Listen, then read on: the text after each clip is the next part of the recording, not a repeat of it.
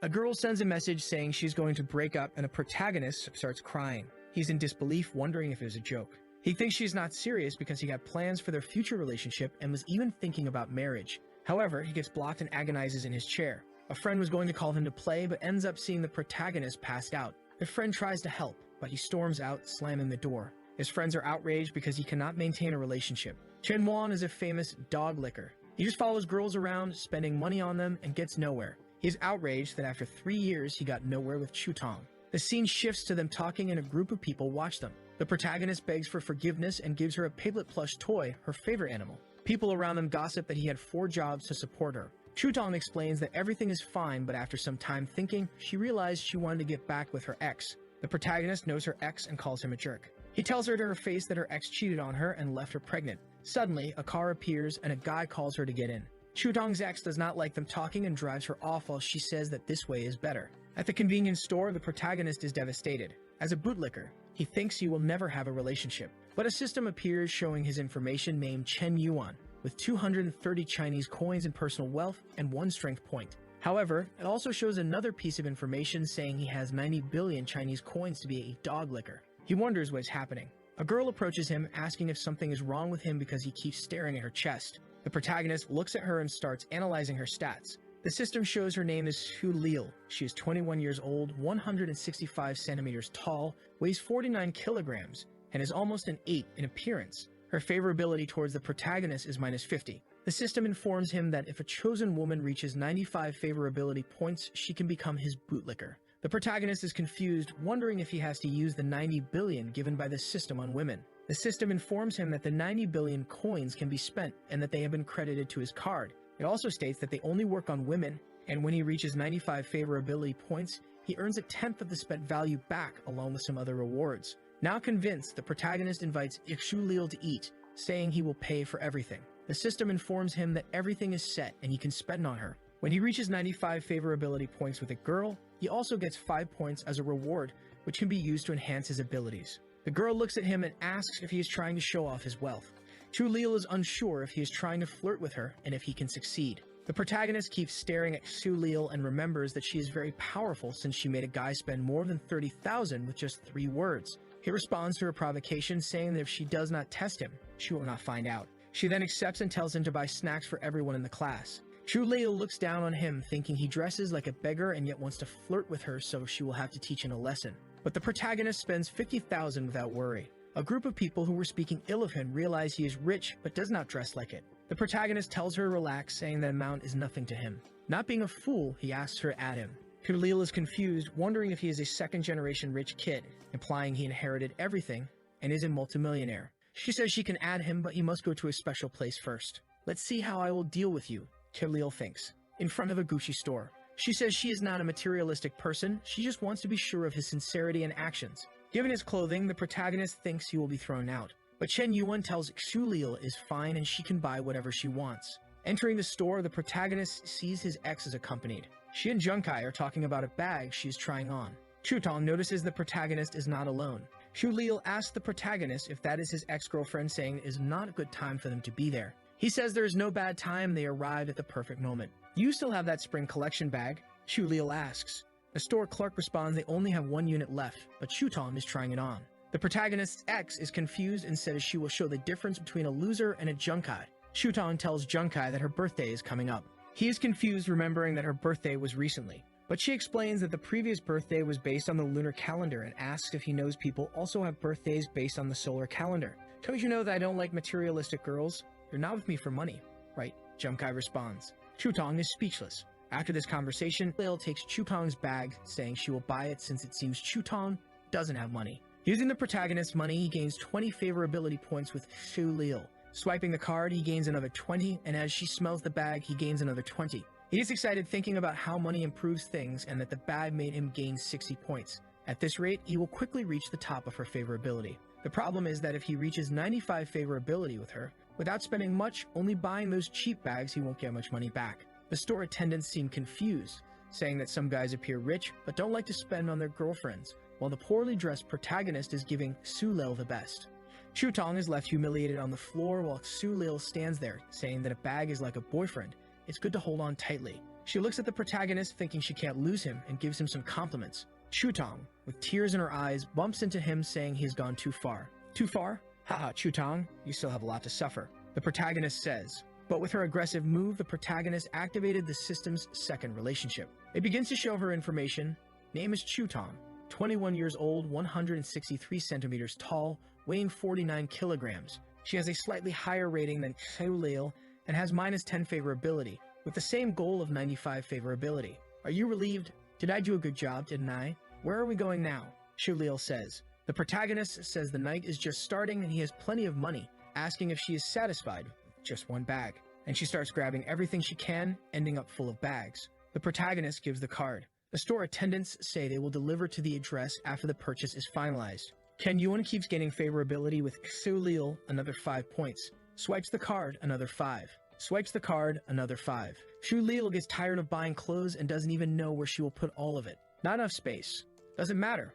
I'll buy you a house, says the protagonist. But this made him lose some favorability. Xulil says they should take it easy since they have spent a lot. The protagonist understands he scared her, and that it's not normal for someone to buy a house for another person so quickly, even for a multimillionaire. Xulil, a junior at the Fine Arts College, 21 years old, 49 kilograms, and her favorite color is black. The protagonist says, implying he knows her well. He asks the store attendant if they have a card he can give to Xulil. She says they do. Then the protagonist asks to put 500,000 credits on the card for Xulil to spend whenever she wants. Chen Yuan gives the card as an apology for the misunderstanding. She blushes and feels happy. He whispers in her ear that if she can't resist, she should just give in to him.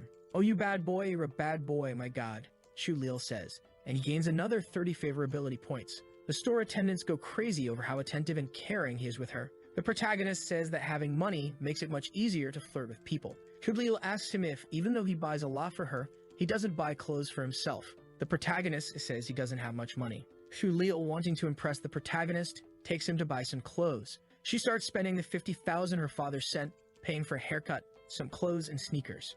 Xulil is impressed seeing the protagonist with a new haircut and sneakers, and he gains another 5 favorability points. Another 5, another 5. The protagonist asks if he did something wrong since he never spent money on himself before. She puts her hand on Chen Yuan's chin and says there's nothing wrong with him.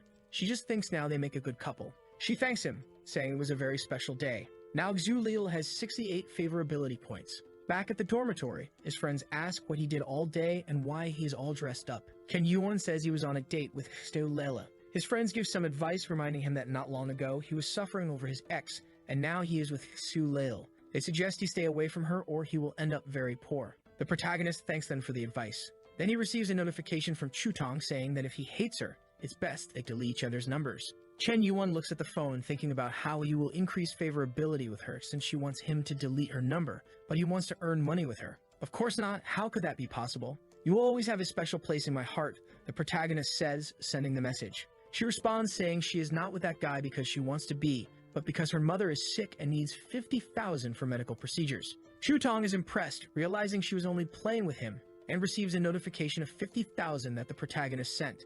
Chutong's friend asks who sent that money. She responds that it was her ex who sent it. Wait, Chen Yuan, didn't you dump him today? That loser is this rich. Chutong starts wondering if she made a mistake by leaving him.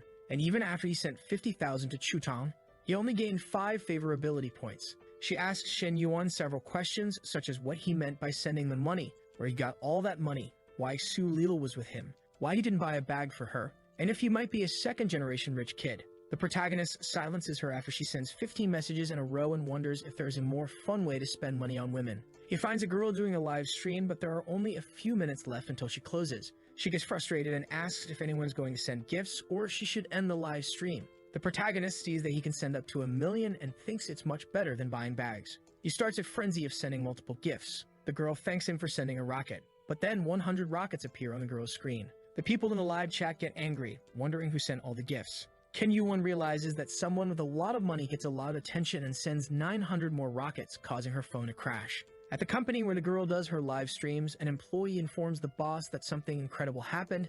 A guy spent 10 million on Xiaomi's live stream. The staff goes wild, unsure if the protagonist is laundering money through the site or if he is affiliated with the company. All the other girls doing live streams see the protagonist's nickname and are amazed that he spent 10 million on Xiaomi's live stream and try to send him messages in his DM.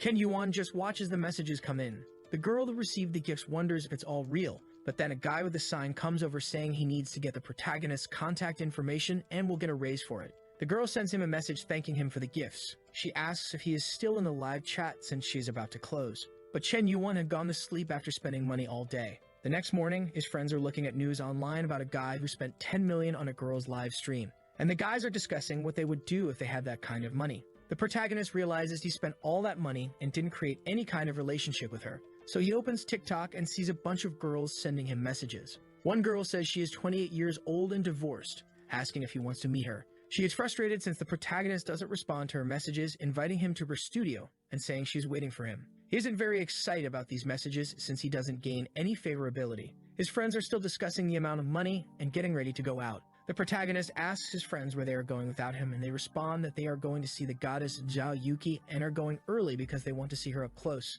His friends ask if he had forgotten because normally he runs ahead just to be there from the moment she arrives until she leaves. A system shows her information. Name is Zhao Yuki. She is the beauty of Hunan campus, the vice president of the student council, and the dream of all the students. She is level 10 in piano, an athlete, a professional in ballet and fencing. Her incredible talents make it extremely difficult for any guy to get close to her, an unattainable woman for all the boys in college. In the last 3 years, no one has been able to get close to her. The protagonist feels challenged since she is the most difficult girl, meaning he will have to spend more money. Shutong is nearby talking to her friend saying that Chen Yuan only learned how to dress up after they broke up and says she is afraid he and Junkai will fight because of her. Her favorability is only going up. Gains another 10, gains another 10. The protagonist is annoyed, saying that favorability is only going up because he dressed up, but it's all nonsense. His real focus is Zhao Yuki. One of the guys nearby is talking about wanting to see how his boss will win over the goddess Zhao Yuki, and he says she will fall in love with him. He approaches her, asking for her contact information when another guy comes up asking what he is doing. He doesn't care about what that guy is saying and continues talking to her, insisting that she adds him, saying he wants to get to know her better and be friends with her. The angry guy demands to know if it is looking for trouble and what he plans to do with Yuki. Taken aback, claims it's a misunderstanding and that he just wanted to join the student union because she is the vice president and he wanted some advice. The angry guy scolds him, saying that's not a good enough excuse to hit on her, calling him a pervert. But the protagonist, undeterred, asks if she can add him on Snapchat. She looks puzzled, wondering why so much is happening. The protagonist remains confident that she will add him. The president says he is bold and courageous for putting himself out there for everyone to mock. The other guy admits the protagonist is even more handsome than the last one and asks if he wants to join the student union too. The protagonist replies no, he doesn't care about the student union. The guy is confused why he wants Yuki's snap. Ken Yuan says he just wants to pursue her. Students from another class watch, noting another guy trying to talk to her, but at least the protagonist is bold. Zhao Yuki decides to give him her contact information. Shubang's friend asks what's going on between them. I like beautiful women, why should I hide that? Sometimes the simplest approach is the most effective. What woman doesn't like being pursued, says the protagonist. It shows that he has formed a bootlicker relationship with her, but with zero favorability. He is happy but confused since she gave her contact to someone with zero favorability. Outside the class, his friends say he nailed it by getting Yuki's contact since he used to seem like a bootlicker and now looks confident. One of the protagonist's friends jokes that if he gets close to the president, he will have to introduce them to her friends. The protagonist doubts he will manage to talk to her, saying they are exaggerating since she is the most beautiful girl on campus. A guy behind him yells, calling him a loser but admitting he has good sense, revealing himself as the one who tried to hit on her and got rejected. Ken Yuan says he is the most professional of all and that the protagonist has much to learn from him. The guy starts mocking him, saying he is proud for nothing since he only got her number and asks if Chen Yuan knows him. But the protagonist just laughs in his face. Then Su Lil appears, asking why Chen Yuan took so long and saying she's been waiting for him for a long time. Everyone is shocked that Su Lil, known for rejecting all kinds of guys, was waiting for this guy. The protagonist invites Su Lil to eat as an apology for making her wait. Su Lil asks if she looks pretty in the clothes he bought her. Meanwhile, Chutong, very angry, listens nearby. The protagonist replies that no girl looks pretty just because of clothes. The couple walks off, everyone watching them. The rejected guy says he doesn't understand, he was just one step behind the protagonist. But he stops complaining when he sees Chutong nearby, asking who that girl was. Shu Lil hands him a drawing she made of him, saying she stayed up all night drawing and if he throws it away, she will never forgive him. The protagonist says it's the first time since he was born that he's received a gift from a girl and she asks if he liked it. He stares at her and asks if all this is just a game to keep him. Shu Lil wonders if he liked the drawing as he doesn't seem very happy. He asks if she will give him better gifts in the future than just drawings. She gets angry and asks for the drawing back. He says he won't return it and will keep it as a family heirloom. The protagonist tells her he likes her more as a person than any gifts she could give. She is impressed by how good he is at flirting. Another 5 favorability points. The protagonist thinks she wants him to become her pet, but he plans to use her to make more money. A guy interrupts asking if Sulil isn't going to do her nails, who the protagonist is, and if he is rich. The protagonist thinks this guy is another of Sulil's bootlickers, noting that this happens often. Sulil says she doesn't know who he is and that he doesn't control her. The protagonist steps forward, introduces himself, and asks the guy's name and how long he has been following Sulil. The guy responds that his name is Yang Yu. He's from the arts department and has been following her for 6 months. The protagonist tells him that it's nonsense and shares his own story about being replaced by a girl he followed for 3 years, working 4 jobs, eating just bread every day, only to be replaced by a guy with a Mercedes-Benz. Yang Yu doesn't understand why he is sharing this story. The protagonist tries to motivate him, saying that people who turn their backs on you become motivation for personal development, and asks why a real man can't have a wife. He tells Yang Yu to go back to his dormitory and make her regret her decision. Yang Yu is so inspired that he starts crying. Even Sulil wonders what is happening and why Yang Yu is crying. She awkwardly says that he is just a friend. The protagonist says he doesn't care about her past and points out that she doesn't respect him or herself. He tears up the drawing and tells her she can use the card he gave her, but he doesn't want to see her until she sorts out her relationships. The protagonist wants to see how she will handle this situation, as it's the first time this has happened. Sulil regrets her actions, realizing the protagonist is the first person who truly liked her. And another 5 favorability points. Ken Yuan reflects on how he has matured, resolved things with Sulil, and now it's time to move on. He goes to talk to Zhao Yuki and sees that she is live streaming. She seems the most innocent so far, not having done anything horrible to be hated for. She is doing her live, introducing herself as Kiki, training piano, doing live streams for 2 days, and asking people to take care of her. The protagonist thinks she is cute and wonders if the president is the type of girl who is cold outside but warm inside. Arrogantly, he notices that she has few views and wonders if that's all she gets. At this moment, Xiaomi sends a message asking where he is. He asks who she is. She thinks he has forgotten about her and says he sent many gifts in her live stream and now doesn't remember her. He says he was just joking and asks if she is free to meet up. She says she can't if she has a busy schedule. He just ignores her. She asks him not to be angry, promising a special live stream. The protagonist, annoyed, complains that she still wants him to send gifts. He doesn't have a bootlicker system with her and has already spent over 10 million. Tired of the situation, he decides to give that money to Zhao. A duel appears on the live stream, a one-on-one between streamers. One will compete against the other, and whoever receives more donations wins. They have to compete to get money. The protagonist is happy about the duel involving the president and asks who her opponent is. The crazy girl laughs at the situation, confident she will win against a novice. The protagonist says he doesn't know who will win, and the duel begins. Hiromi has 10,000 points while Yuki is poor with 206. She is giving her best, using all her talent, charisma, genius, and wit, creating a masterpiece. Xiaomi taunts Zhao, saying it's better for her to give up since she has the support of a very rich guy, Chen Yuan. The chat goes wild over this duel. It seems I use all my skills to make money, and surely boss Smokey will be impressed and donate to me, Xiaomi thinks. But then a rocket appears on the screen and she thinks Yuan has arrived. She prepares to thank the protagonist, but then she sees that all the rockets went to Yuki's live stream. Yuki's points jump to 152,000. A notification pops up saying Lonely Smoke donated 1,000 rockets to Kiki. The president is in shock and Xiaomi is outraged that the rockets weren't for her. A guy with a sign appears, demanding an explanation for why she didn't receive the rockets. Shaking, Xiaomi apologizes to the audience, saying she has to do something and ends the live. The protagonist comments that she can't handle it when he sends gifts to others and wanted to see her reaction. He hopes the president won't disappoint considering the significant amount he spent. The people at the company go crazy thinking the ghost has done it again, imagining that the protagonist must be the son of some prince to pull off such a stunt. My god, the smoke donated another 10 million to a girl who plays the piano. Does he like music? Xiaolei, get my triangle now, says a streamer. Kiki and her friend talk, with her friend suggesting that the president might become an internet celebrity, impressed by the idea. Yuki responds that pleasing men online doesn't seem like a long-term solution. She emphasizes that the most important thing for a woman is to have a financially and personally independent career. Kiki's friend asks if she knows the guy, but she has no idea who it was. Kiki tells her friend she wants to send a thank you message for the gifts. Her friend is indignant, reminding her that she said she didn't want to get involved with anyone. Then she exclaims, saying maybe she knows the guy, thinking he must be the son of someone very wealthy. She speculates that he must be extremely talented and raised in an extremely rich family, but prefers to live an ordinary life, thus finding a common girl and deciding to like her as a common man. She explains to her friend, saying it must be that.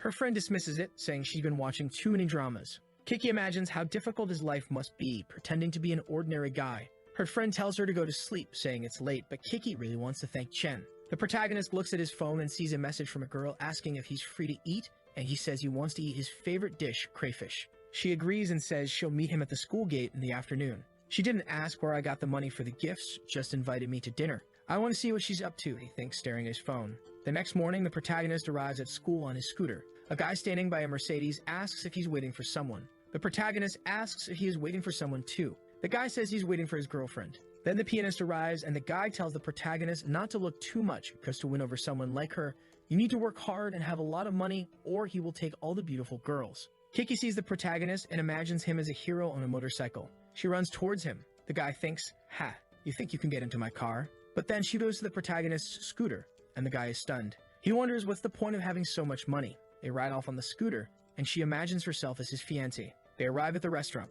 They order some spicy crayfish. The dish arrives, and they think it must be wonderful. The protagonist romantically arranges the table for her. She thinks he hasn't forgotten how to be a gentleman, even with the opportunity to go to expensive restaurants, giving off a noble family vibe and being disciplined. The protagonist is eating the small crayfish, and she comments that it must be the smallest crayfish he has eaten. Kiki is impressed that Chen Yuan is eating with her, thinking he wants to live a peaceful life without much worry, and says he is as gentle as a flower. The protagonist wonders why he suddenly gained another 10 favorability points. Then Kiki offers to feed him, saying she peeled the crayfish for him. Just as he is about to eat, someone arrives. It's Shutong again, wondering if she saw Kiki feeding Chen Yuan the crayfish. She turns to her boyfriend and says the place is crowded and suggests they find a better spot. But the guy asks if the restaurant is crowded or full of familiar faces, saying he doesn't mind eating in a crowded place. Shutong's boyfriend walks up to the protagonist's table and throws $500 at him, saying it's for him to get up so they can sit there. What the hell does he think? Does he think this is cool? The protagonist wonders. The guy throws more money, telling him to leave quickly and asking if he wants more. Kiki, holding her bag in anger, looks furious. The protagonist sees Kiki is upset, thinking it's because of the guy. She is stressed, wondering where this guy came from to ruin their perfect date. The guy pulls out more Monopoly money, saying he has much more to make him leave. A staff member offers to take the money and find him a table. This only angers Chudong's boyfriend more, saying he wants to eat at that table. Then someone hits him with a handbag. A previously unknown woman pretends it was an accident. Angry, Chen is confused about what's happening. The blonde guy seems to know the woman and calls her by name, Chakim. He asks what she's doing there. She angrily says that if she wasn't there, she wouldn't have caught him cheating, already cursing him. The guy says she's misunderstanding and that he can't cheat on her since she's everything to him. Ken's admirers are just watching. Pulls the blonde's hair, blaming her for using her body to seduce him. The girl cries, saying he invited her and lied about being single. The guy says she's making up stories and slaps her face. She collapses on the floor, devastated. He moves to slap her head, but his hand is stopped. Hitting a woman, huh? You really enjoy embarrassing yourself, don't you? The protagonist says, and Lonely Smoke gains another 20 favorability points. Kutong says the protagonist really loves her. The protagonist keeps gaining favorability, another 20 favorability points with Chutong. The second target of the bootlicker system reached over 95 points. The system congratulates Chen Yuan, saying he successfully reversed the bootlicker situation. It shows that Chen Yuan spent 50,000 on the second target and informs him that he will receive 5,000 in return. Chutong has been converted into the protagonist's bootlicker, and he gains 20 strength points. Chen Yuan allocates 10 points to strength and 10 points to fitness. He flexes his arm, and the blonde guy demands that Chen let go of his arm and grabs a bottle, threatening to kill him. Chen stares and says the guy is annoying, then punches the bottle and the guy, sending him flying. The guy falls to the ground looking defeated, and Chen says that depending on a woman is not shameful, but hitting a woman while doing so makes one despicable. The blonde is biting his lips, clutching a balloon popper. The girl at Chen Yuan is nervous, urging him to end it quickly. Chutong's boyfriend charges at the protagonist, but thanks to his new points, Chen dodges quickly, causing the blonde guy to hit his elbow and collapse to the ground. Everyone eating in the food court is nervous. The blonde guy is on the ground, foaming at the mouth. Chen walks away with his hand in his pocket, the young girl beside him. Chutong, now a bootlicker, watches and clings to Chen's leg, begging for forgiveness and a second chance. Cold and calculating, Chen reminds her of the guy who ran over 10 kilometers with her on his back at 3 a.m. to take her to the hospital, the one who saved money for half a year to buy her a phone, only for her to ignore it, because it wasn't the latest model, and the one who, despite knowing all her unnecessary vanity, always thought of her as a good person. He tells her that all those guys are dead. Outside, talking with the president, he apologizes for everything that happened. She says calling her president is too formal, and that he can call her Kiki. She says it didn't bother her, and that she saw a different side of someone. She thinks Chen Yuan is more intriguing the more she gets to know him, imagining that he will bring countless surprises to her. Arriving home, Chutong is crying, soaked from the rain. Her friend asks why she didn't use an umbrella. Chutong is too nervous to speak coherently. Her friend then asks if it was the protagonist, saying she heard he gave 10 million to Zhao in her live stream. She says Chen Yuan may not look like it, but he is very rich. What? More than 10 million? Where? Did you hear this? Is it true? Shutong asks. Yes, Zhao's classmates spread the news to everyone, her friend replies. She can't believe what her friend is saying. She screams Chen Yuan's name for everyone to hear. In the room, the protagonist's friends are playing mobile League of Legends. They ask how he's so good winning 18 matches in a row. The protagonist hadn't imagined that adding 20 attribute points would make him so good at online games. A guy with a cool hairstyle suggests that with this talent, he could become a streamer, earning millions and getting some hype. He is amazed at the power the attribute points have given him. Looking at himself, he wonders who will benefit from his body next. At the door, his friends shout for him to come out. His phone is ringing. Chen Yuan wonders what tactics she will use to manipulate him now. The protagonist answers the phone, but he is cold. Hello, Miss Gexu Leal. Is there something you need to inform me about? The protagonist answers. She starts crying, saying she doesn't know what to do. It shows her in an abandoned room full of Chen Yuan's purchases. She asks to borrow 500,000 from him. Zhu Leal says her family was once prosperous, but now they're stuck in debt, unable to pay off the interest, making no progress, and just needing to clear the debts. The protagonist only asks two things, what she wants and to send the account details. She is shocked, thinking he wouldn't send the money. She quickly sends the account information. The protagonist sends 5 million. She says he mistakenly deposited 5 million. He says he must have pressed an extra zero and that she can keep the money. She screams in gratitude, and then it keeps coming more. Her favorability keeps increasing. Zhu Leal creams with happiness, cry. Zhu Leal thanks the protagonist and promises to pay him back when she can. Her favorability continues to rise, now reaching 94. The protagonist sees her favorability at 94 points, complains about not being able to win her over quickly, and considers confessing, but quickly dismisses the thought as those who reveal their true feelings lose. The next day, the protagonist is hanging out with his friends when someone calls his name from behind. When he turns around, it's Chutong, holding some pastries and asking if he wants to eat them in the classroom. The protagonist's friend is shocked, wondering why she's bringing breakfast for Chen Yuan. But then Yuan hears someone else calling him and sees it's Leal, who also brought breakfast, saying he must be tired of eating cafeteria food. They face off in a bootlicker showdown. However, once again, someone else calls Chen Yuan. His friends are outraged that he has yet another girl. The protagonist wonders who it is this time. It's the president, who brought ramen for them to eat. The three girls glare at each other. The president is the second most beautiful girl on campus with a commanding aura. The protagonist receives the ramen and asks how she knew he liked ramen with meat. She says it was easy to guess, since they had a date. Chen Yuan isn't even trying to seduce anymore, he just wants to see who can seduce him better. The protagonist says that President Zhao easily wins since she understands his tastes. Sending a subtle jab to the other bootlickers, Kiki says she wouldn't deliver breakfast without knowing his preferences, and that if someone doesn't pay attention to such details, he doesn't like them. After saying this, it felt like she had delivered a spinning punch to the other two, then she gives him a gift to show her gratitude. The protagonist is impressed. It's the new iPhone. All of his friends are stunned to see the latest generation phone. One of the protagonist's friends says that seeing the girls giving gifts to Chen Yuan is worse than losing his own father. The girl says she was very generous to give a 10,000 item. The protagonist tells Kiki that she didn't need to. She replies that he spent much more on her, and it's the thought that counts since she doesn't have much money. In the next scene, Shutong is desolate, wondering how hard it is to win back Chen Yuan. A few days later, there are now many competitors. Zhu Leal calls Shutong to talk in a private place, but Shutong is very angry, blaming her for everything that is happening. Zhu Leal approaches and suggests they form an alliance to face Yuki. In the next chapter, the protagonist is there with his iPhone praising Yuki for the gift. She looks back, thinking he said something, but Chen Yuan says it was nothing. The protagonist has 40 favorability points with the warrior. He thinks that if it weren't for those ridiculous 40 favorability points, she would have fallen for him by now. He is impressed with her actions, feeling like she's making him a different person. He is far from completing the favorability points, but she acts as if he already has. His phone rings, and it's Yahello. The little streamer from TikTok sends him a message, saying that last time they couldn't meet, but she was joking, and they can meet, though she fears meeting people from her live stream. The protagonist is confused, wondering if that is some kind of excuse. He says she should at least send some photos because he is not easy to win over. He receives a message from someone named Dragon King inviting him to join a legendary group of otakus who are trashy and donate money. Chen Yuan joins the group, now called Solitary Cigarette.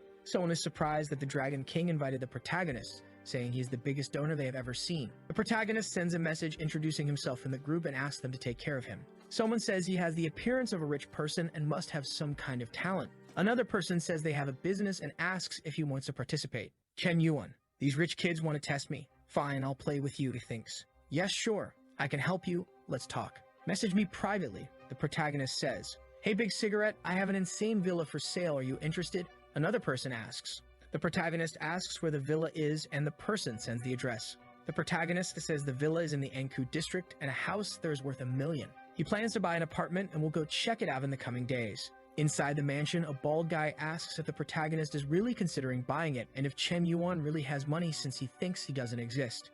The protagonist receives the address and wonders how much favorability he would gain if he gives this villa to her. The next day, arriving at the villa with the president by his side, she asks why he brought her to the villa so suddenly. "Hey, you must be Brother Loose Cigarette, right?" says the guard with the illustrated head. The protagonist recognizes the face and gives him a hug. The guy thinks Chen doesn't look very wealthy, but having the president with him gives him some credibility. He wonders if Chen is from a secret rich family and thinks this will be a tough negotiation. He introduces himself as Hong Yuan Chiao and says he has some small businesses but needs to sell the villa due to financial problems. The bald man invites them in. The host describes the house, saying it has over 500 square meters, the land is over 2,000 square meters, the decoration was done by designers, and the furniture is exclusive and made in Italy. He tells them to enjoy the view of the river and the city and says if he didn't have money, he would want to be buried there. Keiki realizes he is serious about buying the place, even though it's expensive. Chen Yuan takes a quick look, saying he thought the house would be more beautiful, and asks how much it costs to live there. The bald man says he needs the money and mentions that many people are interested in the house, making it hard to negotiate. He says he wanted to sell it for about 50 million, but asks if 60 million is a fair price. Chen Yuan lets out a "hmm." The man wonders if the price is too high for him, and thinks it's hard to fool the son of a noble. The protagonist says he didn't expect it to be so cheap. Everyone in the room is impressed by the protagonist's response. The bald man thinks he should have asked for more, like 70 or 80 million. The protagonist asks Keiki if they should buy the house. Keiki is surprised but says she doesn't care if he buys it or not. He gets close to her and says he's buying this house for her. The bald man is shocked, never imagining he would buy the house for the president. Keiki stands there like a statue, stunned, saying 60 million is too much. She imagines Chen Yuan locking her in the basement, tying her up. She apologizes, saying she can't accept such a gift. The protagonist takes her hand, asking her to listen to him. He explains that there's a restriction on the number of properties he can own, and he has several houses. He was thinking of transferring this one to her name. That way, she will have her own house. She imagines doing crazy things with him. The protagonist whispers, asking if she thinks relationships are important, saying everything he has is also hers. Getting another 10 favorability points, another 10, another 10, he reaches 90, just 5 more to go. The protagonist thinks he deserves an Oscar, saying his acting skills are improving.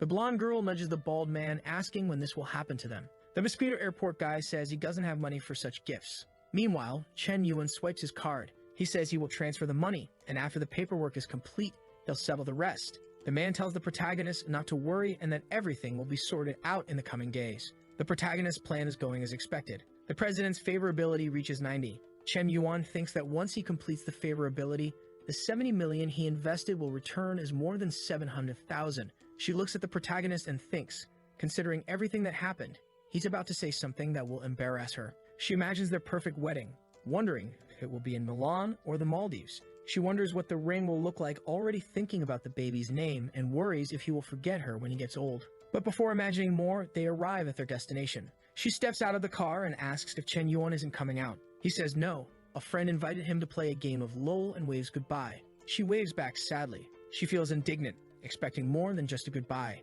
Chen Yuan arrives at the internet cafe greeting his friends. They complain he took too long, saying they started a match without him. His friends hurry him to register and play with them as they are losing. The protagonist notices Xu Liu is there and is impressed. She explains that her father owns several internet cafes and this one was recently opened. She is there to attract more customers. She thanks him, saying her family's debts are finally paid off. Xu Liu tells him to stay where he is because she will get him a drink and a card with unlimited credit to play at the internet cafe. Chen Yuan says it's unnecessary, but something explodes behind him. Two guys appear, one looks like a movie character. He asks Xu Liu if she is Lao Shu's daughter and when her father will pay the debt. Xu Liu, looking disheveled, says her father paid the 5 million debt and asks what they want. The guy says 5 million was just the beginning, and there are still 15 million in interest. She says it's a scam and threatens to call the police. The guy grabs Xu Liu by the wrist, telling her to be quiet and that if she doesn't want to pay the 15 million, they will take her. He says that after 1 or 2 years, she would pay off the debt working at his nightclub. The protagonist pulls her arm away, telling the guy to stop if he wants to leave alive. Xu Liu goes crazy. The thug says the protagonist doesn't know what he's getting into and orders his men to kill him. Then chaos ensues with some guys wielding cake cutters and others using their bare hands. The protagonist lands a sneaker kick on the thug's chin. His friends are impressed, saying it looks like a cyclone kick. The scene changes to the thugs running away to avoid getting beaten. The casino representative says if they see them on the street, there will be no more talking. With 95 favorability, Chazulil throws herself into the protagonist's arms. The system congratulates him for getting another person to 95 favorability points and informs him that he spent 5.3 million, so he will earn 530,000. A notification appears. Su Leil has successfully been transformed into your loyal bootlicker. Ken Yuan is hugging her, but Chuton is watching in the background. However, he is only concerned about where to allocate the attribute points he received. The chest-only trainer arrives, stressed, calling Su Leil a traitor for wanting to form an alliance and now hugging the protagonist. The protagonist watches but grows tired just watching and asks the system to allocate all points to strength and agility. Everyone wonders where he went, but he simply disappeared. Ken Yuan is calmly walking around the college campus saying he has already gained points from Chutong and Texu Leil, and that only President Zhao is important. Since there is only one president, the protagonist says he needs more girls. Someone approaches, tapping him on the back, asking if he can move aside as the track team needs that area and it would be good if he didn't stay there. Ken Yuan says she is bold but sincere. The protagonist asks for her contact information, but someone else says she is already in a relationship and advises him to leave if he doesn't want trouble. Ken Yuan stares, wondering if he has seen that guy before. He has a flashback and remembers that this thug was beating him up and tells him to look at himself before criticizing others, and asks why he was chasing after Xiaoyu. Remembering everything, he says it's easy to find old enemies. The protagonist activates the system on the guy's girlfriend. The system shows her information, stating her name is He Jiang. She is 19 years old, 1.69 meters tall, weighs 50 kilograms, and has an appearance rating of 8.2. Her current favorability is -5. Considering the difficulty, the system will grant more attribute enhancement points. Ken Yuan celebrates, saying he can get 22 points. The jealous guy is in line for the race. People wonder who that guy is in the last lane, saying they have never seen him run. The race starts and the guy runs, saying it's too easy, and he must be racing ants. But he doesn't realize the protagonist is passing him at flash speed, leaving only smoke. Ken Yuan asks Liang to watch as the protagonist will win in the sport he trained for his whole life. The guy, almost exploding with rage, asks if Chen Yuan is underestimating him. He doesn't realize, but the protagonist laps him entirely, wondering how this is possible. The protagonist mocks the guy, saying he trained for a decade only to lose to a week's worth of favorability points. The crowd goes wild, everyone impressed that in 15 seconds, he's on his 5th lap. Chen Yuan arrives happily at the finish line. The most loyal girl in all of China is impressed that Liang lost. The announcer says something incredible is happening before their eyes, a new champion who will break any existing records. A muscular professor approaches the protagonist, saying Chen Yuan has extraordinary abilities and asks if he wants to join the track team, promising that with a little more training he can reach the national championship. The humiliated guy asks if the spot wasn't already his. The protagonist mocks Liang, asking if the spot was his, saying it isn't anymore. The last romantic girl in China imagines that the protagonist is a professional runner. With that, she gains 5 favorability points. The loser approaches and asks if she was thinking about something else. She says no, she was just worried about him. Another 5 favorability points and another 5 favorability points. Kiki is back in her room asking where she was. She asks if she didn't know that the protagonist bought her a house. She is shocked by the news and asks if he really bought a house for her. She explains that she was busy visiting the house with him and that it costs 60 million in Anku. Her friend wonders how a president can be so lucky and yet so naive. She picks up her phone and sees something happening on the forums, calling Kiki to see it too. The rumor says that Chen Yuan from Ri University is a human trash, involved in multiple relationships simultaneously, and the two of them look at each other. Ken Yuan wonders if he really was trash, saying he was just spending money, and that it's all slander. 3 cheese puff eaters are celebrating that they are going to ruin the protagonist's reputation. A guy appears behind them, asking what they were doing. The 3 are startled and say that the protagonist has been too arrogant, and they are trying to teach him a lesson. The race loser also sees the news about the protagonist and wonders if he isn't the guy from the race. Now that he has the protagonist's name, he remembers beating him up when they were younger. He says they went to the same high school, saying the protagonist was crazy since childhood and has a lot of information about him. The loser says he used to cling to and annoy the girls. The 3 boys put him in a chair, asking more questions, wanting more details about the protagonist to post and ruin his reputation. Liang says that after winning that race, the protagonist thinks he will get away with it, but he will change how people think about him, saying even the coach won't want to help him, calling him the trash of the university. The news says he is the biggest trash there and that he is involved in relationships with multiple women, always objectifying them, and warns to be careful with him. One guy adds that the girls he got involved with didn't do so voluntarily. They say he bothered the girls so much that even their grade averages dropped. Everyone seeing this says they never imagined that about him. The girls are in shock. In the president's office, he takes the guy's phone and says the protagonist can't stay at the university, but he will personally investigate Chen Yuan and have him expelled. In the next chapter, someone says that Chen Yuan is a very special person, imagining that the protagonist can't see a girl suffering without wanting to spend all of his money to help. Kicking the Joker, "Hey you trash, I hate men who hit women." Whenever night falls, he transforms into a black knight. With strong punches, he ends all evil. A mysterious and powerful man protecting the city of desire and sin, and the one who said this was none other than President Kiki. She says that to her, the protagonist is a hero. The guys ask if calling him a hero isn't an exaggeration and ask where she got that from. Kitty says it's her intuition.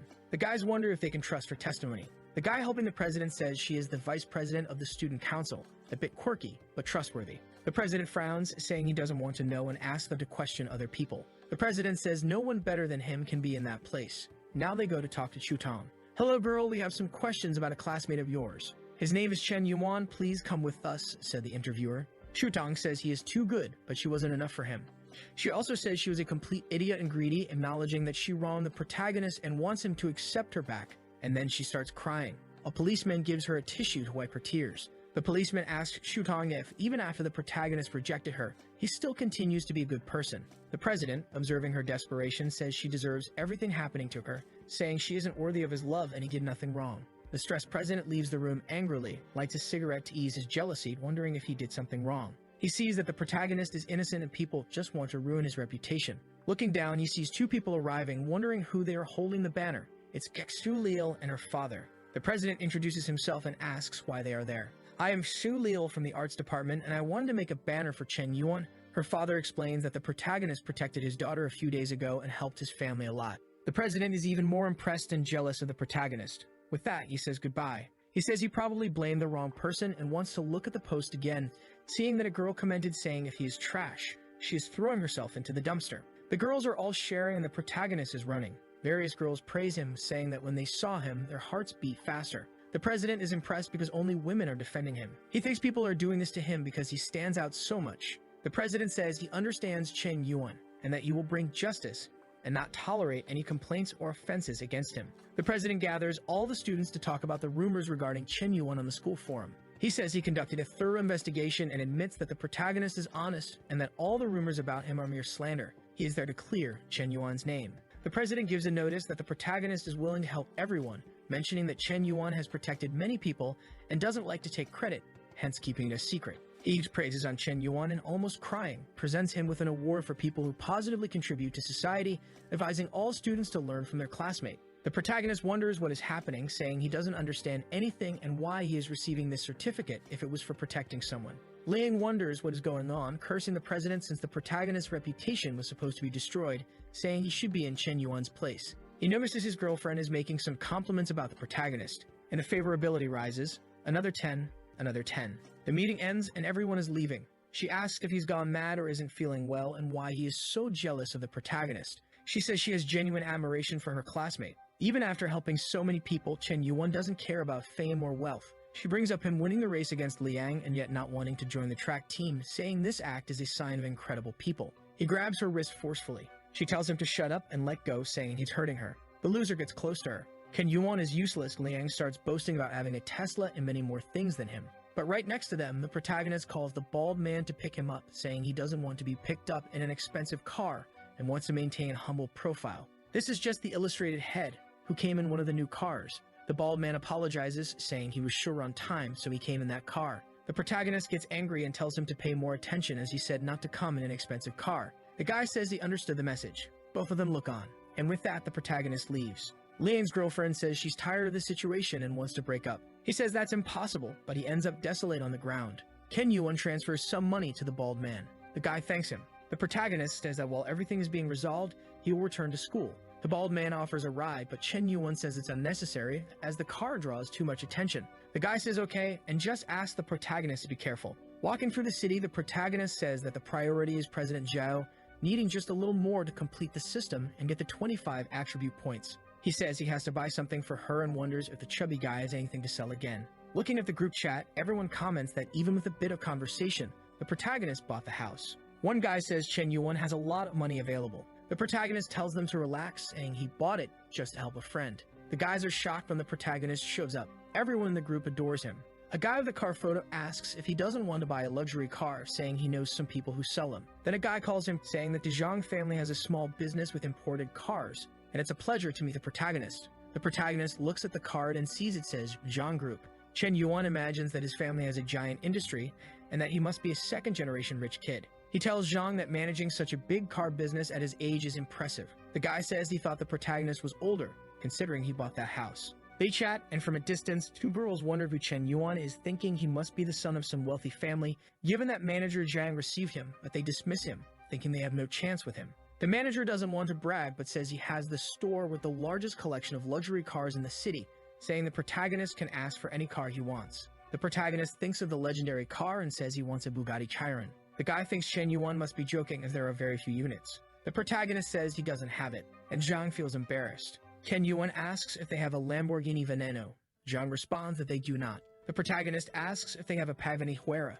Zhang replies that they don't have that either. The salesperson is sweating profusely, saying that Chen Yuan is rooming the place. The manager explains that the vehicles they have for sale range from 2 to 8 million, and the cars the protagonist wants are a bit out of that range. The protagonist is disappointed, saying he expected more from Zhang, who claimed to have luxury cars. Zhang thinks the protagonist must be joking since he bought a house at that price, but it seems he wants a car of similar value. The manager says they don't have the cars he wants, but they do have a Ferrari LaFerrari that he should take a look at. He mentions it is one of Ferrari's rarest cars, with a V12 engine producing 800 horsepower, dual transmission, and it goes from 0 to 100 kilometers in under 3 seconds, costing only 22 million. He asks for the protagonist's opinion on the car. Chen Yuan says that Ferraris aren't considered very expensive but not cheap either, and that it might be the perfect gift for President Zhao. The protagonist says if the price is above 20 million, the deal is done. Chen Yuan commends Zhang for his effort and says he wants to swipe the card right away. He asks if the card can be delivered to Riverside Villa, Community Number 1. The guy sweating nervously says he can arrange that. Chen Yuan receives a call from Liu Wenji, shouting in his ear. In the next chapter, one of the protagonist's friends says that on his birthday, his girlfriend Jiojia said she was getting her nails done with a friend, but he grew suspicious since she had been out for a long time. It started to rain and he knew she hadn't taken an umbrella, so in a chivalrous act he went to give her one. But what he saw at that moment would break anyone's heart. He saw her cheating on him in the rain. He tells the protagonist that his heart won't stop hurting since they had a 3-year relationship, and he was already planning the wedding to meet her parents. Chen Yuan says it's okay, and that he has drunk 8 bottles, so it's better to take a break. But the heartbroken guy wants to know how to win her back. The protagonist says he needs to keep his head on straight, that the mistake was hers, not his, and loudly tells him he's becoming a bootlicker. The sad guy collapses to the floor, asking the protagonist if it isn't hard to accept, and that he can't accept that she betrayed him. The protagonist, now angry, says he needs to learn a lesson and grabs his phone. His friend asks who he's calling and what his plan is. Chen Yuan tells him to relax and trust him, that from now on he will handle everything, and he will make sure his ex-girlfriend kneels before him and begs for forgiveness. The protagonist calls the dealership guy, who answers promptly. Chen Yuan says he wants to borrow some cars, but nothing too expensive, just those worth over 20 million, and says he needs some trusted friends to drive them tomorrow. The dealership guy says no problem and that he will arrange everything for tomorrow. The protagonist's friend is still confused. Chen Yuan calls Xu Liu. His friend observes that with just one call he brought a beautiful girl and asks where the Chen Yuan who used to lick girls' boots is gone and why it now seems like she is licking his boots. "Hey Xu Liu, this is my brother Wenji," said the protagonist, introducing his friend. She is confused, thinking the protagonist called her just to introduce a friend, but she thinks a bit more and creates an idea that maybe he wants her to meet his close friends. But the protagonist quickly responds that it has nothing to do with that and that he just needs her help with a little prank that will happen. The next day, the protagonist's friend shows up looking gangster. Xu Liu clings to his arm, saying he scared her, that the car he bought for her almost hit someone. The protagonist's friend is all nervous and says that if she had hit him, there would be no problem as they could just buy another, stammering a few times. Chen Yuan's friend's ex-girlfriend wonders how he transformed into that guy looking like a second-generation rich kid. She asks if Wenji came there just to show off. He says someone there was barking, stuttering nervously. The ex, pissed, asks what he's doing, asking if he doesn't know she knows his family. She admits her mistake, but says he's being shameless, acting that way. In the car, another friend says that the woman understood everything. The brothers are about to step onto the stage, and the show is about to begin, said the protagonist. Several guys arrive in Ferraris. A guy with white hair steps out and asks Wenji if everything is okay and if he recognizes him. Approaching to talk to the new boyfriend of Wenji's cheating ex. Little girl, he said his name is Makai, right? His family owns a mine? This guy is always a liar, pretending he has something to impress girls. And you think what? That he's a second-generation rich kid. Wake up to reality, ma'am, said the white-haired guy. The guy caught cheating with Wenji's ex asks the white-haired guy to let him go. The white-haired guy says that these guys' tactics never change and that they only manage to fool innocent girls, adding that Wenji's ex is already lost. The girl, now furious at being deceived, goes after the guy she cheated on Wenji with. Wenji just watches and tells everyone to leave, but his ex clings to his leg, begging him not to leave her behind, saying it's not that she only likes luxury, but she's just afraid of poverty and asking for another chance. Wenji tells her not to call him by that name and that this is the last time they will see each other, asking her never to contact him again. The guy takes a look around, seeing everyone talking. He tries to leave but bumps into the protagonist's chest. Ken Yuan asks if he wants to flee, but only if he takes 100 slaps. At the bar, everyone driving the Ferreras celebrates finally meeting the famous Mr. Yuan. The protagonist says they don't need to do that and thanks everyone for their help. The guys tell Loose Cigarette that it's all good because he's a friend of Chef Zhang and he doesn't need to be formal with them. The white-haired guy asks if he isn't the guy from the streaming platform News and says he has a request. The protagonist asks what this favor is. The guys are staring at each other. The white-haired guy says he has a favorite streamer, but is out of money and asks if Chen Yuan can get a little help. The protagonist, thinking the guys are trying to see how much money the protagonist has. The dealership guy tells the protagonist not to worry, saying it was just a joke, and looks at the white-haired guy, saying if he wants to hit on a girl, he should handle it himself. Loose Cigarette slams his glass on the table. The guys imagine he didn't like the joke. The protagonist says the joke was too mild for him because it's just about sending gifts. He says he'll go to the bathroom, leaving his phone on the table for the guy to spend as much as he wants. The guy takes the phone, indignant that he's being allowed to use it freely, trusting a stranger to spend his money. Chen Yuan thanks him, knowing there's no money in the account to pay for all the drinks, but knows the guy can send gifts at will. The protagonist goes to relieve himself. The guy looks around, imagining a dragon against a chick, and mutters, "He, good kid." Coming out of the bathroom, Chen Yuan sees everyone gathered, wondering what's happening. My god, 1004, 1006, damn man, everyone around the table says. The protagonist arrives at the table, asking why they're acting like that. The white-haired guy gets nervous and returns the phone. The protagonist calls him weak because he spent only 20 million while he was in the bathroom. The guys go crazy, wondering if he has more money than a bank. The protagonist is indignant that he only spent 13 million and says not even 20 million is much, saying he'll spend 60 million. The guy grabs his hand, saying it's enough spending. She won't be comfortable with all that money. The dealership guy arrives and tells the white-haired guy that he couldn't win and proposes a toast to Chief Yuan. The guy starts the toast. Honorable Chief Yan, from now on, I follow your leadership. The onlookers wonder who the guy in the middle of the circle is. They say the white-haired guy is quite rich, but he seems to be getting involved with the protagonist. Chen Yuan's phone rings, he takes a look, bidding farewell to the group. The blue-haired guy realizes the protagonist's plan and says he's running away because he doesn't want to pay the bill, but another guy calls him crazy and asks if he didn't see the money spent in front of them, and the guy just agrees. The message was from the little streamer saying she's in town and can't wait to meet him. The protagonist says he's free tomorrow and sends her some kisses. Chen Yuan gives a stare and says that after a long time he will reap the rewards of his kindness. Arriving, she thinks it will just be a date and that with her charm she won't have any problems. The next chapter starts with a huge message. It's from Chuton, saying they can start over, and that she imagined them traveling the world, tasting all the dishes, but when she woke up, she saw she was alone and asked for his forgiveness. The protagonist went there, blocked and deleted her contact because of his date with a little streamer. The girl asks what he was doing, but Chen Yuan says it was nothing important and asks what she was talking about. She remembers the boss scolding her, saying he spends more than all her fans in a day, and even if she has to strip and put him to sleep, she must capture him. The little streamer thinks that even with her beautiful face, he seems indifferent to her, and is disheartened that she can't win him over. She tries to seduce him with her charm, asking him how he got so rich at such a young age. However, the system sends a message saying her favorability is too high and it's unable to connect. The protagonist realizes he needs to lower her favorability first and wonders what to do. He starts doing disgusting things to lower her favorability to create the connection, like putting his feet on the table. He tells her he's just an unemployed guy who got lucky. She's outraged that he doesn't work but has money to spend. The protagonist says he only uses his father's money and that they are going bankrupt, owing millions to the banks. He says he arranged this meeting to see if he could get back the money he gave her because he spent too much. She is disgusted when he doesn't wash his hands after picking his nose, but at least the protagonist's plan is working, as he loses 20 favorability points. She can't take it anymore and asks why he asked her out if he's poor, saying that asking for gifts back shows he's not an honorable person. Lose 20, lose 20, lose 20. She says she must have been crazy to agree to go out with a loser like him. The little streamer calls someone, saying she met the protagonist and he keeps bothering her, thinking he might be a stalker. The protagonist is dismayed to find such a dishonest woman, calling her shameless for changing her demeanor so quickly. A guy bursts through the door, asking who's bothering his woman. She runs to him, saying she was scared to death of the pervert Chen Yuan.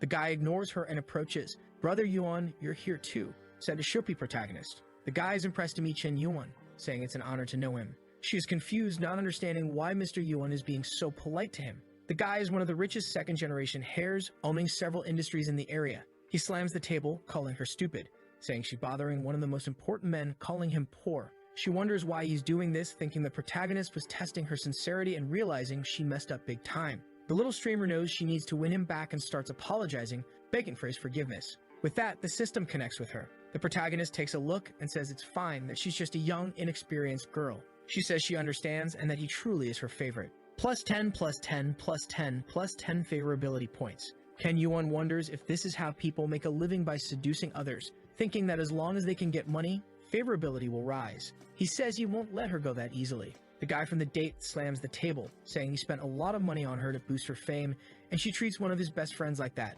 The guy invites the protagonist to an honor event. The protagonist says he can go without problems and that he's doing it out of respect for their friendship. Chen Yuan gets into the car. The little streamer says she wants to go too. In the car, she hugs him and asks if he's mad at her, saying she really understands she was wrong. The protagonist takes out his phone and opens the streaming platform. He says it's okay, and she's worrying too much. Chen Yuan opens a live stream of a well-behaved girl, telling the viewers to follow her. The little streamer watches in amazement as he makes donations. The girl in the stream goes wild with the gifts, not understanding anything. She faints from the amount of money she received. The little streamer is impressed with how quickly the protagonist spends his money. She says all that money should be for her, and that he must be joking. Plus 30 favorability points. The girl says she wishes his fingers were tapping the screen, but her body instead, and he gains another 30 favorability points.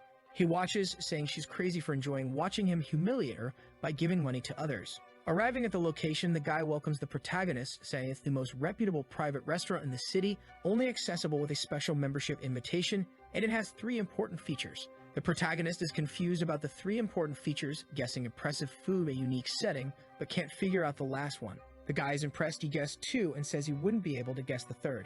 Ken Yuan sees the president playing her instrument, and the guy says that's the 3rd point, the chef's daughter, Zhao Yuki. She stands up, and they exchange confused glances. She sees the little streamer clinging to the protagonist's arm, and he loses 5 favorability points as she breaks her instrument, sad and tearful. The protagonist sees her run away, complaining that he was so close to a counterattack and wondering if he can take advantage of the situation and fix everything at once. He throws her against the wall, and she says he's a big idiot for playing with her feelings. Chen Yuan says he can't lose this chance, that if he lets her go, he doesn't know how he'll fix it later. And then he takes a risk, asking if she has seen a particular movie. She asks what he's talking about, saying she's tired of him, and now he's asking about movies. But Chen Yuan lights a cigarette and says he's the son of a tycoon, asking if she knows he has an extraordinary background and must be wondering why he lives such a mundane life. He says that in his family there's a secret rule. When someone turns 18, they must spend 10 billion in a month to receive a fortune of 50 billion.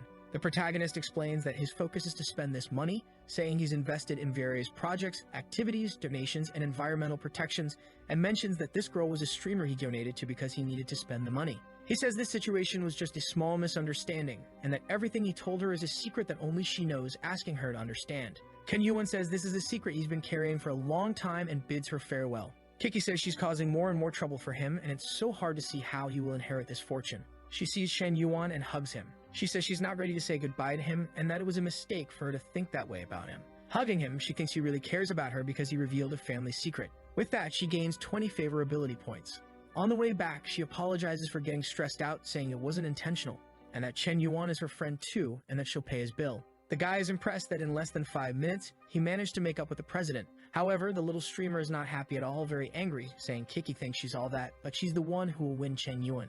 At the table, she asks what his relationship with the president is. But then the president says the protagonist hasn't revealed his real name yet, and that it's good for her to call him brother from now on since he's probably younger than her. The guy says the president is dominating the interaction. Just staring at her, the little streamer holds herself back. Ken Yuan tells the 2 of them to stop and to eat quickly because he's hungry. The 2 of them glare at each other. The guy says Yuan doesn't care about anything and that he's very mysterious. One's a famous streamer from the Shark platform, a wealth reaper, and the other is a renowned talented woman with aspirations higher than the skies. He says the protagonist has the best of both worlds to choose from for his future. He says Chen Yuan has surpassed the art of seducing women and can be called a succubus for girls. At first he was impressed by his wealth, but now he will follow him as a spiritual idol until he kicks the bucket. At home, Chen Yuan says that restaurant was too expensive and thanks Kiki for paying as an apology. He says he'll check how the strategy is going and that Shutong and Kaksu Lil are still his bootlickers, and sees that the president's favorability is at 91 and the little streamers at 92. The protagonist sees the high points and wonders if it's good to make an aggressive move.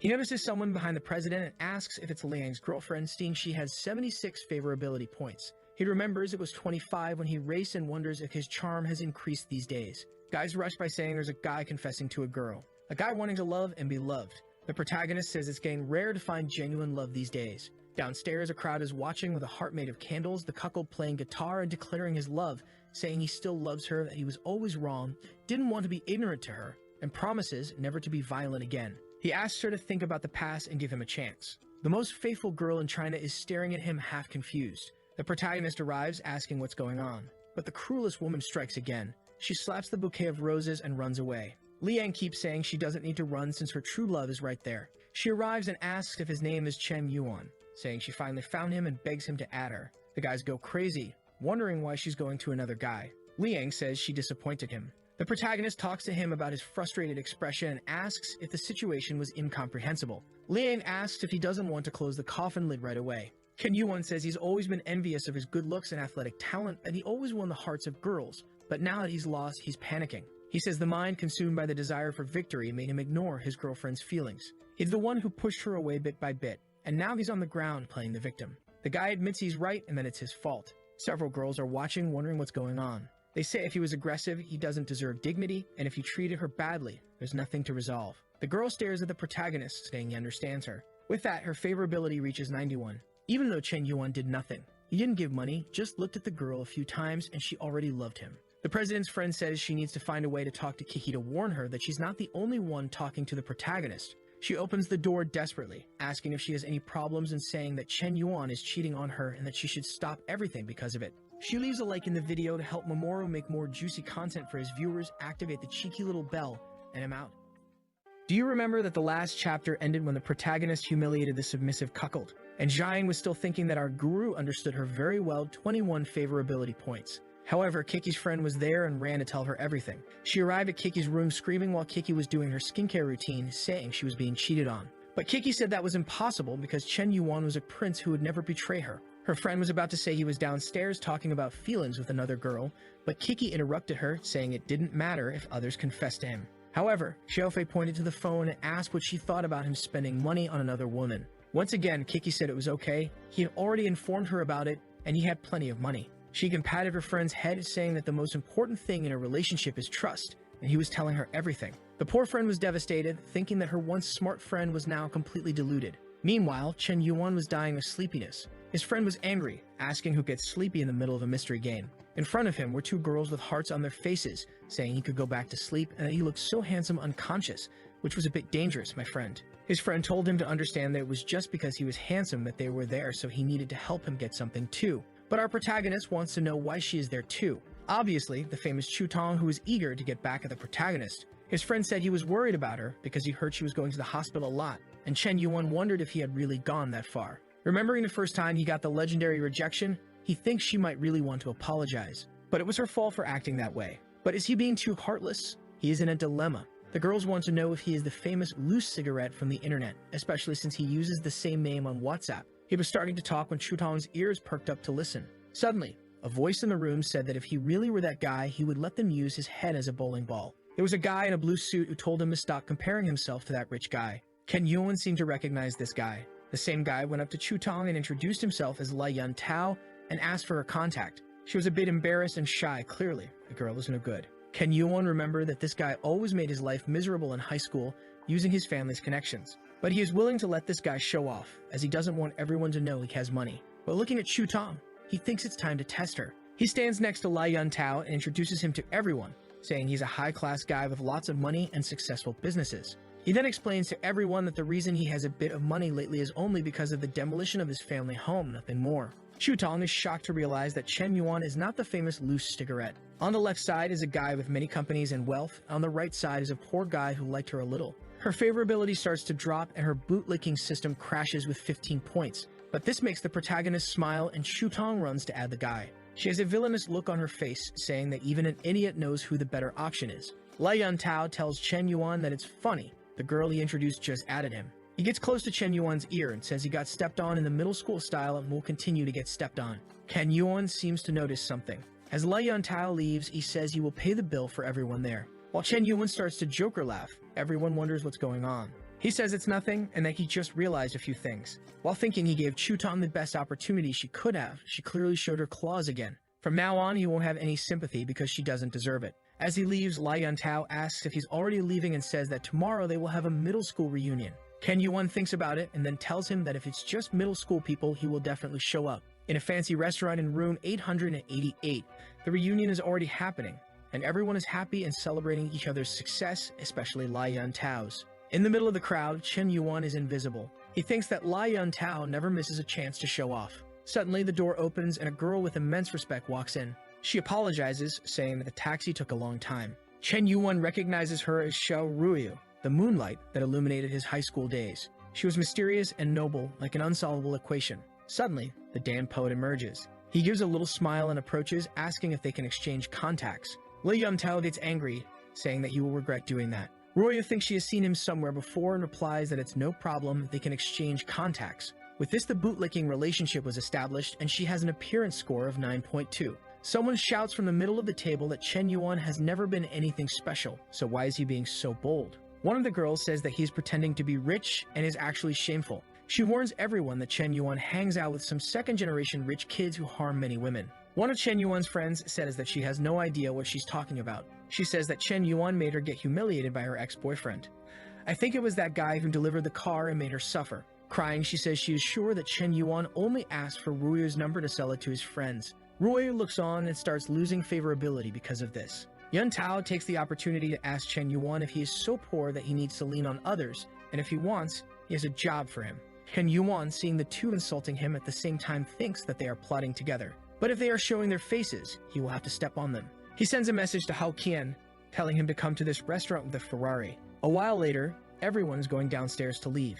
Yuntao is confident that Chen Yuan and his friend will never show up here again. He asks Ruyu if she wants him to take her home, but she declines. An attendant approaches Yuntao, asking him to move his car, and he gets angry. How come he has to move it from the restaurant parking lot? The guy tries to explain that after 9 p.m., the restaurant is reserved for VIPs only. Yuntao wonders who this so-called VIP is. Sitting in his car, he is impressed. In front of him is a Ferrari he has only seen in exhibits, costing over 20 million. Suddenly, he sees Zhang Hoshin getting out of the car and recognizes him. He starts sweating and feels embarrassed because he has heard how important this guy is. But then Chen Yuan greets Hoshin, who smiles. He thanks Hoshin for bringing his car, and Hoshin says it's always good to help the boss. Yuntao is in disbelief, wondering, wait a minute, this car belongs to Chen Yuan? People start questioning if Chen Yuan is really that rich. And the girls say that the one girl had lied, claiming he needed others. Ruyu immediately realizes that this girl and Yuntao were trying to tarnish Chen Yuan's reputation.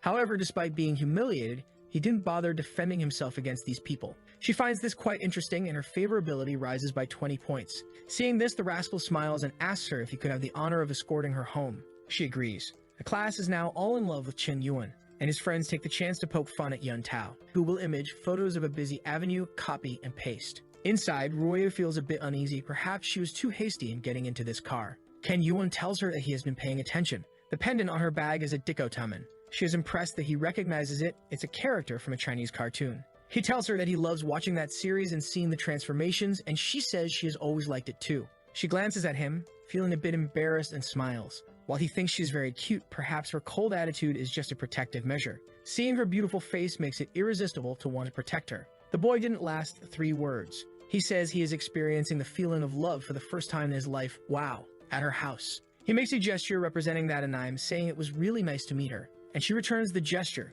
thanking him for bringing her home. They stand there like 2 idiots laughing. As he leaves, she says that he is interesting, different from the rich guys. He doesn't try to boss her around and just has fun. She then enters her house and is immediately scolded by her mother, who wants to know if she went on that blind date her mother set up. She must remember that her father's business is at a crucial moment, and they have no choice. However, Ruyu cries, saying she won't marry just to help the company. Her feelings are important. But her mother says it is her duty since everything she eats or wears is paid for by them. And if her father's company goes bankrupt, they will all be ruined. The boy from the Han family may not seem that interesting, but the situation is more important than feelings. Crying, she says she understands, and a tear falls on the little doll. Ken Yuan is just watching the group of millionaires. When the guy with the car mentions he has some crazy news, Chen Yuan gets curious. Then he finds out that Ruyu is going to marry a chubby guy with horrible hair just because of her family's bankruptcy. He starts wondering if he got involved in this whole mess. But remembering her, he questions whether she will really get married. Ever since high school, he couldn't take his eyes off her.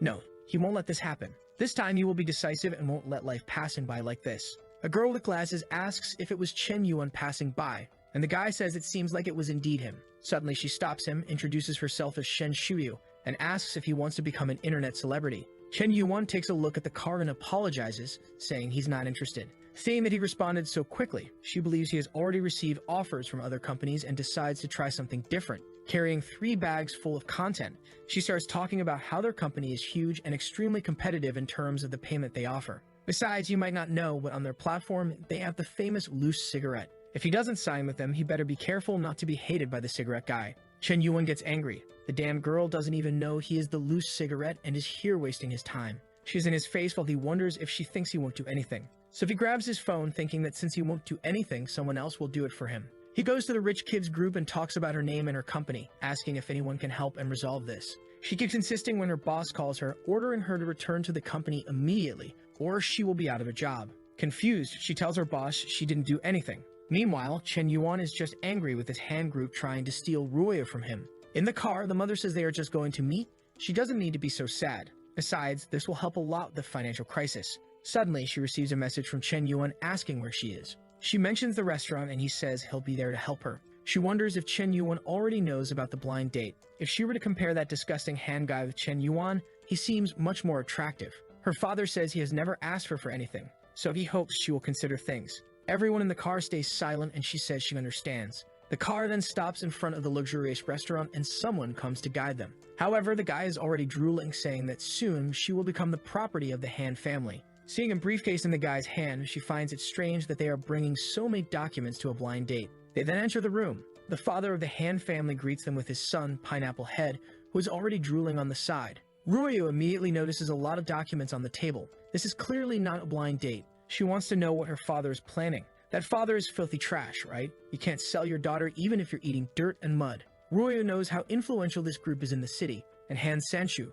Pineapple Head's father, is a very perverse guy. He approaches Ruoya and says she is much prettier in person. She says she doesn't deserve so many compliments while sending a message to Chen Yuan, informing him that she is in room 305. Pineapple Head approaches her, saying he is excited about their relationship and that she doesn't need to worry, her family's business will be very successful. She pulls her hand away, saying thanks awkwardly. He puts his hand on her back, saying she doesn't need to be polite. Gives her a squeeze, saying they will be family. But she slaps him, asking who said they would become family, and tells him to take his hand off. The worst father ever seen in all stories even argues with her, saying she's being rude. With tears in her eyes, she doesn't have much to say. Her father turns to Han Sanchu and says that his daughter is very young and doesn't know what's best for her, but they can take a look at the contract. A man arrives and begins to explain all the details. They will buy 20% of her father's company for 100 million on the condition that she marries Pineapple Head. However, this money will be invested in stocks they control, and they will only be able to access the 100 million once she gives birth to a child with Pineapple Head.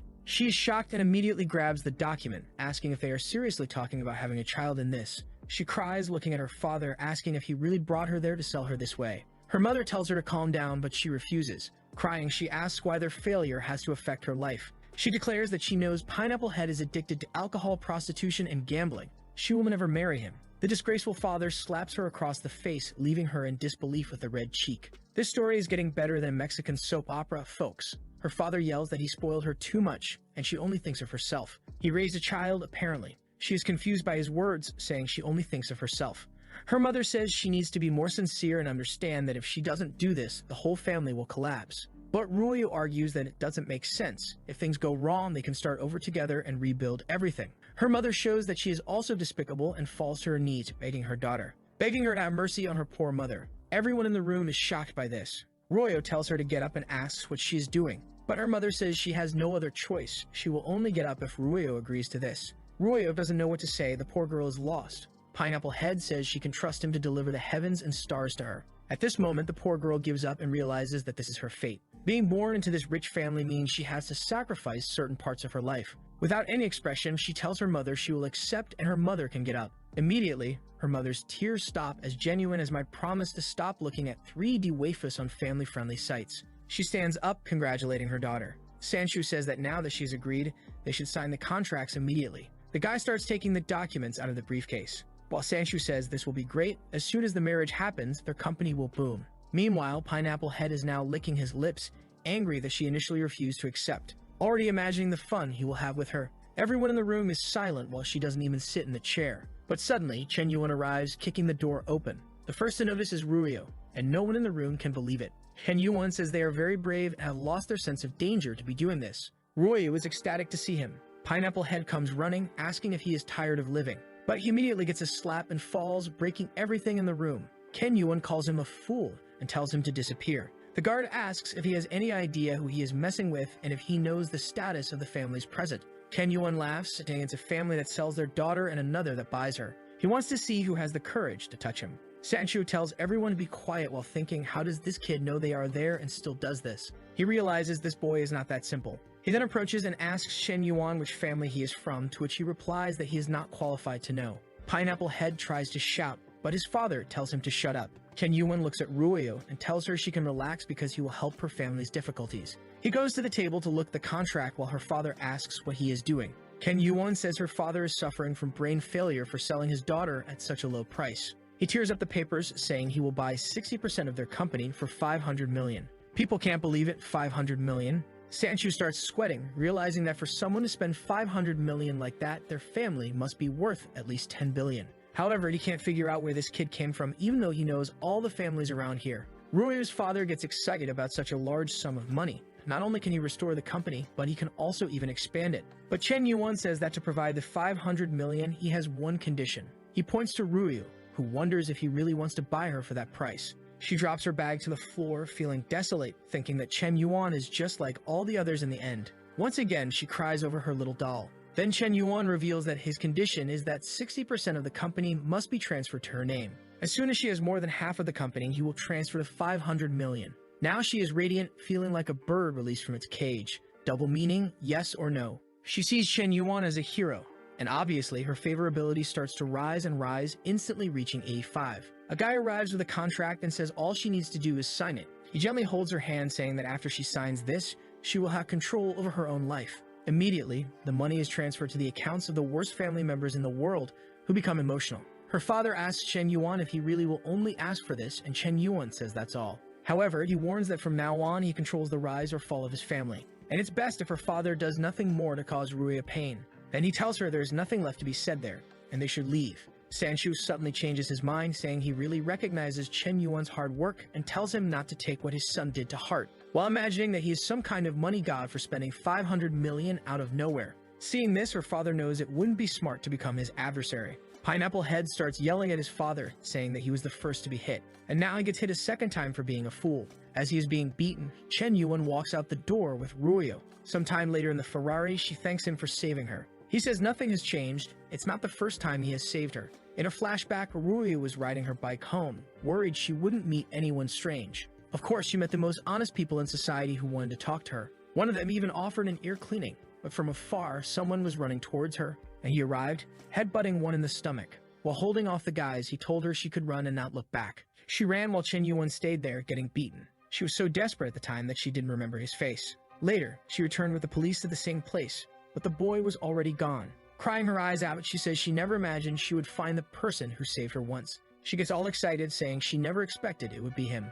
Another 10 favorability points, and with that, we reach the legendary 95 and the counterattack is ready. The system detects that he spent 500 million to bootlick her, and in return, he will gain 50 million for himself. Moreover, he gains several attribute points, proficiency in English, French, Russian, and Korean. Good heavens, he became a polyglot. Chen Yuan is amazed. The system worked, and the deal was quick this time. Staring at her, he thinks it's too good to be true. He never had the courage to talk to her and could only watch from a distance. The only time he could do something was to save her, but it was an action that always brought him pride. He takes a look, and they get closer to feel each other's breath. When of course the phone rings and they separate. It's Zhao Yu, and now it's complicated. She says she has already moved into the house and bought some furniture. Does he know what day tomorrow is? He says yes, tomorrow is her birthday, and he has already bought several presents. While thinking it's a critical moment, in the middle of the house with the changes, she asks him not to be too extravagant when meeting her friends. He says it's fine, he will think about what to bring as a gift. While her friend is just wanting to set up the furniture. She never revealed it, but she finds it wonderful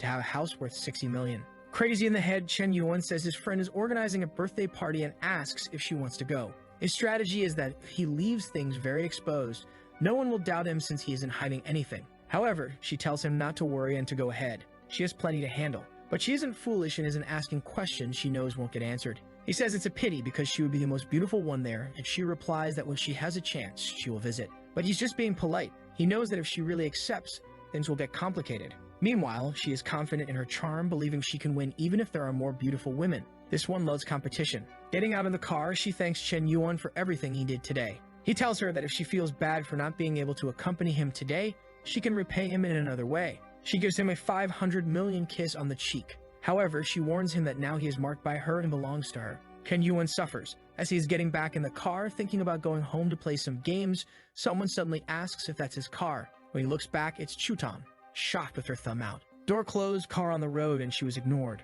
Her friend then says it looks like he lied last time and was just testing her again. Chutang is shocked for the 10th time. She messed up again and asked her friend what she should do to get him back. Her friend says it's not possible, she missed her chance. But maybe she can. Chutang is stunned. She gets angry, asking if she really is thinking of trying something with Chen Yuan. Her friend says he is amazing, so why wouldn't she try since Chutang can't anymore? Chutang starts radiating like Goku, pulling her hair, and now they're fighting over nothing. Our boy just closed the door. They're fighting, getting uglier and uglier. Lying on the ground with everyone recording. A while later, she is desolate, having lost the man and her friend. Chen Yuan keeps improving, and the distance between them keeps growing. This way, she has no more chance. Suddenly, someone tells her to stop crying. It's Shen Shui from Dreamland, asking if she's interested in becoming an internet celebrity, and that she knows a way to help her get Chen Yuan back. At home, Chen Yuan is just wondering what to give Kiki as a present. When he was about to leave his room, one of his friends mentioned that Chutang was starting a live stream. In the stream, she talks about everything that happened between her and the top spender on that platform.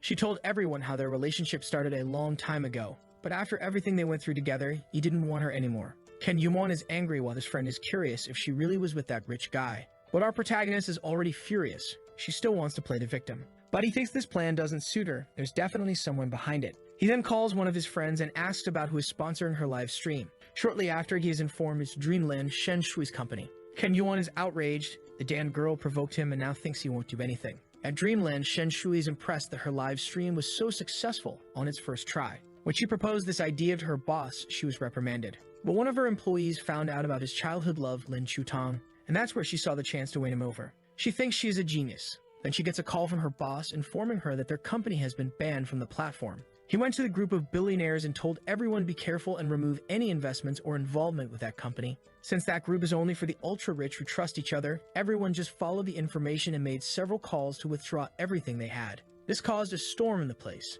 and in the end, they were banned from everything and had to terminate operations. One of the guys came to inform her that since everyone withdrew their investments, it would need 10 million to keep the place running, but they didn't have that. She was trembling and furious, wondering who was messing with her. Seeing the initial downfall of the company, some investors came to talk to her and withdrew everything they had. Even the streamers working for her left since it wasn't worth staying in a banned company. Without any investors, the company also lost the least they had. Leaving with boxes in hand and the place desolate, she didn't know what to do. She was sure that to have so much power, it could only be Mr. Wan, and why did he do that? Even Chutang was banned from the platforms. All obviously because of the bald contacts he had. And now was time to buy something for Kiki. When suddenly Shen Shui smacked her face against the glass, giving him a scare. With tears in her eyes, she said she was foolish and begged for forgiveness. And with that, the counterattack began with zero favorability. However, he thought he wasn't interested in an older woman even though she always came back from the market with 2 giant bags. He lowered the window and in full Giga Chad mode, told her it would be best if she didn't bother him anymore.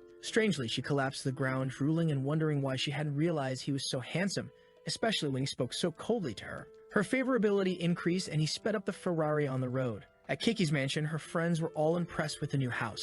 Suddenly, one of them questioned. A girl with green hair asked if that place was really her house. As far as she had heard, the owner of the place was an old man. Kiki's friend told them to shut up, saying it was ridiculous to think she would be with an old man. However, the girl's boyfriend said it was true, and the owner of the house even had a 12-year-old daughter. Everyone started thinking that the house wasn't hers but just a favor from an old man. But her friend slapped the paper on the table, showing that she was the sole owner of the place. And people started believing that she had really bought it with her live stream earnings. Meanwhile, Kiki was feeling insecure, wondering why he hadn't arrived yet. He got out of the Ferrari with a teddy bear in hand. He parked his car far away to avoid drawing too much attention. Suddenly, he heard something coming from behind and a car almost ran over his foot. It stopped in front of everyone who wondered if it was a guy named Tang. The blonde guy named Tang Xuan got out of the car and ordered someone to park it for him. At that moment, he noticed Chen Yuan on the side. He wondered if Kiki had really invited this sewer rat to the party. Not to mention he brought a teddy bear, which was ridiculous. Suddenly, Kiki shouted that he had finally arrived.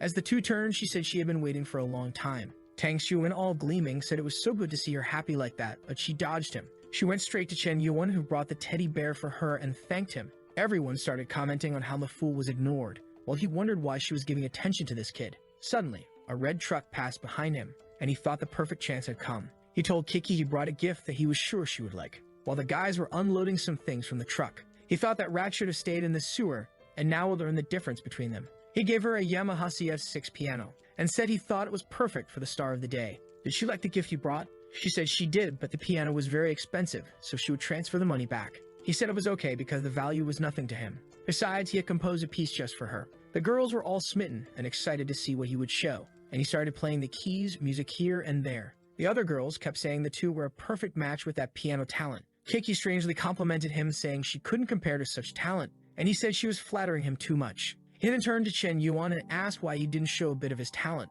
Chen Yuan smiled, realizing the guy wanted to embarrass him, and said he would then show a bit of what he knew. Kiki wondered if Chen Yuan really knew how to play the piano, but obviously he knew nothing. But with 35 enhancement points, any skill can be improved. The system notified that it would take 10 points to learn, and he used them immediately, while thinking he would make that guy look foolish, and asked the system for 50 years of piano experience. He started glowing at the piano, and Xuan noticed his vibe had changed. He started playing, and the guy was stunned. It was the same piece he had just played, but the kid had already memorized it. Chen Yuan was confident, saying the surprise was yet to come. He started accelerating the music even more, without missing a single note. The boy was on fire. People were sweating, wondering if it was normal and if he had 4 hands by any chance. He had to be the new Beethoven in front of them. In their minds to have that talent, Chen Yuan must have undergone brutal training. He was like a machine gun firing at each note. When he finished, smoke even rose from the boy. At the party, everyone was silent. As the legendary loose cigarette, he pulled one from the pack. He placed it on the piano string, which was so hot it lit the cigarette.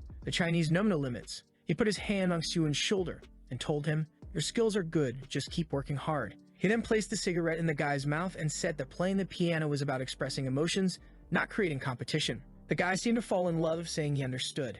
Everyone was impressed, and suddenly Kiki made a mischievous face, saying she had chosen the right person. Sitting on the couch, she thought he was a treasure among men, and her favorability kept rising. It finally reached 95, and now the counterattack was successful, automatically evolving to a level 60 piano maestro, and Kiki was now becoming a loyal follower of the boy. Since he spent 78 million on her, he received 7 million in return. The guy was finally managing to take advantage of this system to get rich. With 25 more enhancement points, he didn't even know where to use them. Suddenly, someone came from behind, saying he was full of incredible surprises. It was Kiki, saying he made her very happy that night. He said that this performance was his second gift, so how would she thank him? A new girl appeared, Kim Bing-soo, known as the Ice Beauty. She wasn't famous for her looks, but for her hostile attitude towards all men. Because of this, everyone speculated she was a lover of women. Besides, she was always close to the president, so they even thought they had a relationship. But the truth is that she was kidnapped in her childhood. Even though the police arrived in time and nothing happened, it created a trauma in her, and since then, she hates men. Kiki asked Chen Yuan who he thought was more beautiful between the two. He told Kiki that of all the women he had met, she was the most beautiful, while thinking he wants to avoid women like Bing-sui as much as possible because they're all crazy. At that moment, Kiki called her friend over to meet him. She apologized, saying she was stuck in traffic. Kiki quickly introduced Chen Yuan, who asked if he was the guy who had played the piano, and he said yes. But she said she had heard he was the type of guy who had relationships with several girls. Really a man with no morals, even if he had some talent. Chen Yuan wanted to strangle her, but Kiki told him to calm down, saying she had always been like that. But the system doesn't forgive, and another target was found. Kim Bing-soo, 25 years old, 52 kilos, and 9.3 in appearance, with -80 in favorability. And you would gain combat skills if he completed everything. Chen Yuan threw the system on the ground, saying that last time it was the aunt, and now it's another woman he doesn't want to bootlick. The night passed, and it was time for the birthday wishes. She celebrated, they cut the cake, and everyone was happy, until Bing-soo called Kiki for a little chat. Outside, she warned Kiki that it would be good for her to stay away from Chen Yuan, and Kiki asked why. Bing-soo said that Chen Yuan was involved with many girls, and she didn't want to see her friend in a toxic relationship. Besides, she was about to graduate and wanted to pass the president's position to her. Kiki seemed to want that president's position. She remembered that when she arrived, she always competed with Bing-soo, and they argued a lot. But now in the end, Bing-soo wanted to pass the president's position to her. Were the rumors about Bing-soo true? Was she looking for some fun with a capital L? Embarrassed, Kiki responded that she really didn't deserve the position and it was better to find someone else. But Bing Sui approached and said that love really blinds people because Kiki wasn't acting like the person she knew. Kiki said she was even thinking about leaving the student council to spend more time with Chen Yuan. Bing Sui got angry, saying she was losing all ambition and being stupid because of that guy. Her favorability kept dropping while he wondered if he couldn't even eat cake without losing points. The party was about to end, and everyone was leaving. Suddenly, she told Chen Yuan to wait a minute. There was something she wanted to tell him. He was about to leave, thinking she was getting more adorable with more favorability. All she did was invite him to watch a movie tomorrow, and he thought she was inviting him for some Netflix and chill. Suddenly, he heard someone crying in the background. It was Shuan, leaning against his card, devastated and wondering why he had practiced piano his whole life. Ken Yuan felt awkward seeing the guy there, and went to talk to him, surprising him. The guy was startled and asked what he wanted. Ken Yuan said he had just lost a piano duel, which wasn't a big deal. He felt awkward because he had humiliated the guy using the system. However, Shuan interpreted it differently and thought he was being belittled. Ken Yuan said that wasn't the case, but Shuan replied, saying he admitted Chen Yuan's skills were good. However, it didn't matter because his family was extremely wealthy, and he had everything good. He pulled out his car key and said he was sure Chen Yuan was a poor guy who didn't even have a place to fall dead. But Chen Yuan was heading to the Ferrari. The poor guy even broke his car key. Lying on the ground, he wondered why the god wore simple clothes and drove a Ferrari. As he was leaving, wondering what movie to watch with Kiki tomorrow, he suddenly saw Bing Su standing in the middle of nowhere. She clearly looked cold, and he imagined she might catch a cold. But he didn't care about that, letting the ice princess freeze and sped away. However, when he looked in the rearview mirror, she was surrounded by some guys. They asked if she was alone and if she needed a bodyguard by any chance. If she made them happy, they would even do it for free. She got angry and said if they touched her one more time, she would call the police. The guys laughed in her face, and said the angrier she got, the more fun it was. However, they stopped laughing when she kicked one in the balls. She turned and ran, leaving the guy in agony. He told his friends to capture her, who was already fleeing. Looking back, she was confident she could outrun them, but there were too many of them. However, suddenly she ran into Chen Yuan, who asked if she was okay. She was curious to see him, but now the guys had already surrounded them both. The guy who had been kicked told his friends to capture her quickly. She thought that men were indeed bastards, and now she was trapped because she bumped into this damned Chen Yuan. But he warned the guys they had 2 minutes to get out of there. The guy with the mohawk asked what would happen if they didn't leave. Sometime later, everyone was lying beaten on the ground. Ken Yuan wiped his hands, saying he had given them advice. He turned to Bing Sui and asked if she was okay. But he lost 5 favorability points. The poor guy was in disbelief. He was now at minus 95 after saving her. She was glaring at him with fiery eyes. He had no idea how this happened. She asked him if he thought he was amazing for acting like that. Did he think such a trick would work on her? She was waiting for a car, some gangsters showed up, and he saved her. Clearly, he had orchestrated everything. Not only did she underestimate his intelligence, but he also underestimated hers. She grabbed him by the collar and said that Kiki was willing to give up the president's position just to be with a guy who deceived everyone just to be with her. She turned and said that trash like him made her even angrier. Ken Yuan was in disbelief that she invented this whole story. What madness is this? He called after her, saying he would explain. But she said she didn't want any explanations and just hoped he wouldn't use such a trick again. Our boy was left there not knowing what to do, and the guys were getting up from the ground. He vented his anger on the guy who was waking up. With that, he left, cursing everyone, in disbelief that such a thing happened, until his phone rang and he wondered who was calling. It was Royo. From her presidential bed, she wanted to know if he was free tomorrow. He wanted to know why, and she said she was free and wanted to watch a movie with him. But now things got complicated for the guy because he had already planned a movie with the president. Before he could respond, she said it was the first time she had invited someone like this, and just hoped he wouldn't reject her, please. So he devised a devious plan. He would have one in the morning and one at night. The next morning, his friend sent him a message wanting to talk to him. When he met his friend, he explained that he had bought tickets to watch with a girl, but got stood up and wanted Chen Yuan to accompany him. Unfortunately, there was a friend he couldn't refuse because when he was poor, his friend was always there. The plan was to watch with a friend at 2 in the afternoon, with Kiki at 5 and with Royo at 8. He knew this wouldn't be an easy day. Suddenly, he looked to the side and was startled by a crazy girl. There was a girl putting on makeup inside his car out of nowhere. She apologized, saying she was distracted with her makeup and accidentally got in without noticing. He said that since she had regained her senses, she could get out. But she said that maybe she had entered by accident but found the right person. In her mind, she wouldn't miss this chance. And she asked for his contact because she felt a connection. But with his phone in hand, he said he didn't have a phone, clearly not wanting to give a chance to the stranger. She said it was fine then, she would get out of the car. As she was leaving, the guy outside recognized her and asked what she was doing there. Ken Yuan and the girl recognized him as Liu Wenji. He's a friend of Chen Yuan, who they were going to the cinema with, and he asked why she was getting out of the car. Did the two of them have something going on? Ken Yuan was worried his friend would get the wrong idea. He got out of the car and tried to explain to his friend. But his friend got angry at the girl and told her he was sure she saw his friend driving a luxury car and threw herself at him. Ken Yuan confirmed that was exactly what happened. They locked the car and left. She was in disbelief that Liu Wenji knew such rich people. While they were watching the movie, a friend asked him why he couldn't get any women. He was so unlucky. Chen Yuan told him not to worry too much about it, and two girls behind them said they were strange for watching a movie together like that. Ken Yuan then told his friend that he should never expose his needs. He explained that the more you chase after women, the worse they will treat you. A real man doesn't spend his money on women, but on himself to impress women. That's what he said, and his friend was impressed, saying he had heard a confession from the gods. He grabbed Chen Yuan's hand and said he really understood how things work now. Ken Yuan told him to be careful.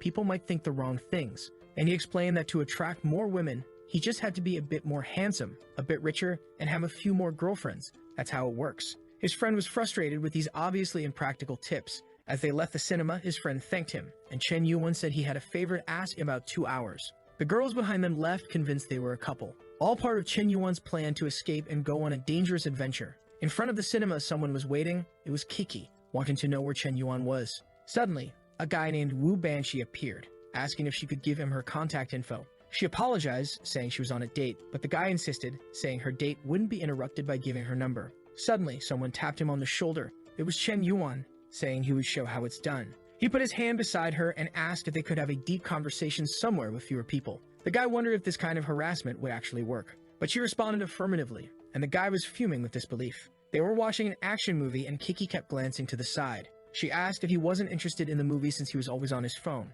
He tried to explain that it was some family business that had been troubling him a lot lately. She believed him, imagining that to have so much money, he must have many problems. His life was different. People only see his extraordinary skills but don't see the countless drops of sweat he sheds while practicing every day. He had been training tirelessly since childhood. He should be training for his future now, but here he was being monopolized by her. Okay. Suddenly, she placed her hand on his and he was startled. When he looked over, she was crying. He was embarrassed, wondering why she was so emotional. As they left the cinema walking down the street, she asked if he wanted to recommend something. But just as he was about to answer, he received a call. He had asked his friend to call right after the movie so he could escape. He answered and asked what it was. Changing his expression, he said it was something very serious, and he had to handle it now. His friend was confused, as was Kiki. He then told her his friend had some problems and he had to go help, and she said it was okay. It was fine for today. As he left, she thought he was a very decent man for giving up a woman to help his friends. In the car, the sly Chen Yuan was thinking he was a genius. Now he just had to win the last challenge. He arrived in front of her apartment and informed her he was downstairs,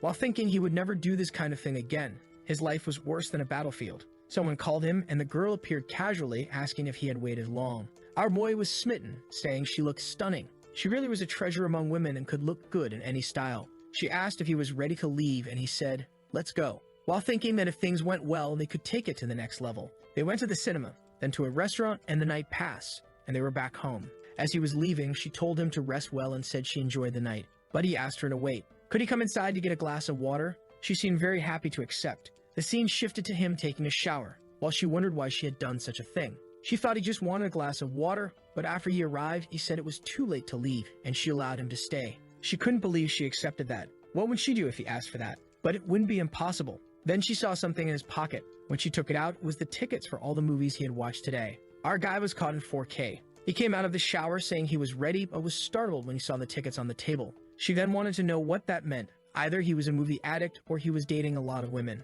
Why did he want to get involved in her life just to be with other women? Ken Yuan couldn't say anything while she was berating him, saying he just played with her emotions. Minus 20 favorability points as she told him to leave, now down to 75. He was trembling, thinking he had seen this coming. He then told her that he never thought she trusted him so little, and a few movie tickets and everything he did for her went down the drain. Angrily, she said he still had the nerve to make excuses. He called Wanji and told her to talk to him and ask what they did today. Wanji answered, asking why he was calling so late. Royo took the phone and asked him if he went to watch a movie with Chen Yuan today. Wanji said yes, he had invited a girl, but she declined, so they went together. But he snapped to reality with a name he heard and asked how this happened. She half ignored him and angrily hung up the phone, saying it was all settled. Now she was confused, not knowing if he was telling the truth or if his friend was lying to her. She had the number of the girl he said he was going to the cinema with, so she decided to check. When the girl answered, she said yes, the guy had asked her to watch a movie, but she declined until a guy in a Ferrari showed up. Ken Yuan asked if she wanted to check his cards to see what he bought. He turned, saying he was very disappointed. She said there must have been a misunderstanding and asked for forgiveness, but he slammed the door. Outside, he thought he managed to get out of that situation. The guy doesn't lie much.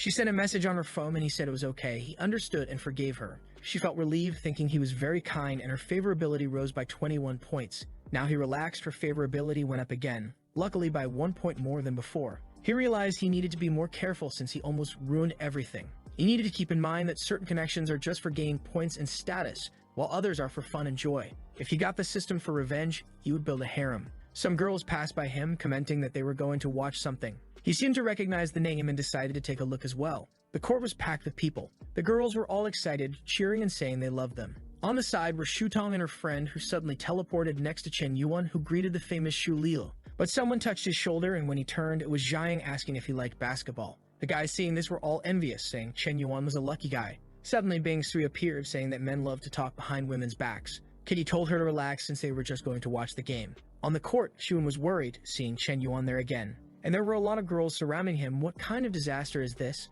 But he saw Kiki and believed this was his chance to shine. He had been practicing basketball for the past 6 months. It was time to humiliate this guy. He threw the ball in his direction. Ken Yuan sensed something coming and in Spider-Man style managed to catch it. He turned to the guy and said it was shameful he acted that way just because he lost in the piano competition. Xiuman said it didn't matter. If he wanted, he could come and compete in basketball. Our boy seemed to be losing his temper with the guy. He threw the ball back, saying he would play then. Xiuman decided to catch it, but the throw was too strong, and he was knocked back. Kiki was impressed by the powerful throw, while Bing Su commented that men are all savages who know nothing but fighting. The poor guy was lying on the ground with his friends asking if he was okay. He couldn't believe that Chen Yuan was that strong. Ken Yuan said he wasn't interested in a one-on-one. Why not have a 5-on-5 to see the school's level? Everyone was shocked and couldn't believe he had called for a 5-5. Shuan knew he had the school team, the coach on his side, and the crowd. This was more like a 1-on-9, and he was sure he would win. The game started, and he received the ball. He was confident he would humiliate Chen Yuan and finally make Kiki recognize who was better. Ken Yuan was surrounded not only by enemies, but by his teammates as well. But he knew very well that this would happen. Who needs a team when you have this system? With that, he added 30 more years of basketball experience. Schumann continued to be confident, thinking it was time to show his skill. He jumped to dunk the ball. But suddenly, Chen Yuan appeared and blocked it easily. Everyone froze in disbelief that the poor guy was defeated so easily. It was one play, and the guy was already psychologically shaken, and Chen Yuan said it was his turn now. But the referee blew the whistle, saying it was a foul. With that, Schumann took a free throw and scored a point. Thinking Chen Yuan was an idiot since everyone was on his side, there was no way he could win. But the school crowd was starting to notice something was wrong. It was shameful to call the referee for something like this, and Chen Yuan was getting angry. Now he was motivated to end this guy. The game resumed and he stole the ball. He went and scored a basket. The poor guys hadn't even moved from their spots. Shuan scolded his team for not being able to block one guy. He even cursed Chen Yuan's team for not stopping him. Once again, they tried to surround him, but he jumped and scored another. The referee and the players didn't understand why he was trying so hard. Clearly, the game was rigged for him to lose. So why didn't he just give up? The referee started to remember what he taught his students about respect, and how, when entering the court, you should always give your all. Seeing Chen Yuan trying so hard left everyone in the basketball community emotional. Ken Yuan advanced once more, not understanding why everyone was standing still. People couldn't figure out what was happening. On the court, it seemed like no one else was moving. From afar, Kiki said he was winning the game and maintaining his virtues. Shuan couldn't understand why no one was following his plans anymore. The score was now 60-2. Shuan was exhausted, and Chen Yuan was advancing once again to humiliate him. At that moment, he thought that if he at least defended this one, he wouldn't be so embarrassed. Ken Yuan approached. He jumped, and Shuan threw his elbow into his chest. But it was his arm that got broken. He fell to the ground, writhing in pain, and Chen Yuan slammed the dunk. With that, he gained points with Kiki. He gained points with Shutong. He gained points with Shu Lil. He gained points with Xiang. As he was leaving, he said Shuan didn't deserve to be the team captain. It really insulted his skills to have to compete with someone so dirty. Shuan told him to stop being arrogant, saying he would soon regret it. Some girls said they even forgot to record because he was so incredible. Seeing that, Jiang wanted to know where Chen Yuan was. She wanted to give him a bottle of water, but Kikit also wanted to give him a bottle of water. However, all four were holding water bottles with liquid spilling. Chen Yuan fled, sweating nervously. Choosing which bottle to drink the nectar from could make him lose all the others. He took a shower after the game and received a friend request from someone in the group of rich people. The guy called him and he asked what was up. The guy said it was nothing much. He just wanted to know if the boy wanted a wife. Ken Yuan was skeptical about this offer. The next target was named Gao Xinyuan, a 22-year-old actress. Her career was going very well, but she got involved in an online scandal and the company ended her contract. The guy who called him in the group was Gao Lang, her brother, who was asking for Chen Yuan's help. Ken Yuan asked if he was hearing correctly, did Gao Lang want him to marry his sister? Gao Lang clarified that it wasn't exactly like that. He said it somewhat casually. It's just that his sister was falsely accused and now her contract was terminated. So he wanted to know if Chen Yuan would like to buy the house she lives in. Ken Yuan thought he really needed to buy a house for himself, but considering she's an actress, she must love spending money, which would make her a perfect target for the system. He then told Gao Lang to arrange for him to meet his sister and see the house. Gao Lang said he would arrange everything now, thinking the group never lies. Mr. Yan is truly incredible. It seems the rumor that he saved the Xiao family isn't a lie. At the house, Gao Zhuanian was furious. Obviously, and now that her career was going downhill, a bunch of guys were offering to marry her. But she didn't want any of that trash.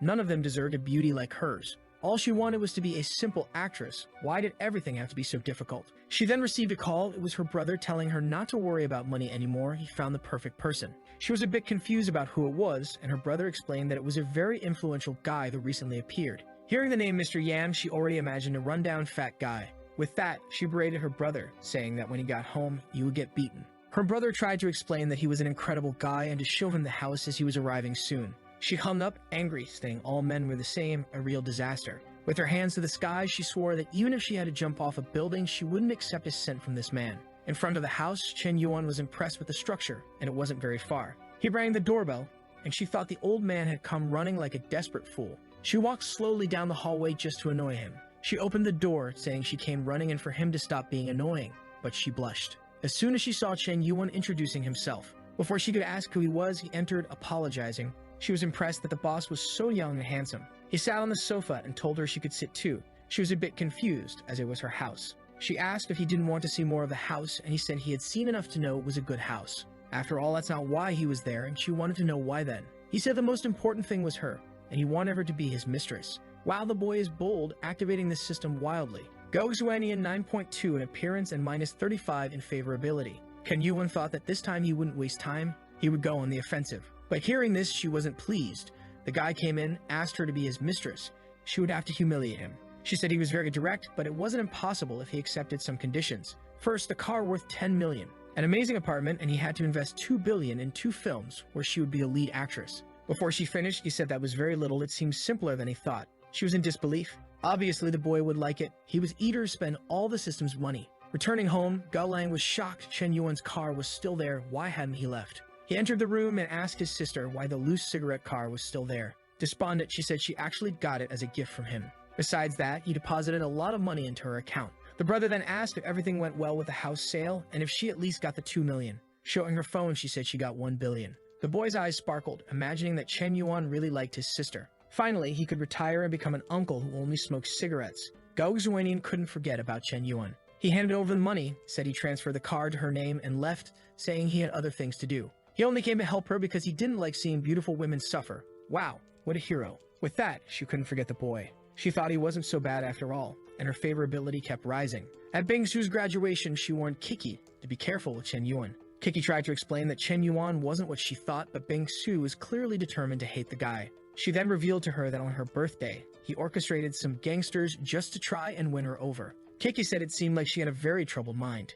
Chen Yuan is a hero that everyone at school likes, showing a photo of Shulil and her dad holding a poster. Not to mention that on her birthday, he had no idea she was going there, so it was impossible that he had set everything up. Bingsu started to question if she had really misunderstood things. Was she exaggerating with her paranoia? With that, she left without saying anything to Kiki. Now Bingsu felt embarrassed, thinking she had been mistaken in her romantic delusion. Back at work, she was exhausted. She was dying of shame because she had told her friend that her boyfriend was hitting on her when in fact he wasn't. Not to mention that every time she remembered the incident, the only thing that came to mind was Chen Yuan protecting her. Suddenly, her boss called her for a meeting, waking her up to reality, and informed her that there would be a charity dinner with the city's top businessmen. The boss wanted her to go and become friends with a certain Yang, a type of millionaire who had recently appeared. Bingsu felt sad. She had joined a company with a female boss to avoid this kind of thing, but she accepted. It was that or lose her job. Back at home, Chen Yuan was talking with the guys from the millionaire group. After he gave infinite money to Gao Zhuanian, she had been able to defend herself against the false accusations,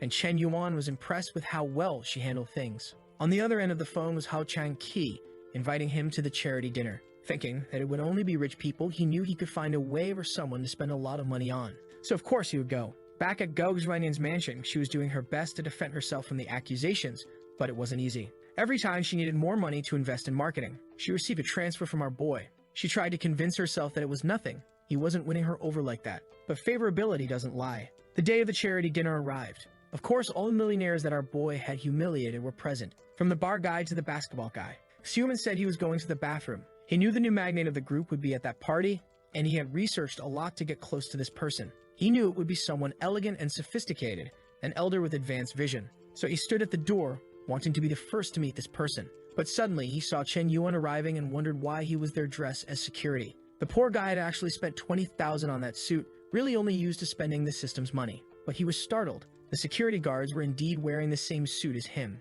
Shun went to speak to him, calling him the Prince of Basketball, and asked if he was so broke that he came there to work as security. But Chen Yuan said that wasn't the case, and that he was invited to the banquet. Shun responded that they could enter together then, thinking he was lying and wouldn't have his name on the list. At the entrance, the security asked him to show the invitation, and Chen Yuan was confused. He hadn't received any invitation. Shun encircled him, laughing, saying he was ridiculous. He really came there pretending like that. Meanwhile, another car pulled up to the event. It was being Sue arriving for work. All the guys blushed upon seeing her. She thought she didn't like arriving in a luxurious car, but unfortunately, it was part of the company's plan.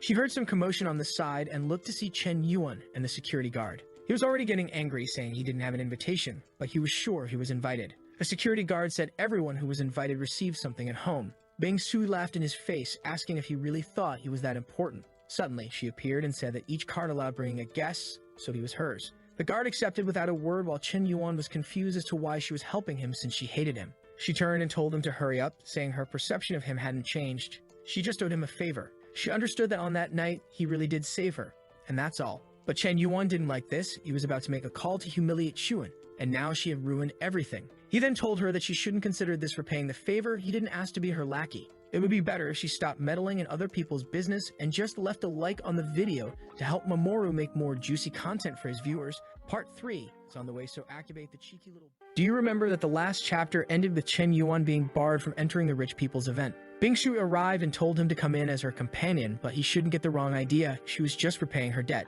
Chen Yuan hated this. He wanted to flaunt his wealth and make everyone jealous. He said he was officially invited and wouldn't be her slave in this place. He warned her to stop meddling in other people's business. Bingshu was furious. She had exposed herself just to help this bastard, and now he humiliated her. The copy-paste extras said it was better this way since this loser would never enter a place like that. The blonde guy told Chen Yuan that this was the nobles area and he shouldn't come here dressed like a security guard. All of this was fueling Chen Yuan's anger. Then one of the group's members went to see who was causing such a commotion. He noticed that Tang Xuan, the blonde guy, was trying to humiliate the cigarette solider. He got worried, saying this would cause trouble, and called Hoshin. Meanwhile, inside the event, a man in a suit named Tang Oji was eager to meet the so-called Mr. Smoke. The car guy said Chen Yuan was eccentric, and even though he was very rich, they always treated each other like brothers. Then he got a call saying Chen Yuan was being humiliated and barred outside. He was shocked, asking how they dared to do this to a special guest. The person on the phone said the one bearing him was Tang Xuan, who was from the family of the guy next to him. He ran out, saying this bastard was ruining their family. Meanwhile, outside, Xuan continued to humiliate Chen Yuan, saying he looked good as a security guard. Chen Yuan slapped him and told him to take his effeminate hand away and stop trying to give orders. He whispered that even if they were comrades, Xuan had no qualifications for that. Xuan spread his arms, boasting that his brother was incredible with billions in company funds. As the illustrious second son of the Tang family, he was definitely better than a mere security guard. Watching all this, Bingshu thought Xuan was full of himself, but still better than the disgusting Shen Yuan who had refused her kindness. At that moment, everyone recognized Oji approaching with the car guy. People noticed he wasn't happy. Xuan asked what he could do for his big brother, only to be slapped in the face. He staggered, asking why he was being beaten. Oji said he was bold to ask and told him to apologize to Mr. Smoke, or better yet, to the great Mr. Yuan. Xuan was confused, not understanding. Oji approached him and sincerely asked him to accept his apologies. Everyone realized then that Chen Yuan was no small deal. People started wanting to hand him their business cards and befriend him. Xuan was devastated. He lost at piano, he lost at basketball, and now he lost in family background. Was this guy his archenemy? Hoshin also apologized to Chen Yuan, saying he planned poorly, but should have at least been notified of his arrival time. Chen Yuan said they were friends and Hoshin didn't need to worry about those details. Then he was guided into the event. Bingshu was impressed because Chen Yuan really seemed to have a lot of money, but didn't flaunt it. She knew that someone with such status would be chased by all the girls at the university. Now she felt ashamed for being so presumptuous and thinking he was following her. She covered her face, wondering how she would complete the mission her boss had given her, especially since the guy she had to talk to was called Smoke Soldier. She started to wonder if she would have to use her physical appearance. Meanwhile, inside the charity auction, Hoshin said there would be jewels, paintings, and even pieces of an island. Chen Yuan was impressed, and the guy said it was all to support the auction. Our guy now had the face of a crazy psychopath eager to spend money. Buying a piece of land in the middle of the city to build something would surely cost a lot. The problem is, as always, he has to give it to some woman to get a share later. He starts thinking about Ruoyu and Yu Qi, but then realizes Bingshui is right behind him. However, he decides to abandon the idea because every time he tries to please her, he gets rebuffed. At that moment, a guy stands up, exclaiming how amazing it is to see her there. The blonde Gausuanian whom our guy had given a mansion to arrived looking strong and healthy. Seeing her from afar, the psychopathic Chen Yuan thought of buying everything in the place and giving it to her. He also found the seating arrangement interesting. It seemed that the more important the person, the closer they were to the front. That's when he recognized that the name of the person beside him belonged to someone extremely important in the city. Apparently, the cigarette soldier was highly respected there. Then someone sat down, and who do you think it was?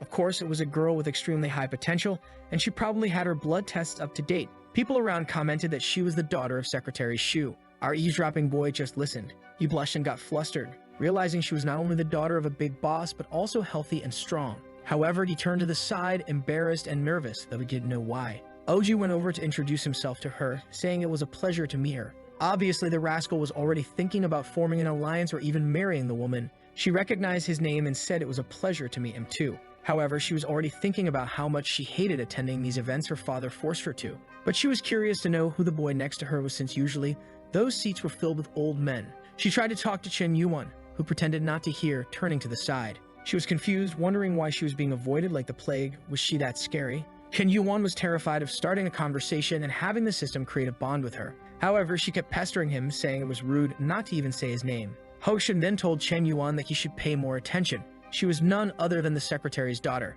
He offered to help if Chen Yuan wanted. Our boy turned around and introduced himself. Immediately, the system started its operation. Chu Yumo, 22 years old, 1.73 meters tall, 54 kilos, 9.1 appearance, and 0 in favorability. The counterattack gives 10% of what he spends, 35 points, and mastery with firearms. But our boy was devastated. This damn system screwed him again. Upon hearing the name, she said she would remember this Chen Yuan. With that, the auction began. The first item was a replica of the Titanic necklace made with diamond and platinum. Someone immediately offered 20 million. The girls were all fretting, saying they needed to receive that from their fathers or they would die. The bids kept increasing to 130, 150 million. Then Chen Yuan raised the paddle and said he would pay 3 billion. People were impressed with his audacity. Chu Yumo thought that he seemed to control his own money. No father would let their son spend that much. The old men were fuming with this type of bidding. The guy had increased the value many times over. The auctioneer asked if anyone would top the cigarette soldier's bid of 105. People were seething with anger, but no one wanted to say anything. With that, the gavel was struck and the sale was finalized. When it came time to process the payment, he said it was a gift for Miss Go Zhuangian and should be delivered to her. Everyone heard this, and her favorability already increased by 10. Her brother immediately said the gift she was about to receive was incredible. Favorability kept rising. The poor girl knew he was doing this just to mess with her, but unfortunately, she couldn't resist and her favorability was already at 35. She got angry, saying she couldn't be swayed by such things. She was a woman with dreams and aspirations. She made a dark face, asking if Chen Yuan really thought he could win her over with money. She would show him how formidable she could be. At that moment, the woman brought out the second item for sale. Who would he give this to? It was a crystal piano. The announcer said the bidding would start at 30 million. Someone offered 35 and another 40 and another 45. Of course, Chen Yuan raised it to 200 million. He thought this would be the perfect gift for Miss Kiki. Then from the background, someone said they would offer 210 million. He looked back and saw a mage carrying 2 fire spheres. He recognized her as the heir to the Fire Group and the owner of several gaming industries. He then raised the bid to 300 million and she increased it to 310. He gave her a hard look and raised it to 500 million. The old men were all crying. Even the auctioneer was angry with this kid. He then asked if anyone would top Mr. Cigarette's offer. The item was sold to him and she was fuming. The guy thanked him for supporting the city's philanthropy so generously. The woman from the Fire Group admitted she was defeated but said buying a piano just to show off without knowing how to play was foolish. Chen Yuan asked why she thought he couldn't play. He stood up and said he would perform on the musical instrument. Of course, the rascal was confident since he had 60 years of mastery. As soon as he started playing, the girls were moved to tears. This time, they really cried from their eyes. They said his music was nectar to their ears. Everyone in the hall was moved, reminiscing about their lives. Now Chu Yumo, who also had some professional techniques, wanted to add him. Chen Yuan noticed she was starting to like him. However, he seemed uninterested and bluntly said he forgot his phone. But this psychopath loved being rejected and he gained another 30 points. He wondered why he only encountered crazy people these days. She extended her hands and said it didn't matter that he forgot. He could just give her his number and she would write it down. He apologized, saying he had a poor memory. She said she would send someone to investigate his number then. They stood there staring at each other. After realizing he had no way out, he said he was defeated and would add her. She said she always knew he had his phone but was just trying to mess with her. The crazy girl thought that good things never fall into your lap. If you want something good, you have to go after it. At that moment, the auctioneer announced they would be selling failing companies. Chen Yuan's eyes lit up. The woman then announced a streamer company that had recently faced some problems and shut down. The bid started at 50 million. Probably the one Chen Yuan tricked the fool into losing, and he immediately offered 60 million. Our boy was confused why no one wanted to compete with him. However, everyone was thinking the same thing. The bastard would triple the value. The presenter said Mr. Chen Yuan was trying to take everything from this place. Was no one willing to make an offer? He struck the gavel 3 times and it was sold. He then announced he hoped Mr. Chen Yuan could rebuild this company and restore it to its former glory. However, one of the guys there had received information about Chen Yuan and was eager to wipe that smile off his face. He went to the corner of the room and told someone to give him all the details to bring this kid down. He discovered that our boy was 21 years old and came from Hubei province. His parents collected oranges and had a pond. The guys looked up all the schools he attended from high school to university, but the hacker revealed that the bank account he used was a global VIP type. Less than 50 people in the world have access to that type of card, usually used for transactions between countries. The old man wondered what kind of joke this was. A farm boy had a card that only country leaders had. He was sure even hackers' information was being manipulated. He realized Chen Yuan had enough influence to alter even government records and told the hacker to stop investigating this dangerous guy. Oji saw the guy investigating Chen Yuan and discovered something that scared him. He wondered if Chen Yuan was really a descendant of a secret family. However, the guy was a gossip, like an old woman with nothing better to do,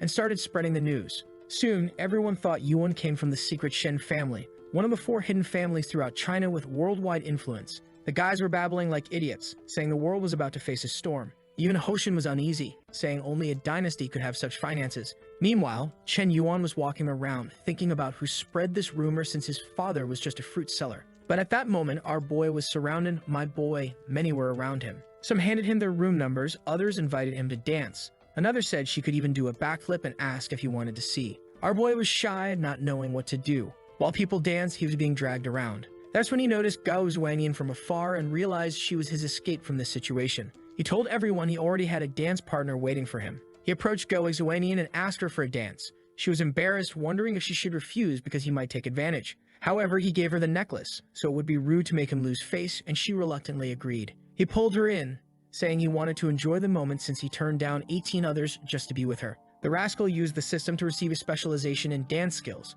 She was moved, saying he danced well and his hand was warm. She thought he always surprised her, but she didn't find it unpleasant and was even starting to like it. Boy, all that effort just to gain 5 favorability points. This is tough. Everyone in the hall was talking about the 2 of them. Chuyumo found it strange that he wanted to get involved with that girl considering her scandals, but at least he wasn't swayed by that swarm of killer spiders. Of course, she was angry that he rejected her and asked Gao instead. The same fool from before came to ask if he could dance with her. She told him to buzz off because she wasn't interested in old men. The poor guy was called old at 30 and felt crushed. Chen Yuan was happy he managed to gain at least 5 points with this dance. Then someone came and called him saying they wanted a dance before he left. The guy who had been rejected earlier was furious at this brat, but our boy was very Sigma and said he was unfortunately exhausted from the last dance. She said it was fine and asked what he wanted to know about her. Our boy was impressed with her resilience to rejection. Since that was the case, he suggested they could talk in the corner. She kept poking him, asking if the actress was his girlfriend, to which he replied no. The psycho got excited, thinking if the relationship wasn't established, she had a chance. Then she asked if he knew about the scandals she had been involved in. He said he didn't care since her image would soon be clean because he was supporting her. She asked how much money he spent on her. He said that unfortunately, she asked for too little, so he only gave some luxury cars, a mansion, and 2 500 million movies. Chuyumo created a story in her head, thinking Chen Yuan was being deceived. It seemed he grew up isolated to refine his skills, and that's why Gao Xuanian was using him to drain all his money. She then asked Chen Yuan if he didn't think her demands were too high. Uninterested, he said it was natural for a man to spend money on a woman, which is why he transferred the 200 million. She grabbed him by the tie, saying he was being deceived and abused by her, not to mention they hadn't even confirmed the relationship. She calmed herself, saying that in the end, it was his money, but he would pay the price for it. Our boy said he wasn't being made a fool like that. However, Yumo could only think that a lover always makes the worst decisions. Remembering when he was playing the piano and making bids for her, she thought it was unbelievable that such a talented man was still so innocent. The favorability kept rising and reached 45. Chen Yuan knew very well that she thought he was being exploited by Gao Xuanian, but little did she know that in the end, he would be the one winning. He made a villainous face, saying she didn't yet know the skills of the big brother. He turned to her and told her not to speak ill of Gao Xuanian anymore, saying her behavior was very much like the behavior she wanted to judge. She was devastated and stood up angrily to leave, thinking she had better background, appearance, and personality than that actress. She left motivated, saying that Chen Yuan should just wait. Soon she would get him too, since she always got what she wanted in life. Chen Yuan was worried, saying that next time he would keep as much distance from this woman as possible. At the end of the event, everyone wanted to keep in touch with the boy. While he was on his phone, Hoshin approached, introducing a new friend, Zhou Xiaowei. Zhou was very shy, and Hoshin told him to lift his head and speak to Mr. Cigarette. Chen Yuan asked why Zhou was so shy and why he had brought him there. Zhou stammered as he explained that his family was selling a giant skyscraper building. Chen Yuan got excited and asked him to elaborate, and Zhou explained that it had more than 10 floors, 1,000 square meters per floor, and a total value of 2 billion. Even Hoshin was shocked, not knowing his chubby friend was a billionaire. Chen Yuan then said to add him, and he would come to check it out someday. Zhou was a bit awkward, thinking Chen Yuan would want at most 1 or 2 floors, but it seemed he wanted the whole thing. Zhou left, telling him not to sell it to anyone else, and the guy agreed. In the taxi, Chen Yuan was thinking about who he would give a 2 billion building to. It couldn't be a regular girl or she'd collapse. It had to be someone with very high mental resilience. The taxi sped up and he hit his face. The driver stepped out and told the woman to get out of the way. Chen Yuan wondered what Bingshu was doing there. She walked over, opened the door, and got in with our boy, confusing everyone. She turned to the driver and told him to start driving. The poor driver had no choice. Our boy was looking at her, wondering why she was there. Bingshu was motivated. It was her first job after graduation, and she couldn't disappoint her boss. Chen Yuan, embarrassed, tried to be polite to her, thinking he had just gotten rid of that damn Yumo, and now met the worst one.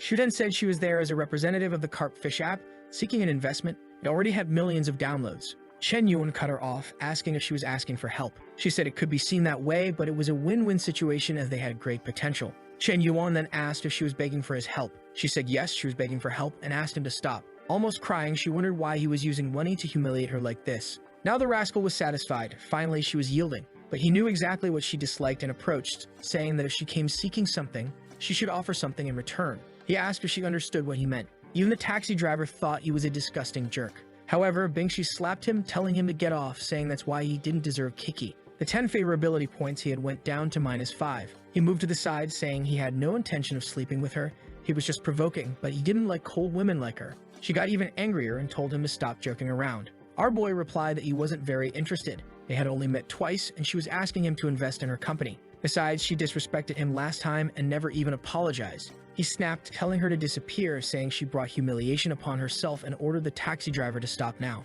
But that's when Chen Yuan noticed his troubles had only just begun. The taxi was surrounded by 3 vans. Unfortunately, it wasn't a bunch of women, but a group of strange men getting out of the cars. There was a gang of criminals apparently hunting him. Our boy realized the night wouldn't end well. Bingshu asked what they would do. He replied that they would surrender, and that's it. The guys were excited. It seemed to be the idea of the auction man who thought capturing someone so rich would be a good move. Chen Yuan said that with such affection, he was willing to benefit everyone there. The guy said that because he was so cooperative, he wouldn't tie him up too tightly, but then he got a kick to the neck. He fell, and his friends wondered what kind of kick that was. Chen Yuan knew this time it was real criminals, not a bunch of high school kids. But with his elevated martial arts talent, it was just punches to the face. That's when one of them had the idea of using Bingshu as a hostage. But she fought back too, putting one of the guys in a chokehold. The man lost a tooth, wondering what kind of cursed woman she was. Chen Yuan thought he had it under control, but with her involved, things had gotten dangerous. With no other option, he spent all the points he'd been accumulating, 10 in strength and constitution and 20 in agility. Now even his system said he'd be extremely dangerous on a battlefield. Oh my god, the display of millions of punches was horrible, but it hit everyone's face. The leader ordered them to capture Bingshu again, but she kneed him in the groin, saying many men needed to learn their place. But then the guy pulled out an apple peeler. He lunged at her, saying she had to die. Bingshu was scared, thinking her life was over. But someone grabbed the blade with their hand. It was Chen Yuan, who said the habit of threatening women was shameful, dripping to the floor as Bingshu trembled, realizing she almost died. Chen Yuan kicked the guy, calling him disgraceful. Moments later, everyone was lying in red puddles. Bingshu was mumbling incomprehensible things to herself. Then she jumped into Chen Yuan's arms, saying she almost died. That's when our boy realized the iceberg had an adorable side. Now the rascal told her not to worry, that he was there for whatever she needed. Those words he said in the taxi were just a joke. In reality, she was an incredible girl. She asked if that was true and if he really thought that. Chen Yuan said she could trust him. He would even visit the carpfish company she mentioned because he believed in its potential. Now she was thinking that Chen Yuan was the opposite of other guys. He seemed cruel, but he was actually very kind. He acted shameless, but in the end, he was a good guy. And despite coming from such an incredible family, he threw himself into danger to save her. Our boy said it was nothing, just a little scratch. But now, it was too late. He gained a bunch of favorability points, shooting straight to 80. With that, the police arrived and arrested the criminals. Someone beside him remarked that they hadn't seen him for hours and he was already in trouble again. Chen Yuan asked why this person was there. Boy, it was Chu Yumo, who turned out to be an officer from the explosive squad, always carrying 2 spheres ready to blow. Our boy had beaten the guys so badly that some were getting blankets on the asphalt. The officer reported that 1 was dead and 7 were severely injured. It looked like a battlefield. Chu Yumo was thinking that 8 bandits came to take him down, but the boy reversed the game. Now she was excited, saying it would be worth it considering his combat skills. Seeing Bingxi staring at him, she was sure all the women were eyeing him. She got even angrier because every time she wanted to talk to him, she had to compete. She approached and said they both had to go to the station to recount everything that happened. Later, at 3 a.m., an officer approached Bingxi and told her she could go. She asked if Chen Yuan was coming too. The officer explained that unfortunately, no, because Chen Yuan was being interviewed by the captain. Bingxi said if that was the case, she would wait for him, and the officer said she could stay. An officer found it strange because she seemed very eager to wait for the guy. The captain asked to turn off all the cameras for his interview. She wondered if the game was turning against the boy. Sitting in the chair, Chen Yuan wondered what Chu Yumo was planning. Someone opened the door and handed him some food. He ate the noodles, saying he never imagined she would be a police officer. He gained another 5 favorability points, and she said the possibilities were limitless. Our boy wondered why eating noodles increased the favorability. Then he asked why he, the victim of the attack, was being detained. She approached and said it seemed he was eager to escape her, but couldn't forget he took a life today. She grabbed his chin and asked what his relationship with Bingxi was. Embarrassed, he said she came to talk to him about investing in a company. But out of nowhere, the psycho started tearing everything apart. Our boy was beaten up and asked what she was thinking of doing. Respectfully, she pulled out a medical kit. If you thought otherwise, you're lost, go seek help. She then told him to stop thinking nonsense because she wasn't going to harm him. Seeing his dumbfounded face, she found it ridiculous that he really thought she would take advantage of him, and he said he would never think such a thing.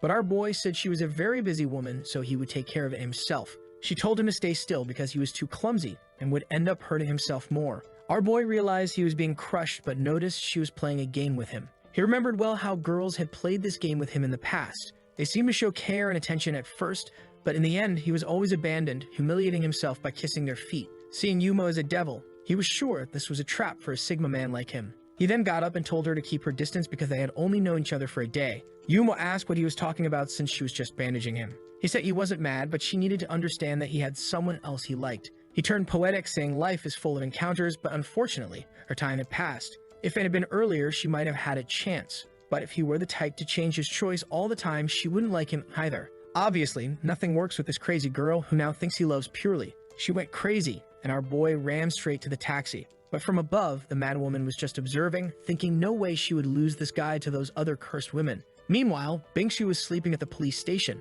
When he got home, he was exhausted. The day had been a mess, and he just wanted to sleep. However, when he entered, he heard the sound of a shower. He saw a silhouette in the mist and thought the president liked testing his self-control. An angel told him to calm down while the devil told him to go in. But an unknown girl came out of the shower, saying it was very comfortable there. She saw Chen Yuan, who was paralyzed, got scared and screamed for help. A while later, she was crying to Kiki, saying she would never marry because she had been seen. Chen Yuan, losing patience, said he was going to take a shower, but a friend was angry, saying that Rascal had seen everything and had Miyun apologize. Kiki tried to explain that he was a good friend, but Mei Ming found it strange that her friend was defending the guy and wanted to know what was going on between them. She ran to Kiki and told her to stop involving herself with losers like him, especially now that she lived in such a house and was a streamer who received millions. She couldn't get involved with someone like him. Embarrassed, the president said her friend was thinking wrong. Chen Yuan was an extraordinary man. Kiki hadn't explained to her friend that the house wasn't really hers. But Mei Ming kept trash-talking Chen Yuan, saying that yesterday there was an auction and a guy bought a bunch of stuff.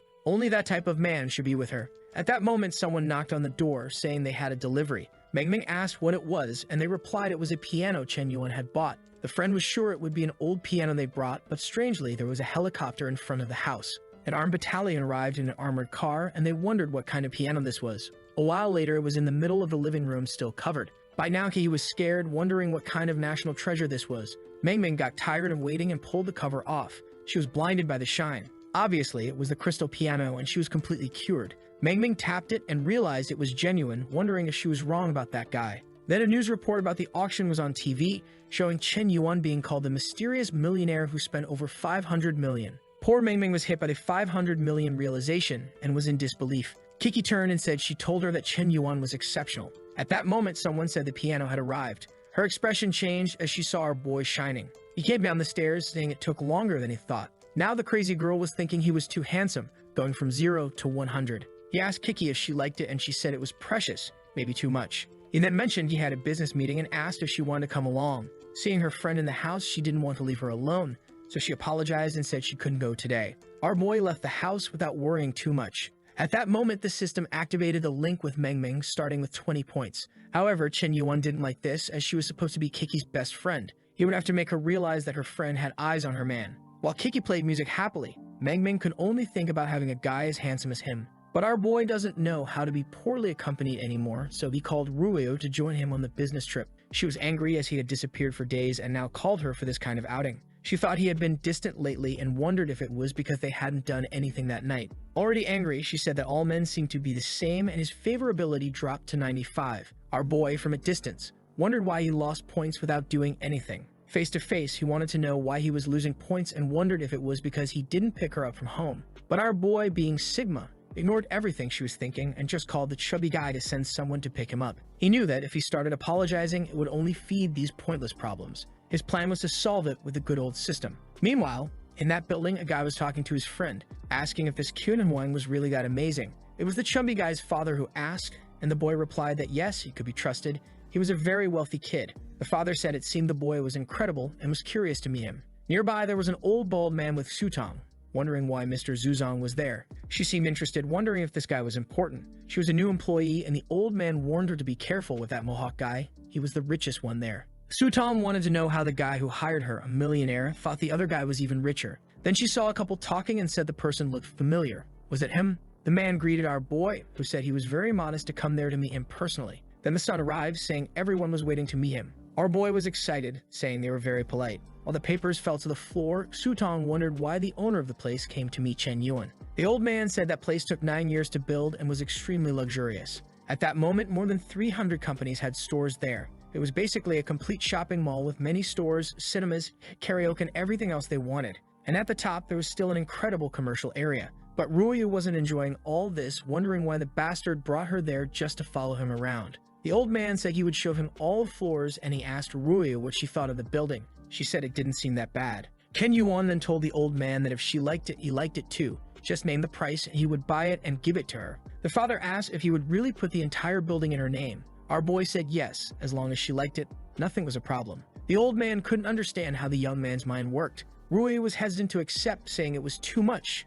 After all, it was an entire building. But our boy wanted to convince her, saying that if she had that, she would never have any financial problems again. At that moment, she would have to take care of her parents' company, which would be a lot of work. But this building would ensure she had no more problems. Now she thought she understood why she was brought there and wondered if she should maybe stop acting like a princess. Because he gained 3 points, passing 98, he gained another 20 strength points. The chubby guy intervened and said it was all set, informing Chen Yuan that the selling price was 2.6 billion. He pulled out his black card and said if the papers were correct, the 2.6 billion would be in their account. A while later, everyone was clapping and the contract was sealed. Our boy then said he was just an investor because the true owner was Miss Ruyo. Everyone congratulated her, and she felt embarrassed, wondering if this was the life of a boss. It explained why her parents enjoyed being in the office so much. It wasn't so bad being pampered. However, she already showed a psychopathic side, saying that seeing so many people bowing was a delightful feeling. Meanwhile, Pork Sutong asked why so many people were gathering. Her friend informed her that the entire building was bought and given to a girl in her 20s.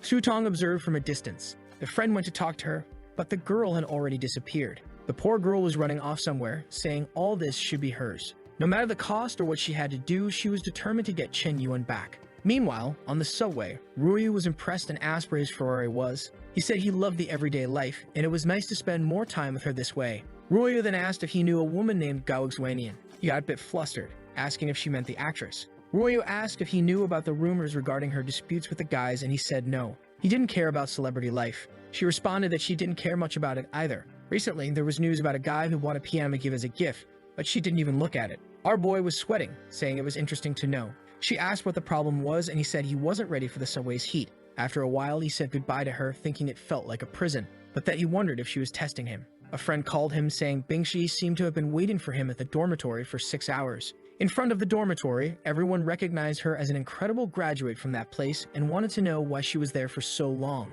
She was staring at her phone, wondering where he had gone. When she woke up at the police station, he had disappeared like a ghost, and her body inexplicably brought her to that place. The poor girl was going crazy, saying her heart wouldn't stop dancing, and she needed to find calm. Could she have fallen in love with Chen Yuan? No. She tried to change her mind, saying he was just a friend of Kiki. She couldn't think like that. Our boy was in the crowd, wondering if she was really waiting for him. But she was resolute in solving the financial part of the company. Then she recognized him, ran over, and hugged him. Everyone commented that it was impossible since they thought she was a lover of women, but she was clinging to him, saying she only felt safe this way. Chen Yuan asked what the problem was, and she told him not to move away, that she didn't want to let go. His friends were just observing, saying they wanted to kill the lucky bastard. Suddenly, it started to rain and people ran for cover. Our boy turned to her and said they needed to find shelter from the rain. The next moment, they were in the dormitory, and his friends were shocked. She sat in the chair, thinking it wasn't as dirty as she imagined. The friends wanted to know how the hell he managed to get something like this. Suddenly, she asked why his laundry basket had so many dirty clothes. When the rain stopped, she wondered why she took that without thinking straight. Chen Yuan didn't worry much and said he would take her back home. On the way, he asked if all this was because of the help the company needed. She remembered the company and said yes, it was all for the company, which is why she was there. She mentioned that she hadn't sent a message because she didn't have his number. Could he give it to her? He said it wasn't a problem and told her she could contact him whenever she wanted. She asked if it was only about the financing he was talking about, but our boy was already leaving, saying not to worry, he would check the company tomorrow. The poor girl kept saying she was indeed a bad woman for doing this, but she felt at peace when she was close to him. She just didn't know how she would be treated when Kiki found out. The next day, he received a message from Ruyo asking for help to receive the company's funds, but he told her to put someone else in charge now that she was the boss since he had things to do. He was in the car with Bingsu, who asked why he was so happy. Our boy was wondering why, after one night, she already seemed angry again. Bingsu concluded that she couldn't get involved in other people's relationships. Chen Yuan had many other options, so obviously he didn't want her boss and informed her that they would be there soon. However, the office of Bingsu's company was in Ruyo's building. He asked if the company was really located there, and she confirmed it. Now he was in trouble. If Ruyo saw him, he would lose the maximum favorability he had already gained. With no option, he went to the elevator, which opened with Ruyo inside. She asked what he had to do that was so important this morning. Inside, there was an awkward silence. Our boy tried to stay calm, saying he couldn't show any signs of stress. He then introduced Bingsu, saying she worked at the carp-fish company in the technology industry. He turned to Bingsu and introduced Ruyo as the owner of the entire building. Bingsu was impressed that such a young woman owned such a large place, but seemed curious about Chen Yuan's relationship with a school colleague. She introduced herself and said it was nice to meet her. However, Ruyo just stared and said hi, finding it very suspicious that such a beautiful woman was with Chen Yuan. Even though she knew he was unfaithful, he couldn't be that shameless. Once she collected the rents, she would deal with him.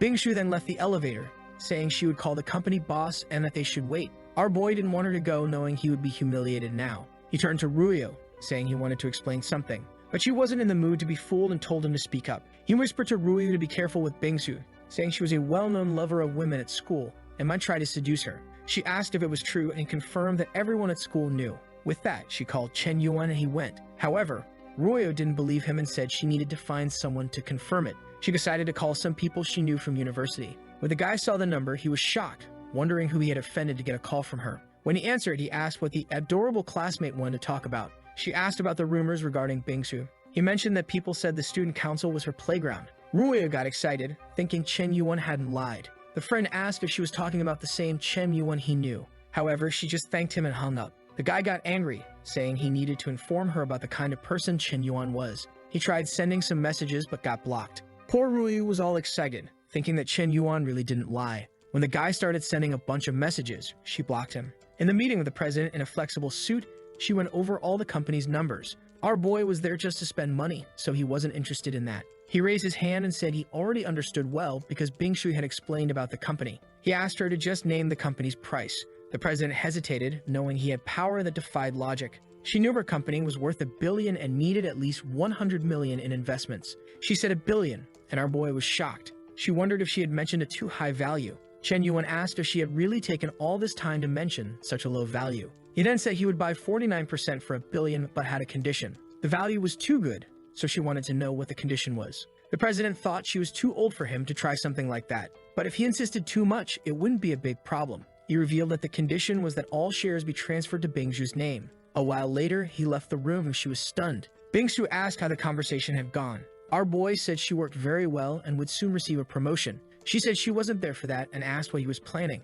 She was sure by the way he treated Ruyu that they had something going on. He should be careful because the president had genuine feelings, but she was thoughtful, wondering what her plans were. Chen Yuan asked why he should choose someone in with a psychopathic look, said he wanted everyone. She was startled and asked what kind of business this was. He made a villainous face, asking if it was wrong. She then said he had revealed his vulgar style, incredulous that she had thought something else. Chen Yuan said she was acting this way, but yesterday she had the audacity to grab him by the arms and invite him to her house. He asked if she wanted to know if he would choose her. After all, as a friend of Kiki, she shouldn't have flirted with him yesterday. He told her that someone who acted that way had no moral ground to judge him. Outside, our boy felt on top of the world. Giving her that moral lesson had been delightful. She wondered if she was really being hypocritical and concluded that after flirting with him yesterday, she couldn't teach him any lesson. Some guys passed by announcing that the president had called for an emergency meeting. Now she was worried about the outcome of the negotiation. In the meeting room, no one had any idea what the president would say and Bingsu was terrified. The president appeared and announced that the new vice president from that day forward would be Bingsu. She was confused, wondering why she had been promoted. The other employees were angry, especially since she had started working just a week ago. The president said they had no say in the matter, as Bingsu was a skilled, wealthy woman who had contributed significantly to the company. She presented the contract showing that Bingsu owned 49% of the company's shares. With that, no one could question anything. The president thought to herself that Chen Yuan was quite the boss, so young and buying half the company. People commented that they never imagined Bingsu had so much money. The president raised her arm and told everyone to applaud her. Bingsu, emotional, wondered if this was Chen Yuan's doing. She remembered him asking how she was sure he wouldn't choose her. She blushed and felt passionate, thinking this proved that he chose her after all. She gained 5 favorability points, then another 5, reaching 95. Now she was Chen Yuan's bootlicker, and he gained 35 strength points. Since he spent 1 billion on her, he received 100 million back. Our boy was confident, saying that having a spending strategy was the best plan. When he was just throwing everything at Seoul, he neither spent much nor gained much. But now that he planned step by step, he managed to invest much more and came out profitable. At that moment, his phone rang. It was Gao Xuanyan, crying and asking if she was an idiot. He asked what the problem was, and she said the former director had bought a bunch of people to speak ill of her again. The entire industry was cursing her, ruining her public opinion once more. Chen Yuan was shocked. Who was the bastard who had overturned his counterattack? He had spent 200 million, and they managed to reverse the opinion again. He told her to calm down and that he would take care of everything. This guy, known as Lord Tiger or Wang Yehu, was infamous for using his influence in the industry to take advantage of women. But it seemed this significant change in opinion was due to another actress named Fang Jingyuan. Chen Yuan asked if she was that influential, and Hoshin confirmed. She was extremely famous and made many donations, so anything she said was taken to heart by the public. He warned Chen Yuan that to take down a guy like Wang Yehu, they would need unconventional methods. Our boy asked what the plan was, and Hoshin handed him a card of someone who had information that could ruin Wang Yehu's career. All they needed was to find this person. The scene shifted to a busy street where our boy wondered who would work in a place like that. Climbing some floors, he heard someone shouting about receiving payment next month. Approaching, he wondered why this guy was there. It was the pineapple-headed chubby guy cursing a man on the ground, saying they would cut his hand off. The bespectacled man, Sejin, apologized, saying he was about to finish a film and would make a lot of money to pay off his debts. But the pineapple guy said this kid had offended Wang Yehu, the so-called tiger, so it would be impossible for his film to succeed. Sejin insisted that his film had a lot of potential and that this time it would succeed. The chubby guy was about to strike him when someone ordered him to stop. He got punched in the face and fell to the ground again. The kid got up, asking who was brave enough to do that. Chen Yuan asked if he had forgotten him, and immediately the chubby guy started crying. Remembering his father's warning never to provoke this kid, he quickly apologized, saying he would leave if that was the case, and they ran away. Saijin, seeing the chubby guy get scared, was excited to meet this person. Chen Yuan turned to him and said he was there to ask a favor. Sejin adjusted his glasses and said he had something to say too. He fell to the ground, pleading to be adopted as a son because he needed help. After everything was explained, he asked if Chen Yuan really wanted to destroy the Tiger King. Chen Yuan replied that he had no plans to be anyone's sugar daddy, but yes, he wanted to destroy Wang Hu. Saijin thought that with Chen Yuan's potential it might be possible.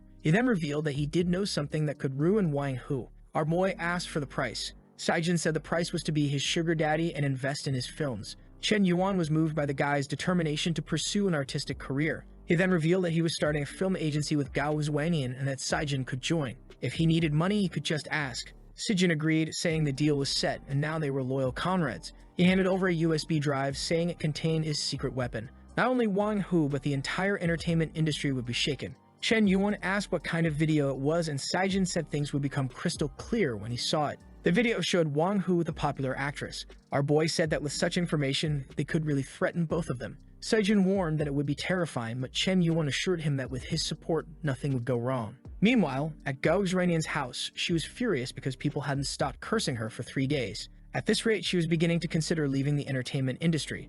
She then received a call from Chen Yuan and wondered why he wanted to talk to her. When she answered, he asked if she was alone. She said yes, and he said he would come over then. She felt embarrassed, wondering why he wanted to know if she was alone to visit her. She was protecting her body, nose bleeding, thinking he had lost control. 10 minutes later, he was already at the door. She thought he was too desperate and anxious like any other man.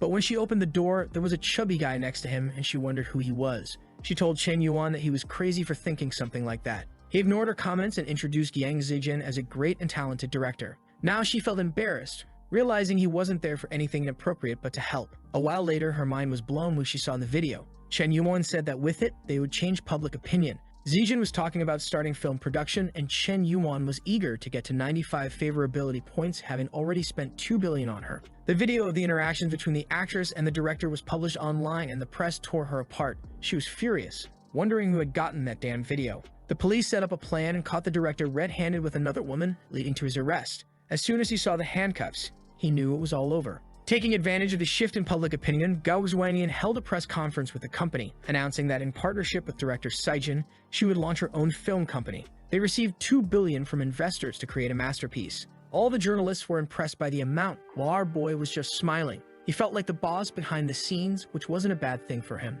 However, the guy blocked by Rui wasn't going to leave Chen Yuan in peace. He called President Kiki, saying he had something to tell her about Chen Yuan. Soon after, she was angrily questioning him, even though her traitor's friend suggested she calm down a bit. Kiki said that all these accusations about him having so many women might not be true. However, Kiki also found it strange that lately he hadn't been speaking to her, and she was feeling a bit impatient. May have understood that someone like him would attract many women, but he seemed like a man of absolute devotion. Then she saw Bingsu standing nearby, wondering whether to accept his proposal. When she saw the president, she wondered how she knew she'd be there. The president asked why Bingsu, a graduate, was there and why she hadn't informed her about her visit. Bingsu revealed that she was there to talk to Chen Yuan, but it was strictly business. However, Kiki knew very well that Bingsu used to hate him. So why did it seem like she was now willing to collaborate? A car stopped in front of the dormitory, and everyone wondered who had arrived in that Porsche. Ruyo got out of the car and the drama was brewing. Even the girls competing for Chen Yuan were impressed by her. Ruyo asked if anyone there knew a boy named Chen Yuan who lived in those dormitories.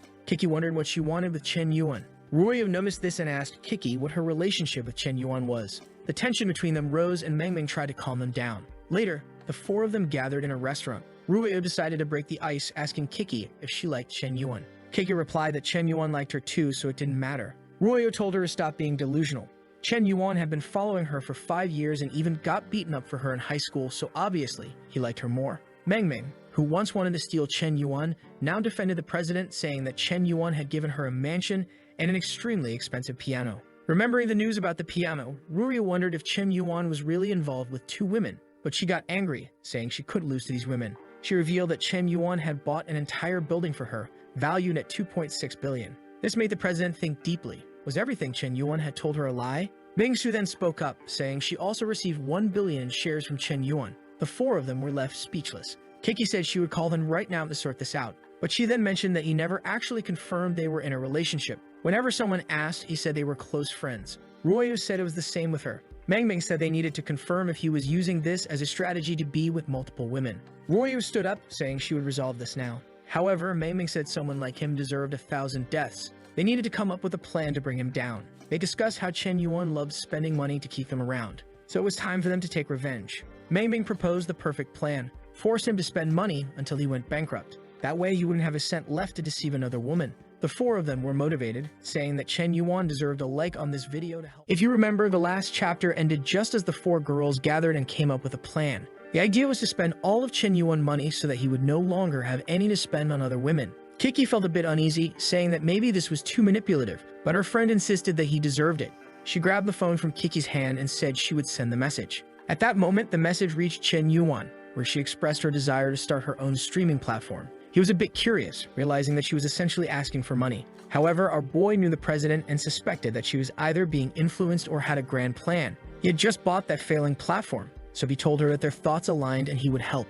Now, the two girls were a bit embarrassed. He was not only going to provide a streaming platform, but also invest $5 billion as initial funding. Instead of being angry with the boy, she became even more enamored, saying that he always plans everything for her future. She felt moved, thinking that no matter how wrong his actions seemed, he always cared about her growth in the end. Meng told her to accept quickly before Chen Yuan changed his mind, and Kiki said he never does that. While she was sending the message for Chen Yuan to start the process immediately, she was seething with anger because she couldn't find a man like him. In his room, the protagonist knew very well that it wasn't Kiki sending the messages. The way of talking and the style of words were completely different. He already suspected it was Meng, which was perfect because he would end up spending even more money. At Ruiyu's house, her mother asked if Chen Yuan was cheating on her. She said yes because he was involved with a lot of girls. Even though their relationship wasn't confirmed, they were already very close. She received a message and said that the group was active. Her mother asked what group it was, and she explained that it was one formed by his girls to get revenge. In the group, Kiki sent a message saying she was going to receive a streaming platform. While Ruiyu was fuming with anger, wanting to receive more than the others, her mother told her to listen. She thought her daughter was being deceived by these girls who claimed to want to work together. She explained that in the past, she and her father had a significant difference in family circumstances. She could understand that no matter how good their life was compared to Chen Yuan, they were poor. Someone like him attracts countless flies, so she had to prove her own strength. After all these girls were saying Chen Yuan was cruel, but none of them left him. This meant that each one of them was trying to monopolize Chen Yuan. Ruiyu got up excitedly, saying that must be it. Her mother warned that in such moments she had to advance with unwavering determination to secure the rest of her life. Motivated, Ruiyu declared that she wouldn't lose Chen Yuan to those other women. In his room, our boy received a message from Ruiyu.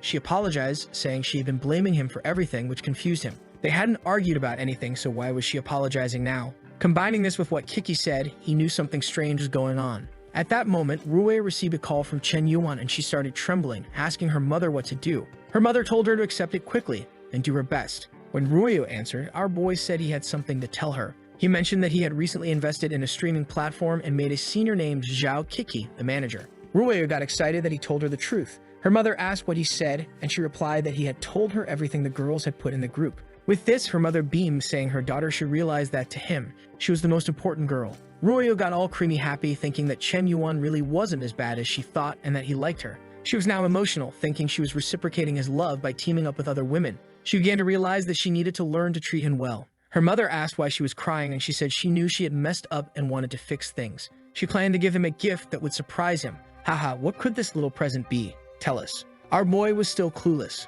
The next day, a guy was already delivering the platform's papers for Kiki to sign. With that, she became the owner of the streaming platform called Big Cat. Seeing how much they owed, she understood why Chen Yuan sent $5 billion. However, she was a bit conflicted, thinking that no matter how much he considered her, he didn't have a good personality. But her mood changed instantly when she realized he transferred $2 billion without hesitation. So she felt she had to show gratitude. This girl is bipolar. At a car show, she wanted to buy a car for the boy and wondered which one he would like. She remembered he had a Ferrari and thought about getting him another one. But just then, she saw Ruiyu there. They noticed each other, and the president asked if she was there to buy a car. Ruiyu replied that her father's birthday was coming up and asked Kiki if she wasn't there to buy something for Chen Yuan. But obviously, she already disliked the president's presence. Trembling, she responded that she would never buy a car for that bastard and was there for her father as well. With that, they got excited, saying it was a huge coincidence until someone came and called both of them. It was Bingshu, and they asked why she was there. She said that her father's birthday was coming up and she was going to buy a car.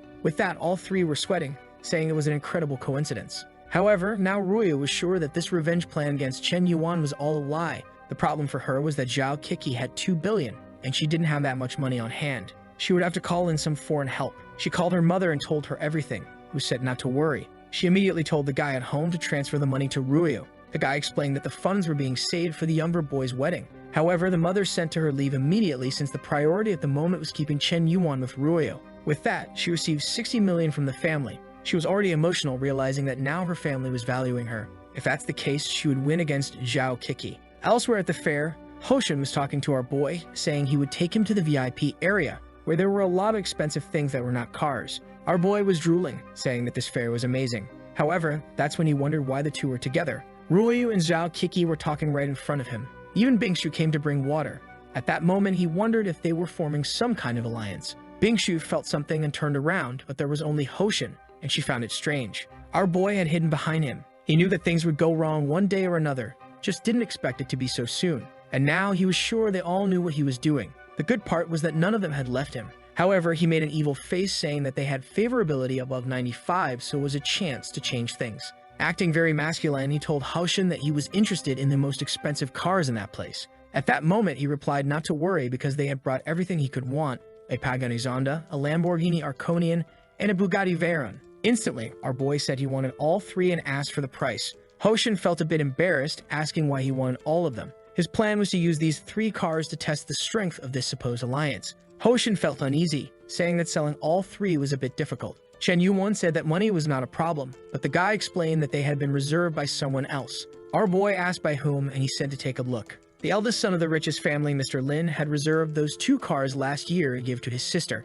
Chen Yuan knew how powerful that family was, and Hoshin said there were many others to look at. With that, this guy went to Ruoyu and approached her. He introduced himself as Lin and asked if he could get her contact information, saying that she reminded him of a friend he lost, which was a great regret. However, at that moment, she noticed Chen Yuan on the side, but seeing his angry face, she wondered why he was like that. She had no intention of giving her number to this guy, so why was he acting this way? She got angry because he played with her and then looked at her like that, and because of that, she gave the guy her number. Instantly, she looked to the side and Chen Yuan had disappeared. She wasn't sure if what she did was right or wrong, but she felt bad. Walking around the event, Hoshin asked if he knew the girl. He said he knew her a long time ago, but didn't know her anymore. He told Hoshin that he would pay much more for those cars than Mr. Lin and asked if $1 billion was enough. Smiling, he said he didn't expect this to interfere with Hoshin's business. At that moment, Hoshin smiled, saying the guy was an idiot. When talking about $1 billion, anything could be done. He was excited he would profit 800 million more than usual just because of the fight between the two, and that was perfect. He knew that Mr. Lin was important, but not more important than 800 million in his account. The card was swiped, and our boy was now confident. Hoshin asked if he wanted anything else, and our boy said he wanted to prepare something for the exhibition. At the event, Rui was still looking for our boy. Suddenly, some guys came and placed a piano in the middle of the event. Everyone was confused because this sort of thing wasn't common. Then, out of nowhere, Chen Yuan started playing, and she wondered what song it was since she had never heard it before. The sound was melancholic, and she began to cry. People at the event were all emotional, saying that it felt like seeing a distant person. Kiki remarked that Chen Yuan didn't seem very happy, and Bingshu asked if it was because of what Ruoyu did. Ruoyu herself began to realize that his music conveyed a sense of disappointment. Chen Yuan finished playing and stood up, saying that when you love people, you let them do what they want, even if it means getting hurt yourself. He walked away, saying that Ruoyu was now free. She started crying, saying she was wrong and begged him not to leave her. She tried to run after him desperately, but Hoshin told her to wait. He asked if she was Ruoyu, and she confirmed. With that, he handed her a document saying that she had received a Lamborghini Enconium from Chen Yuan. She stood there trembling, not understanding what was happening. Hoshin explained that Chen Yuan had bought the car for her without much thought. Apparently, he had deep feelings and was very generous.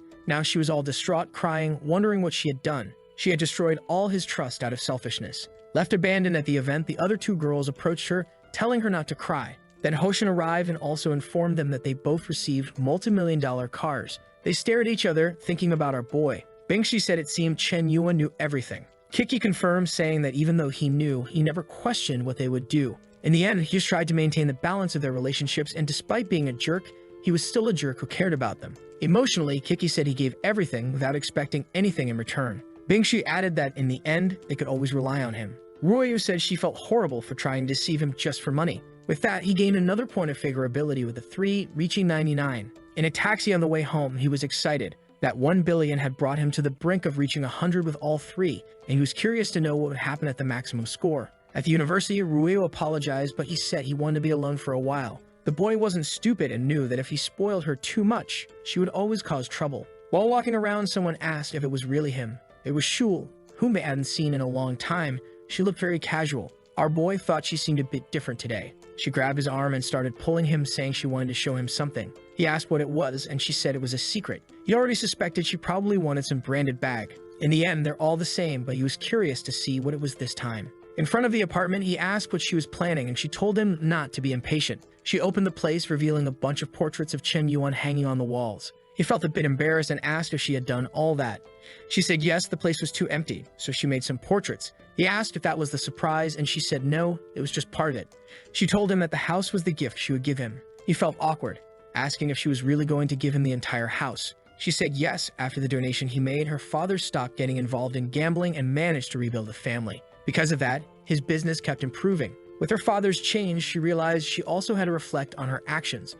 She says she used to be very materialistic and understood why our boy didn't like her. She announced that she would become a woman deserving of him and win him over again. Man, what a plot twist. Our boy was confused. What was this? As far as he knew, this girl was only interested in material things. He said the house was too extravagant, but she replied that he had already given her $5 million, and this house only cost $3.5 million. If he thought about it, she was still taking $15 million from him. The crafty girl had even done the math, and I believe she is the least in debt. She handed over the key, saying she knew it might not mean much to him, but it was the best way for her to repay him. Our boy became thoughtful, understanding why she hadn't been in contact recently. Of all the girls he has been helping, she is the one with the poorest family. Yet, until now, she has taken the least amount of money from him. Our boy smiled, saying that this kind of woman aligns with his intentions. With that, he accepted the gift and immediately received a call from his friend inviting him to dinner. Upon arriving, the boys were impressed that he brought the legendary Shul. He apologized for being late and introduced her to everyone. The guys introduced themselves. The one with glasses was Lao Keo, the one in the white shirt was Lao Xiang,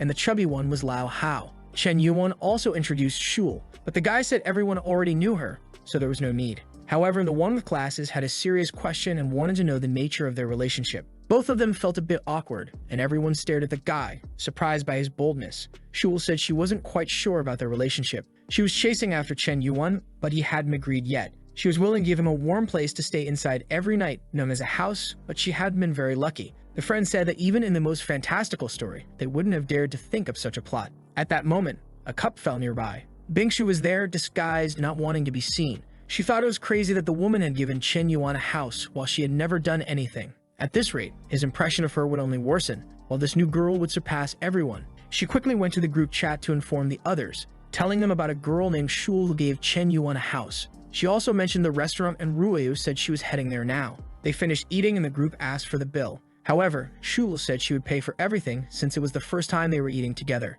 Chen Yuan thanked her for the kindness but informed her that he had already paid. She thanked him and said she had to return to work at the internet cafe and would see him later. Chen Yuan started to like her, saying that she was surprising but not annoying. Meanwhile, Bingshui thought this girl was a master of subtle tactics. Clearly, she was at least an S-rank opponent. The friends approached Chen Yuan and asked when he developed this legendary charm. Our boy explained that he could teach, but the person had to want to learn. The friend said he was joking but warned that he thought Shul was a different kind of woman. However, after meeting her, he just hoped his friend wouldn't hurt her. Chen Yuan said not to worry because he was the type to always give his all in love. As they were leaving, they saw a guy named Liang. He passed by Chen Yuan getting excited. It was him who had been passing information about our boy to the girls, and it seemed he still didn't know.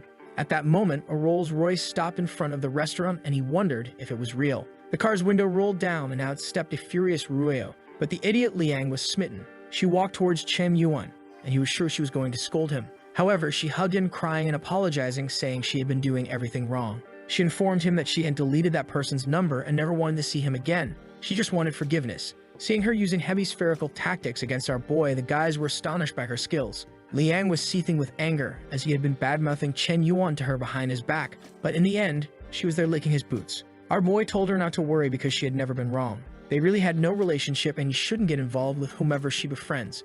She said she didn't want him to think things were like that and that she had chosen this gift for him. Besides the cars he bought, this Rolls-Royce was the most expensive at the event, and she hoped he would accept it. Man, it's daytime, but this girl was shooting high beams on our boy. Liang was fuming, while Chen Yuan realized that she had been learning. But he turned to her and said it was a shame he no longer believed in love. He would accept the car just so she wouldn't be embarrassed and invited Bingsu for a ride. Bingshi said it wasn't right to invite her to ride in a car that was Ruyu's gift. Chen Yuan replied that a gift, once received, was now his and told her to get in. She agreed, saying it was fine, but that he didn't mean to be so insistent. With that, our boy sped off, leaving Ruyu in the dust. Liang told her to wake up to reality because Chen Yuan was just playing with her. However, she responded that Chen Yuan had already sacrificed a lot for her. The guy kept insisting, saying it was all for her father's sake, but she told him to stop talking to her as if she wanted Chen Yuan to play with her. She would let him. She was sure Chen Yuan was deliberately trying to irritate her, but this only proved that in the end he still hadn't forgotten their relationship. In the car, Bingshui asked why he was treating Ruyu that way. He replied that she hadn't become what he expected, and in the end, he was disappointed. Apparently, it was his mistake, not hers. Bingshi said he seemed to care and questioned if she was his first love. Chen Yuan laughed, saying that for an ugly guy like him, There was no such thing as a first love. She laughed and he felt a bit embarrassed. With that, she said she got a question and wanted a sincere answer. He said he was all ears, and she asked why he handed over 1 billion in koi fish shares. Chen Yuan asked if she wanted the truth or lies. She told him to be sincere, and he said he had no feelings for her and only did it as a favor. She said that didn't make sense and asked what he gained from it. He said there was something he wanted her to do. She seemed confused and he sped up the car. He then said he received a system with 90 trillion but could only use to impress girls. She told him to stop reading manhwa and tell the truth. He then said he spent money because she was beautiful and he wanted to take her to bed. She felt a bit embarrassed but thought that if it was Chen Yuan, she wouldn't mind. Our boy was confused. This woman had changed a lot. Apparently, she had some sort of personality issue. Chen Yuan dropped her off at home and left. She stood there thinking that she had never had any physical action, but it was strange. If he really wanted to throw some punches on the lawn, she was sure he would have done so already. If that was the case, she knew his intentions were not that simple. Then she received a call from Ruoyu and asked what it was about. Ruoyu asked what Chen Yuan had said about her and if he had revealed anything.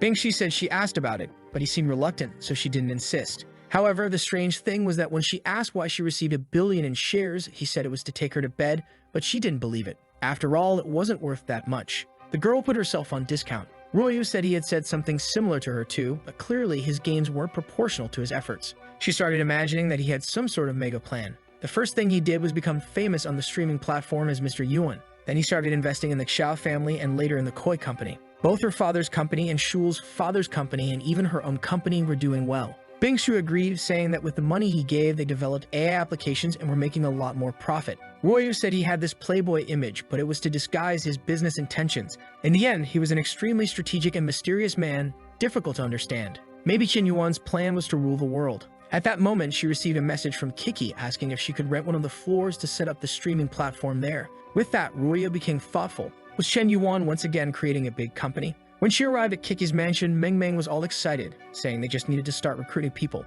Kiki agreed and said Meng Meng would be the first to be recruited as an executive planner. The only problem was they needed some girls to do the lives. Meng Meng told Kiki to look at the people she knew since she also streamed for a while. Kiki said she knew someone who was the head of a company but was dismissed for offending someone. In a cafe in another part of the city, someone threw a glass of water at a guy. He said she wasn't the same as before and he was tired of her attitude. Of course, it was Shen Shui, the girl from Shark Live. She screamed at the guy, saying he had been living off her money and now wanted to leave. He said he wanted to break up because he was still very young and what she could offer he could find in any other girl. And then he left saying goodbye to the lady and mentioning that he had already paid the bill. The people in the restaurant started gossiping, saying she was an old cow wanting to eat fresh grass. Shen Shui was fuming with anger, saying that all men were the same, but even if it took 60 years, she would make that guy pay the price. At that moment, she received a call from Kiki and wondered why this girl was calling. She was invited to partner in a new business. Meanwhile, Chen Yuan was sleeping in his room. He heard someone at the door and wondered if a thief was entering.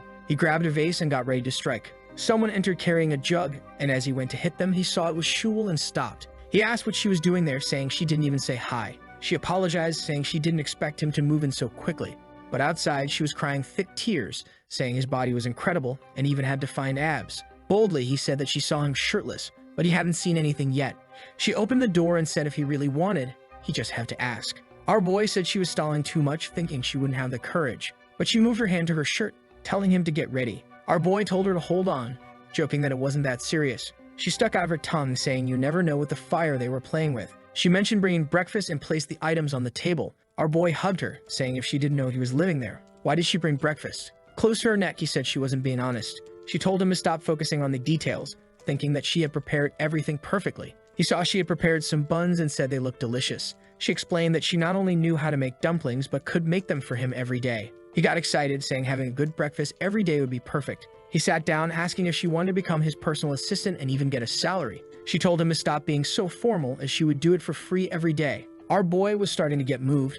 Not even all of his training with the system was helping. Not to mention that the food she made was very tasty. Now he understood why she used to be called Heartbreaker. Suddenly, he received a call from Gao Xuanian. She asked for help once again, and he told her to stop stalling and say what she wanted. She explained that the company wanted to start filming the new movie, but the city studio wasn't cooperating. Chen Yuan told her to explain quickly, and she began talking about a bunch of things about the director and the TV. He said he would help immediately. He informed her that he would transfer some billions for her to start her own TV company. In a few days, he would visit and just wanted to be kept updated. Gao Xuanian was confused about how he spent so much money like that. However, he didn't care about that and was more interested in thanking Shul for breakfast. Chen Yuan said that maybe it would be better if he moved out of that place. She was startled and asked why, wanting to know if she had done something wrong. He explained that if she kept entering without knocking, things could get strange. He asked if he could have a spare key. She agreed and handed it to him. But the crafty girl had more than one spare key. However, Chen Yuan turned and said he knew she had more than one key, and if she didn't respect his privacy, he would leave. He said goodbye, saying he knew she understood people's feelings. He left thinking that this time he would keep things more controlled. Outside, the friend from before said that he finally arrived. However, Du Xiaoyu came up beside him, looking angry because she wanted to discuss personal matters with Wen Ji. The girl was all excited, sure that it was worth putting on good makeup today. They should go eat at an incredible place. But when they arrived, it was just a corner shop. Wen Ji thanked him, saying he preferred such places, and Chen Yuan agreed, saying it was more comfortable. He said the same to Xiaoyu, who said she was very grateful for that. She began to wonder if this Chen Yuan was a poor guy pretending to be rich. When they were sitting in the restaurant, a TV company was about to make an announcement. It was Gao Guanyin on TV, saying she had something to share with the public. He thought she couldn't resist the chance to be on TV for an announcement. However, she revealed that a guy named Chen Yuan had invested in the TV company they were going to create. Wen Ji asked if by any chance she was talking about him, while Xiao Wei now was sure this guy was much richer than she had expected. Chen Yuan was fuming with anger because he didn't want anyone to know what he had been doing. Wen Ji asked for Gao Guanyin's autograph, and Chen Yuan said he would get it for him one day. When his friend started to talk about money, he shoved food into his mouth, telling him to be quiet. Meanwhile, Xiao Wei thought that Wen Ji was her ticket to wealth. She needed to stick to the guy because if one day he gave something to Wen Ji, she would also benefit. She leaned on the guy, saying he was all grown up and needed to learn to take care of himself. At the company the girls were setting up, they saw Gao Guanyin's announcement, and Kiki mentioned that this seemed like a normal amount for him. The girls discussed how he seemed involved in more industries than they had imagined. Ruoya remarked that even for Chen Yuan, this must have been a decision years in the making. Bing Shui agreed, saying his actions might seem random but always had a deeper meaning. Ruoya began to remember everything he had done, wondering what his plan was. In the end, she had no idea. Meng suggested that Kiki tell everyone that he was also an investor in their company, which would attract more people. She knew that having a billionaire investor would completely change public opinion about the company and attract many sponsors. Ruoya thought this must be part of his plan too. They began to think that our boy was very intimidating. Just then, Shen Shui approached and asked what they were discussing. Kiki said they were talking about Gao Guanyin and the investor Mr. Yuan. Embarrassed, Shui asked who this Mr. Yuan was. Meng explained that it was Chen Yuan, known by everyone there, and he was also an investor in their company. Now, poor Shui was trembling, asking if she could resign from her position. Kiki told her to think carefully because they needed her help in the company. However, Shui explained it was because of Mr. Yuan, revealing that her company had gone bankrupt because she once offended Mr. Yuan, and if he found out she was here, it could disrupt their plans. Kiki was thoughtful, recalling how friendly Chen Yuan seemed, thinking it was unlikely. She said she would talk to him and that Shui didn't need to worry. Meanwhile, at the restaurant, Wen Ji and the girl were leaving. He received a call from the president and asked what she wanted. He assumed she would ask about the billions he invested in the actress. However, the president inquired about Shui and whether he had a part in her company's downfall. Playing dumb, he was reminded that she was the woman who had a streaming company that he helped to bankrupt. He said he remembered and explained that the lady was very arrogant, and he had to teach her a lesson. She was using his name to deceive others. Kiki said the woman had learned her lesson and asked if he would accept her apology. The boy said it was fine, thinking if she genuinely wanted to apologize, he wouldn't be cruel to her. On the phone, Shui apologized, saying she would work hard and hope to be a good employee for him. Chen Yuan simply said it was fine and that the matter was settled. With that, Shui felt relieved, and Kiki commented that Chen Yuan was always a good person. Meanwhile, Chen Yuan thought that having someone as experienced as her in the company would help Kiki. However, some people lacked emotional intelligence, so he needed to provide some guidance. Later, the press asked Gao Xuanian where the studio would be. She explained they needed to ask a certain person and called Chen Yuan. He answered angrily, saying he wanted to keep a low profile, but now everyone knew about him. Gao Xuanian thought it didn't make sense since he spent millions on that damn piano. He said if that was the case, there was no point in arguing anymore, but she would have to help with one thing. She became curious about this one thing while already imagining what it might be. Turning to the reporters, she said she had to take the investor's call. Everyone was eager to know what they discussed. She announced that Chen Yuan would relaunch the Big Cat streaming platform, and their newly opened TV station would be strategic partners directly linked with it. In other companies' offices, streamers who knew how generous Mr. Yuan usually was were already thinking that moving to his company wouldn't be a bad idea. The owner of the Shark platform was already getting worried. At that moment, an employee opened the door, saying a bunch of streamers were leaving the company. The guy was shocked, saying this was happening faster than he expected. At Ruoya's building, Kiki remarked that she was right and this was all part of his plan. Ruoyu said she had only guessed and didn't expect to be right, but they all concluded that Chen Yuan was the city's monster who understood all business. Meng suggested that his flirting was all a part of his investment strategy. Ruoyu said if that was the case, then they were just business partners. The girls seemed to reach the same conclusion, saying that in the end, they were just Chen Yuan's employees. Now they were all sad, wondering if Chen Yuan loved to leave a like in the video that helps Mamoru make more juicy content for his viewers, activate the cheeky little bell, and I'm out. And you remember how the last chapter ended with the three girls wondering if Chen Yuan loves them or not. Ruoyu, looking sideways, knew that they all must be thinking the same thing. She didn't want to hesitate, so she told everyone that she didn't know who Chen Yuan really liked. He could like all of them or none of them. However, with that sleepy face, she was going to stay by his side, no matter what he chose. The other three looked at each other in silence, until someone clapped and told them to forget about this matter. It was Liang who said that women like them needed to value their careers, and in this way, others would value them too. The four of them believed that if they really became more capable, Chen Yuan would want to stay closer to them. Shutong was working when someone arrived introducing himself as Lin and asked for a package. She politely handed over what the guy asked for. Then her friend beside her shouted that Gogu's Weinian had received investments of over 100 billion. Shutong said that it must be a lie because that woman had recently been involved in scandals. However, her friend said that she was being supported by a mysterious and wealthy man. When she heard that it was someone named Chen Yuan, she got a small cut on her finger. And her friend was swimming, saying that this guy had invested in television and bought an entire streaming platform. The guy next to them said he had heard about this famous entrepreneur in the city, while Shutong once again felt devastated, thinking that the damn guy had spent a lot of money on another woman. She fell to the ground, saying she really messed up. The scene shifts to the financial center of Shanghai. Someone throws something at Gao Xuanian's photo, saying it's that damn Yuan again. The guy with glasses asks if this damn guy is trying to go against him. It seems he was the one messing with Gao Xuanian's business, but now the plan isn't going to work anymore. The secretary tells him not to worry as they have already sent people to investigate this guy. While staring at a giant portrait of Gao Xuanian, he says that she will learn a lesson. He opens his arms to the city, proclaiming that eventually he will get everything he wants. Sometime later, the secretary reports that she spoke with everyone, and nobody knows anything about the boy's family. Confused, Jaimu says it's strange that no one knows where the boy's money comes from. She approaches, saying he doesn't need to worry because the guy is nothing special. However, he replies that if that's her conclusion, she's very naive. On the other hand, his family is the most influential in the audiovisual industry, so there's nothing to worry about.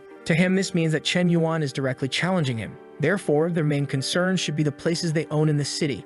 She tells her boss that she will look deeper into his background to find out what kind of person he is. The scene shifts to someone bringing soup to our boy. It's Gakstu Leal pampering him while he plays. When he sees this, she tells him that he is amazing. He turns to her and asks if she isn't bored taking care of him while he's just been playing for the past 3 days. She's been cooking, cleaning the house, and washing clothes. He thinks not even his mother took care of him this much. She says he can do whatever he wants, and she has no objection. However, he asks if she doesn't think he's lacking ambition. She says that he's been climbing the game rankings a lot, and that's incredible. Our boy feels a bit embarrassed, thinking it's shameful to be pampered because of game rankings. When he gets up, she asks where he's going and if she can come along. But Chen Yuan just says it's not convenient because it's some business. Xu Liu says it's okay and tells him to be careful, thinking that the most important thing for a man is to have space. Her plan is to gradually make Chen Yuan accustomed to her presence until he starts to miss her. In this way, she will defeat all her rivals. At an event, the women comment that today the CEO will visit everyone. Gao Xuanian is all dressed up to receive our boy.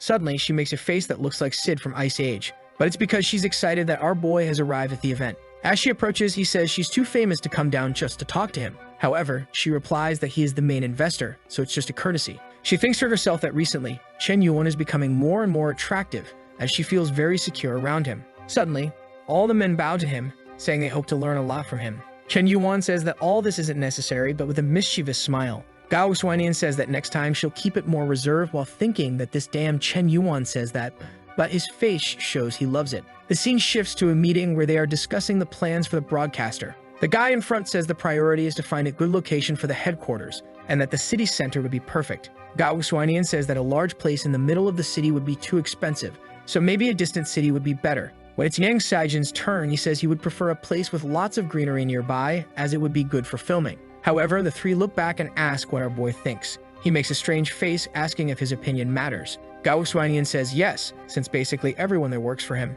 He says he'll take a look, but these options don't seem good. He walks up to the map, draws a giant circle, saying that the best choice is there. The guy explains that this place is too remote and doesn't even have an airport, making it difficult to develop the area. However, Chen Yuan says he has a perfect plan to create a grand vision. The people discuss that they don't understand his plan, but a smart investor like him must have a good idea of what he's doing. However, our boy doesn't seem to want to succeed, as he thinks he's only investing there because it's his hometown and he knows it's impossible for the place to grow. Besides, he wants to spend more money, and if he keeps making too much, how will he do that? With that, he sits in the chair and the decision to invest billions is made. As people leave, they start commenting that they thought they were discussing 100 Rias, not 100 billion. That CDO was either a genius or an incomprehensible demon. Meanwhile, he thinks they will need a lot more money to develop that area, and then he'll have to invest even more. Suddenly, he receives a video call from Zhao Yuki. I thought she was going to do something bold, but she only talks about a meeting to recruit some people for the company. She sees that he's outside and looks confused, asking if by any chance he hasn't forgotten his obligations.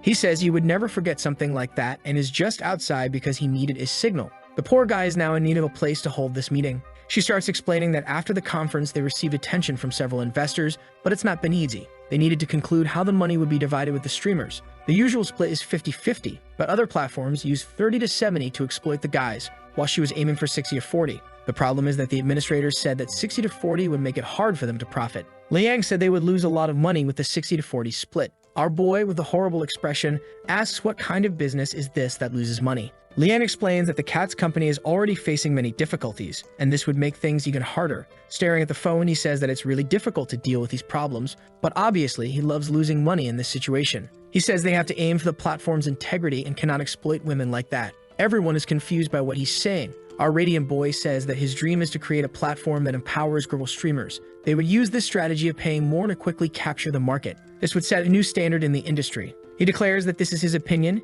and he doesn't care who opposes it. Everyone in the meeting falls silent. Zhao Yuki receives a message on her phone. Once again, our boy has sent a check, this time for 5 billion. She, in a very businesslike manner, says that the money came too quickly. Meanwhile, our boy is celebrating as the worse the business goes, the more they will need his money. A guy in the meeting asks why she seems so surprised. She says it's nothing major and that she received 5 billion from Mr. Yuan. Everyone is stunned by how casually she says this. The mustachioed man thinks that with such an intelligent girl, the company will grow very easily. Lai Yang starts thinking it's a pity she didn't know he was so important. Her luck is that the boy doesn't seem to be monogamous.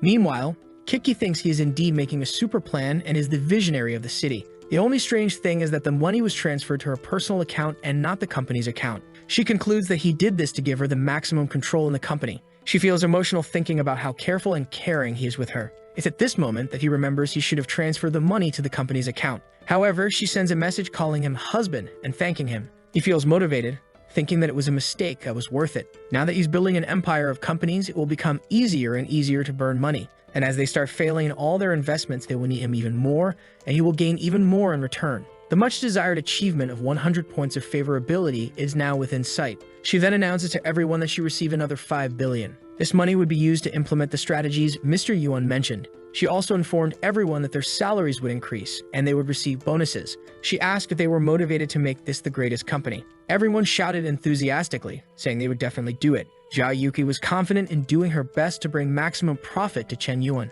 At night, our boy returned home and didn't find Lil. He sees a note on the table and picks it up to read. She informs him that she had to take care of some business at home and unfortunately, he will have to make his own dinner tonight. Our boy thinks that she is playing cat and mouse to make him miss her. He realized very well that it was a pretext for her to show that she was taking care of him, and now she is withdrawn, making him miss her and feel uncomfortable.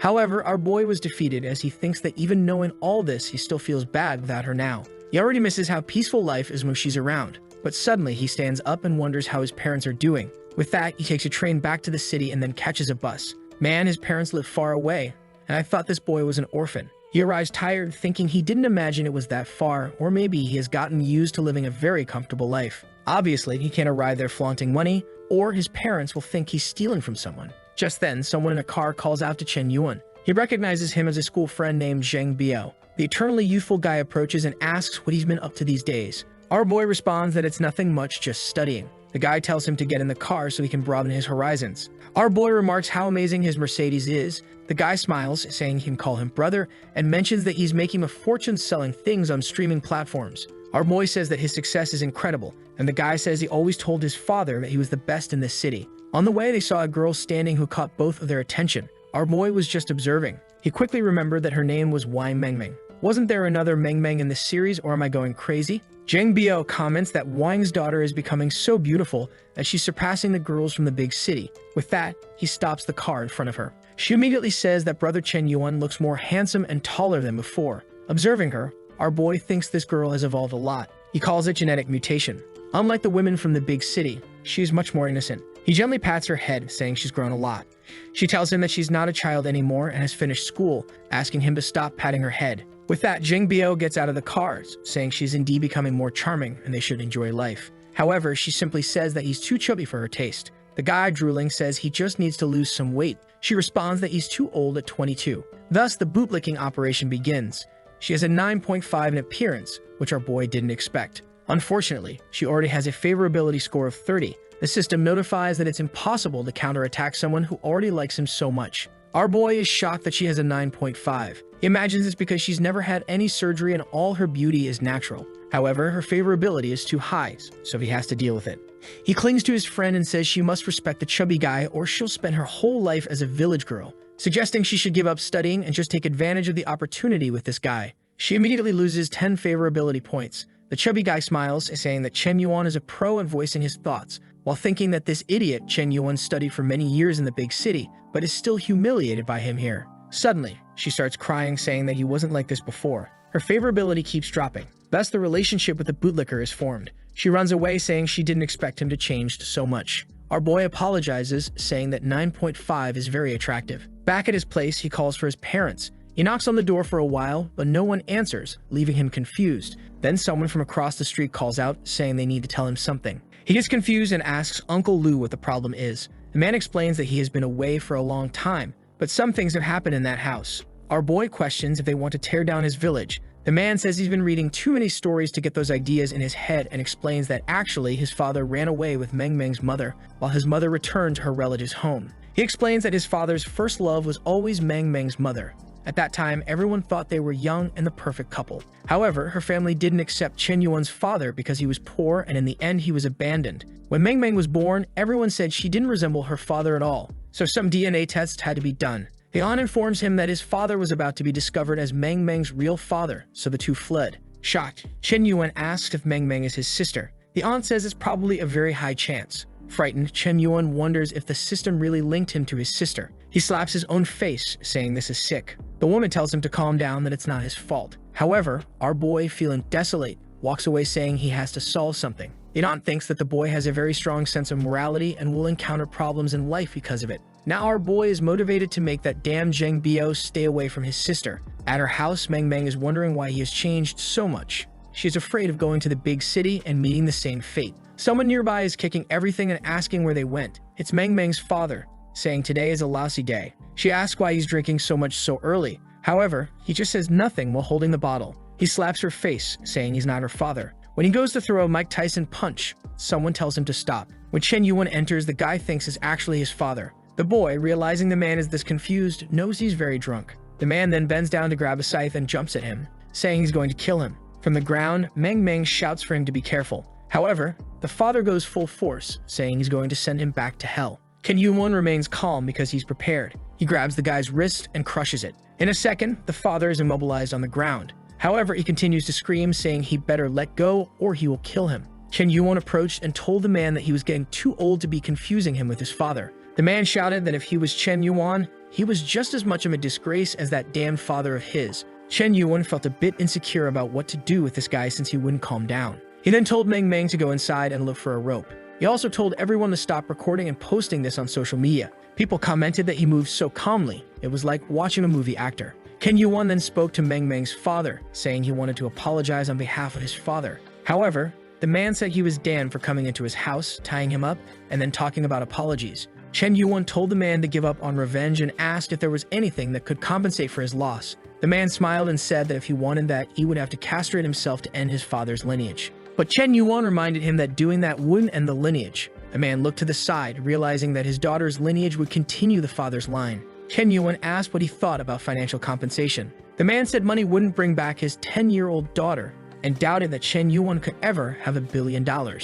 Chen Yuan said he would pay $1 billion if he could forget all the hatred. The man told him to stop lying because it was obvious someone like him didn't have $1 billion. But when he saw the phone and started counting the digits, he realized Chen Yuan did have $1 billion. That made the man thoughtful. He knew that with this money, he could start a new family and begin again. With such an opportunity, there was no reason to hold on to past hatred. It was an auction with infinite possibilities. So he asked Shen Yuan if he was really going to give $1 billion. Shen Yuan said that to ensure trust, he would transfer the money to Meng Meng, and she would pass it to him over the next 10 years. The man didn't seem to like it, but Chen Yuan said that was the only way he could trust this option. While Chen Yuan felt shaken having to resolve things this way, Meng Meng was devastated by all the information. She had just found out that her father wasn't her real father, and that she was actually Chen Yuan's sister. What kind of mess was this? Where was this story going? Her favorability increased upon seeing him help her with the money, and it wasn't a small increase. It kept rising. Chen Yuan noticed that the system with her was different and wondered if it was because she was family. The father keeps an eye on his daughter. Suddenly, she receives all the money. With that, our boy calls the father, saying that the transfer is done and there's no reason to fight anymore. The girl, who wants to take our boy to court, says she's scared and wants to stay at his place tonight. The scene shifts to someone saying they found information about Mr. Yuan. It's the secretary from before who has all his information but explains that something strange is involved, apparently related to his mother from 20 years ago. The man tells her to continue.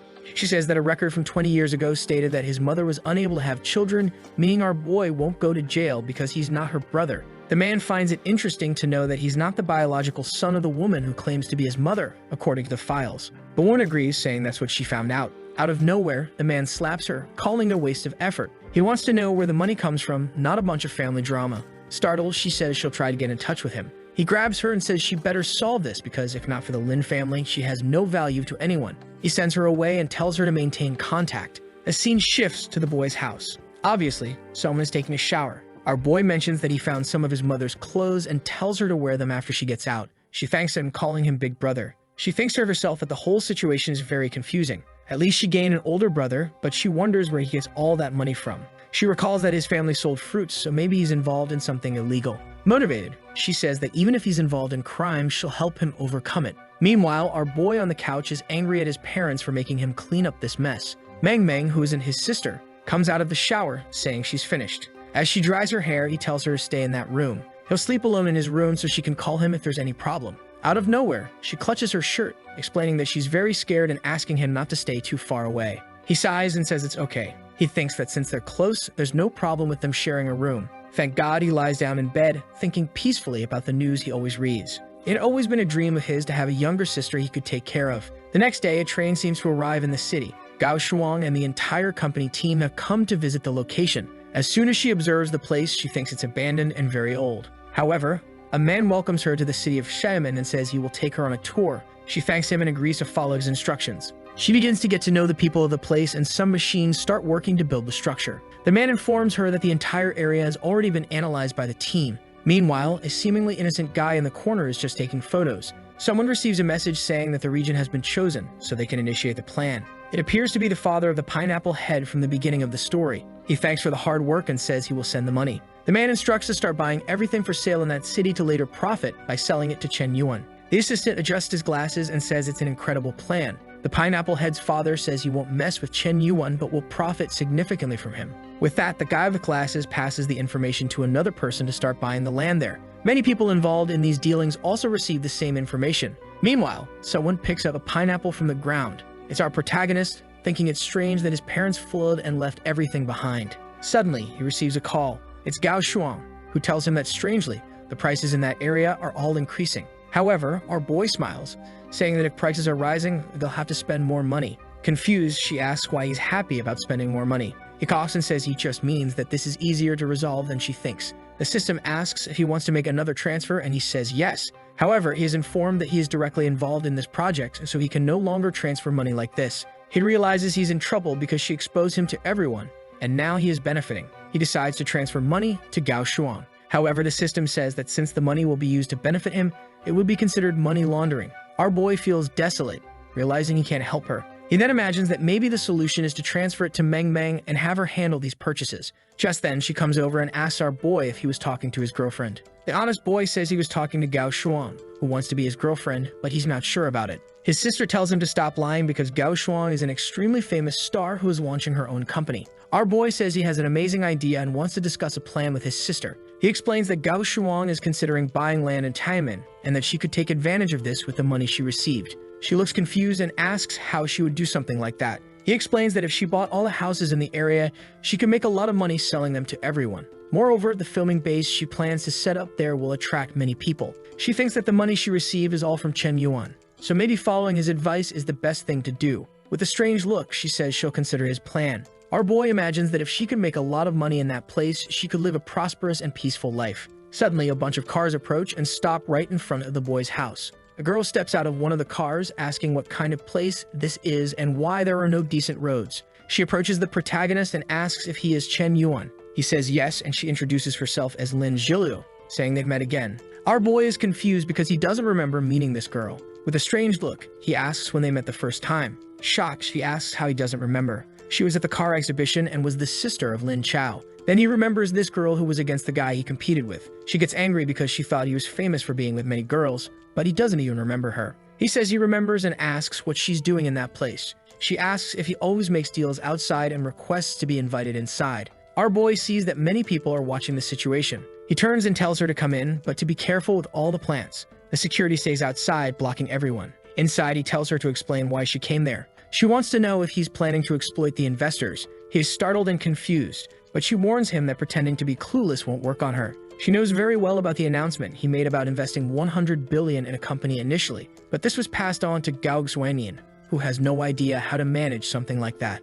And now that the information about this town has leaked, everyone is coming to buy land in this place. She says she understands that he's planning to sell the land he bought there to make a lot of money. Our boy is impressed with the plan that he didn't even have but masks it by asking what that has to do with her. She's impressed that he admitted to this cruel plan without changing his expression and begins to think it would be risky to be his enemy. She then says she came there to create a cooperative relationship with the Lin family. Suddenly, they hear someone outside saying that it's her house. It's the security guards blocking Meng Meng from entering. She insists, but the guard says she won't enter until the meeting is over. Suddenly, Chen Yuan angrily tells them to let his sister go. The guard looks at his boss to see if he can release her. She is reluctant because Chen Yuan, who was calm, is now angry over this girl. But our boy starts to transform. He jumps towards the guard, grabbing him by the face and throws him away, telling him to let go. The poor guard crashes to the ground. Everyone is left speechless because no one knew he could fight. The girl is shocked as she heard he was just a spoiled boy with a lot of money. She remembers that the richer someone is, the weaker they usually are. Meanwhile, our boy tells Meng Meng that everything is okay. However, now it's complicated because the crazy girl says she has found the type of man she's always been looking for. Immediately, the operation begins and she has a 9.0 appearance. Our boy notices right away that this woman doesn't have pure thoughts. He asks how she dares to come to his house and harm his family and tells his sister that this woman has a very low level of professionalism. But his sister is impressed that a girl who seems so young already has her own business. Embarrassed, Lin Zhilu says the bodyguards were hired by her brother and apologizes. However, Chen Yuan cruelly says there's no need to apologize because they will never negotiate together again. But Meng Meng tells him to stop being cruel and introduces herself to Lin Zhilu, who awkwardly says her name back. They start talking about various interests and our boy just observes, wondering why his sister is being so friendly with the stranger. A long time later, the two are still chatting while our boy goes to peel some beans. It seems that Lin Zhilu has told everything about Chen Yuan. With that, his sister approaches, saying she now understands why he is so incredible. Her favorability is at 35. While his sister is doting on him, Lin Zhilu is observing in the background. She seems to be getting jealous of their relationship. Seeing him peel beans makes her conclude that his ambitions have already transcended those of normal people. To her, such a perfect man shouldn't even exist. As her favorability clearly increases, it's obvious she's planning something. That night, someone mentions that they don't know each other well enough for her to stay there. Of course, it's Chen Yuan telling Lin Zhilu to leave. However, she insists on staying, saying she wants to experience rural life and that there aren't many people in the house anyway. Our boy doesn't want to accept, but his sister keeps insisting, saying she must stay. Suddenly, she pulls him by the shirt and gives him radiant eyes, asking him to let her friend stay. Our boy, feeling better, says there's no way to resolve it otherwise. However, his plan is to show her how cruel rural life is since she wants to experience it. Meanwhile, she clearly has a plan to uncover all his secrets. Our boy tries to sleep while the girls keep talking. He thinks that maybe it's not bad to get closer to the Lin family, since they can handle various things. The only strange thing is that they send only the youngest girl. However, he decides he doesn't care since he will make money either way. In the morning, there's a commotion in the house. He wakes up angrily, asking what time it is. He goes to the door and asks what's going on. Lin Zhilu greets him with a good morning. He is startled. In the middle of the night, she hired a bunch of people to come and rebuild everything. She says that since she will be staying for a few days, she needs to make it as comfortable as possible. In one night, she renovated the entire bathroom and added a lot of imported things. She even bought a bathtub for each of the pigs they raise in the back. Our boy is confused and asks what the logic behind all this is. She says the most important thing is behind that door. She made an amazing room for herself and his sister, who is very happy, saying that the chair is extremely comfortable. Our boy, feeling desolate, says the important thing is that she likes it, while Lin Jilu starts bragging about the materials used and the quality of everything. Now, our boy wonders if his parents will recognize their own house when they return. His plan was to come home to relax, not to go through all this. Outside, one of the security guards is listening to everything. He passes the information to Lin Chao, saying that his sister has managed to infiltrate very well. Lin Chao instructs to keep watching and ensure his sister's safety. Then he receives another call asking how things are going. Lin Chao responds that his sister is extremely talented and easily won over Chen Yuan. The secretary from before says that the Lin family always manages to get what they want. When the right time comes, they will abandon Chen Yuan and keep all the profits. Now that this part of the plan has succeeded, they just need to move on to the next. However, Lin Xiao questions why she is thinking of leaving, saying she needs to stay there. She informs him that he will only receive the reward when she completes all the work. She leaves thinking that both men will be defeated because of the women. Outside, a crowd of curious onlookers is gathered and everyone already knows what's happening. They see Chen Yuan stepping out and recall that the girl beside him had arrived in the neighborhood recently. They start wondering if Chen Yuan is the type of guy who sells his body. However, his old friend is furious, wanting to know what makes Chen Yuan so special. He calls out to Chen Yuan and says they can have some fun in the city today. Our boy asks where the fun would be. The trippy guy says their school group is having a reunion, and it might be fun if he shows up. Our boy agrees since he will be free that evening. However, he is so tired of flaunting his wealth that he hopes it will be a normal reunion. Walking with Lin Jilu, he thinks he has a bigger problem to solve. Sometime later, they arrive at the cornfield and she asks why he brought her there, imagining it must be some special desire of his. Our boy immediately questions if she doesn't know what he wants.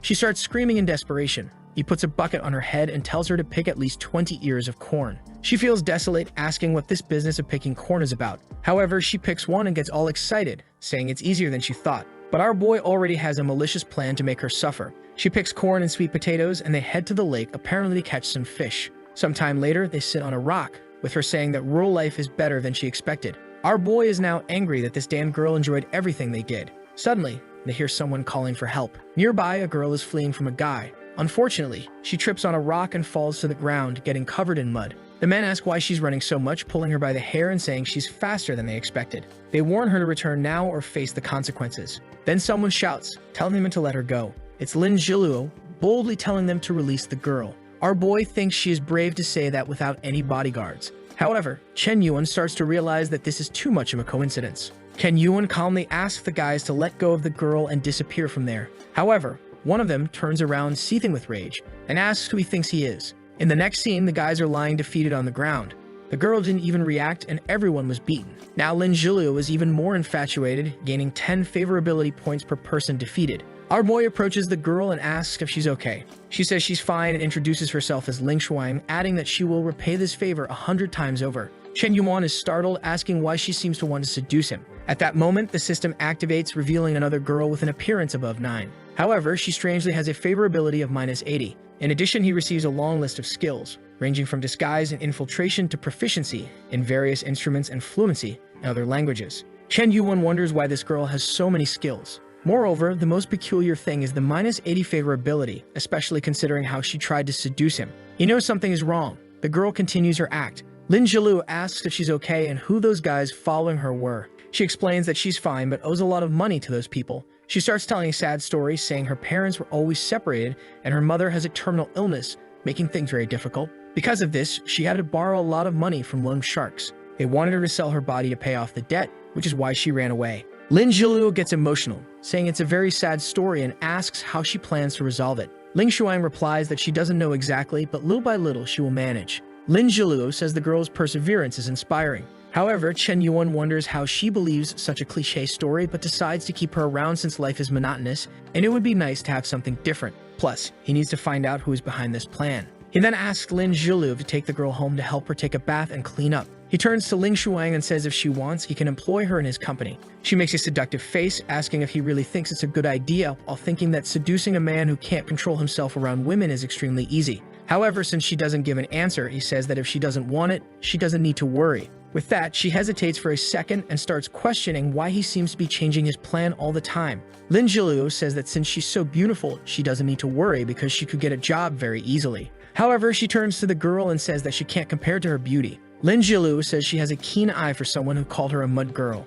Ling Shuang smiles, saying that beauty comes from the heart. However, she starts theorizing that Chen Yuan is interested but is just hesitating because the other girl is there. With that, Lin Zhiluo also offers her a job, saying that way she wouldn't have to worry about Chen Yuan. This makes Ling Shuang angry because now it will be awkward if she accepts the boy's offer. Sometime later, they return home and it looks like he threw the two into the mud, which seems impossible. The guards, all smitten, approach Ling Shuang asking what happened. Obviously, Lin Zhiluo gets angry, saying she hired them. Meanwhile, Meng Meng thinks that even dirty, that girl is still beautiful. Seeing the way she looks at Chen Yuan, Meng Meng is sure that she's another one who has fallen for him. However, Lin Zhiluo also likes him, so it's starting to look like a soap opera. Meng Meng approaches and asks if she is doing her homework. She ignores her and hugs him, saying it's incredible that he got two potential daughters-in-law so quickly. The two girls, embarrassed, start making excuses, saying it doesn't make sense. But Meng Meng is more interested in making the house fun. Lin Zhiluo brings a medical kit to help Ling Shuang. Ling Shuang says it's not necessary, but Lin Zhiluo insists, saying she's a professional.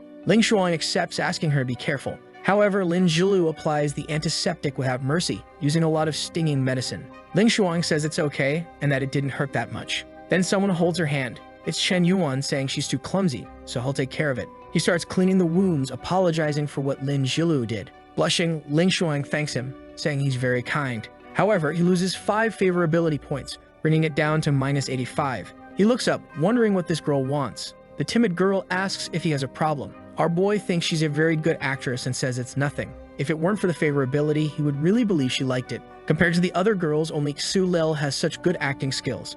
She's a very skilled opponent, so he will have to be cautious. Meanwhile, Ling Shuang imagines that our boy pretends to be innocent, but she knows he is a beast. Moreover, she has information that his mother isn't his real mother. This means that those two have no blood relation. She believes that Chen Yuan knows this information and is planning something malicious. However, she's there to expose all his deceptions. Half an hour later, she's all radiant, saying they've been very friendly. Even our boy is impressed with her beauty. Seeing the two girls in front of him, he can't tell who is more powerful. Chen Yuan approaches and says she would be perfect as his personal secretary. Immediately, she imagines the plan is progressing perfectly. She says she's not sure if she's capable, but Chen Yuan assures her she has everything necessary for the position. However, before starting, she would have to pass a special test. Nervously, she asks what this test would be. Our boy just turns and tells her to come along and she'll find out. She doesn't know what awaits her but decides to see it through. She grew up with the other girls, always practicing to serve the Li family, all to eventually serve Master Li Jiamu. So even if it means sacrificing her integrity, she will go through with the plan. For that, she has to pass this so-called test from this trashy Chen Yuan. Sometime later in the room, she says she's at his command. Our boy then asks her to pass all the details of her bank account. She starts pulling out her card and says it's okay, thinking it's foolish of him since she has hidden all the information. Her bank account receives 100 million. She becomes shocked, never having seen so much money in her account before. She starts sweating, saying it happened very suddenly. Chen Yuan turns into Mr. Beast and tells her the challenge is to spend those 100 million by tomorrow, and if she manages, she will become his secretary. She's confused, wondering what kind of joke this is. However, she remembers he is a cruel person and must have something wrong with his plan. Chen Yuan leaves, saying he's looking forward to the results tomorrow. However, he warns that if anyone finds out about the test, it will be considered a failure. But our boy has already noticed that those 100 million have greatly affected her, so it will be easier than he thought. With that, he returns to the room. His sister asks how the test went and if he liked it. He just playfully taps her head, telling her to stop being so curious. He asks if she will buy the residences, and she says she will talk to some gentlemen. He informs her that he's heading to the city while the other girl just observes in the background. He hears the conversation about buying some land and imagines it has something to do with the television project. She knows that everyone is buying land in the northern part, but he seems to be focusing on the southern region. She begins to realize that all of this is part of his plan. While people fight over the houses in the area where he pretended to be interested, he will grab everything in the south and profit. However, she's excited because, unfortunately, he won't do as well as he thinks. Meanwhile, his sister asks if she can go to the city with him. Our boy questions what she wants to do there. Embarrassed, she says she wants to buy a few things. He already knows this is influenced by Lin Zhiluo, who keeps buying a lot. He says she doesn't need to worry, they can go shopping together. Suddenly, someone catches them off guard. It's Lin Zhiluo announcing that if they're going out to have fun, she has to come along and could even bring the other girl to keep an eye on her. With that, everyone heads to the city mall. Our boy approaches Ling Shuang and tells her to join everyone and get out of the car. She's confused, but he says it's obvious the secretary will have to help carry the bags. While walking around, he tells his sister to buy whatever she wants. She goes to a store and starts looking at dresses. He sees her from the corner and says that one is very pretty. When she picks up a handbag, he says it's beautiful and immediately buys one every color. He keeps spending until she grabs his hand and says it's enough, mentioning that she now has an outfit for every day of the year. Our boy says it's strange because his hands are empty. She points to Ling Shuang, saying the poor girl is suffering. He asks Ling Shuang if she's tired, and she says she's actually fine. He then walks away, saying she should know she's easily replaceable, so she better work hard. He mentions it will be hard to take all these things home and tells her to buy an apartment in Meng Meng's name. Excitedly, she agrees to do it only because he's asking, thinking that this jerk is treating her like a toy. The scene shifts to a random bar. A car pulls up in front, and the guys recognize it as a new Bentley. The girls went shopping, but apparently dressed up for a cosplay event. The guys remark that the person with the two girls looks familiar. Our boy calls out to his friends, saying they haven't changed at all. The guys are shocked, asking if it's really Chen Yuan they knew. Someone nearby comments that it's impossible he bought that car. Chen Bio tells Chen Yuan to stop acting high and mighty because everyone knows he has no money. Our boy is exhausted, thinking that every reunion is always the same. He wouldn't be surprised if others showed up to show off. Then a guy in a suit enters, saying no one there has seen each other in a long time. Chen Yuan remembers a shy kid from class and wonders if he underwent a genetic mutation. The girls are all complimenting him, saying he's changed a lot. The chubby guy is sucking up to him, saying they were wrong to judge him when he was younger. The guy is startled. He sees the two girls next to Chen Yuan and asks him to introduce them. Chen Yuan introduces his sister and then introduces Lin Zhilu. He says he brought them and hopes no one minds. The guys, of course, say that it's actually amazing of him to be so considerate. With that, Chen Yuan leads the group. Meanwhile, the guy in the background is wondering which of the two girls he will choose. But Chen Yuan already noticed this and tells him to keep dreaming. The group gathers around the table. The guy with white hair asks Chen Yuan about his plans after graduation. Eating a lot, he says he has no idea. He thinks life is stagnant with lots of beautiful women and endless money to spend. For him, life has been a bit boring lately. He says he doesn't see himself doing a regular job and will probably travel the world. The guy chuckles, saying Chen Yuan is very young and offers him a position in his company with an incredible salary of 5,000 a month. Lin Zhilu immediately spits out her drink. She apologizes, saying she heard something funny, while thinking she admires the courage of that idiot for offering such a job. Chen Yuan smiles and thanks him for the offer, but says he's not interested. The guy says that's fine and he won't force him. However, in reality, even that job offer was a lie, and he is only interested in Chen Yuan's sister.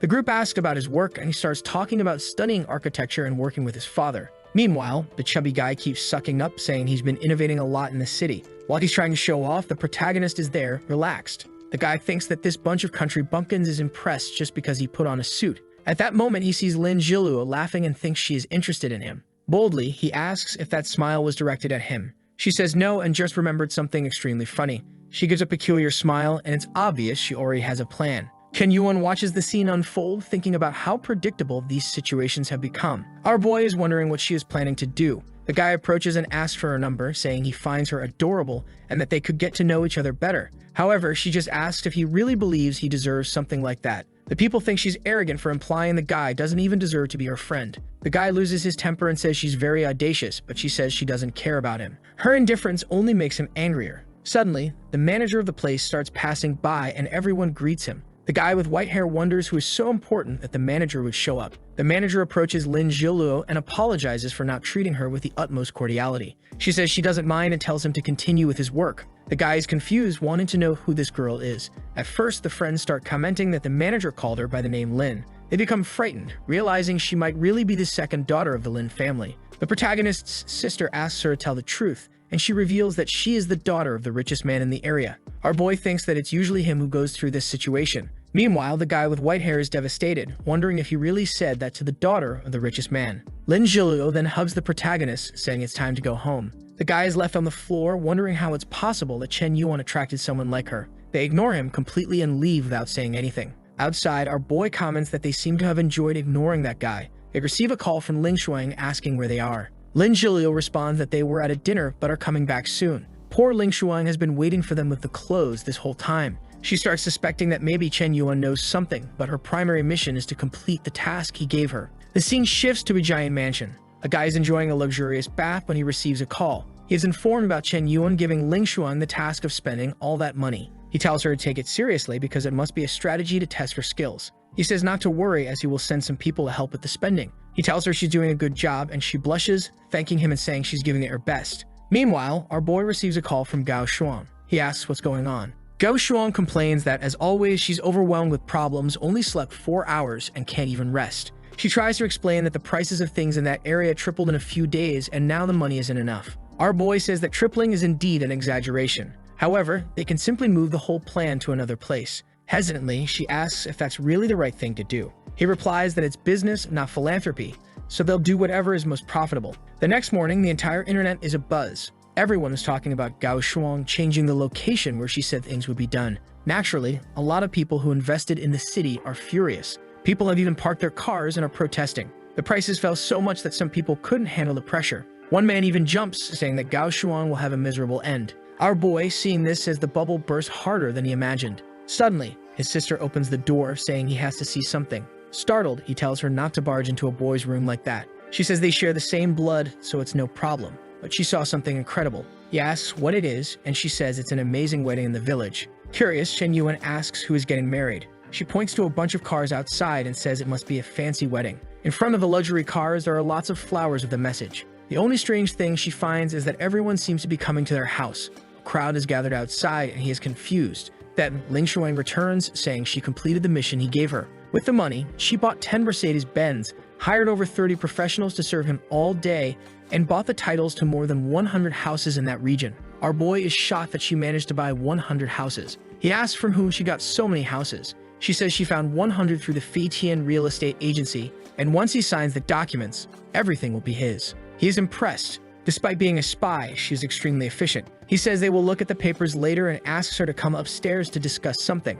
Ling Shuang starts thinking that she's been exposed, but unfortunately, she hired a lot of efficient people. Upstairs, he asks if she knows why she was called there, and she says she doesn't. He hands her the papers, saying he doesn't want to sign since it will all be in her name. She says it doesn't make sense since all the money was his and she can't accept something like that. However, our boy steps closer and says she deserves it because he likes her. Blushing, she asks if it's true. He moves even closer and says that even if it were a trillion, he would still give it to her, all because he likes her. She asks if he's joking as it's not appropriate since they've only known each other for a day. He questions if she really thinks he would give away so much money if it weren't true. Embarrassed, she doesn't know what to say. However, he pounds the wall, saying that some people stay close their whole lives but never get intimate. But from now on, she is personally his secretary, and he congratulates her on passing the test. She is completely confused, not understanding what he wants from her. Then she receives another billion. Totally bewildered, she asks what that is for. Our boy says her mission as a secretary will be to spend all of it in 1 week. Confused, she wants to know what he's planning. However, she starts to wonder why he trusts her so much.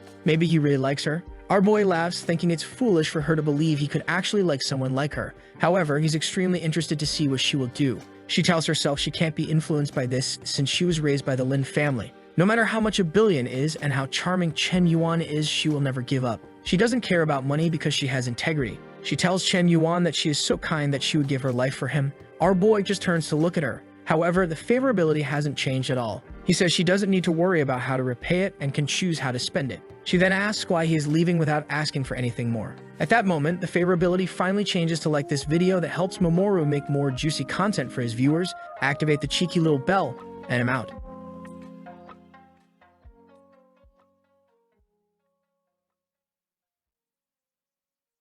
To more than 100 houses in that region. Our boy is shocked that she managed to buy 100 houses. He asks from whom she got so many houses. She says she found 100 through the Fei Tian real estate agency, and once he signs the documents, everything will be his. He is impressed. Despite being a spy, she is extremely efficient. He says they will look at the papers later and asks her to come upstairs to discuss something. Ling Shuang starts thinking that she's been exposed, but unfortunately, she hired a lot of efficient people. Upstairs, he asks if she knows why she was called there, and she says she doesn't. He hands her the papers, saying he doesn't want to sign since it will all be in her name. She says it doesn't make sense since all the money was his and she can't accept something like that. However, our boy steps closer and says she deserves it because he likes her. Blushing, she asks if it's true. He moves even closer and says that even if it were a trillion, he would still give it to her, all because he likes her. She asks if he's joking as it's not appropriate since they've only known each other for a day. He questions if she really thinks he would give away so much money if it weren't true. Embarrassed, she doesn't know what to say. However, he pounds the wall, saying that some people stay close their whole lives but never get intimate. But from now on, she is personally his secretary, and he congratulates her on passing the test. She is completely confused, not understanding what he wants from her. Then she receives another billion. Totally bewildered, she asks what that is for. Our boy says her mission as a secretary will be to spend all of it in 1 week. Confused, she wants to know what he's planning. However, she starts to wonder why he trusts her so much. Maybe he really likes her? Our boy laughs, thinking it's foolish for her to believe he could actually like someone like her. However, he's extremely interested to see what she will do. She tells herself she can't be influenced by this since she was raised by the Lin family. No matter how much a billion is and how charming Chen Yuan is, she will never give up. She doesn't care about money because she has integrity. She tells Chen Yuan that she is so kind that she would give her life for him. Our boy just turns to look at her. However, the favorability hasn't changed at all. He says she doesn't need to worry about how to repay it and can choose how to spend it. She then asks why he is leaving without asking for anything more. At that moment, the favorability finally changes to like this video that helps. And do you remember that the last chapter ended when Ling Shuang's favorability was rising? Our boy was laughing so hard that she was actually starting to believe in him. However, she's no fool and promised herself that she wouldn't be bought by him. When he looked back, her favorability was still at -85.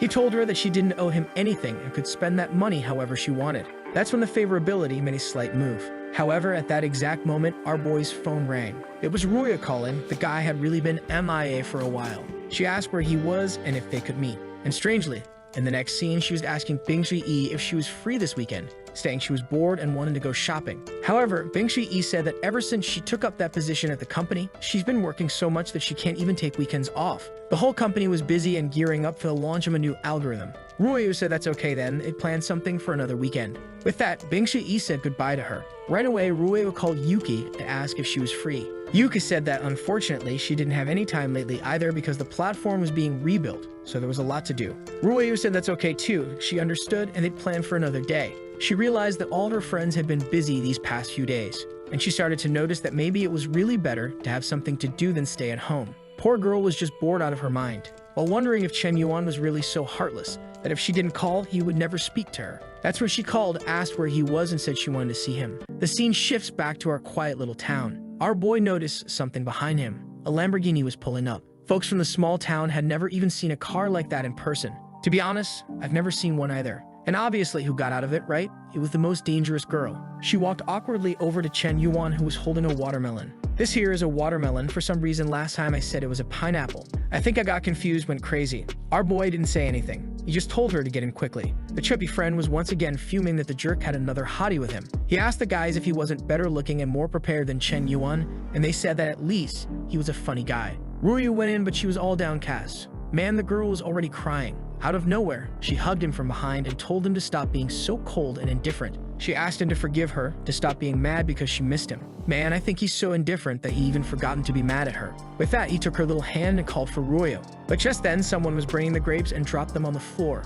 It was Jilu trembling, wanting to know who that girl was. Ruyo, on the other hand, knew her and asked what the girl from the Lin family was doing there. Man, our boy's sister, showed up and Ling Shuang too. She turned to Chen Yuan, called him brother, and asked who that other one was. Ruyo thought Chen Yuan was suffering with tears every day, just like she was. But in fact, he was living in this secluded place enjoying the company of 3 other girls. A little embarrassed, he called Ruyo and said he would introduce the girls. He said that one is Lin Jilu from the Lin family, who she should already know. The other was Meng Meng, his half-sister. And the other was Ling Shuan, who currently works as his secretary. The atmosphere wasn't pleasant and our boy was sweating bullets. So he introduced Ruyu to the others as a school friend and an amazing university student. Jilu was seething with anger. She knew Ruyu had given her brother her number. And Ruyu, on the other hand, was mad that this wretched sister of the guy who caused her trouble was still involved in this. Her plan was just to come see Chen Yuan and then leave, but with so many people there, she's going to have to keep a close watch. Out of nowhere, she then says that lately she's been feeling extremely stressed and with a headache and wishes she could relax a bit.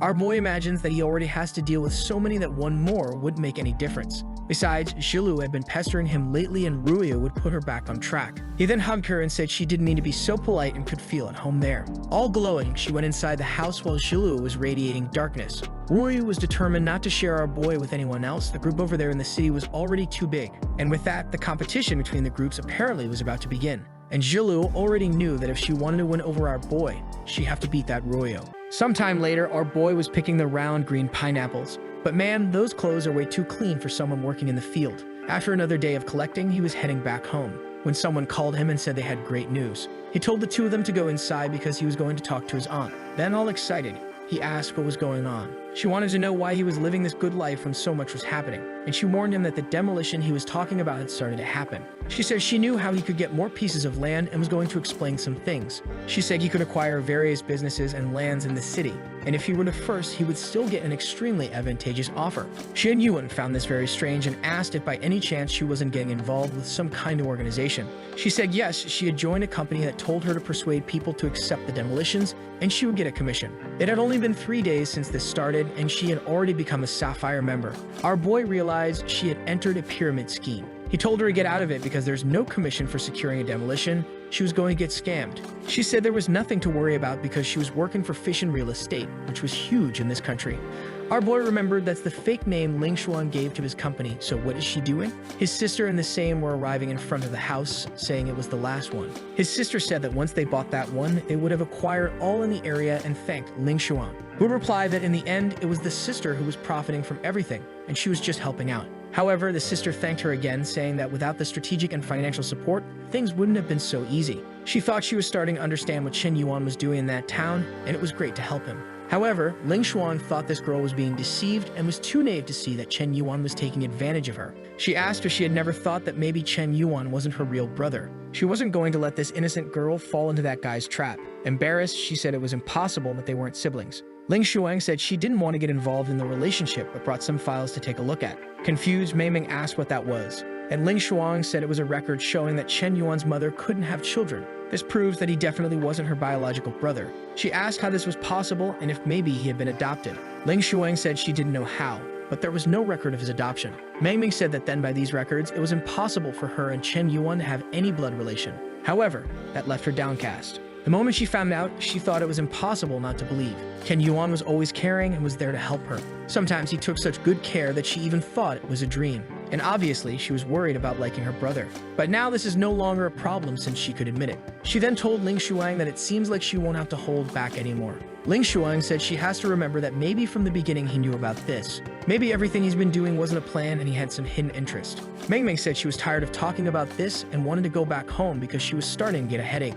With that, the two returned to the mansion. Mei Ming, who now discovered she's no longer a sister, thinks that Chen Yuan always liked her. However, strangely, he's surrounded by a bunch of other girls. The problem is that for her, the others are so incredible that she doesn't think he'll like a country girl like her. And Ling Xuan keeps thinking that that bastard doesn't even spare the poor country girl. He really plays with everyone's emotions. The favorability drops to -90. The boys wonder why this darn thing doesn't go up and is always falling. He sees the two walking and thinks to himself that he's sure he didn't do anything. Zhiliu asks what he's doing, and he says it's nothing much and tells her to light the fire. Man, they have a 78 million story house but still light a fire in the fireplace. And the professional at putting women to work already sent Ruo to wash some vegetables. He turned to Mei Ming and asked why she was looking like that. Today she seems sadder than usual. He said he was going to cook something to make her happy, and she was impressed. He said it was nothing much, just something he learned recently. Man, he says cooking is the only skill he's naturally good at and doesn't even have to try. Look at the dangerous boy with a knife going to town on the vegetables.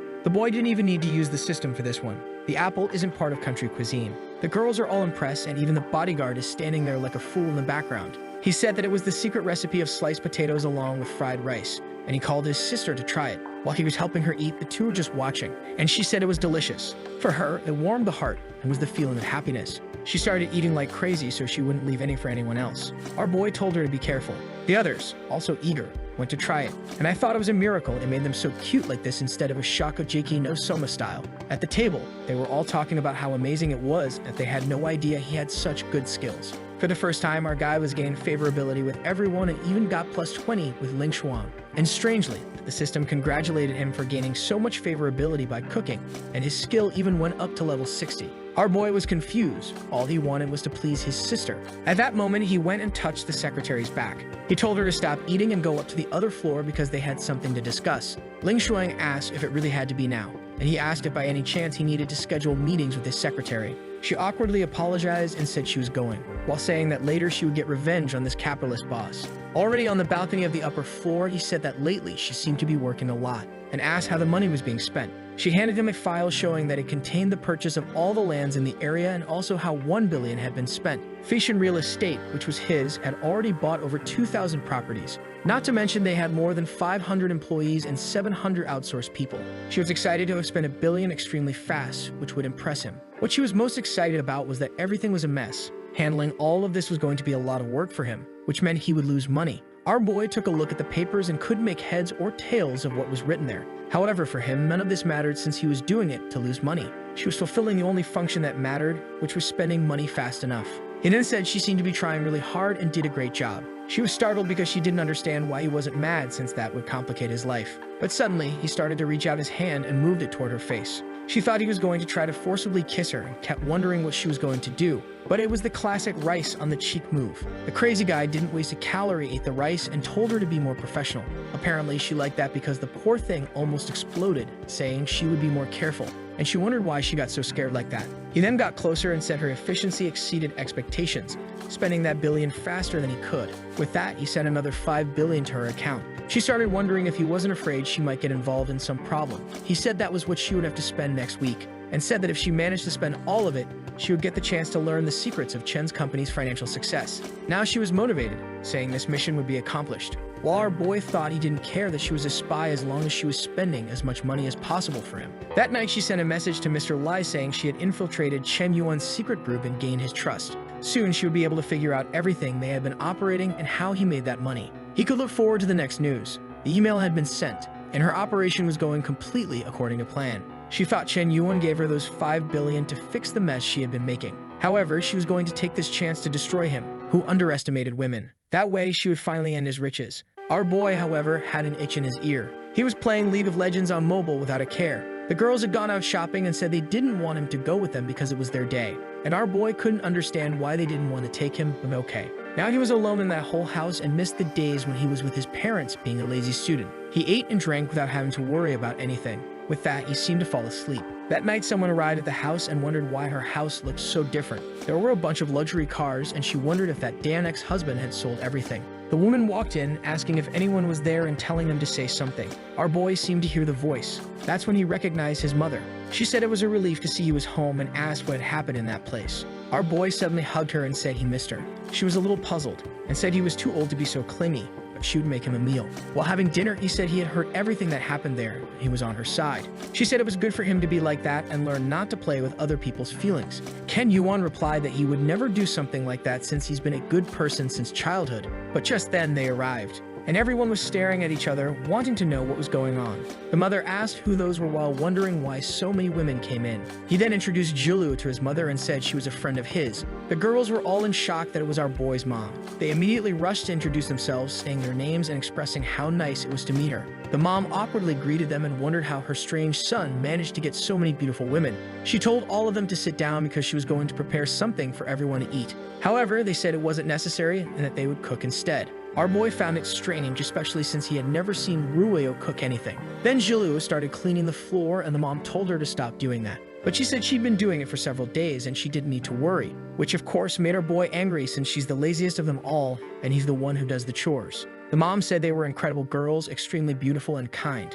The favorability was even going up. At least for that, the arrival of his mom had helped. However, he knew that his mom hated it when guys had a lot of girls around, so he was going to get in trouble. On the other hand, she was crying, saying she thought he would struggle to find a woman in life, but apparently that wasn't the case. However, he knew that was just hypocrisy. Then the neighbor from the pyramid scheme recognized her and called out. The mom asked why she was at the door and said she should come in so they could talk. But the neighbor said she had something important to say. Mom told her to go ahead, wanting to know why she was being so mysterious. The neighbor then asked if she had noticed the changes in the village. The mom said she heard that many changes were due to this fashion real estate. The neighbor said that this fashion group had been paying a lot for the lands there. The mom asked if the woman was there to try to make her sell a house, which she immediately said she wouldn't do. However, the neighbor said she should do it for her son, so she would have money to pay for his wedding. The mom was thoughtful and figured he really would need money, seeing as he had so many women around. And the pyramid queen said she managed to sell hers for $600,000 in cash. The mom then replied that it made sense, but she would have to think carefully about it. Inside, Jilu asked where his mom was, and our boy said she was strangely diligent. But he warned that she'd been around for a long time, and it was time for her to fulfill her part of the business as she was going to have a mission. She asked what mission he was talking about. He told her to follow him and he would explain. That's when she remembered she was there for business, and for a moment, she had forgotten about it and focused only on Chen Yuan. He then handed her the black system card. She knew that was the legendary one that few people had and asked how he managed to get one of that caliber. He informed her that the card had 50 billion on it, and the password was her birthday. She wanted to know why he was giving her so much money, and if he wasn't afraid she might do something wrong. However, our boy shouted that he trusted her. Now she was all flustered, convinced that our guy loved her. He said he would give her total control of the land acquisition project. That's because she is the only person he could trust. She asked about the sister and questioned if she wasn't trustworthy. He explained that every move he made was being watched because Ling Xuan was a spy. Poor Zhiluo had no idea about this. She asked if that was really true. He explained that it was, and that he became a target after the incident with the TV in the big city, and a lot of people were after him. And that's why she was the only person he could trust. She was shocked. 50 billion, not even her family would trust her with that. Not to mention she was sure that this project was extremely important to him. Our boy knew she was already at 92 favorability and hoped that this last move would finally work. And for her, this unconditional trust was the true form of love. With that, 95 was reached. Counterattack initiated. It was already number 10. Man, he had spent 50 billion on her. Besides gaining 30 points of strength, he learned to sing, draw, and play that Chinese chess, Go. Our guy was happy that the plan worked perfectly. He then said they would have to keep today's events a little secret between the two of them. And she was all emotional that now they had something that was just between the two of them. She then said she would return to the big city tomorrow, but wanted him to remember her. Our boy said he would miss her a lot. And with that, she left all happy, jumping. He liked her attitude and knew she was a good person. So if the Lin family was less oppressive towards him, maybe he would also be more patient with them. As soon as he went down the stairs, his mom called and said she had something to talk about. Already in the room, she said the neighbor mentioned she should sell the house and she was thinking about it. He said it wasn't something so trivial to discuss overnight and that they should plan for a longer time.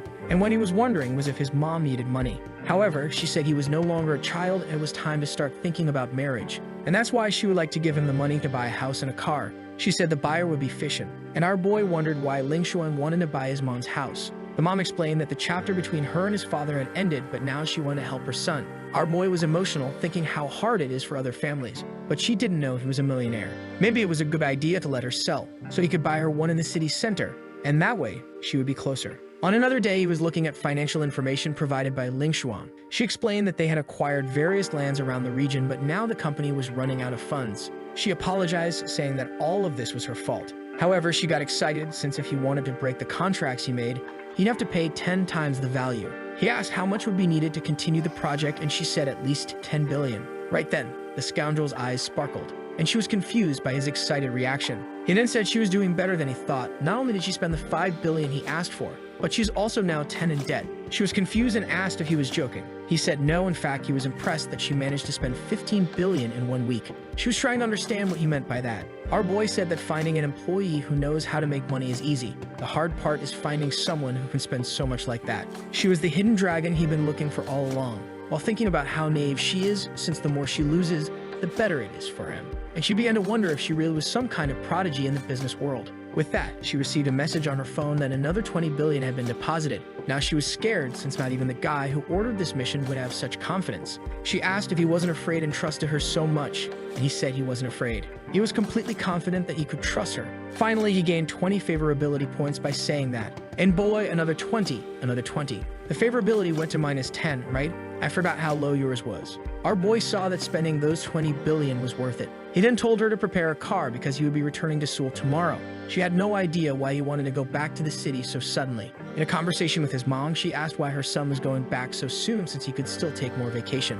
He explained that a friend's company was about to open and the guy asked for help. But obviously, it was Joy, Kagi's streaming company. The mom thought he was doing a part-time job to pay for his studies. Since he was little, he always tried his best to ease the family's financial pressure. And even so, in recent years, she had been harsh with the boy. He asked why she was crying, saying it was nothing much and that he could go. She handed him a card saying it had 50,000 on it, and he didn't need to worry and could spend it. Our boy, surprised, questioned if she was really going to give that much money. She said he needed to spend a little.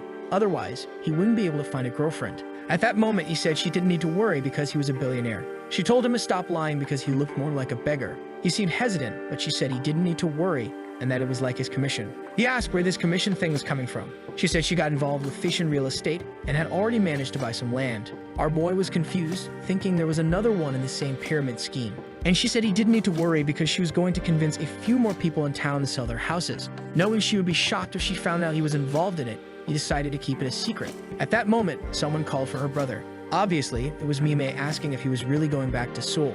Our boy said yes and asked what the problem was. Naturally, she asked if she could go back with him. That's when he remembered that Mengming had no relation to his mom, so things would get weird once he left. With that, they hit the road on Google Maps.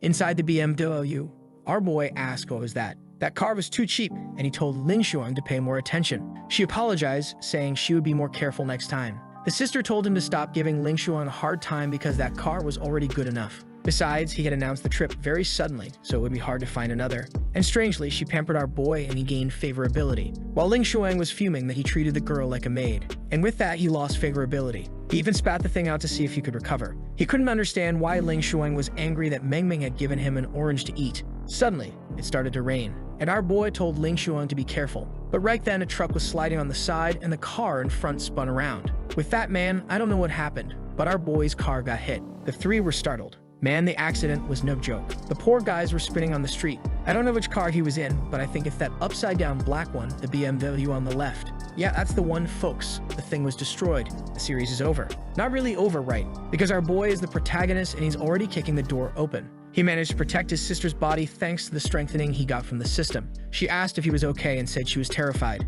Our boy said that as long as he was by her side, nothing would hurt her. A bunch of cars started braking, but the rain was still heavy. He covered his sister and said he would help Ling Shuang. When he got there, man, I'm not sure if she's going to make it out alive. He asked if she could get out, and she replied that her legs were stuck. Oh boy, could there be a death in the series? Watching him disappear, she wondered if she was going to die in such a ridiculous way. But our boy grabbed the door, and with the system's strength, he pulled her out. He told her to hold on, he wasn't going to give up. And the poor thing was there, almost dead, already thinking that at least in the end, he never disappoints. The affection score went up to 5. Our boy was there saving her, thinking that finally the number was positive. Only in a story could you survive a head-on collision with 30 flips in the air. At that moment, his sister asked if Ling Shuang was okay and was startled, saying something happened to her face. Apparently, the poor girl had a cut across her whole eyebrow. The sister brought the rearview mirror for her to take a look. She immediately saw she had almost split her head open.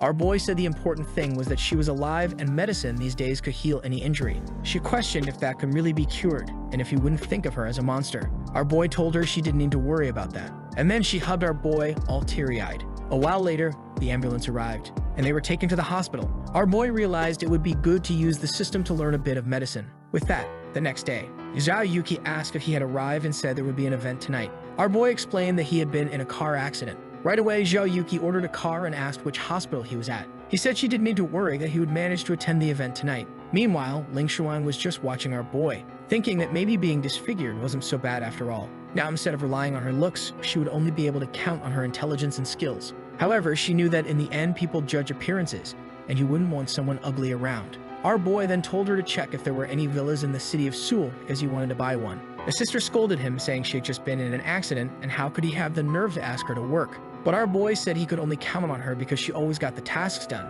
Still, the sister argued that he couldn't force people like that, and she turned to say something to Ling Shuang, but she was emotional, crying. The two, sibling or not, were actually confused by that, and she explained that she was emotional because he hadn't changed how he treated her, even with her being disfigured. To be honest, I haven't seen all this disfigurement on her face yet, but she said she would exceed his expectations. The scene then shifted to the event where the artist carefully sketched each of the participants. Upon arriving, the sister was impressed, saying the place was amazing. She can recognize some of the famous streamers there.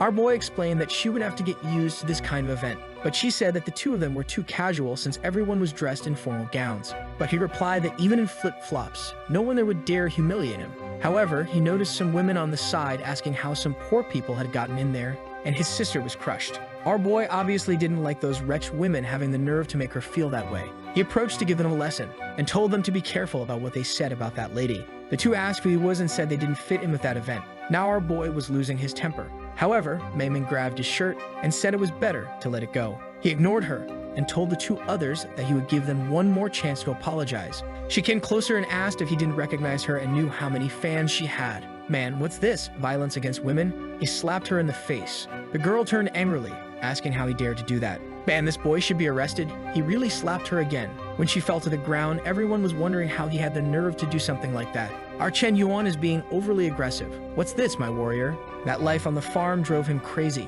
and those bar friends came over to see who was causing trouble there. Immediately, they saw it was our dear Chen Yuan and were already shaking. The guy knows that our boy is more famous than ever, and finding him, there was a stroke of luck. However, the girl who took the slaps immediately recognized the guy. She approached Mr. Bai and asked for help because she'd been beaten by a farm boy. Apparently, the writer recognized him but was trying to get revenge in the story. Wagging his tail, he clung to our boy and said he wanted to apologize on her behalf. And the rest of the event wondered who this guy was for Mr. Bai to act like that. Apparently, the sister liked that our boy hits women. There's something wrong with that. She really liked it and gained favorability, and she's super dangerous. Meanwhile, Ling Shuang is in the room. It was time for her to call her boss and report everything that happened this week. However, she was remembering our boy, everything he said and how he saved her. She couldn't understand why her mind was filled with these thoughts, but she decided that none of that mattered and called the young master. He answered and asked what it was. She said that the time to initiate the plan had come. She had acquired several scattered island pieces, and they could disrupt Chen Yuan's plans. The guy congratulated her and said that when she returned, she would be extremely well treated. She thanked him and said he didn't mean to say such things. After all, if it weren't for him and the Li family, she would have died on the streets. He replied that she was the person he trusted most, and as soon as she returned, he would send several doctors to take care of her. She thanked him and hung up the call. However, she wondered how he had found out about her accident. The only way would be if he had placed a spy to keep an eye on her because he didn't fully trust her. On stage, the guy told everyone to give a round of applause for the boy's performance, and the next person to appear was a special guest. The sister asked who this mysterious person was. Our boy had put on a mask, and she asked what was the meaning of that. He was wearing this ridiculous Batman thing, saying he was going to put on a performance for her. They recognized the famous crystal piano on stage, and there was Chen Yuan walking up to it. The sister was all smitten. Not sister.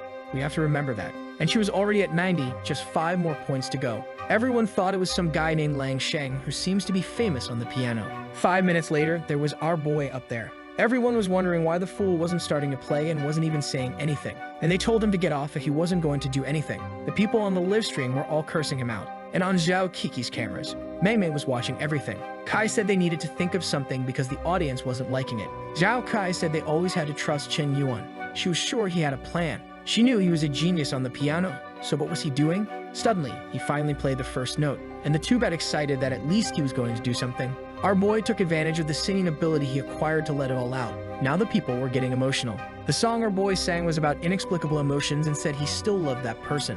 And Meng Meng couldn't believe it and wondered how many more secrets he had. Our boy sang that time was passing and they had to face their choices, and that he wasn't happy when he left for a moment. Meng Meng was there saying he was hard to resist even being her friend's guy. From her house, even Go Zhuanian was watching, and she thought that this kind of song could only be sung by those who truly loved. To her, he pretended to be cold, but he had a wounded heart, and favorability is at 93 too. I thought he had already achieved that. Everyone at the event was left speechless, and as soon as he finished, I saw the guy clapping, saying it was incredible. On the live stream, it was obviously all hearts now, and everyone was supportive, and Ruiyu couldn't believe he had yet another skill like that. She regretted not being there in person to see it. Her father told her to get off the phone while in the meeting, but the Lee family guy said it was okay, and that he sometimes ended up doing the same. The father apologized, saying he should have raised her better. Once again, the Lee family guy said it was okay and not to worry about these things, since they were about to form the contract. Meanwhile, Ruiyu wanted to know why the guy who caused problems with Chen Yuan was right in front of her. The fact that her father brought her there without her knowing left her angry.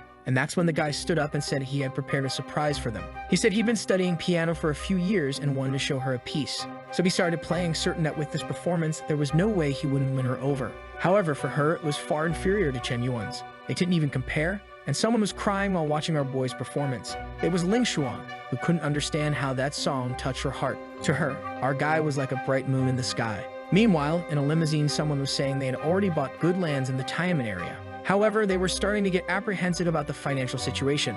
It was Jilu who said not to worry about that and just keep buying for her. She knew Ling Shuang was buying other lands, so she was making a strategic move to counterattack the girl. The area for making movies and TV that he bought seemed to be in Tiananmen, but it actually involved 2 other cities, and she had to do her best since she was the only person Chen Yuan counted on. Using all the knowledge she had, she was going to punish that damn spy Ling Shuang. Then she received a message from Meng Meng, saying that Chen Yuan was performing and she had to take a look. She found it strange for someone as wealthy as him to be live streaming. That didn't make any sense at all. She opened it and saw that he was there playing with a mask on. However, our boy was in the colorful LGBT singing. She was impressed. She never imagined that's how our boy sang. To her, it seemed he wasn't successful in music only because he had dedicated himself to the business world. The whole country was crying over such talent not being a star. Having reached 96, he gained 10 strength points. I'm eager for our boy to reach 100 to see what happens. Seeing the points he gained, he thought that this performance wasn't in vain, and the audience asked where he was going. Everyone wanted him to continue.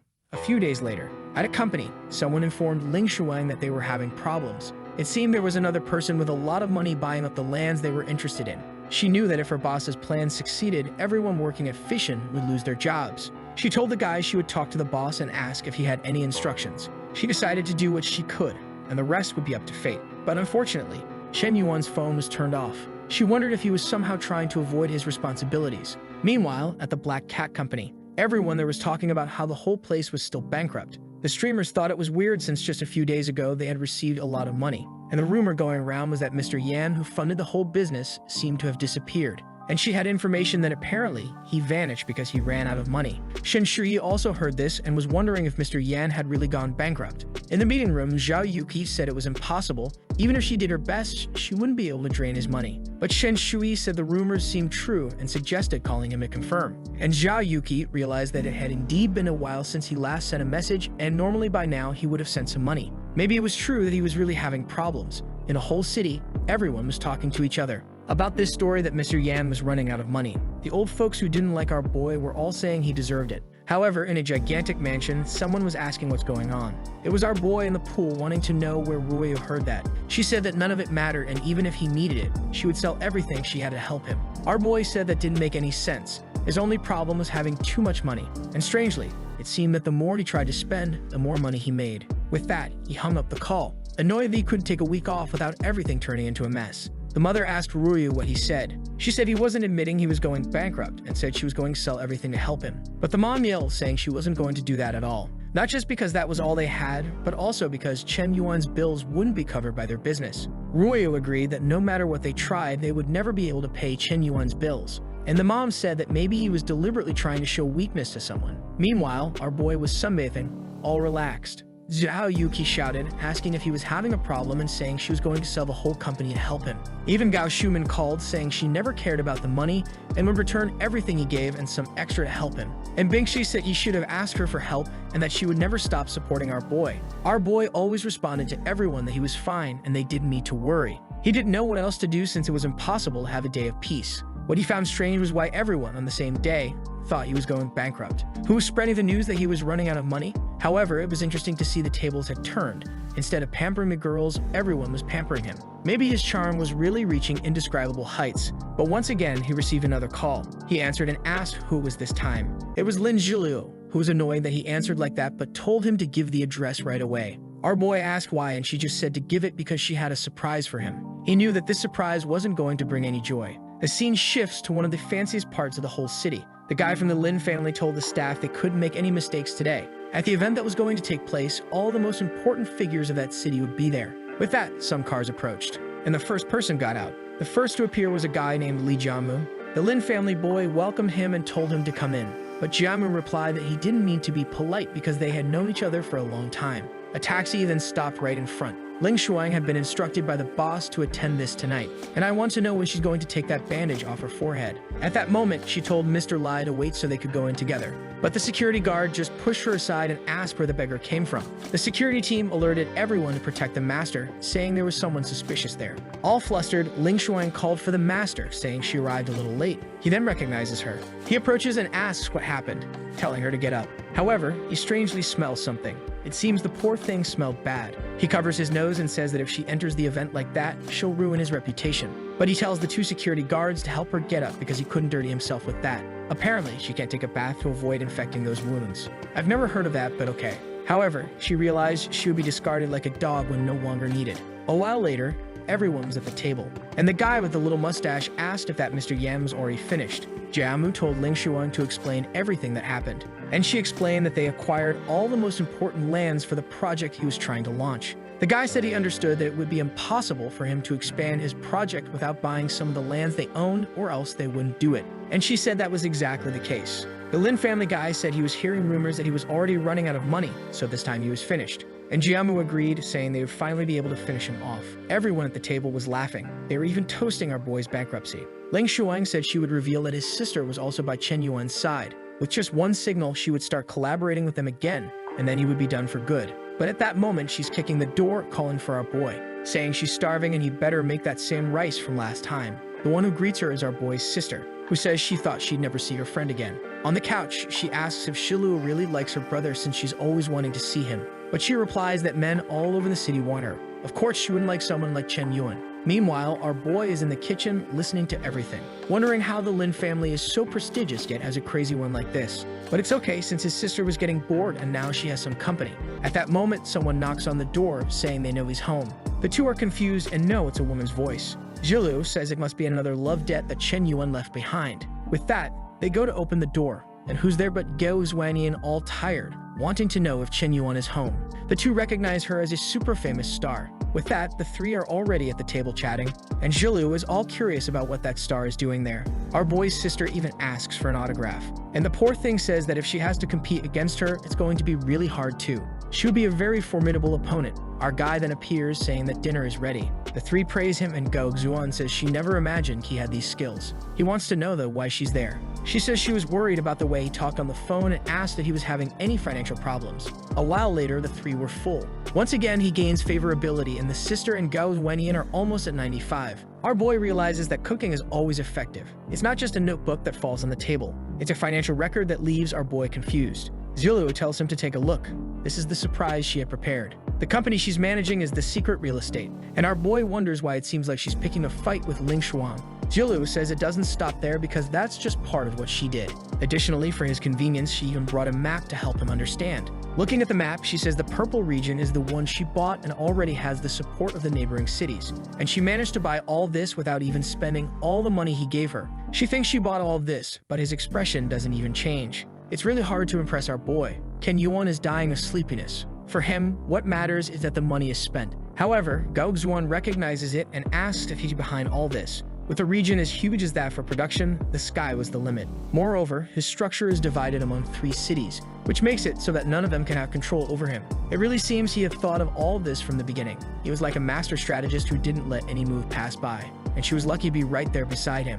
Guys, we reached 95 favorability again. The brown noser relationship had been completed, and he received 283 million back, plus 30 strength points. And now he was also a master of acting. Our boy wondered if he looked better when looking at this financial paper. Meanwhile, at the Black Cat Company, someone asks Mengmin for a favor. It was Zhao Yuki who said it seemed like Chen Yuan had a real estate company and wanted the girl to take a look at it. Mengming said the name of the company was Fishin, and the new secretary named Ling Shuang was managing it. Hickey said it was dangerous to leave him alone in this, and they would need to investigate to find out how to help him. The friend then said she would investigate all of Fishin and especially Ling Shuan. With that, she was giving her cheek kisses, saying she could always rely on her best friend. Meanwhile, our boy was curious because he became a master of acting. Could it be possible to use this skill in flirting? He then turns to Gao Zhuanian and asks why she was looking so intently when he was looking at those files. She seemed a bit confused, having no idea how he noticed she was so focused on him while looking at those files. And strangely, he seemed more charming than before. Our boy thought that now flirting was finally getting easy.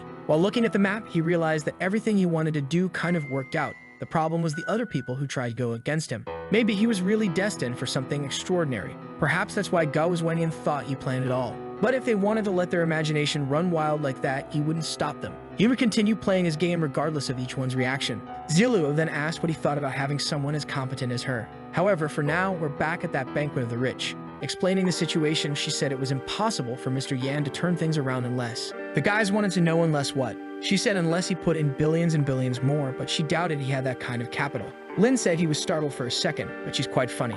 Then Diamond wanted to know if anyone had any questions. And strangely, the jawline guy said he was smelling something weird and mentioned hearing that all of Diamond's secretaries were wonderful. So he wanted the girl to take off the bandage on her head and reveal her true face. The artist could have hidden that face better to create this drama. But alright, she's crying to Mr. Lai, and he knows that this guy is being extremely rude, but he can't lose this cooperation. He then told Ling Shuang to take off the veil and let the guy have a look.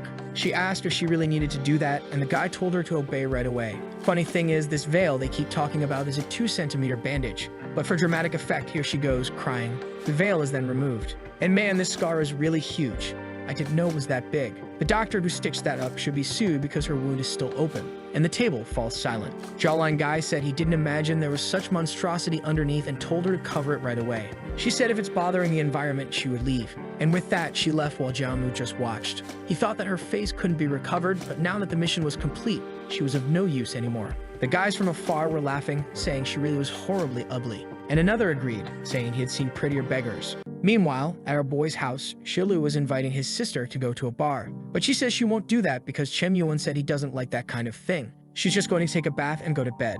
Jilu says she should have more fun, but she says she loves staying there at home with her brother. Then someone rings the doorbell. The two turn to see who it is. It's Ling Shuang looking completely worn out. Meng Meng immediately asks what happened because she doesn't look well. She says nothing happened with a face that looks like she took a beating. Meng Meng helps her and says she can tell her anything. While Jilu is angry because to her, Ling Shuang is the biggest traitor of all. To be honest, she's right. She really is the biggest traitor. Meng Meng says that Chen Yuan told her to wait a bit for Ling Shuang because he thought she would show up. Shocked, she asks if he really mentioned her, and Meng Meng says yes. With that, she goes to eat our boy's rice, realizing that from the beginning, Chen Yuan treated her like a person and not as a tool. In the end, he really was the kindest. Meng Meng asked why she was crying and told her to say what happened. But she replies that it's nothing much, she just remembered some things. Favorability rises by 10, and Ling Shuang asks where Chen Yuan is because she wanted to talk to him, and then it rises by 10 more. The sister explains that Chen Yuan had already gone to bed. She questioned why he went so early. The sister explained that it seems he's having to deal with a lot of problems and wants some time alone.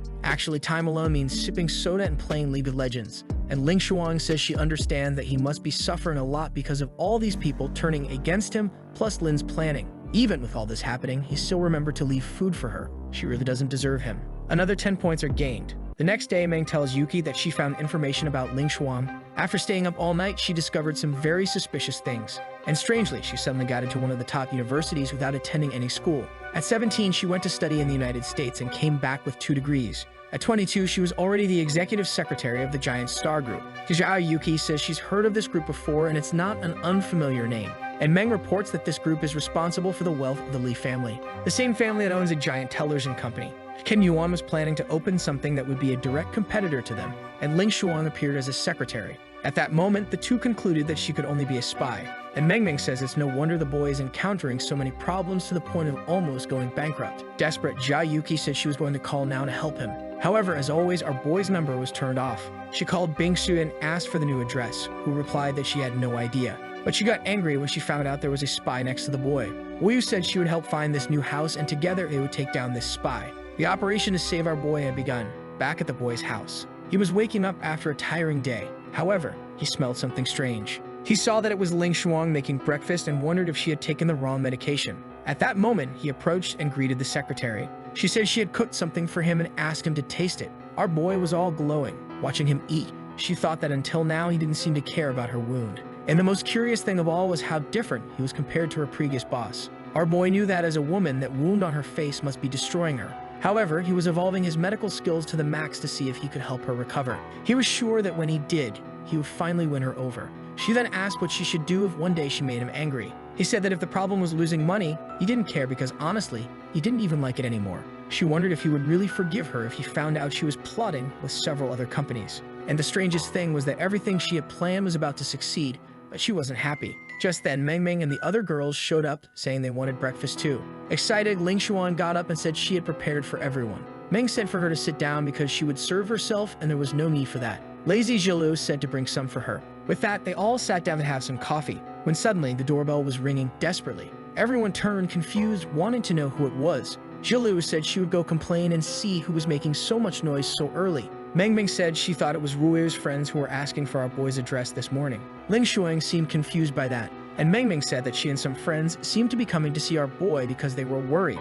They mentioned finding out there was a spy in his company. She wiped her mouth and went to open the door to let them in. And man, it was really all of them. The sister was impressed that there were so many beautiful women in front of her. Before she could say anything, all 4 had already entered the house. Meng Meng asked if those really were Chen Yuan's friends. They looked quite angry. Ruiu just replied that the situation was urgent and wanted to know where Ling Shuang was. Meng Meng said everyone was having breakfast together. With that, they all approached and surrounded Ling Shuang. The poor thing had nowhere to run, and she and Meng Meng, tired of no one saying anything, slammed some papers on the table. She told Chen Yuan to take a look as she had made a dossier on a spy in his company. Our boy, reading it, was impressed, saying that the girl had studied a lot. It really was no wonder she had all that talent. It was amazing that he had such a well-prepared secretary as this one. But Meng Meng told him to realize that he had fallen into a trap set by the other groups. Now that there are 2 Meng Meng in the same scene, it's getting tricky. However, the sister asked Ling Shuang if it was true. and Jilu thought the poor things had no idea that the boy had known for a long time. And what's even better is that if she's the only one who knows this, she's the one he trusts the most. And Gao Xuanyan, with an IQ of 200, had already realized that our boy used Jilu to ruin Ling Shuang's plans. She revealed that it was all true, and that she approached him with the intention of working as a spy. Suddenly, our boy stood up. He told Ling Shuang to come with him to the garden because he wanted to talk alone. With that, the two left with all the curious ones watching. Meng was already crying, saying she never imagined she was a spy, and if she had known, she wouldn't have let her get close to our boy. However, Jilu said not to worry because he had known this for a long time. Everyone was shocked, wanting to know what business was this about him already knowing. Ruoyu asked why he gave such an important project if he knew she was a spy, and Jilu said she would never tell. She had already realized that all these girls seemed to be interested in our boy, already fuming, wanting to know if there wasn't another man in this country for them to all be after him. They started shoving each other, demanding proper explanations. But suddenly, Gao Xuanyan cleared her throat beside the painting and said that coincidentally the wrong areas Ling Shuang made him buy and the ones Jilu bought for him formed a continuous area. Right then, Ruoyu realized our strategist was years ahead of everyone. He was like a planner who saw the battlefield miles away. The way he used his troops and resources was on another level. He was too complex for anyone to understand. The poor thing was even trembling there. Now everyone was impressed, saying the boy was like a supercomputer. Meng asked if she did something wrong by revealing the spy, since this now ruined Tanwan's plans. She said she didn't need to worry. If he went to talk to the girl, he probably had another plan in mind, while thinking that the more she got to know him, the more mysteries she discovered. Even though he always took too many risks, he always came out victorious. Maybe she was just another piece on his board too. Outside, Ling Shuang apologized for getting close just to gather information. She said she had no choice because she didn't know him, and that was the task she answered. Our boy said he always knew all of that, and she asked how it was possible. He said that on the first day, he had already discovered why she was approaching him and who was behind it. However, none of those things mattered to him, and he asked if she remembered what he had said. Man, he grabbed her face and said that if it was because of money and business, he would always forgive her. And as a knight, he had to keep his word. Oh, of course, with that, the boy's favorability went up. She blushed, unable to say anything, and now was already at 85. She looked to the side and was about to say something, but he interrupted and said there was no need to worry about anything because from now on, she was part of his team. Once again, she wanted to apologize and such. However, he said he had already told her that she was his hidden dragon. He was sure that with her by his side, the whole world was within reach, and he left, telling her to keep working hard. She stood there, wondering if she really wouldn't suffer any consequences. Our boy said her punishment was this mission for next week, and with that, she received 30 billion to spend. Her nose even ran with so much money, and she fell to the ground saying she didn't deserve this. Another 10 favorability points, and our boy was almost there. But he was angry. He had already spent 50 billion on this woman, did everything possible, and was still at 93. But whatever, since he's been evolving his medical skills, soon she would be within reach. And as soon as that happened, the game would finally turn around. She sent a message apologizing for everything that happened and said she just couldn't betray the Lee family. Our boy knew she was almost switching sides, and now it was just a matter of details. He told her to stop making excuses and just complete that weekly mission already, and said the only mission she had was to spend money, even if it was to support the Lee family. She thought maybe this was his way of asking her to spy now while on the Lee family. But with so much against them, she couldn't see Chen Yuan getting out of all this. That's when our boy opened the door, and inside, they were all smitten. Our boy wondered why it felt like he had entered the wolf's den. He couldn't understand why even Meng was like that, considering he didn't even know her. And strangely, out of nowhere, he completed the counterattack against her. He was surprised he didn't even remember when he started the mission with her. With that, he received a bunch of 3 money and 25 strength points. What's this? Did our boy end up in the Matrix? Oh, that's explained. What he gained was proficiency in being a hacker. What he didn't understand was why every time he was gaining a skill now, his head was hurting even more. And the system told him to increase his mental power because this overload of information was wearing him out. The poor guy was suffering because he had too many skills. But it made sense since the skills he gained were like years and years of someone studying. This was one of his biggest profits, and he didn't even have to make an effort to gain an incredible skill. And with that, he told the system to spend 50 points on mental power. Immediately, our boy went through a transformation. Now we have Chen Yuan 2.0. With one look, he could tell the perfume, the shoe, the weight, the brand of the clothes, and the height. And he wondered if he had become some kind of super genius. Meng apologized, asking if she did something wrong by revealing Ling Shuang. He said that was irrelevant since the truth would come out sooner or later. The only thing he hoped was that no one would treat her badly and pretend it never happened. They were confused as to why they would do that. The others were obviously fuming, wanting to know the same thing. And Meng concluded that he must have already convinced Ling Shuang to change the plan. Maybe he was trying to turn her into a double agent. He was indeed planning far ahead. He was using a light strategy to counter the dark conspiracies. Ling Shuang was about to enter the house and overheard part of this conversation. Our boy was telling everyone not to treat her badly because she was still an important part of the team. She saw this and wondered if that was really something sincere. He truly was the kind of person worth following for the rest of her life. A while later, she was leaving the house. She said he didn't need to worry and that she would call a taxi. He said it really wasn't a problem if she wanted to keep living there. However, she said the crack had already been created and she would always be seen as a spy. From upstairs, his sister wondered if Chen Yuan had really convinced the girl and if she would return to the Li family. Even more so, if her plan failed against Chen Yuan, she would be punished if she went back. Zhilu said that those words made her realize something. Ling Shuang herself might not know that Chen Yuan had set it all up, and it was inevitable that when the Li family found out, she would be punished. At that moment, Zhilu received a call from her brother. He asked where she was and what she was doing. She said she was at Chen Yuan's house and witnessed a scene he would never believe. The poor guy wondered since when did his sister call this guy brother. The worst part was that his sister didn't know the plans the Ling family had with the Li family, and he started yelling, telling her to stop hanging out with this guy because he wasn't good for her. He warned her that in half a month, she would be back at university and told her to come home. Angry, she thought that as soon as he found out about the things she was achieving, he would be surprised. Soon they would find out that Lin Zhilu was the greatest entrepreneur of her entire generation. In the background, Zhao Yuki asked Ruyo if she knew those two girls. She said the one on the left was her sister named Wan Mengming, and the one on the right was extremely dangerous, as it was Zhilu from the Lin family. Zhilu asked if that wasn't one of the richest families in all the cities, and she was already saying the damn guy never rests. Every time, he just shows up with another one. She then called the two over, introduced herself and said she was the CEO of the big black cat company. And she advised that since they were all friends of Chen Yuan, they should have each other's contacts. Our boy looked and wondered what was going on there. The girls were all exchanging numbers with each other, and Yuki had added Zhilu to their group, saying that from now on, they were all friends. Our boy was already wondering how many people were in that group. Meanwhile, at a hotel, someone welcomed Ling Shuang back. It was Mr. Lai at the table, saying that yesterday's action was because he couldn't lose that guy's investment. He said he had contacted the best plastic surgeon in all of Korea, and soon she would be as beautiful as before. She said she understood and thanked him. He then asked what brought her there. She revealed that her identity had been exposed. Shocked, he asked what happened and if it was hard to escape. She said that actually he forgave her and even invited her to keep working. However, she refused. But of course, she decided to hide the 30 billion.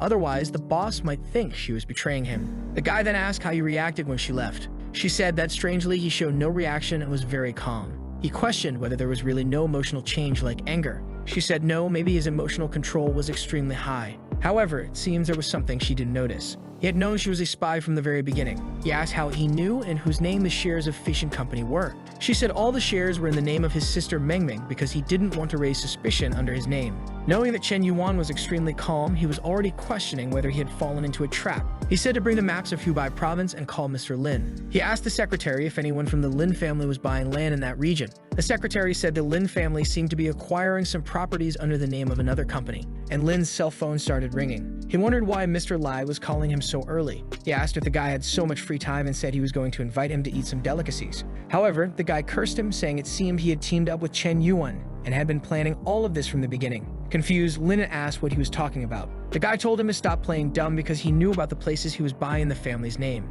Coincidentally, all the land purchased by his company fit perfectly with Chen Yuan's strategies. Lin, confused, had no idea where those purchases came from for his family. He said he would investigate this because he was absolutely certain it was not related to his family. The guy said he had half a day to give a satisfactory answer.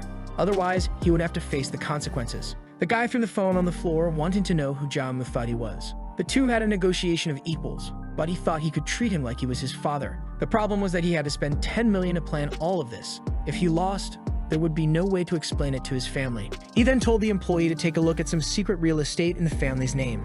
The guy said he would handle it now, and 2 hours later he returned. The poor guy had already received all the papers. He wanted to know why everything was in his sister's name, who was 20 years old and wasn't supposed to have any money. Worst of all, it was confirmed that the company's capital exceeded 50 billion. And the guy showed that with the purchases made by this company, Chen Yuan's plan would work 100%. With these purchases, the entire television structure he was trying to set up would work perfectly. They thought they had caught him in a trap, but in the end, they were the ones who were defeated. He realized that from the beginning, he had fallen into a giant pit, and the worst part was that his sister had been brainwashed. He angrily grabbed his phone, saying he was going to call her, wanting to know how that damn girl was trying to do something that would ruin the whole family. Getting out of the pool, she answered the call and asked why he wanted to talk again. He then said he found out about the secret real estate company she was running. She replied that he took quite a while to find out and that from now on, he would have to call her boss. He started yelling, asking who gave her permission to exploit the family's connections like that. But she just hung up, since she preferred to be on Chen Yuan's side, who was far more capable than her brother.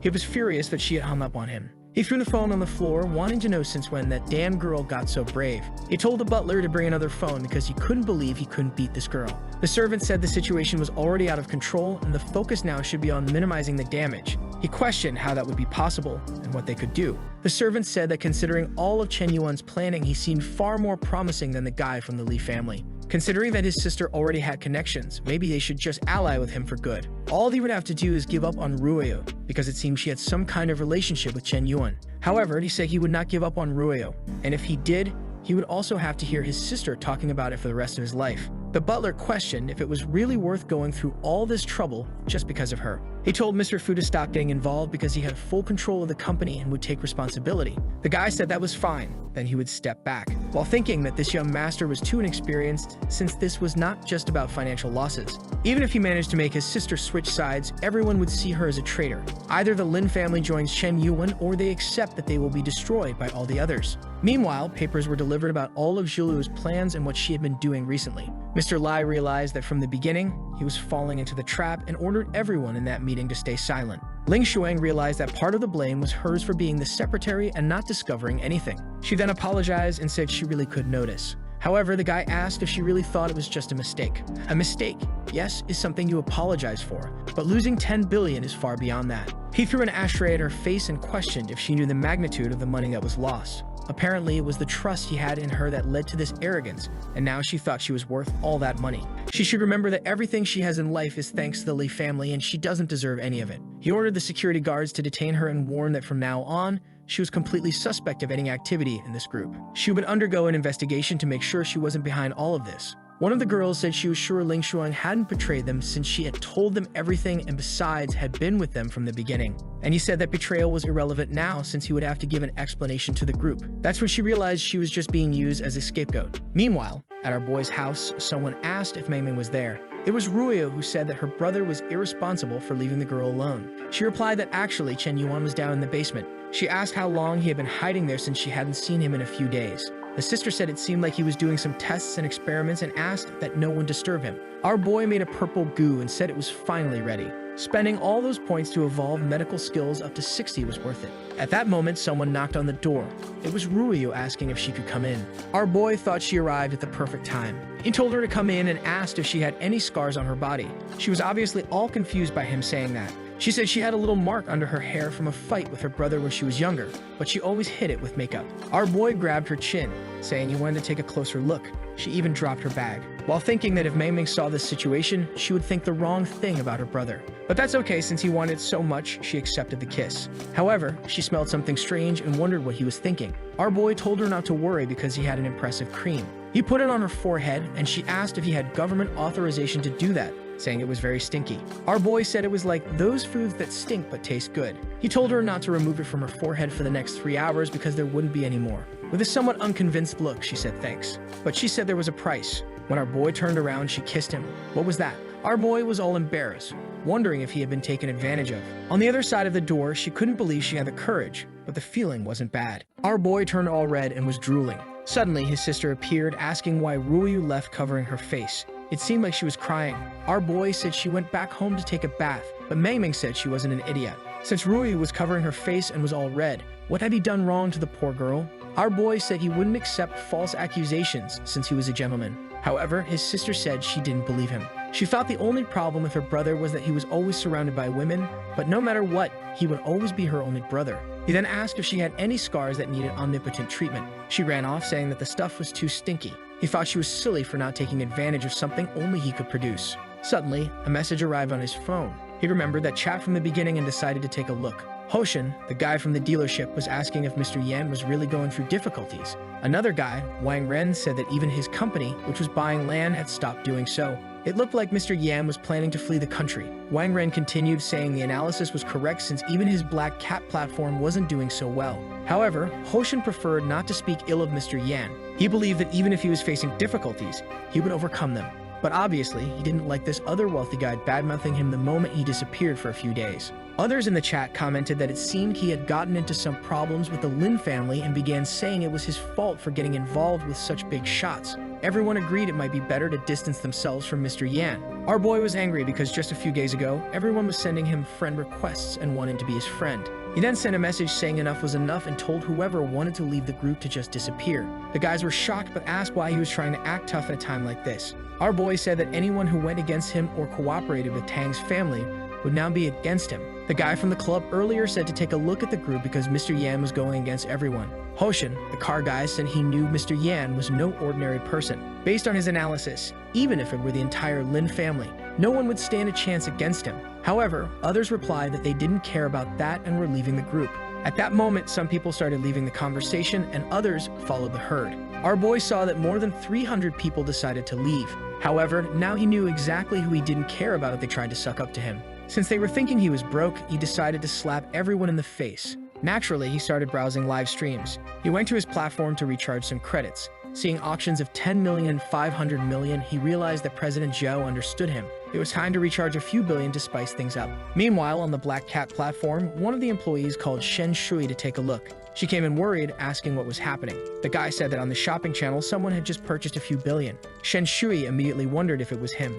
There was a blonde girl doing a live stream dancing for everyone and another with pink hair messing around. However, our boy found all that quite dull until something caught his attention. What seemed to be his sister had started live streaming under the name Dreamy Little Monster. How this clueless guy didn't recognize her immediately is beyond me. Since she dresses up like a little cat, you can even buy her a litter box. What a disaster, for crying out loud. She thanked her viewers, saying she hoped they'd have prosperous lives. Now our boy recognized his sister and understood why she hadn't been bugging him so much today. However, as always, he wouldn't let this slide and immediately sent a rocket. A guy named Happy Wind, who made the donation, asked to add her as a friend. However, she responds that it won't be possible because her brother doesn't allow that sort of thing. But then 10 more rockets arrive. The guy once again asks if now she can add him. Our boy starts getting angry, seeing this guy hitting on his sister like that. And his sister isn't happy either, asking why this guy keeps insisting if she already said she's not going to add him. She repeats that if he's sending gifts just to be added, he better stop because it's a waste of money. But the guy sends 100 more rockets. He goes into the chat again and asks if now it's enough. She sees that not only is this guy annoying, but everyone else in the live is starting to join him. However, something catches everyone's attention. The entire planet is destroyed. It looks like our boy bought a stellar explosion. At the Black Cat operations base, everyone comments that the most expensive item in the store had been purchased. Shenshri is already wondering if the legend had returned. A shocked Mei asks if they really received the item that costs over 1 million. Meanwhile, our boy says he's going to humiliate anyone trying to impress his sister with rockets. He'll have to shatter this guy's dreams until he realizes any attempt is futile. He then sends 2 more stellar collisions, followed by 3 more stellar explosions. When he does that, it even appears on other people's live streams. Everyone finds out that the dreamy little monster has already received more than 4 galaxies. Our boy keeps clicking until the guy learns his lesson. Meanwhile, those watching can't believe he's already sent about 3,000 of those. There are so many donations that she can't even see the chat properly anymore. Having received so much, her popularity score hits 100 million. At the platform's base, people can't believe it. Our boy had spent 300 million. Apparently, that 3,000 was mistranslated. Our boy smiles, saying it might be enough to cause a financial shock. Just then, he receives a message from his sister asking if it was him who did that. Our boy admits it was, but she says it's a waste of money. However, she quickly realizes that since the platform belongs to him, he's not really losing much. Still, she asks him to stop because she can't continue her live stream. Our boy wanted to spend about 10 billion, but it looks like he won't be able to interfere any longer. On the platform, everyone wants to know if it was really Chen Yuan who spent the 300 million. Shen Shui confirms it, but she's unsure how to deal with it. Zhao Yuki tells her to explain what's so difficult about it, and Shen Shui says that all the money he donated went to his sister Mengming. She admits it's strange because, in a way, the money isn't actually leaving him. At this point, Shen Shui seems to understand Chen Yuan's plan and tells Zhao Yuki that she now knows why he did it. She explains that it was a way to show the other families that he had recovered from the attack he had suffered. With this move, any rumors about him going broke were now dispelled. Zhao Yuki agrees, saying it's the perfect way for him to spend money to silence everyone without losing anything. Meanwhile, Shen Shui says it's been a while since she's seen our boy. All she ever wanted was to be chosen by a man like that. He would be incredible. The next day, of course, this became news everywhere. The bowling guy tells Hoshin that he was right after all, and Hoshin says he must learn that Mr. Yuan wasn't going to let himself fall like that. In the end, it was all just a joke, but in reality, he was terrified of betting on the wrong person. Luckily, Mr. Yuan hadn't gone bankrupt. Then a bunch of notifications start flooding the group chat. Everyone who stayed was relieved they trusted Mr. Yuan and remained. Someone mentions how his plan worked, taking down both the Li and Lin families. The guy is impressed, saying it's amazing how he went against so many people and still came out victorious. The guys even comment that a move like the one he made will impact the next decade. Our boy concludes that those who decided to trust him are now on his side. Since he's not keen on constantly being attacked by everyone, he decides to reward those who deserve it. He announces that anyone from the group can join the television city he's building. One guy says his family owns several malls and that it would be great to be a part of it. Another says his family runs various restaurants and definitely wants to be involved. Obviously, someone from the hotel business jumps in, and a few construction guys say if he needs more materials, he should just let them know. Our boy is taken aback as notifications keep pouring in from people wanting to participate. His sister is impressed that everyone is talking about her. Both her live stream and her name are trending in the top searches. He tells her it looks like she's become an internet celebrity. She responds that she's only famous because she received money, which isn't a big deal since most comments are about him. Everyone says he's a selfish person who only knows how to spend money on women to show off, while other wealthy people finance the nation and talent development. He's just spending money on streamers. Our boy tries to defend himself, but his sister says Ryu already explained that he pretends to only know how to give money, while behind the scenes, he's a business genius. He tries to counter, saying it's not a big deal. When his sister says there's no point in hiding, she already knows all about the plan he orchestrated. The poor guy doesn't understand how this kind of nonsense is spreading so much, and what he doesn't want is to change the relationship he currently has with her. So he decides to change the subject and asks what's this about some guys investing money to promote the nation's talents. His sister says that in the board game called Go, their country is being dominated by some foreigners. One guy even said that everyone in their country was an amateur. Our boy asked who was bold enough to say that. She said the genius was under 20 years old and was named Kimura. It seems he learned from an old master, and when he arrived in their country, he defeated everyone there. Even the seniors who had been training for years didn't stand a chance against him. He even made a daring announcement that no one in their country could beat him. Our boy asked what that had to do with all the spending, and she said that everyone in their country was already offering over 200 million to anyone who could beat this kid. But our boy wasn't interested in winning the money, he just wanted to play against the guy. His sister asked if he was serious since the kid was a genius. He said of course it would be much more fun to compete. Besides, if things got tough, he'd just level up his skills a bit. His sister wondered when he learned to play that, especially since he's so busy managing multiple companies. Our boy asked when he ever seems so busy. She then recalled that every day he's lying in front of the pool, sunbathing comfortably. At night he's drinking Coke and playing video games. She has no idea how he manages his time so well, and our boy wonders why she seems so shaken. Right then she opens a live stream saying that today they'd focus on studies. But of course the chat wasn't interested in watching someone write on paper. However, for our boy, this was perfect. He then entered the biggest online platform to play Go and as always decided to use a different name to avoid drawing attention. So he chose Sunset Master. It was 10 in the morning when he started training, eager to test his system's abilities. The first round began and our boy was just clicking away with his Logitech mouse. By 10:33, he had already finished off the first opponent, but it was so quick it wasn't even fun. So he decided he would win 10 in a row to see if he could find tougher opponents, and with that, he began crushing everyone. It was 6:30 in the evening and he was still playing. He had won 30 consecutive matches and was still at the easy level. It seemed like he was going to have to spend more time there than he had imagined. One of the problems was that the higher he climbed, the longer the matches became since the players weren't making as many mistakes. All he wanted was a chance to face this prodigy. Kimura also played on this platform under the name Devil's Hand. One day he had won 20 consecutive matches and thought no one could beat him there. However, he decided to go for one more match. He looked through the rankings to see if he could find someone who had been doing well lately. Naturally, he spotted our boy in the Sunset Master. Our boy received a notification. Someone had challenged him to a duel. He immediately saw it was Devil's Hand and wondered why it sounded like the nickname of someone still in high school. He was impressed to see that the guy had 20 wins in a row that day. The duel was on. Devil's Hand made the first move and the match began to unfold. Our boy was amazed. Unlike other players, it was hard to understand this guy's moves. He remembered someone called the Demon of Transformation, whose every move had multiple variations. 30 moves in, and our boy wasn't in a great position. He realized that at the pace things were going, he was going to lose this match, and losing his streak would make it harder to climb the rankings. Kimura was impressed. It had taken 30 moves for the guy to fall into his first trap. But even so, it was irrelevant since in the end he was going to win again. Our boy then asked the system for 50 years of experience, which drained a lot of strengthening points, leaving him with only 25. Decades of techniques and strategies began flashing through his mind. After analyzing the auctions multiple times, he finally found the solution for the game. It was time to go on the offensive. Now, even he would transform into the so-called Demon of the Heavens. Kimura wondered why the guy wasn't making any moves. To him, in this vast world, he was still a solitary master. Then a notification caught his attention and he was startled by the move. It looked like the guy had made a bunch of nonsensical plays and apparently given up on the game. But our boy knew he would interpret it that way, and it was all just a distraction. He had the perfect piece. It looked like something familiar to the kid. He knew that demon transformation technique from the games. To him, it was impossible. There was no way an amateur could know a move like that. For the first time, someone had fallen into a trap and actually turned the game around in the end. With that, our boy defeated Devil's Hand, who fell back in his chair, wondering if he had really been beaten. How could he, the best player in all of Asia, have lost to some guy online in the 5th rank, especially considering that the guy used the same moves he does? He wasn't going to accept this result. Our boy was exhausted from playing all day. It was already 10 at night and he hadn't left his chair. However, he was excited by the last match and thought one more wouldn't hurt. He then received a private message. Since this guy was from another country, the message he sent was all messed up, asking for another match and to be taught. Our boy thought that with such a bad writing style and a childish name, it was really a primary school kid. However, he wasn't humble and said the guy had no chance against him, so it was best not to humiliate himself and go back to doing his homework. Kimura was furious, wanting to know who this damn person was. He sat down again, saying that in the last challenge he was just playing around, but now he would get serious. Our boy replied that since he wasn't convinced, he'd help him understand how things work. And with that, another match began.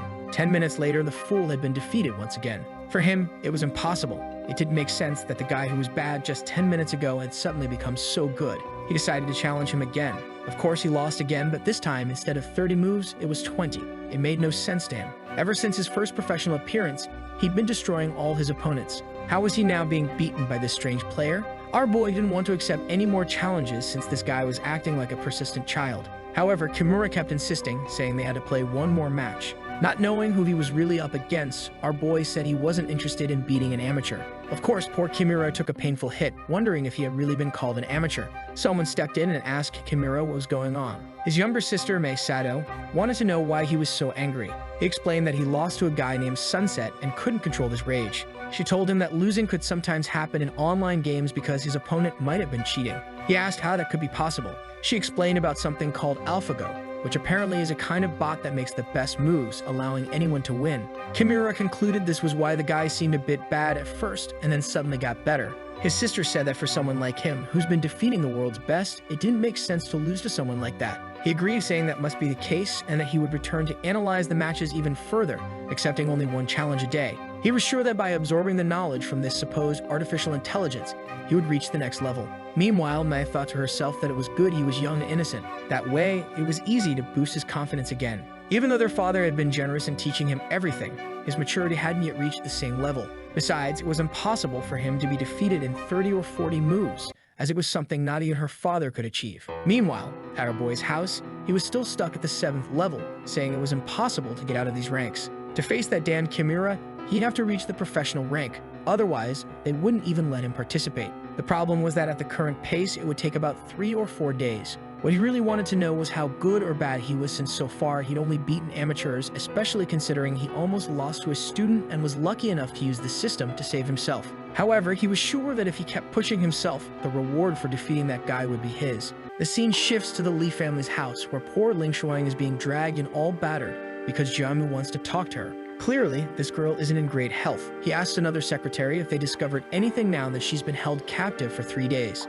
The secretary says they found some very interesting and suspicious things about the girl. One of them is that she has 30 billion in her bank account. Furious, Jiamu asks how it's possible for a secretary to have so much money. The other secretary says this is clearly a piece of evidence that makes them suspect her. Jiamu says it all makes sense now. If he were offered 30 billion to betray the family, maybe even he wouldn't be able to resist. He turns to her and says that now it's clear why she put on that little show pretending she wasn't guilty. Ling Shuang asks if he really thinks she would betray him for money. He throws a bunch of papers in the air and asks if that looks like a lie, and says that if she hadn't betrayed them, why didn't she ever mention the money she received? She's left speechless, and the man says that her inability to defend herself already proves everything. He turns away and warns her that she should know the consequences of betraying the Lee family. Everyone in the room falls silent. She says she knows the consequences and won't argue anymore so they can get down to what's practical. She asks what he means by practical. She says she knows that failing in this plan will affect his succession in the family, but she's willing to use the 30 billion to help repair any damage she may have caused.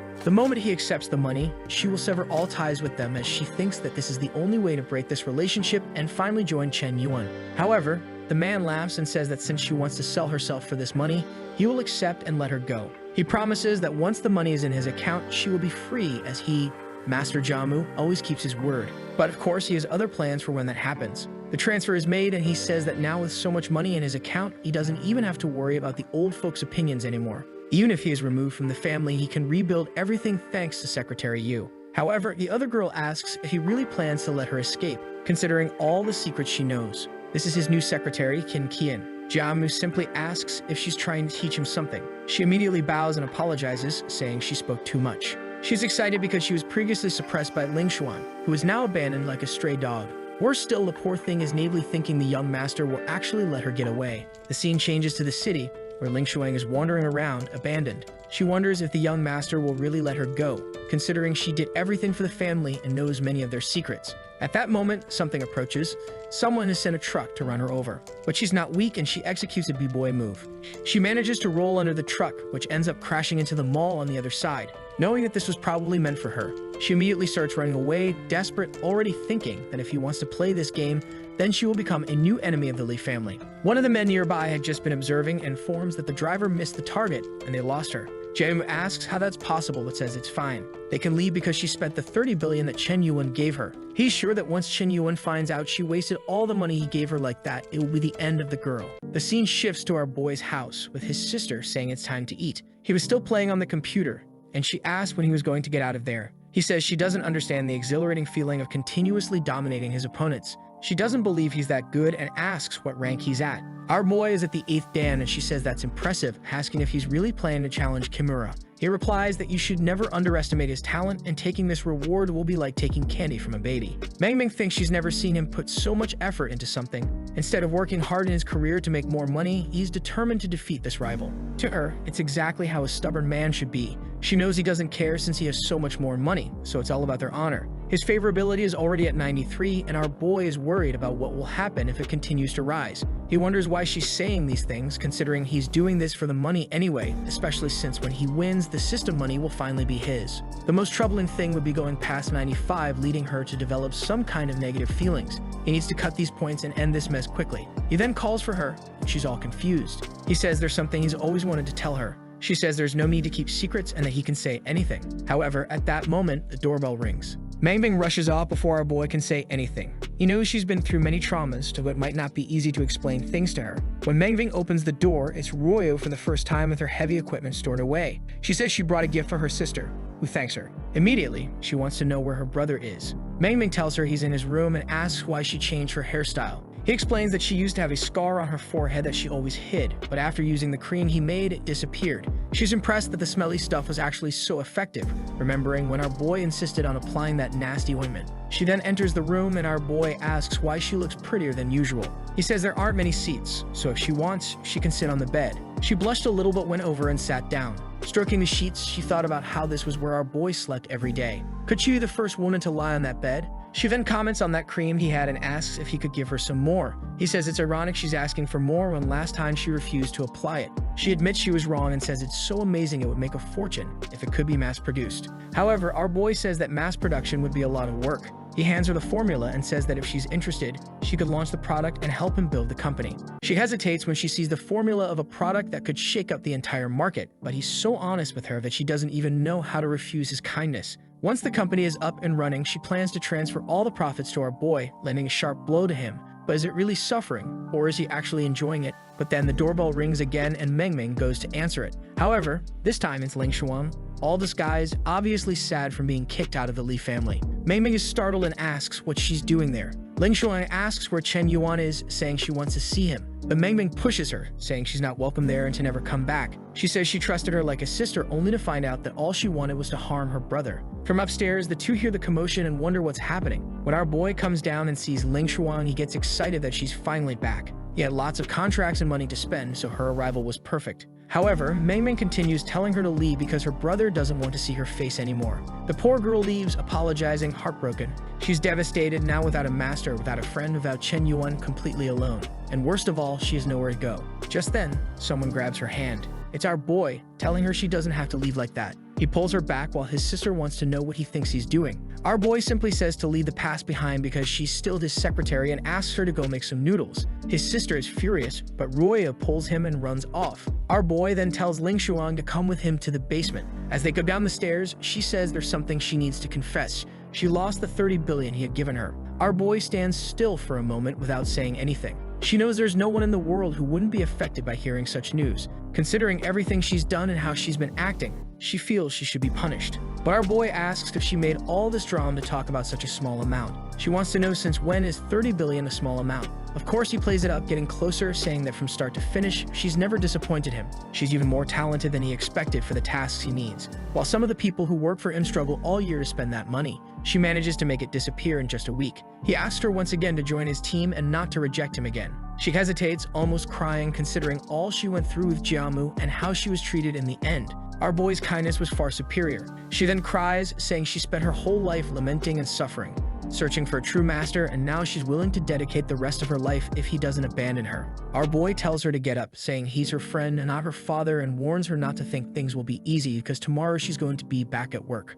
She says he doesn't have to trust her so much and she's willing to take a more common position, but he insists that she must obey and take on a leadership role. She's the only person he trusts to handle those 50 billion wisely. She starts crying, wondering why he trusts her so much considering all the harm she caused him. Finally, her favorability reaches 95. Our boy is thrilled as the counterattack has finally arrived. He receives 10 billion since he had spent over 100 along with 50 strengthening points. Along with that, he gets an extensive list of all her skills. Our boy is excited, saying that out of everyone so far, she's been the most valuable. She swears to follow him for the rest of her life, even if 5 thunderbolts strike her. But he says that's not necessary since they're on the same side now. She asks him to call her Xiaoyu, which is her favorite nickname. Our boy agrees and calls her Xiaoyu because there's something he wants to discuss. He explains that he's been studying a specific formula for the wound on her face. He takes out a box and tells her that if she uses it 3 times a day, she'll see results in 2 weeks. She's touched to know that her billionaire boss spent time developing something just for her and hugs him, saying he's truly amazing.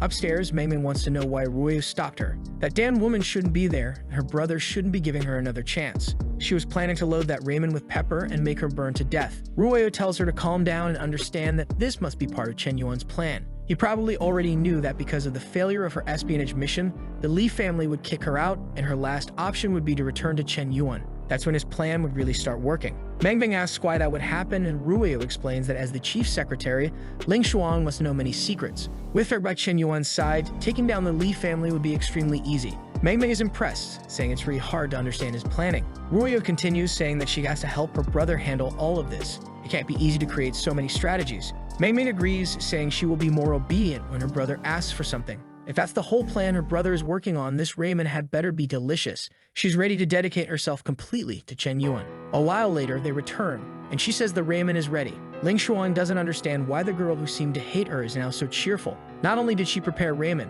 but she also made a mega banquet and even offers it to her sister Ling Xuan, saying she made it with great care. The two are shocked by the size of the meal. Our boy asks if Mei didn't put any poison in it. She says of course not, and she'll eat it to prove it. With that, she takes a bite, assuring them she would never poison their food. At that moment, Ruoyu seems to notice something. She sees the medicine box and says she now understands why Chen Yuan prepared it. The effect of that stuff is amazing. She says she got a scar on her forehead for 10 years, but after using it, it really disappeared. Ling Xuan asks if it's really that effective, and Ruoyu confirms it. She's moved, thinking that maybe there's a way to restore her face. Ruoyu suggests creating a cosmetic line with this product would be perfect, since the quality is the best out there. Ling Xuan agrees, adding that they could use Gao Zuanian to promote the product or even utilize the Black Cat platform for promotions with streamers. She agrees and says she'll get in touch with Yuki right away. However, once again, Ruoyu feels something strange. Could it be that Chen Yuan had thought all this in advance and knew they would reach these conclusions? I don't know, but night falls.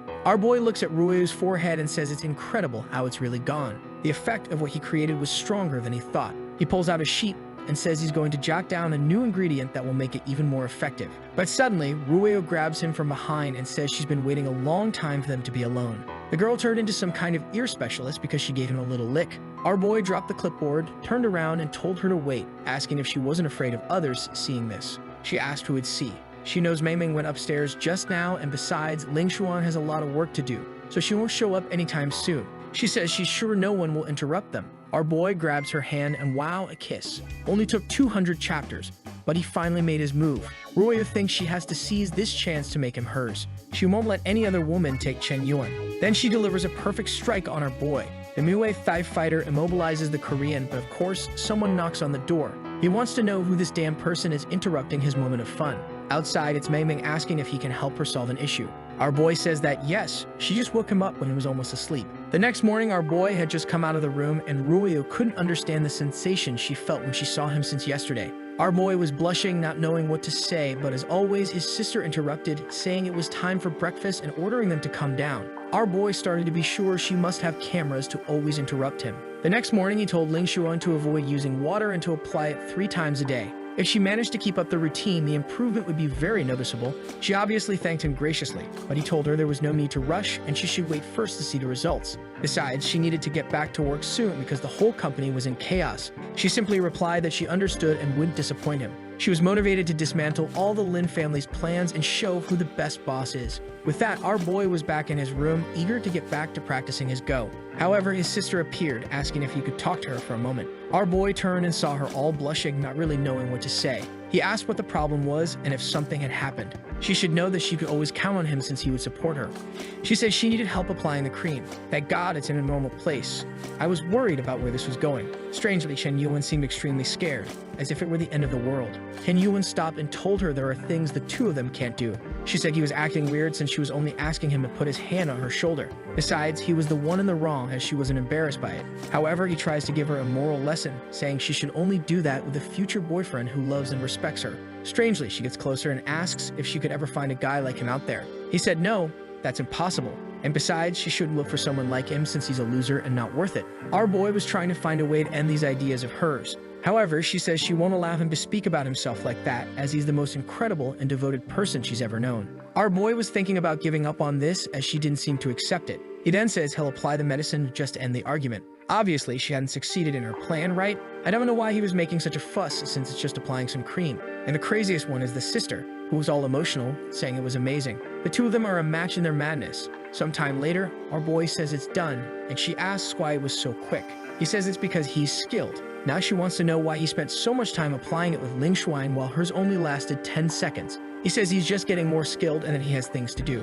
Our boy leaves thinking that sooner or later he'll have to properly explain things to her. But for now, it's time to get back and climb the ranks. When he reaches the computer, he sees something strange. A weird message that makes it look like the computer is being hacked. Somewhere else, a girl tells her brother that she's found the person. It's obviously Mai, Kimura's sister, who says she already has the correct address. He praises her skills while she says the strange thing is that he seems to be trying to rank up but didn't play a single game yesterday. Kimura is traumatized and needs to beat this guy to evolve even more. He says this guy has to be located so he can defeat his inner demon. However, at that moment, something goes wrong. Her computer has been hacked instead of hacking. It seems the person on the other side is very powerful. Suddenly, the computer starts downloading a bunch of weird videos. Let's just say memes start flooding her screen. Chen Yuan was flooding her screen with memes. Her brother even told her to close her eyes as it would pollute her mind. She couldn't believe she had been counterattacked like this. Our boy was there, feeling smug, saying they never expected him to have such skills. That's when he finds something, a photo of Mei. And the most interesting thing is that he discovers they are foreigners. He wonders when he provoked someone like that, but considering everything he's done, it's probably enough to keep her busy. The next morning, our boy sees some news on his phone. It seems the Lin family is being targeted by some criticisms. An employee tells him they have already lost over 10 billion. At this rate, they might not even survive. He says the best action for now is to sell some of the land they bought to the people who were interested. However, the employee tells him he's not aware that those people don't seem interested anymore. The two companies that were acquiring land have merged and won't buy anything else until the others lower their prices. He wonders why it seems like everyone is targeting him. Then he receives a call, and the employee informs him that many of their hotels are being criticized. It's probably the Li family's doing. He then receives a call from Yahello and asks what she wants, imagining she would help the family and had matured. However, she just informs him that Chen Yuan's two companies have merged and that she is now the CEO of both. Her brother scolds her, saying all she does is act superior and never helps the family. She's all confused, wanting to know why she's being criticized when all she's done is improve the family's name. He explains that the real plan was never to truly ally with Chen Yuan. It was just to cover and gather information. She questions why he never told her this before. Apparently, he didn't trust she could do it if she knew. In this case, she prefers Chen Yuan since he trusts her. Then she hangs up the call. Once again, he throws his phone to the ground, asking if she doesn't know who her real brother is. How can he, who has been pampering her for 10 years, not be better than this weirdo? The employee says once more that the only option now is to reconcile with Chen Yuan. However, he says he'll never do that and would rather first use the family's reserves. The employee reminds him that the president had made a rule that this money was only to be used as a last resort. He says then that this is the last resort they'll use and tells the guy to leave. The old man leaves, saying he understands, while Lin thinks he'd rather die than bow to Chen Yuan. Meanwhile, our boy receives news that the guy will be visiting his city and accepting challenges from anyone who wants to face him in the city arena. Our boy gets angry, thinking that if he had known the guy would accept anyone, he wouldn't have spent all that time training. However, it's good enough since at least he won't have to travel far. He's confident he'll win and claim the 200 million prize. He then receives a call from Yahello, who says she was humiliated by her brother again, who called her a traitor just because she's trying to build her own career. Our boy realizes that the girl is hated by her entire family because of him. He says he'll never let anyone bully Princess Yahello and that he'll buy the entire family and give it to her. She laughs, saying he's really funny when he wants to defend others, but she also tells him that he's truly the best person and the only one who deserves to marry her. She adds that she'll be visiting him tomorrow. Our boy thinks she has a good heart and has just lived in isolation for too long. Since she calls him brother, he's going to do something for her. With that, Ling Shuang picks up and asks what she can do for our boy. He says he's willing to pay any price to acquire the Lin group. She immediately wonders if this is the beginning of his real counterattack. She knows the Lin group has just fallen into several scandals and problems. It looks like he's trying to take advantage of the situation. He really looked like a true hero. A little time passed and Yahello had already arrived to visit our boy. She says it hasn't been long since she saw Meng, but now she's already a celebrity on Black Cat. Meng responds that it's no big deal and that she heard Yahello is actually the CEO of a big company. Yahello replies that she doesn't like being idolized but admits she is a legend. Our boy asks how long they're going to keep up this chit-chat. With that, they're heading to the car and Yahello explains they're going to the airport where a guy wants to play chess and even her cousin will be there. Our boy thinks it's a coincidence that someone from her family will be there too. Meng asks for the person's name and age. She says his name is Chu Yumo and that he should be a bit older than her. If I'm not mistaken, Chu Yumo is that girl our boy met at the beginning at the auction who was a police officer. He asks if she's really Yahello's cousin. She says yes and asks if he knows her too. Our boy says no, he's just seen her once or twice around. And with that, he rushes to the car. However, Yahello already noticed his reaction was very strange. The scene shifts to the sports arena. Our boy says the place is packed and Yahello says it's obvious since the guy is very famous and an international competitor. However, it seemed to cost 500 yuan just to enter. So they went to buy the tickets and the guys asked who this boy was arriving with two beauties. In the middle of the arena, some matches were ongoing and Yahello said she didn't see the foreign guy playing there either. One of them pointed to the center of the room and asked if that wasn't Kimura. On the other hand, this girl was also taking down one of the geniuses in that place. That's when he heard people next to him say that to challenge Kimura, you first have to beat this girl named May. Our boy looked thoughtful, as if he'd seen her somewhere before. Meng explained what was happening. To challenge Kimura directly, you had to be a professional at the 9th level. However, another person had just been defeated. So far, no one who had participated in the event had even managed to beat the girl. Then Chu Yumo got involved. Someone called for her. It was Yahello cheering with our boy next to her. Chu Yumo saw her cousin and wanted to know why that weirdo was there too, but she couldn't lose focus since it was game time. To beat Kimura, she first had to take down this Mei. The moves started being made and the old men were all impressed. The competition was fierce, but one particular move shocked Yumo, and it seemed like the poor girl lost. The old men started wondering if no one in their country could even beat the little girl. Then someone placed a hand on Chu Yumo's shoulder, telling her that losing was part of the game and that he would defeat the girl. Everyone recognized him as Brother Xiao, and Chu Yumo seemed excited that he had arrived. He replied that there was nothing to worry about anymore because he would win everything back. Everyone seemed impressed with the arrival of this guy, and Meng even wanted to know who he was. He appeared to be the most promising player of the new generation, having won 3 championships. Mei Sato said she recognized him and hoped to have a good game. With that, the two sat down while Kimura watched everything from another room, wondering if this was the Sunset Master. Regardless of who that guy was, he wanted a chance to get his revenge. Meanwhile, Chu Yumo went to talk to the group and Yahello said she almost won.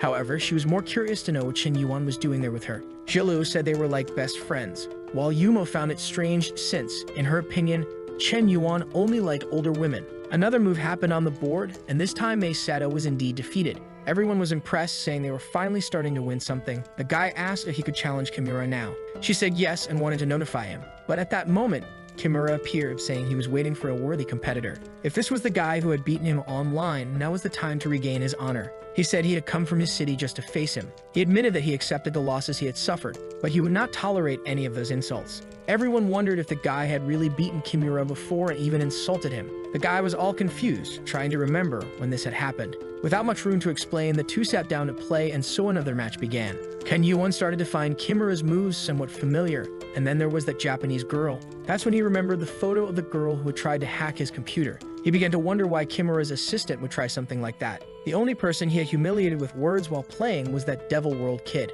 Could it be that the schoolboy was actually Kimura? That would make sense, considering he had traveled to exactly the city where Chen Yuan lived. His sister asked who he thought would win the match. Our boy explained that the challenger from their country seemed smarter, but was using outdated strategies. Considering this, Kimura was much more up-to-date and would probably win. Everyone around questioned who he thought he was to be criticizing the best like that. Even Chuyumo thought he was going too far. What kind of qualification did he have to judge someone like that? And there it was, he lost 5 points, dropping to 65. He had completely forgotten that she had a little system already activated. He then told his sister to register his name because he was going to show them how it's done. Some time passed, and 20 minutes later, the final move was made. It was the last move that took down Xiao. He knew there were no more moves that could save him from that, and so he admitted defeat. The entire audience was devastated, their hopes shattered as Kimura was reveling in his victory, believing he had defeated the Sunset Master. He started laughing, saying it had been easier than he thought. Offline, this guy was nothing compared to him. This confrontation and his trip to this place had all been a waste.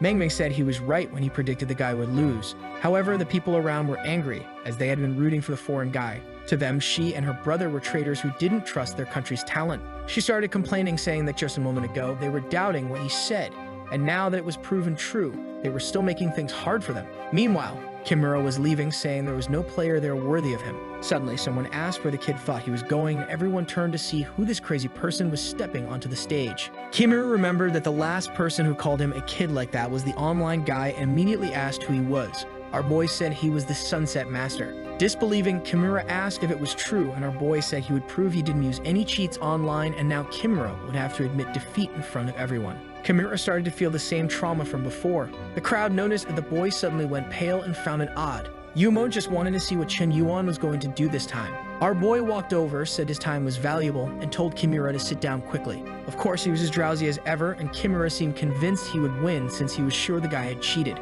Mei said he should play against her because those were the rules. He said the rules were just made to ensure he didn't waste time with the weak, but this was personal, so she could step aside. He was going to show who the true master of this game was. Mangming kept saying they had no idea of her brother's strength, while Zhilu was confused, wanting to know when Chen Yuan learned to play Go. Mangming explained that apparently he's been good for a long time since he hasn't lost a single online match. Xiao was afraid of our boy winning, which would embarrass him since he had lost to Kimura. However, the duel was about to begin. Kimura made the first move and our boy calmly placed his piece, and so several moves unfolded. Kimura seemed more aggressive than before, but it was truly amazing that Chen Yuan was still holding on. Sometime later, he placed another piece, and she couldn't understand how his moves were faster than Kimura's, who couldn't comprehend how this guy never stopped for a second to think. Every time Kimura made a move, Chen Yuan responded immediately. This kind of pressure was something Kimura didn't know how to handle because it felt like he was facing the teachings of several masters. Our boy's moves continued, and with that, the dragon piece was placed. Kimura tried to think of a way out of that move, but our boy simply told him to give up because it was over. Kimura coughed up blood, saying it was impossible. However, everyone in the audience was already celebrating, saying their honor had been restored. Xiao still believed that our boy had won since he had left Kimura's mental state shaken. He would remember this Sunset Master known as Chen Yuan. Our boy returned to the audience and Zhilu hugged her cousin, saying she couldn't understand how incredible Chen Yuan was. Her favorability had already reached 97, and our boy gained 10 more strength points. His sister, all emotional, said she had seen him practicing hard and that he deserved such an honor, while noticing that everyone who was criticizing him was now silent. Truly, he was the most amazing. With this, she gained another favorability point, now at 94. Our boy was terrified, while Chuyumo was still trying to understand how this had happened. How could a player who had been dominating the whole country be defeated by Chen Yuan? Considering his background and wealth, how much effort had he put in to get this good? The favorability kept rising, minus 10 more points for our boy, then 5 more, and now at 80. Our boy realized that defeating this guy was more valuable than he had imagined. The only problem was this little thing on the side. Mangming was already at 94, and he was terrified of what would happen with another point from the counterattack.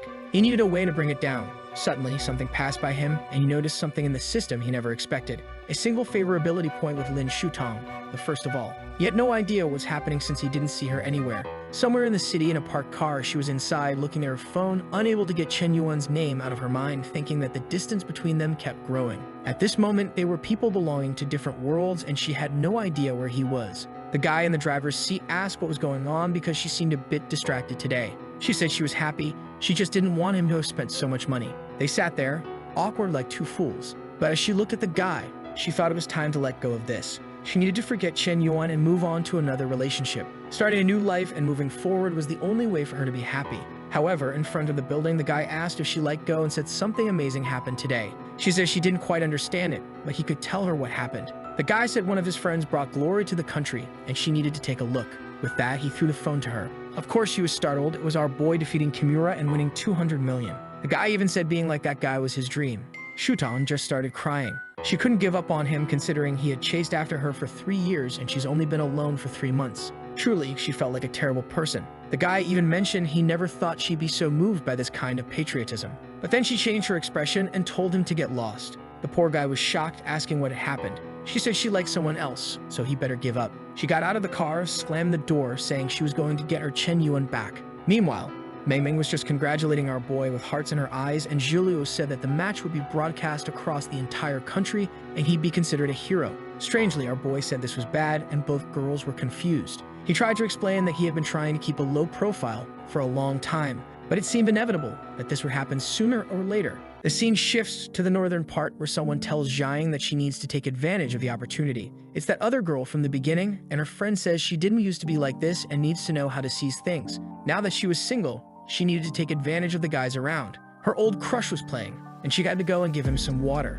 She said she used to really like him, but watching him play now, she couldn't feel anything. Her friend said it was strange since he was performing so well, but in her mind, she had another performance in mind. Zui said that to her, this guy seemed like an old man playing, unlike other people she had seen. The friend asked who she had been watching to have such high standards. She grabbed her phone and said it was better to change the subject. However, she was startled. The news said our boy had won the match too. Meanwhile, the guy playing on the court asked who wanted to bring him some water. No one moved, leaving him confused. He asked where Jiang was, and her friend said she had something else to deal with. That's when our boy received a call from Khalil and asked what was going on. She asked if she couldn't just call for no reason. He said of course she could, considering their relationship. He explained that he saw the news about his match and wanted to congratulate him. He said it wasn't necessary, it was nothing special. However, she asked when he would return to their region since he's been away for a while. Our boy said he just took a summer break but would return when school started. She got all excited, saying that when that happened, she would cook for him every day. Our boy was touched by how much she had changed. She used to be so self-interested, but she had matured a lot and had been making many sacrifices to be kind to him. If he gave 10 billion to other women, he had to be kinder to her too. Suddenly, Meng Meng appeared and said the suitcases were ready. Our boy asked where all the clothes he requested were, she couldn't just take this much. She said she had more suitcases, but it wasn't possible to carry all of them. He said she didn't need to worry, he'd have someone pick everything up, and she got all emotional. She ran over to hug him, saying he really was the person she liked most, and he said it was the same since she was his only sister. But Meng Meng, still hugging him, thought he was the only person she hugged and felt safe with. That's why she didn't want to let him go. She was just afraid he would notice something strange, and maybe she should tell him that they weren't blood related. But if she did that, he might abandon her, and she couldn't live like this forever. She then said she wanted to talk about something, but he was terrified she would say something and her favorability would hit 95. So he covered her mouth and said he knew how she felt, but he didn't want anything that would affect their relationship as siblings. She wondered if he already knew she wasn't his blood sister and concluded that given how smart he was, he probably knew. But it seemed he wanted to keep her as his sister, which made her feel special too. With that, she gained another favorability point, reaching 95. As always, he gained some strengthening points and the money he had spent. Our boy couldn't understand what he had to do to prevent this from happening. He had just rejected her. So why did the favorability go up?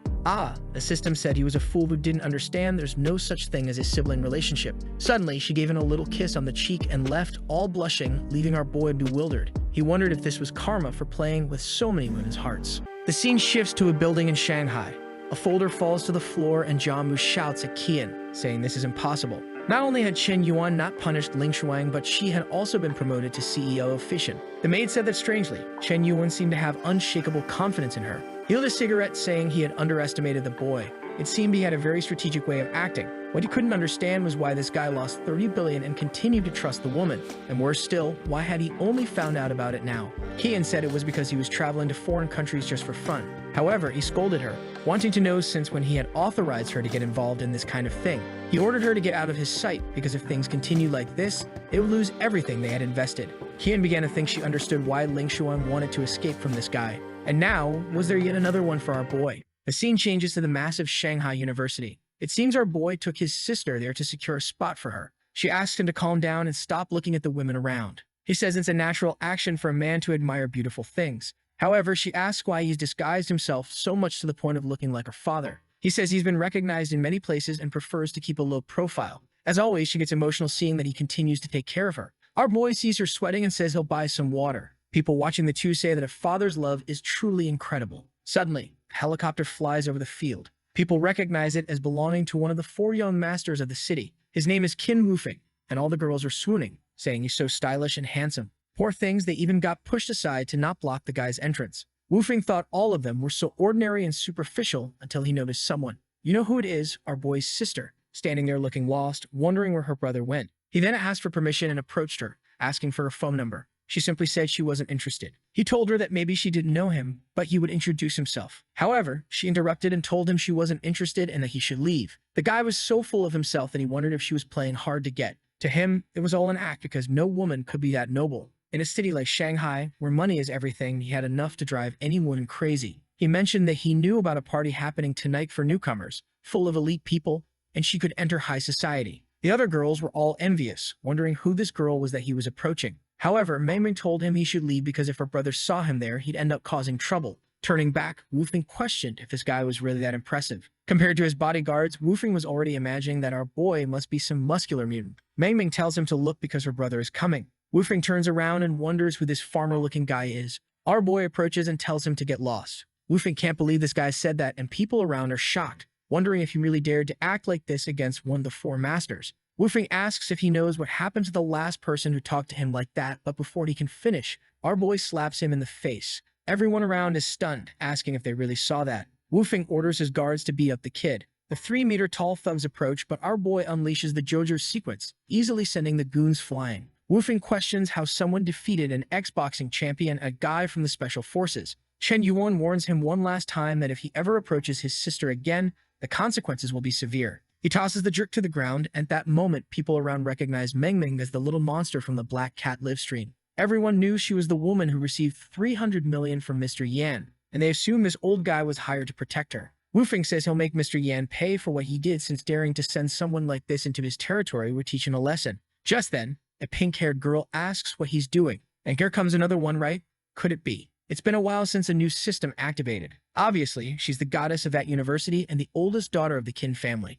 She asks why he's ruining the Qin family's reputation like this on his first day. All disheveled, he asks when she arrived, but she ignores him and asks why he arrived by helicopter. Does he think no one knows about their family's wealth? He replies that he wasn't trying to cause trouble, he just ended up getting beaten. She asks who did it, and everyone points to our boy. She approaches and asks if he had the guts to hit her brother. Our boy simply says yes, it was him. And there it is, the system activates -23 years old, 1.70 meters tall, appearance rating of 9.6. We're almost hitting a 10. And oh boy, her favorability is -90, just like Ling Xuan's. And this is Wu Shuang. She says she'll give him a chance to repent for what he's done. Curious, he asks what chance that might be. She says that if he and the girl behind him kneel, she'll consider giving them a light punishment. However, our boy, who has no qualms about hitting women and probably needs a trip to jail, says he'll give her the chance to apologize. She comes in for a slap, calling him ignorant, but he catches her arm. Seeing this, she wonders how this bastard dares touch her with his filthy hand. She tries to knee him right between the legs, but our boy lets go of this crazy woman. He notices she tried to land a kick in a sensitive spot and says that it seems she deserves it. And oh man, there's another one. This guy really is the king of slaps. Even his sister is devastated that her brother hit such a delicate girl so hard. Wu Shuang, poor thing, never imagined it would end like this. The university guys say they can't let this happen, and everyone rushes in, saying he deserves a beating for this. From behind, Mengming says she's starting to get scared, but our boy tells her there's no need to worry because he's there. Everyone grabs some bricks, and our boy asks if they really want to die. The first one rushes in, saying he's arrogant and today he'll meet his end. But our boy, having mastered about 300 fighting techniques, hits the guy with one move, sending him flying. The others realize it won't be easy and start shouting to attack him together. Our boy seems to have a different system activated, apparently even using some shock abilities. The girls can't understand how he's fighting 30 people, but at that moment, a Baton swings past him. He narrowly dodges, and it even leaves a cut. These guys won't be as easy to handle. Wushuan declares that whoever kills him will get a 10-year bonus.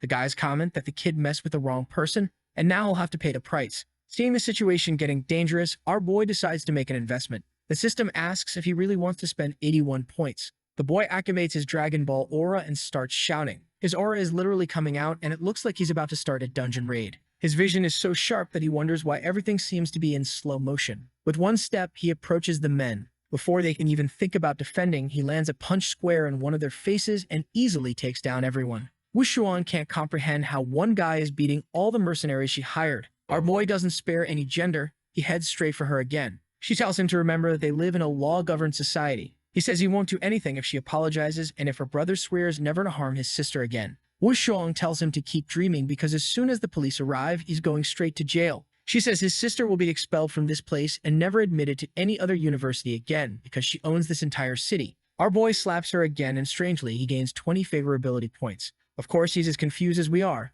starting to realize what's happening. He begins to wonder if it's what he's thinking. He attacks again and gains another 20 favorability points. Now he understands what she likes. He picks her up and she tells him to let her go, but our boy starts giving her a beating. The poor girl wonders how he has the courage to do this in public, and every slap is earning him a point. The people watching have no idea she's enjoying it, and her brother is devastated seeing all of this. She's screaming, telling him to stop because it hurts a lot, while thinking it's the first time she's met someone with the guts to humiliate her like this. As long as she can remember, she's always been desired by everyone. She lived above all others and was desired by all men. She knows that in each of their minds, she's like a goddess. But this guy was different from the rest, and strangely, she wanted him to use more force. It seems she had been broken. The guys around say they can't stop him, but he'll be punished by the law. Manga says her brother is going against the world for her. It's more addictive than the stories she used to read. Our boy gains more favorability, and now he's hesitant to continue, wondering what kind of relationship this is. He turns, trying to understand why his sister is enjoying this, looking at him with such affection.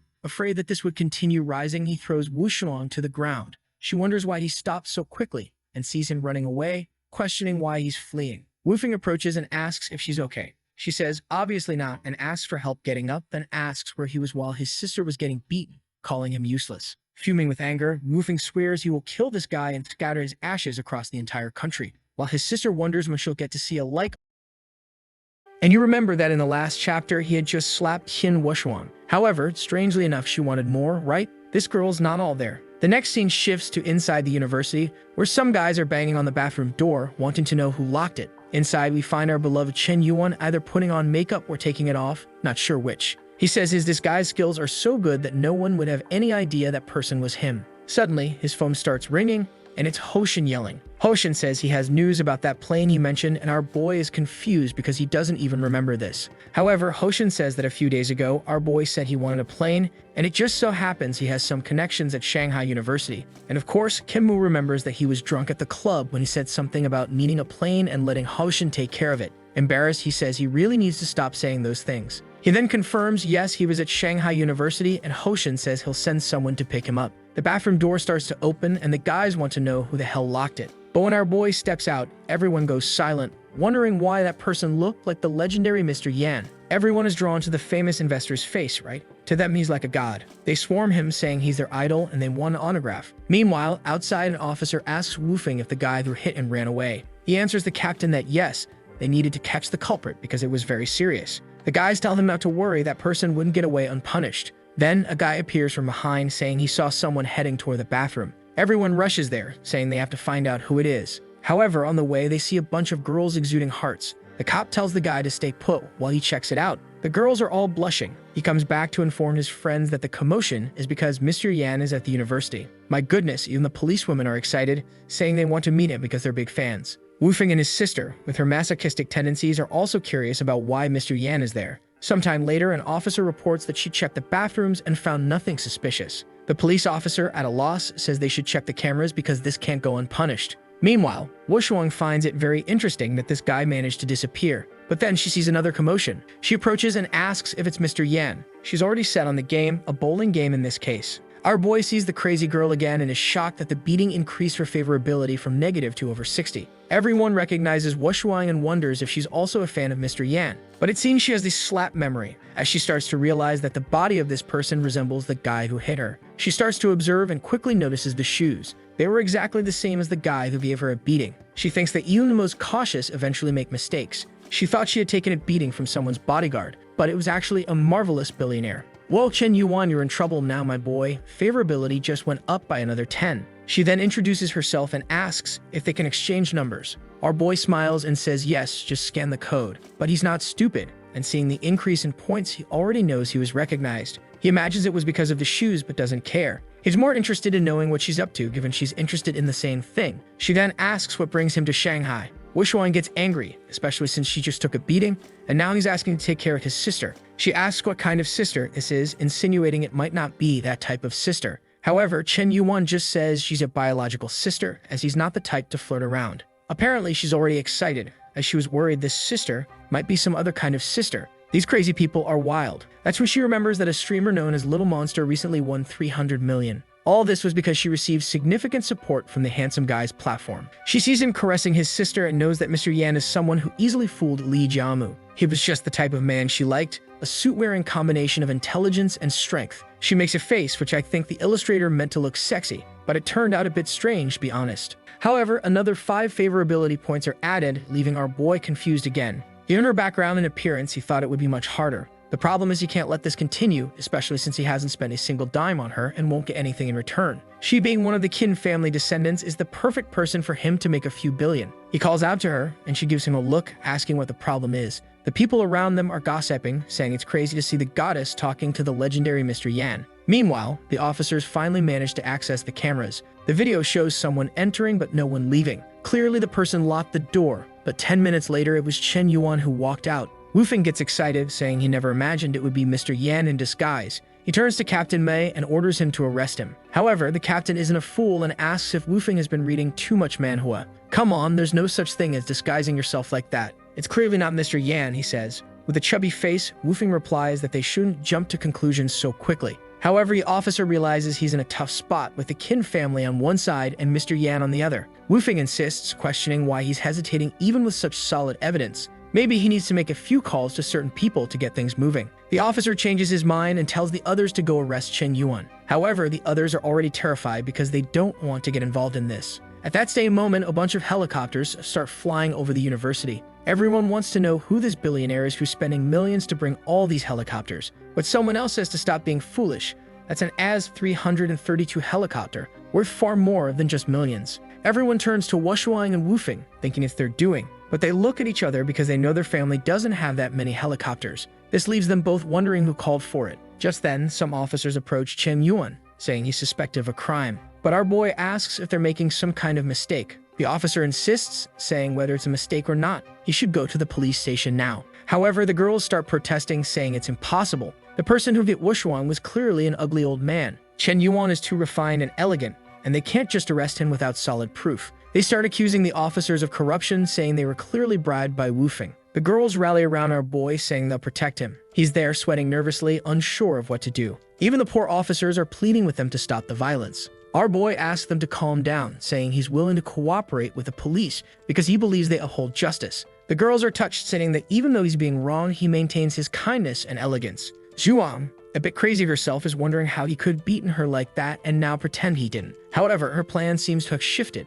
As much as Chen Yuan is a dragon, he's in a nest of vipers, and she wants to see how he'll handle himself here. The helicopters continue to approach. The door opens and a man with white hair and 2 girls wearing floating glasses appear. This man is the head of one of Shanghai's 4 largest families, known as Yi Yaozu. All the helicopters then start unfurling a red banner, reading, Welcome Emzar Yan to the city of Shanjiai. The siblings are shocked, realizing it's that cursed man's doing. The officer is now terrified because he knows who Yaozu is and he came personally to see Mr. Yan. It's frightening that this young man who had just arrived already had such connections in Shanghai. Among Shanghai's families, the Yi family was the greatest. Although Yaozu was from a collateral branch of the family, it was beyond what a mere captain could handle. He approaches Wufeng, saying that based on his years of experience, it's clear that Mr. Yan isn't guilty. He turns to the bald-headed man and tells him to cancel any action against Mr. Yan. Immediately, he goes to our boy, apologizing, saying it all seemed to be a big misunderstanding. Our boy responds that it's no problem. It's his duty as a citizen to cooperate with the police.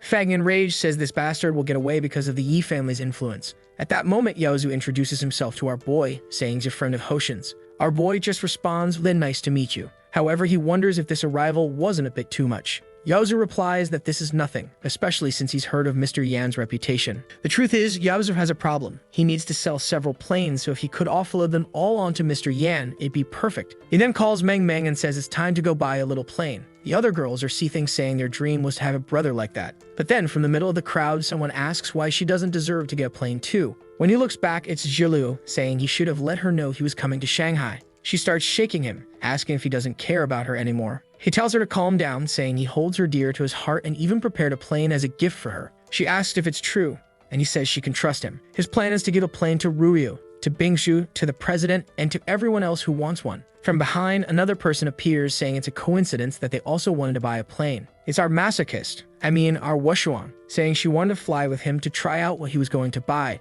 One thing I'm confused about, they're talking about planes, but so far I've only seen helicopters in the sky, right? Our boy is inside one of the helicopters, telling Mr. Yi that it's very stable. No wonder it costs 150 million. Meng Meng is excitedly asking if that tall building is the TV tower. Wushuang watches them both from the background, laughing at Meng Meng because it's clear she's acting like a girl from the countryside. To her, those two seem very tacky. However, Yahello notices that Wushuang's gaze isn't friendly at all. But she knows she's the eldest daughter of the Qin family and still has a great appearance, and she has something greater than expected. Still, despite carrying mountains, she's not about to lose Chen Yuan to this person. She wonders why the atmosphere feels so strange. A bit later, they arrive at the Manhwa aviation base. A guy tells Mr. Yi they've arrived and should go take a look. Man, they're all in woolly carts there. Seems like they forgot how to walk. Ah, so it's really a plane they're looking at. They took a helicopter to see the planes. I get it now. The guy starts talking about how fancy the planes are, a unique experience with no need to worry about safety. They're the best of the best. Ming Ming asks what he means by a unique experience. Mr. Yi replies that she's too young to understand, but Mr. Chen Yuan surely knows what he's talking about. Our boy is irritated, realizing this bastard is talking about that and corrupting his sister's mind. I'm not sure if Yahello gets it, though it seems she does since she's no innocent either, saying she wants to experience that too. Our boy ignores it, saying it's all just private jets and those helicopters from before. Mr. Yi's glasses even tilt as he asks if it's really all that. He explains that most of the helicopters were gifts for other people, and he'd need to transfer ownership to each person. The guy seems confused, wondering if this guy is really some wealth god. The scene shifts to Shanghai's financial center. The girl informs her boss that Mr. Yi has arrived in Shanghai and beat up the Qin family siblings. The boss laughs, saying this idiot offended the Qin family, so he's doomed. But the secretary clarifies that he had no problems because he received support from the Yi family. The boss is shocked as she explains that Mr. Yi arrived with over 20 helicopters just to pick up Chen Yuan. The fool wonders how this bastard managed to get the support of that family. He knows that the Yi family's golden girl, known as Yi Han, will be having a birthday party today. Apparently, she's never even appeared in public, and starting with this birthday, she'll become the group's president. Marrying her would mean inheriting one of the largest shares of the entire Yi group. And right when this womanizer Chen Yuan appears in Shanghai, he immediately orders his secretary to start creating scandals about Chen Yuan to tarnish his image in Shanghai. She replies that she'll start right away. The scene returns to the Manhwa aviation base. Our boy asks Mr. Yi if he sells anything besides planes. Although confused, he's eager to sell and mentions they have boats and even space travel if our boy's interested. Our boy replies to save space travel for later, but says he's interested in the boats. He wanted one for fishing, and Mr. Yi says he'll find a very luxurious one for him. He then finds a boat named Guangming, the 5th most luxurious in the world, costing 7 billion. This boat had already been rented out, though, for the eldest daughter of the Yi family's birthday party. He gives our boy an invitation, saying he can attend the party to check out the boat and see if he's interested. Our boy is confused, having never heard of this so-called precious daughter of the Yi family. But, well, talk about a rich woman, and there he is, grinning from ear to ear. In the next scene, he's already looking for a good place to buy a house near Shanghai University. Mr. Yi says he doesn't know much about the real estate market, but he'll find someone to help him. He asks who, and Mr. Yi points to Wushuang, saying that's her specialty. The Kim family is heavily involved in all construction across Shanghai. Our boy turns to her and asks for a recommendation, saying he'll pay 5% above market value. She responds that if he's buying 1 or 2 buildings, it's easy. She'll just discuss it with her family. However, she's impressed by how much he's been spending already. She tries to explain, though, that there are currently some construction restrictions in Shanghai and the taxes are quite high, so it might not be worth it. He just requests one of the houses in the Thompson Riviera area and says he'll give her a Jaguar helicopter. She replies that this house is worth over 150 million. and warns him not to try taking advantage of her. However, our boy says there's no conflict in friendship. This time he'd benefit, but maybe next time she'd be the one receiving help. She's a bit confused, wondering if he's hitting on her and is that impatient. She then says fine, but they have to see the house now since she's busy tomorrow. However, she leaves with an angry look, saying she won't let him get away so easily as she still hasn't tested him. I'm not sure what kind of test that is, but our boy looks nervous too. Meanwhile, in the helicopter, Shilu is fiddling with her phone, already bored. Then she sees a post online about a rich man who started a relationship, didn't follow through, and left the woman pregnant and poor. Shilu says she needs to find out who this jerk is, but, well, she introduces herself as Zhang Xiaoxiao, a girlfriend of Chen Yuan. Am I going crazy? She looks like Ruyo, but she's not. She just said she's Xiaoxiao. Remember this one? He has so many women I'm starting to forget, just as lost as he is.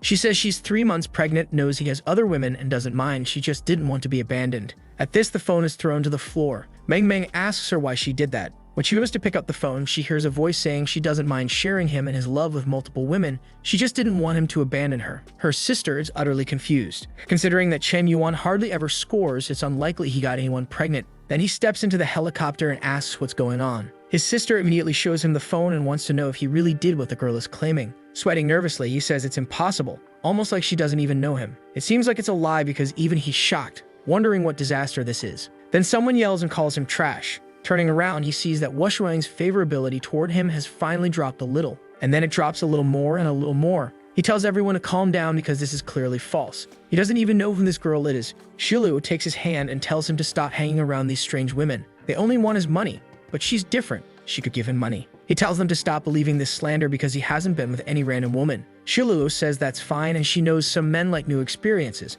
but if he wants a safe harbor, she's there waiting for him. She also says she wants to have a baby with Mr. Yuan. Our boy is squirming, wondering what's gotten into her to make her act so crazy. Wushuang, however, is thinking about how manipulative he must be to have messed up this 20-year-old girl. He really is a beast. Our boy loses more favorability. The scene then shifts to an apartment in Thompson Riviera. The problem is, it's much smaller than what he had in the other city. But considering he's in the center of Shanghai, there aren't many larger auctions. He tells himself his standards are getting a bit excessive. Wushuang shows up and asks if he's satisfied with the house. He says it's okay, and she says that if that's the case, she'll send someone else to handle the registration. He says he understands and asks if she'd like to enjoy dinner with him. She's annoyed, thinking that he acted exactly as she expected in the end. Worse still, he invited her to dinner alongside 2 other women, making him shameless. This guy really is trash, and he loses another 15 points. Our boy is confused and can't understand why her favorability keeps dropping. He begins to wonder if she's angry because he changed his behavior. Apparently, she doesn't like people being nice to her. She then tells him that if he has nothing else to say, she's leaving and will have someone contact him later. She turns, gives him the house code, and slams the door shut. Jilu pats his chest, saying it seems she doesn't like him very much. He grabs her by the cheek and asks if she let everyone see that video to ruin his reputation. Embarrassed, she apologizes, saying she just didn't want any more women looking at him. She hugs him, saying she doesn't want to let Wushuang steal him away. In a romantic gesture, our boy hugs her and tells her she's the most beautiful genius girl he knows. She blushes, saying he treats her better than anyone in her family. Even her brother had been treating her poorly, saying she'd cause problems. Our boy quickly realizes that her tough exterior is just a front to hide her vulnerable side. He tells her not to worry as he'll soon transfer money to her, solving her family's financial situation. Suddenly, she's filled with joy and tears up with emotion. Isn't it tough solving these issues? Her favorability goes up and he gains 10 strength points. However, she steps forward, gently takes his face, and gives him a kiss. Watching this entire scene is Meng trembling. Jilu says it was her first kiss and she gave it to him. I think this was the most expensive kiss in all of history, the boy spending 50 billion. Meng, angry, asks why she kissed her brother like that. Jilu replies that if they like each other, she has no say in it since she's still a child. Besides, what's going to happen next isn't recommended for her age. Meng blushes and is speechless. She grabs Chen Yuan and says that if this continues, they'll end up fighting over him. However, Jilu cries, asking why they can't be good friends and just share the guy. Meng gets excited, saying that's actually a possibility. Maybe she was being selfish by wanting all of her brother's love for herself. Jilu hugs her from behind, saying they can certainly share him, which would even bring them closer. Her sneaky plan, of course, is to secure a place in his family. However, Meng blushes, saying that sharing like this feels a bit strange. But Jilu insists, saying they're sisters now, right? But why, really? It doesn't need to go to this level to be part of the family. Meanwhile, our boy is just watching, trying to figure out what's happening. At least he hoped that with Jilu around, Meng's forbidden thoughts would calm down a bit. The scene shifts to the next day and Jilu receives the 20 billion. She tells our boy not to worry, as she'll invest everything in the Lin family and won't waste a cent. Our boy tells her to do as she pleases because she's worth much more than that. Wow, we're already at 99 favorability points, just one away. I don't know what happens at 100, but I know she gave him another kiss on the cheek. Manoid says Yahello is stealing everything and leans in to give him a kiss on the cheek too. Poor Chen Yuan still doesn't know she's not his blood sister. Just then, the door opens and who's this new competitor? A girl with glasses standing next to Manning asks if he's her new neighbor. However, Manning replies that this guy was exposed online and just came out of the door with 2 women. The other girl stares and recognizes him as the legendary Mr. Yan. Manning says it's bad luck to encounter trash like this first thing in the morning. Our boy, seeing them walk away, is shocked she said that to his face. Mang is excited to recognize the woman as a famous actress. Yahello feels envious, saying she never imagined his neighbors would be this type of person. Jai Manning entered the film industry at 18 and became extremely famous. A strange part of her life is that she created a highly successful company, but married a guy from high school who was quite poor. Can't even marry a poor guy anymore, huh? This out of Chinese culture. Our boy, not one to be insulted, decides he has to talk to her. He asks if she's that famous actress and says her acting is incredible. She thanks him and voila, the favorability system activates. Folks, it's been a while since it activated for someone new, right? She's 26, 5'8", and has a -60 favorability rating.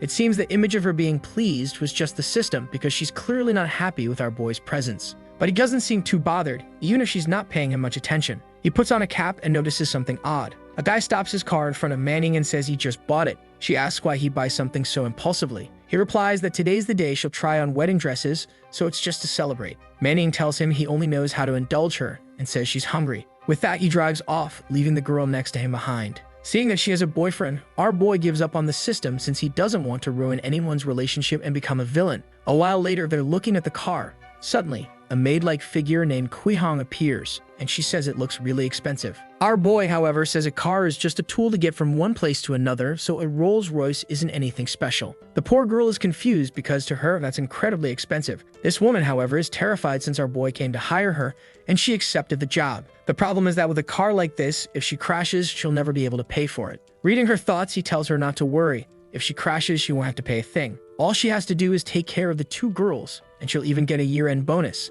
Meng then asks if he's leaving today. He says he's not leaving today, but he won't be staying much longer in Shanghai, which is why he hired someone to look after them. The poor maid, a bit crazy, thinks the 2 are lucky and wishes she were just a few years younger to try her luck too. Meanwhile, online, the girls are asking why this lousy rich guy isn't in jail yet. They're even tagging city authorities, saying having 2 girlfriends in this world must be a crime. In the Black Panther building, someone comments that public opinion is really heating up. Man, look, the 5 missing ones reunited, but I still miss the original Xu Leil. Gao Wenyan doesn't even ask if Chen Yuan really did all the things people are saying. But the former hater turned biggest fan says it's impossible since he's an honest and decent person. Bing Su agrees, saying he would never do anything like that. Another girl points out that all the girls complaining are from Shanghai, while Chen Yuan said he was going to Seoul.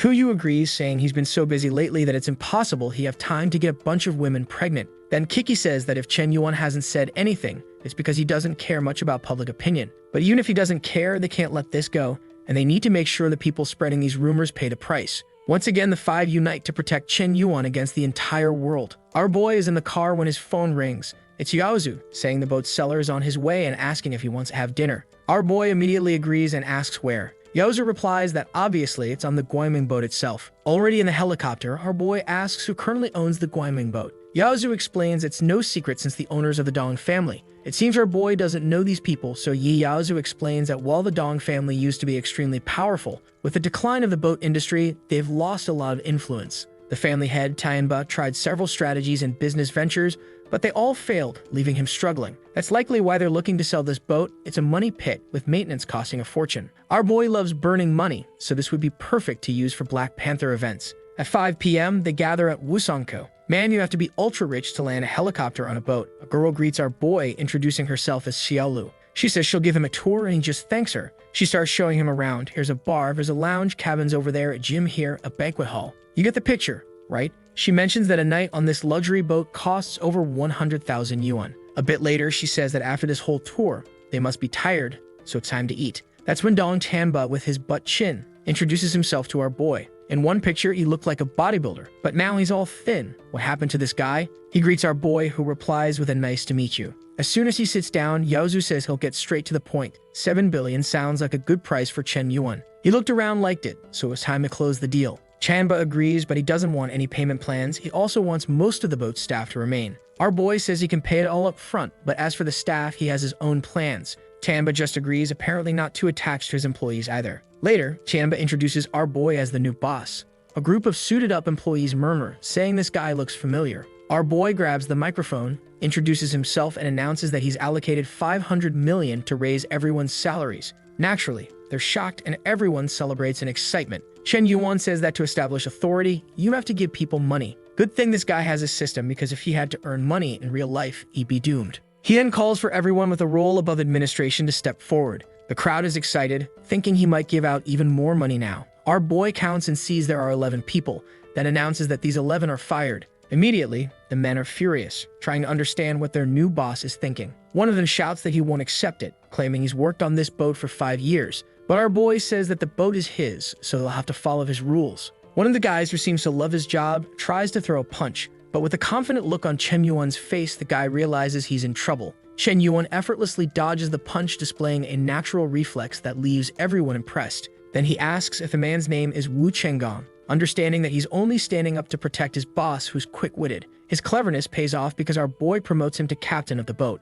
Everyone is confused, trying to figure out how this guy makes these decisions. They start regretting not defending the new boss, realizing they missed their chance. The only one crazier than him is Yi, who says that this was a brilliant plan. He quickly removed the administrators and won the rest of the crew over. Our boy then says he's a reasonable person, fair in giving both rewards and punishments. He also instructs that any misuse of the boat's funds should be reported directly to him. As long as the evidence is solid, the person who reports it will receive the same amount of money that was embezzled. Tayamba is a bit confused, wondering why the atmosphere feels strange. The informers are already excited, knowing they'll get paid for exposing others. They're tired of tolerating this bunch of troublemakers. Right away, someone mentions that a guy named Hong has been mistreating subordinates and falsifying various prices. Our boy thanks them and calls the police. He turns to everyone, saying that for this report, she'll receive a new position and an additional 50,000. Immediately, people start revealing all the dirty secrets happening on the boat. Tayamba is confused, having had no idea this was all going on. Meanwhile, Yi begins to understand why Tayamba was losing so much money. Some time passes, and the new crew of the boat is formed. Our boy explains that out of the 11 people he intended to fire, only 5 were actually clean. When he announced he'd fire them, it wasn't for real, it was just to create a new challenge. He explains that he's about to acquire a hotel chain and will need responsible staff. If they're willing to be transferred, they'll get positions as administrators and a 30% raise. Naturally, everyone agrees, who wouldn't want a 30% raise just like that. However, our boy is a bit confused when he looks at Mr. Yi, who's practically throwing money in his face, and asks why he's looking at him like that. Mr. Yi grabs his hand and says that when he came to buy the boat, he thought Chen Yuan was just an innocent young man and never imagined he'd be so skilled in business. Chen Yuan is a bit confused because he doesn't understand much about management. He's just trying to get rid of the troublemakers. Still, Mr. Yi can't help but admire this hidden dragon. The scene then shifts to an announcement that's been made. Our boy has acquired the Lacrosse hotel chain. A woman reading the news says she still can't believe this group has managed to swallow so many others. People comment that it's all thanks to Ms. Yu, who has been acting decisively. For those who don't remember, Yu is the woman with the scar on her face.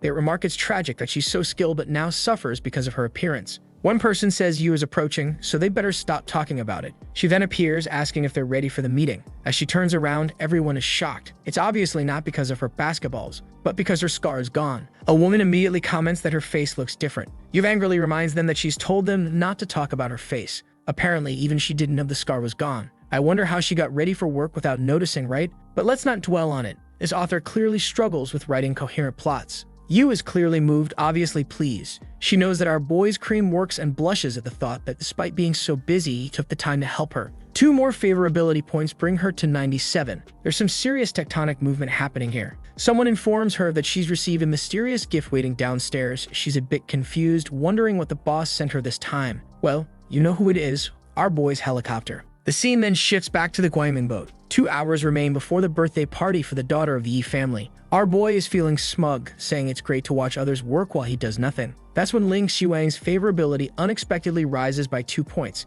He's confused, not understanding what's happening. Favorability goes up with Ruyu, Yuki, and Meng Meng, and he still has no clue what's going on. He checks his phone and sees he missed a call from each of them. He suspects it's probably because of the gift he sent. The scene then shifts to the city, where Yumo is thanking the guy for giving her a ride home. He responds that his parents are friends with hers, so she doesn't need to be so formal. She says all right, but thanks him anyway. She knows this guy would be a good match for her due to the family connections and the fact that he's a decent person. However, the image of that bastard keeps popping into her head. She wonders if he cast some kind of spell. But to her, Chen Yuan is interested in Gao Wanyan, so she doesn't think she has any chance. Then a man appears, asking if she's Miss Chu Yumo. She says yes, and he informs her that a small delivery has arrived. It's a freaking helicopter in the bed of a truck. She says there must be some mistake as she didn't order a helicopter. But he just says it's a gift from Mr. Yan and asks her to sign. She's a bit confused, but who would turn down a helicopter? The guy next to her asks that it was a gift from Uncle Chu and remarks on his generosity. However, Yumo honestly says it's a gift from Chen Yuan of the Sunset Company. The man is puzzled, wondering why that bastard seems to be everywhere. Yumo, a bit cruel, then tells him she thinks it's best they don't see each other too often. The poor guy, almost in tears, asks why. She replies that she's afraid Chen Yuan might think there's something between them. And with that, her favorability goes up by another 10 points. Turns out helicopters work wonders for her. The scene shifts to the party in the evening. Most of the prominent families are on the boat. However, our beloved Chen Yuan is in a bathrobe while everyone else is in suits. People at the party find him a bit odd. Nearby is the famous Qin Wushuang, who likes to be hit, wondering why that bastard is there, and even worse, why he's dressed so inappropriately for the occasion. As the banquet begins, an egg-headed, chubby guy comments that our boy has a unique style. Chen Yuan takes off his sunglasses and greets Wei. The chubby guy gets straight to business, saying they've moved to Shanghai, but the family's business isn't doing well. Our boy tells him not to worry, saying he has some business opportunities and asks if he's interested. Wei asks what kind of business, and our boy replies that it's in real estate. Wei, however, says he's not very interested, as he heard real estate is devaluing in Shanghai. Then someone announces that the new Master Lai has arrived. Wei turns to our boy, saying he wants to make more connections, so he's stepping away. Our boy responds that he wanted to help him, but it seems Wei's not destined to be rich. Master Lai walks through the party and everyone admires him. There's this girl among the group, seems like I see her everywhere. She's got that copy and paste face they use for every female character. Meanwhile, Jilu and Meng Meng are searching for our boy. Jilu points him out and Meng Meng wonders why he's dressed like that. Jilu replies that it's bold style and tells her to hurry up. But just then, a guy grabs her arm, saying that last time they were interrupted, but now no one's going to save her. Jilu immediately slaps him, telling him to get his filthy hand off her. Meng Meng pulls her away, telling them to leave. 1 second, the guy looks like a thug, and the next, he's begging, please, come back. Who shows up to stand in his way? The guy asks who dares block him, and our boy just crosses his arms. Strangely, the man seems more confident, saying, oh, it's just Mr. Yan. He suggests that if Chen Yuan hands over his sister, they could be friends. The people nearby overhear the conversation, recognizing the young man as the legendary Mr. Yan. Chen Yuan wonders if this guy thinks he won't get hit just because they're surrounded by people. To him, this guy is being very naive. But another of our boy's enemies is also nearby, eager to put on a big show to ruin Chen Yuan's reputation. That's when someone shouts his name. Turning around, who appears? It's the girl who lied online, claiming she's carrying his child. She wipes her tears, saying she's 3 months along and doesn't want money. She just doesn't want to be abandoned. She doesn't even mind that he has so many other women. Naturally, people on the boat start thinking he's trash. Everyone begins filming, wanting to know if what she's saying is true. At this, Jilu steps forward, telling the girl to stop lying because Chen Yuan doesn't even know who she is. A little nudge from Jilu makes the girl fall to the ground, starting to bleed. What's this? People wonder.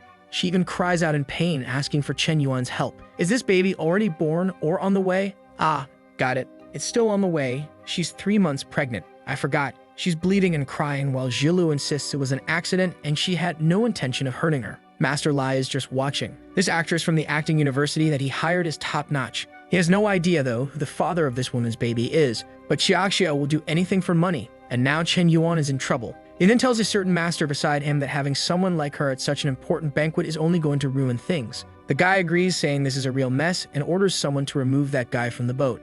A security team arrives, asking who's causing the trouble. The guy points to our boy and tells them to remove that trash from the boat. The head of security, who just noticed Chen Yuan's face, asks if he's serious. The family member insists, questioning if they're really going to defy him. The security lead then calls his colleagues, and they all gather in front of Chen Yuan. The people on the boat think he's about to be kicked out. The young man is confident, already imagining the fame he'll gain from ruining Chen Yuan's reputation. However, at that moment, all the security guards bow to Chen Yuan, addressing him as boss. The young man is confused, wondering why they're calling him boss, and Master Lai is also puzzled, as he thought this boat belonged to the Dong family. The head of security turns to Chen Yuan, explaining that this guy wants to throw him off the boat and asks how they should handle it. Chen Yuan simply replies that if the guy wants him off the boat, then he should be the one thrown off instead. And while they're at it, they can send Master Li packing too. The head of security nods and calls in the team. The young man is bewildered, demanding to know what they think they're doing. He warns them of the consequences they'll face. Master Lai tries to intervene, telling them to think carefully before they act. But as he's about to introduce himself, he receives a slap to the face. The security officer just tells them to stay quiet as they're getting kicked off the boat. Everyone is shocked to see the Yi family member getting hit, especially since he's being thrown off the boat like a dog. Our boy is pleased with the security team's loyalty. Just then, someone approaches him from behind, questioning if he isn't going too far. It's another member of the Yi family, telling him this isn't the time to show off. One of them says that kicking out Lee Jamu is one thing, but throwing out his son crosses the line. However, our boy responds that the guy tried to slander him, so he's already being lenient. Besides, the only one who got hit was Jamu himself, so he's actually showing respect to the son. These guys must be brainwashed, because they think what Chen Yuan said makes perfect sense. In a way, he really did show some respect to the Yi family, so they see him as a decent young man. Meanwhile, the defeated Jamu is crawling away. His secretary, waiting outside, asks what happened and if he offended the Yi family. But he elbows her aside, telling her to get out of his way, all while cursing Chen Yuan, vowing never to forgive him. Back at the party around the tables, people are murmuring that they thought Chen Yuan would get in trouble today, but in the end, it was Jiamu who was humiliated. A slick-haired guy comments that Zhang Xiaoxiao must clearly have been an actress hired by Jiamu. Another praises Chen Yuan, saying it's clearly not easy to tarnish his image. Then a blue-haired girl, the next person in line, asks Wuxuang what she thinks of Jiamu. She replies that he's an ambitious and capable man and one of the prodigies of the new generation. She adds that her father once tried to match her with Jiamu, but apparently he turned her down. The blue-haired girl suggests that maybe Jiamu is playing hard to get, trying to make Wuxuang more curious. Wuxuang says that if that's the case, it worked, as she's definitely curious about him now. Her friend replies that sometimes you have to look beyond appearances, especially since his family controls the entire entertainment industry. Wuxuang agrees, saying she has a point, but today he got in trouble for crossing paths with that bastard Chen Yuan. She mentions that Chen Yuan is a trash who beat her brother and humiliated the whole Lai family. He had barely arrived in Shanghai and was already offending all the powerful families. She'd never seen such a psychopath before. She blushes, thinking about what he'd done to her, and insists, of course, that she's not a masochist. She'd never be into that. The blue-haired girl says that Mr. Yam, on the other hand, is a strange person she can't quite understand. Wuxuang retorts that he's easy to understand. He's trash, and he pulled that whole stunt with Xiaoxiao. But the blue-haired girl suggests that's not necessarily true, that she should look into Xiaoxiao's background because she might have been hired to ruin Chen Yuan's reputation. Wuxuang says she'll have someone investigate, just to be sure. 10 minutes later, she's startled to discover that Xiaoxiao is indeed an actress who works for Jiamu's companies. The girl smiles, saying it's clear that Mr. Yan was only getting his revenge. A shift happens as Wuxuang realizes that our boy is innocent and her favorability toward him jumps by 20 points. The mysterious woman remarks that even though it's a complicated conflict, Chen Yuan handled it cleverly. Wait a minute, the woman's identity is revealed. Turns out she's Han, the eldest daughter of the Yi family. Back at the party, a large cake is brought out and everyone is told they're celebrating Yi Han's birthday. Our boy is excited to finally see who's considered #1 in Shanghai. Han descends with a violin and everyone watches in awe. People are shocked, calling her an incomparable beauty.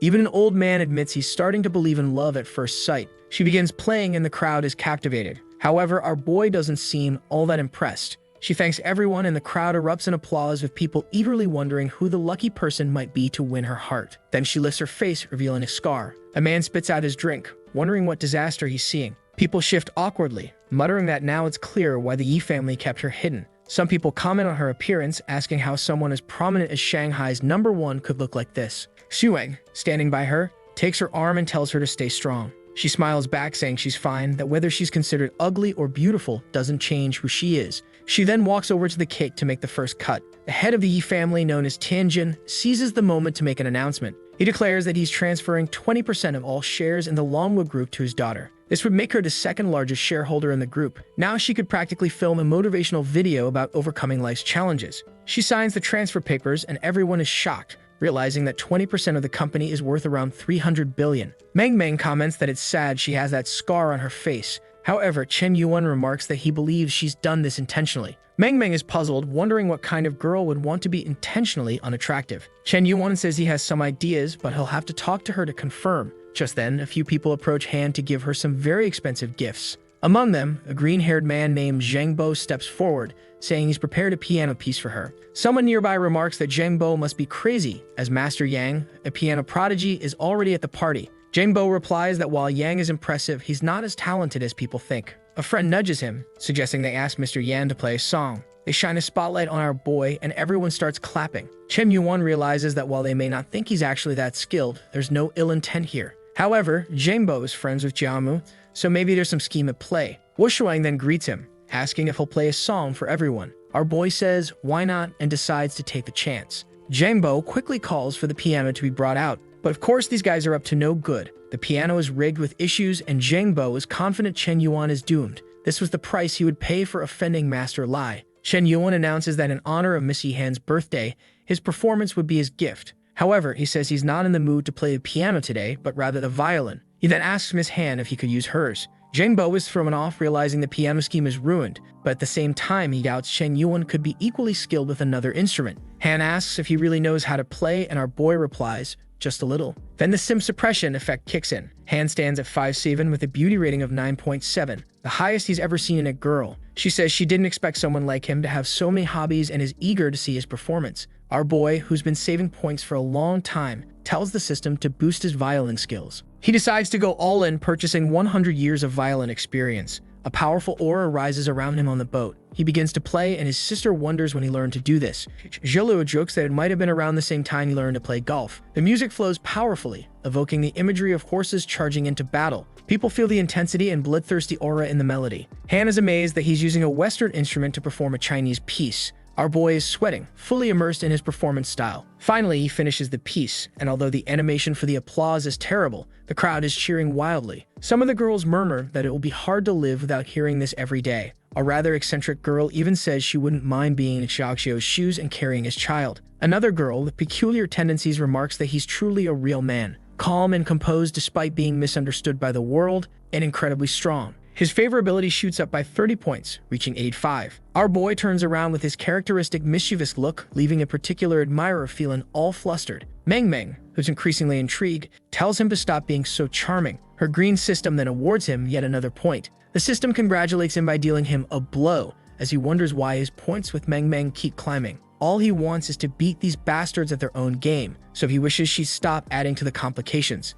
Chen Yuan hands the violin back to Miss Han, who remarks that she never expected him to be so skilled. He casually replies that it's just a trivial talent and walks away. Han begins to feel intrigued by him, sensing a wildness but also a wealth of talent. His performance could rival Paganini, whom she looked up. Apparently, he was a French violinist and composer. Even her own teacher couldn't compare to him. She awards him the first 10 favorability points. As he strolls through the party, a girl glances his way. It looks like learning the violin paid off. He gains 60 favorability points with her as well. She says he has a bit of talent, but the guy behind her immediately interjects, saying that it doesn't change the fact that he's trash. Abandoning a woman in a situation like that makes him the worst. She turns to her boyfriend, agreeing and saying that no one compares to him. She then says the room is full of important directors and offers to introduce him and help his career. She greets a director named Gu and mentions that it's been a while since they last met, suggesting they have a toast. His full name is Gu Xiaolio, and he asks if she's been in any new films lately. She replies that she hasn't because she's been relaxing at home, then asks if he has any roles for her. He tells her he does have a new film, but the lead actress role has already been cast. However, if she wants, she could play the maid. Manning seems a bit put off by the idea. Xiaoliu says he trusts her abilities, but all other roles are already filled. She's left speechless, and her boyfriend demands to know if the director is crazy for suggesting she play a maid given all the awards she's won. She scolds him, telling him not to say such things, and turns to the director to apologize, explaining that her boyfriend didn't mean it that way. The director says it's fine, though he really doesn't have any roles left. But he suggests she should recognize the reality of the people around her. As he walks away, he wonders how someone like her ended up with such an idiot by her side. She turns to her boyfriend, asking why he spoke to the director like that. He responds that he didn't like the idea of her being offered such ridiculous roles. I thought she'd be mad, but instead she calls him too sweet and hugs him. She seems to appreciate this supportive couple dynamic. He mentions that they've been together for a long time and hints that maybe tonight is the perfect time for that. But she says no, that'll only happen after they're married. The OnLifeN subscriber complains that it's been 2 years and he can't wait any longer. She sympathizes but assures him they'll be engaged next month, so he just needs to wait a bit longer. Wow, what this boyfriend doesn't make sense. He's been with her for 2 years just to be her first, planning to dump her afterward. What kind of villainous plan is that, my friend? Looks like he's already been seeing a girl from another family too. Chen Yuan, who's nearby, overhears her getting offered a maid role. He then goes to his sister and asks her to hand over their company's business card to Manning, saying that if she wants a real role, she can reach out. Meng says yes and immediately heads over. He knows Mei Ning's prime has long passed, but she's still much more famous than Gao Ku Yang. Mang introduces herself and asks if Mei Ning remembers that they're neighbors. She says her brother asked her to give her this card because if she's interested, he'd be willing to invest in a movie for her. On the business card, it reads Chen Yuan, the big boss, along with his phone number. Mei Ning looks at it, a bit bewildered. The next day at the financial tower in Shanghai, in a room with Jiamu, Zhenbo grumbles about having rigged the piano, only for Chen Yuan to play the violin instead. By the end of the night, that bastard ended up stealing the spotlight. They start cursing him, calling him a bastard, and noting that even the president of the Longwood Group gave him a business card. Master Lai says these obvious schemes will never work against Chen Yuan because he's too cunning. Just then, the secretary enters and says that public opinion is shifting. She hands him a tablet, urging him to take a look. In the video, Gao Xiang introduces herself and explains that she's aware of the false information circulating about Mr. Yan. She's there to protect the boss she respects. She then reveals that Xiaoxiao is actually an actress and, on top of that, has a signed contract with the superstar's company. But that's just the tip of the iceberg. She's actually known in certain nighttime circles, if you know what I mean. Furthermore, she frequents bars far removed from Chen Yuan's usual spots, meaning their paths would never have crossed. This suggests that someone is orchestrating the whole scheme, none other than Jiamu himself. It's quite obvious since he's the CEO of the company that hired Xiaoxiao. All the scandals surrounding her were also linked back to Jiamu. Mr. Yan had protected her, and that's why Jiamu was retaliating. Furious, Jiamu hurls the tablet to the floor, ordering his team to spend whatever it takes to get the video taken down. His assistant tells him they've already reached out, but the request to remove the video was denied.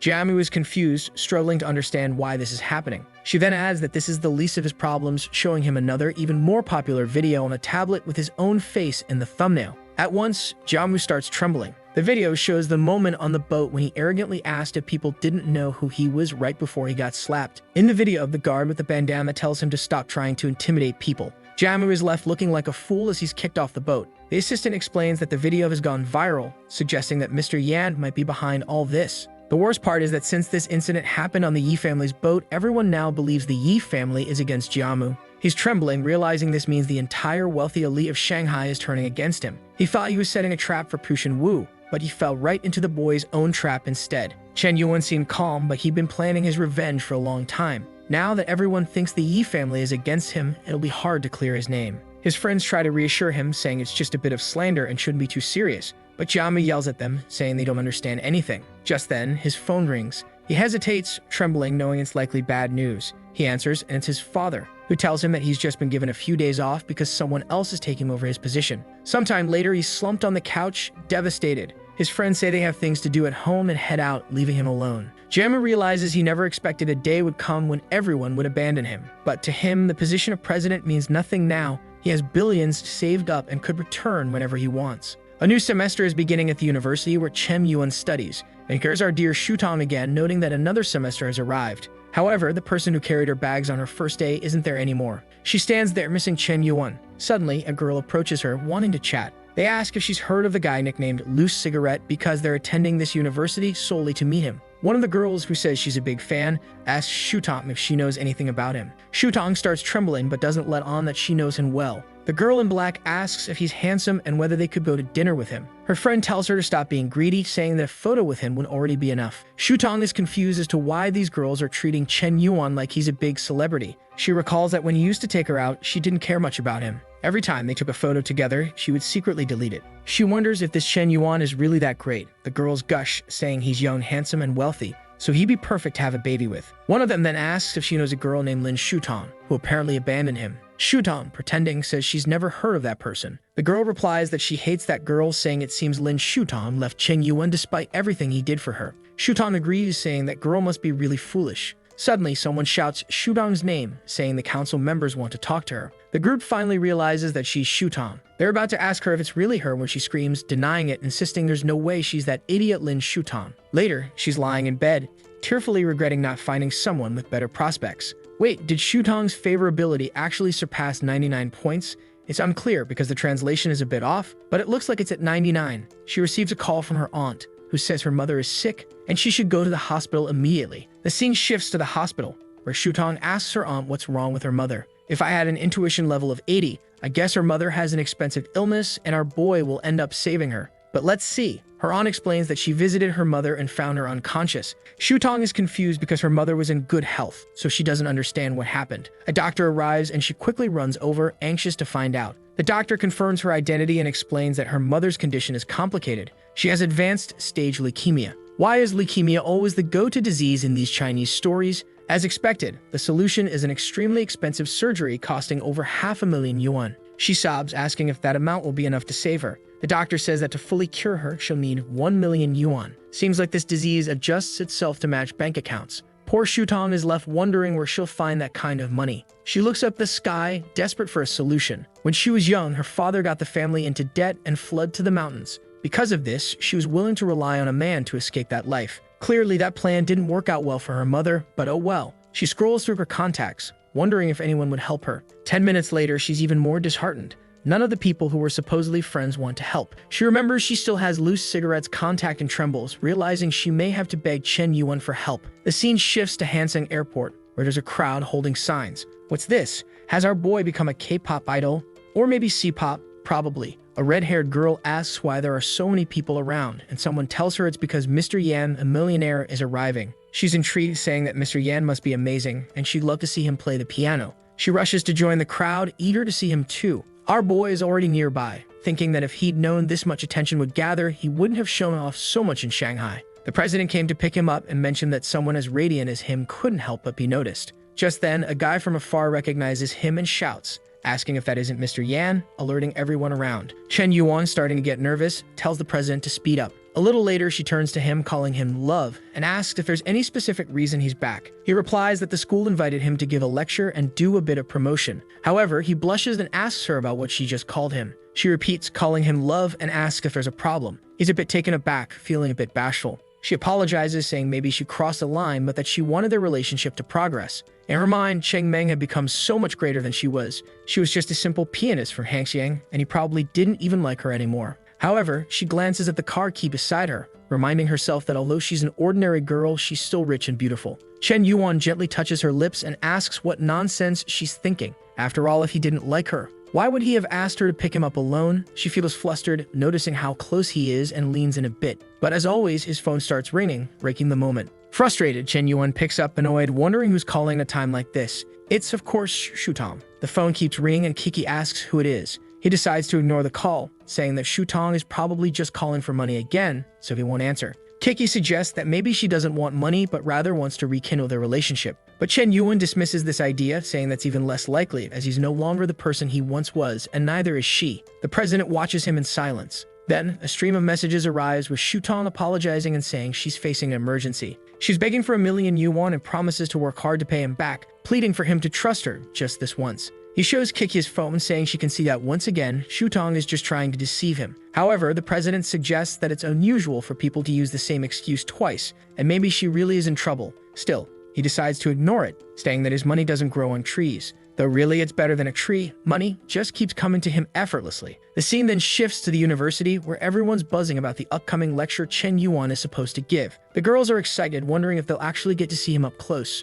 Just then, a disguised guy steps up, asking if they need any help. One of the girls looks at him, confused, and asks who he is. He introduces himself as one of Chen Yuan's esteemed roommates and says he has VIP tickets for anyone who wants to meet Chen Yuan, on the condition that they share their contacts with him. The girls light up, saying that in that case, they're definitely interested. The friends, thrilled, say they'd never have a chance to talk to girls like this if it weren't for Chen Yuan. The scene shifts to an auditorium where Chen Yuan is about to give his lecture. He introduces himself and says he's excited to share some of his experiences and insights. Just then, someone yells out, accusing him of having dirty money. It's that blonde guy from before, demanding that he reveal the source of his wealth. He says that if Chen Yuan doesn't, it proves he's making his money in some shady way. This blonde guy doesn't seem to tire of being humiliated, but he's trying one more time to embarrass Chen Yuan in front of everyone. Chen Yuan barely remembers the kid, who's from the Tang family, and can't help but feel slightly annoyed at the interruption. Chen Yuan thinks it's absurd that this blonde guy wants to confront him at a time like this. He asks him how much money he has in his account, how many houses his family owns, and what they've invested in. He points out that these are personal matters, so why should they be discussing each other's finances? The blonde guy is fuming, seeing that Chen Yuan is trying to dodge the question in a sophisticated way. But the blonde guy persists, saying everyone knows he's been donating millions to streamers, while clearly producing nothing of value. This proves he has distorted values and shouldn't be allowed to give a lecture at the university. Some girls, lazily drawn in the background, murmur that he does spend a lot on streamers, so maybe there's something odd. Chen Yuan notes that the blonde guy is getting clever in his approach. He then admits that the blonde guy is right. He's been spending his money irresponsibly. That's why he's now pledging a personal investment of 1 billion yuan in charities to support the sick in the city of Hanxing. And he, Chen Yuan, never goes back on his word. You just know that somehow this money will end up benefiting Shutong, don't you? The crowd is amazed, and the blonde guy realizes he has nothing left to say as the people cheer Chen Yuan's name. The scene shifts to a building where Shutong stands at the edge, wondering why Chen Yuan doesn't believe in her. She says that if her mother's illness can't be cured, she doesn't want to live anymore. She's saying goodbye to her youth, her regrets, and goodbye to Chen Yuan. She looks down, wondering if it's high enough for a leap. Just as she's about to lean forward,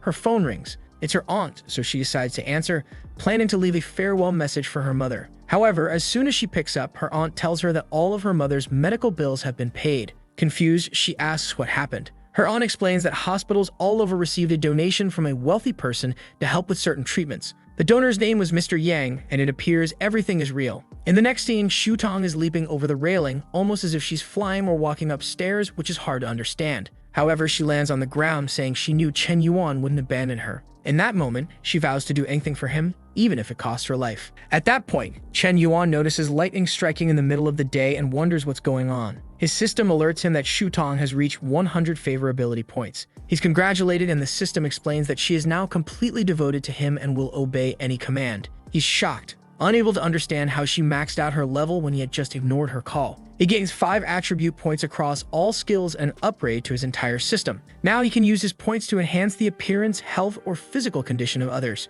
Chen Yuan is annoyed, wondering why he can't use these points on himself. Then he receives another call from Shutong. Despite her maxed out loyalty, he still doesn't feel like forgiving her. But since she triggered this system upgrade, he decides to answer. She greets him, saying she's grateful and that she always knew he cared deeply for her. She mentions her mother's illness and how he donated billions. She pledges to dedicate her body, soul, life, and everything she can to him. Chen Yuan is baffled, asking if she misunderstood something because he didn't do any of this. But he's disturbed. This max-level system creates a more intense brainwashing effect than he had anticipated. Walking through the university, he realizes he needs to be much more careful with people he applies this to. Shutong's mental state was so unstable that it was almost hilarious. But once again, his phone rings. This time, when he checks, it's Chu Yumo. He remembers that it's probably because of that helicopter he sent her earlier. He recalls that she left the police force and would be the perfect person to work for him in his upcoming venture. She'd be ideal for coordinating the charity institute he plans to establish. That way he gained favor with everyone, invest money in her, and potentially profit later.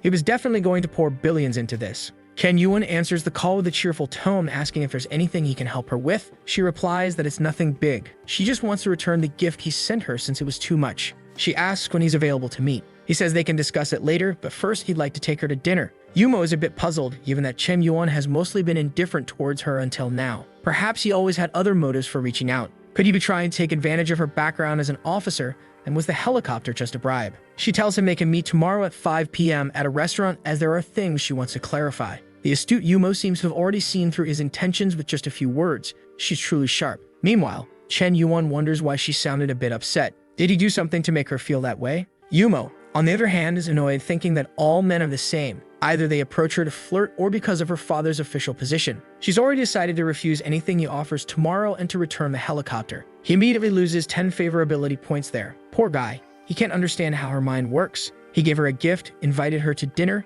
and still lost points. Sometime later, as he's walking, Chen Yuan realizes that Yumo alone won't be enough to handle everything he has planned. Suddenly, someone appears behind him, saying they finally found him. Chen Yuan instinctively turns to deliver a kick, only to stop when he sees it's an elderly man. He nearly lands a blow right on his face. They stare at each other for a second. Chen Yuan recognizes him and asks why Professor Wang is here. Apparently, this man is a university professor who remarks that Chen Yuan has missed over 60 classes and still has the nerve to show up. In his eyes, Chen Yuan was getting too full of himself, and it was time to bring him down a notch. But Chen Yuan has an idea. Grabbing the professor's arm, he says he arrived at the perfect time.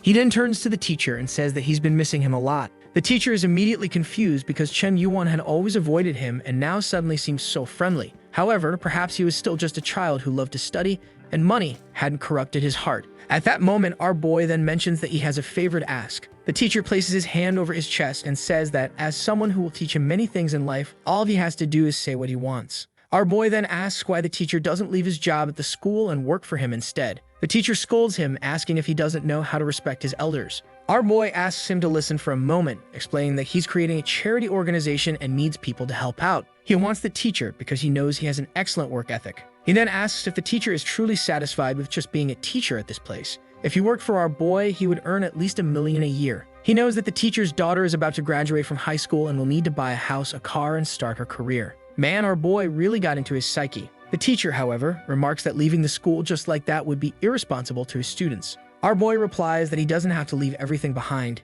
He could work part-time. The teacher continues hesitating, saying that it would disrupt both jobs, but our boy points out that many other teachers do it. He would gain great power and responsibility, but he was the perfect person for the job. The teacher then agrees and calls him boss, thanking him for the appreciation. However, he wonders how he went from scolding the boy to becoming his employee. With no other choice, he asks what the association will be called. Our boy says that maybe it will be called the CY Foundation. At that moment, the teacher realizes that it bears the initials of his name. Meanwhile, another Mang is watching from the sidelines, wondering who that old man he's talking to is. She shouts to our boy when someone says they finally found her. When she turns around, she sees that it's Kiki, who asks for help with something. She wants to create a perfect plan to spend a night with Chen Yuan. Her friend is shocked and asks what she's talking about. However, the president says that's enough. She's made up her mind. Her relationship with Chen Yuan needs to progress, and with so much temptation around him, she needs to secure him quickly. Odaming, however, insists that if she's too easy, he won't value her. But the president is resolute, saying nothing will change her mind. Her life is getting busier with her career, and she wants to experience a youthful romance. She knows that in this competition, there can only be one winner and apologizes to the others, but she must start acting. She then tells Mang to ask Chen Yuan to go to a restaurant behind the school because tonight they'll make him drink. Mang agrees, seeing how motivated she is, and decides to help. However, she keeps thinking that she'll have to help her dear friend get involved with the man she likes. Sometime later, the teacher is leaving. When someone calls for our boy, Kiki and Meng approach from the background, inviting him to the restaurant. Poor boy, he just accepts, not even realizing he's walking into a trap. When they arrive, they make their orders and he glances at the list. There's a lot of alcohol and he's confused. He turns to Kiki and asks if she's going through some difficulty. She replies that she's fine, she just felt like drinking a bit with him. Our boy thinks this is strange. Either she really plans to drink heavily or there's another agenda. And this plan, he knows, involves him. He becomes excited, thinking that after spending a lot of money and waiting for so long, it's finally going to happen. As the drinks begin arriving, Meng challenges him. She says that for every half glass they drink, Chen has to drink a full glass. Our boy says it's fine because he has a system and is built differently, so it's impossible for him to get drunk, or so he thinks. What he doesn't know, however, is that Meng comes from a family specializing in wine, so she also has a high tolerance. Man, with the number of bottles on the ground, our boy is already in a Photoshop blur. Meng keeps drinking and she asks him if he has a twin brother because she's seen double. In reality, she's already wrecked while he still seems fine, telling her she should stop drinking. She insists that it's impossible for her to be feeling bad and tells Kiki to look because there are 2 Chen Yuans. However, the president says her friend is going crazy since it's obvious Chen Yuan doesn't have a twin brother. Actually, he has 2 brothers because clearly there are 3 Chen Yuans there.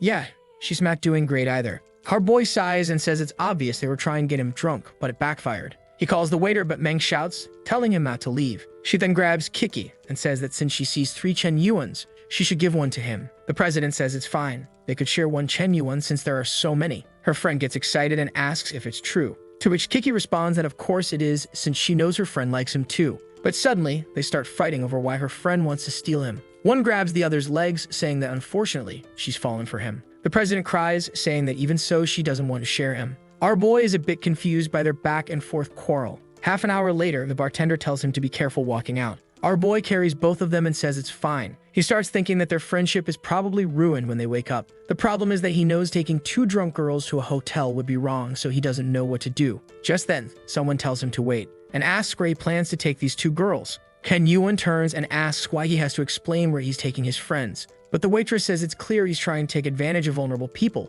which is illegal. He's confused and asks what she's talking about since they're his friends. The woman steps in front and says she won't let him take them, and if he tries to leave by force, she'll have to call the police. At that moment, Meng stands up and asks why she's interfering in their lives. This is when the mask falls and the waitress recognizes him as Mr. Yan. Our boy says now that she knows who he is, she can let it go. She apologizes, saying she thought he was a bad guy for a second. Strangely, the other woman also falls in love, saying he looks even more handsome in person. Now, she even wants to get drunk to be carried too. Oh my god. The scene shifts to an apartment where our boy drops Meng in the living room and carries Kiki. As she slowly wakes up, she asks what happened. She sees Chen Yuan and gets excited, thinking it's finally happening. In his arms, she wonders if it will hurt. He places her on the bed and gets excited. He's really considering making a move. He says that doing this kind of thing isn't what a knight should do, but he isn't a knight after all. Just then, someone turns on the lights. Guess who's back, folks? Shu Lil, asking if he's home already. That's when she notices the gift thrown on the bed. 6 hours earlier at his place, Shu Lil was finishing cleaning everything,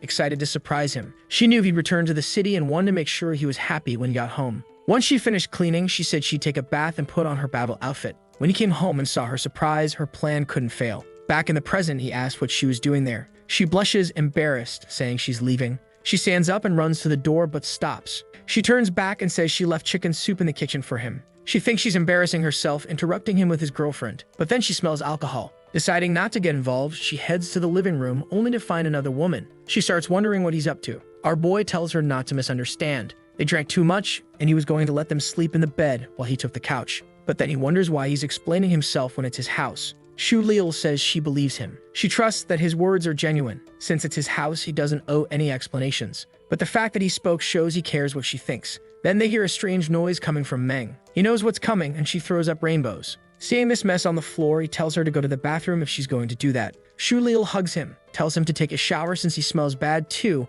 and says she'll clean it up. As he walks toward the bathroom, he thinks about how everyone at school spoke poorly of her, but she'd done so much for him. He didn't know what to do with her. The scene shifts to 10 in the morning the next day. Our boy starts waking up, wondering why it feels like he came back from a war. He smells something good. It's Shu Lil already in the kitchen. He swore he'd wake up surrounded, but that's not what happened. He let Shu Lil stay in one room while the other girls stayed in another as he took the couch. The problem was that he knew the two had argued, yet they still slept together. He wondered what would happen when they woke up. Meanwhile, in the other room, the president woke up, groaning about a terrible headache. That's when she noticed someone next to her. There was clearly someone sleeping there, and she wondered if it was Chen Yuan. Blushing, she questioned whether they had actually reached that point. However, she found it odd since she didn't feel anything and couldn't remember anything. Upon looking, she saw it was Meng Meng. Meng Meng sat up and asked why Kiki was there too. The president suddenly remembered she was still angry because Kiki wanted to steal Chen Yuan, and Meng was upset because all she wanted was to be the second girlfriend. However, both suddenly turned and realized they might be overstepping. Meng then asked Kiki if she had managed to spend the night with Chen Yuan, since she couldn't remember anything. The president thought her friend was lying and must remember everything, but was pretending not to know.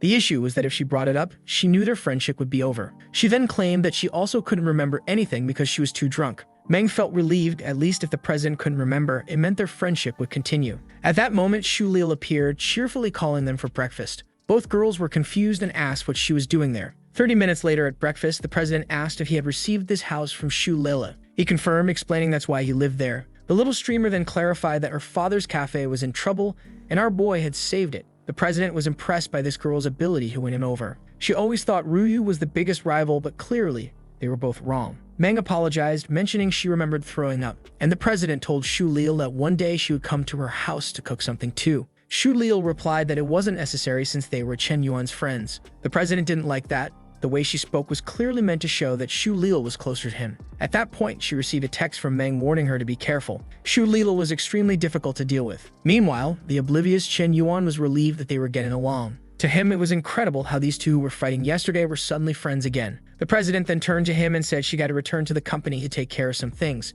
He said goodbye and told her to text if she needed anything. She left and Meng said she had something to discuss with him. Suddenly, he was nervous, thinking she was about to confess. It seemed she had no regard for the friend who just left. Awkwardly, he asked what she wanted to say. With a foolish look on his face, he wondered if they were going to fight over him again. But then she brought up a new online store that the Big Black Cat company was about to launch, and she needed a name. He asked if that was all, and she asked what else it would be. He said if the company's name was Big Black Cat, the store's name could be Big Kitten. Pretty creative. She thought it was sudden, but then started to believe they might have planned this for a long time. There were so many headlines around implying he had been thinking about this name already. Who knows? She was impressed by his clueless expression. He simply said the name didn't matter as long as it was memorable. He was leaving the administration up to her and planned to invest 10 billion in this department. Funny enough, he said 10 but showed her 100. She commented that it was too much money and doubted she could do a good job. But he told her not to overthink it and just believe in herself. Her mission was to make the Big Kitten store one of the largest in the country, so she had to give it her all.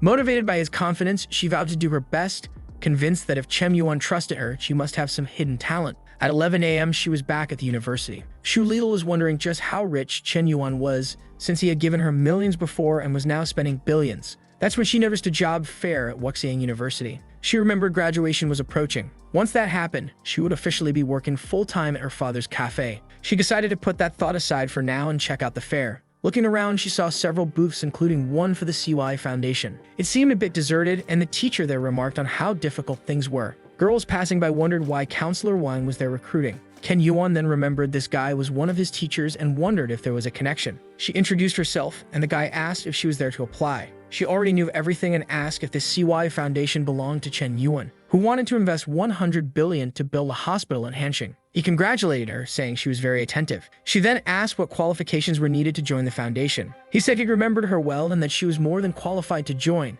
especially since she was the only one to show up so far, so he had to recruit at least one person. He reassured her that they were just getting started but would soon have a dedicated space. If she joined today, she would become one of the founding members. She expressed interest but pointed out that she was an arts graduate and didn't quite fit in. He quickly sat her down and assured her that all she needed to do was help with some recruitment. She became pensive. Although she wasn't particularly keen, it was at least a way to get closer to Chen Yuan. At the very least, when the girls talked about work, she would be able to join in the conversation. The teacher then left, saying that from now on, she was in charge of recruitment since he had other things to do. She wanted to complain, but he ran off, saying he believed she could handle it. Poor girl realized she had fallen into his trap. He then observed that the CY Foundation's recruitment wasn't going well, so he changed it to recruitment for Mr. Yan's charity foundation. Immediately, the girls stopped and wondered if it was that Mr. Yan. One came running, eager to confirm if it was the real Mr. Yan they were talking about. Shirley confirmed it was, adding that he was investing a lot of money. In no time, a crowd gathered, wanting to join. Some guys nearby were curious why there was such a large group.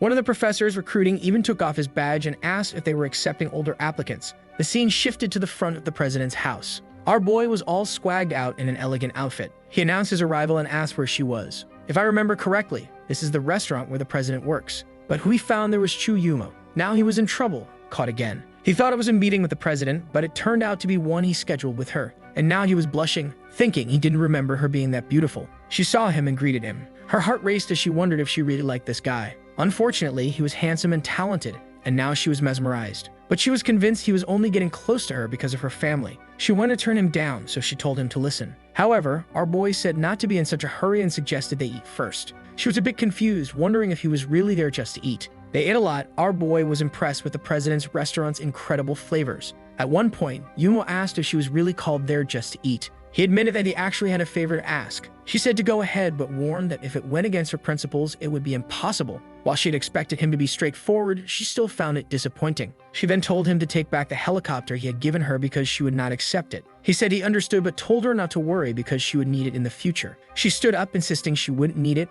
and if he kept pressing, their friendship would end right there. He conceded, saying she won. Then he explained that he wanted to tell her he was starting a charity foundation. Yumo responded that she already knew, but the 10 billion he mentioned wouldn't be enough to build 10 hospitals. Moreover, the number of patients who couldn't afford treatment was far higher than the figures showed. If word spread, people from other provinces might come, and if he refused to treat everyone, it would hurt his reputation. She advised him to analyze everything carefully because not everything was as simple as he thought. Like an idiot, he clapped his hands, saying he had found the right person. He then told her he wanted to make her the president of the association, managing all the funds. She was stunned. She thought he was there to ask for a favor, not to place her in such a position. She was about to say something, but he told her not to rush. He had another reason for meeting her there. He explained that offering her a luxurious helicopter and her refusing it showed she had noble character. Furthermore, as a former police officer, she certainly had a strong sense of justice, making her perfect for the job. He would use his money to help people, even if it made others hate him. He pounded the table, saying that's why he chose her.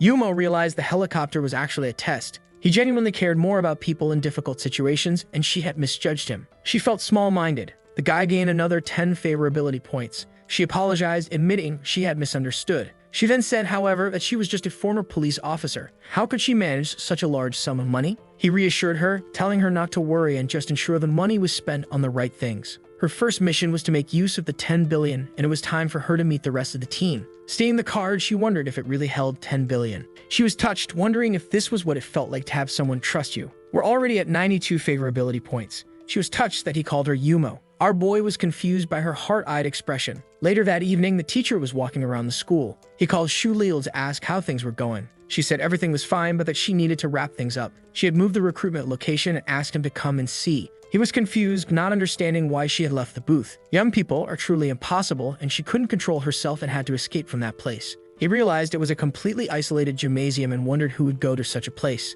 But when he entered, it seemed like half the school was there. He started sweating nervously, wondering why so many people were present. He approached Shu Lil and asked if she had really recruited everyone, to which she confirmed with a nod. She apologized, explaining that she didn't have much time but did the best she could. He reassured her that it was okay, but then asked how she managed it. She explained it was thanks to the student council. She focused on recruiting from that group first to create a chain reaction where each person brought in 2 others, who then brought 4 and so on, eventually gathering over 1,000 people. One of the signs showed that the foundation offered a salary of more than 8,000, and he asked why she advertised that since the amount hadn't been finalized. She apologized, saying she set it low because some students wanted to know the minimum they could earn. The professor became irritated, realizing he had studied his entire life and was earning exactly that. The problem now was that with over 1,000 students there, hiring everyone would be quite difficult. He had trusted him so much just yesterday, and now this happened. At that moment, he received a phone call. It was our boy asking how recruitment was going. He informed him that he had just arrived at the school and wanted to introduce someone to him. The professor asked who, and our boy explained it was the new president.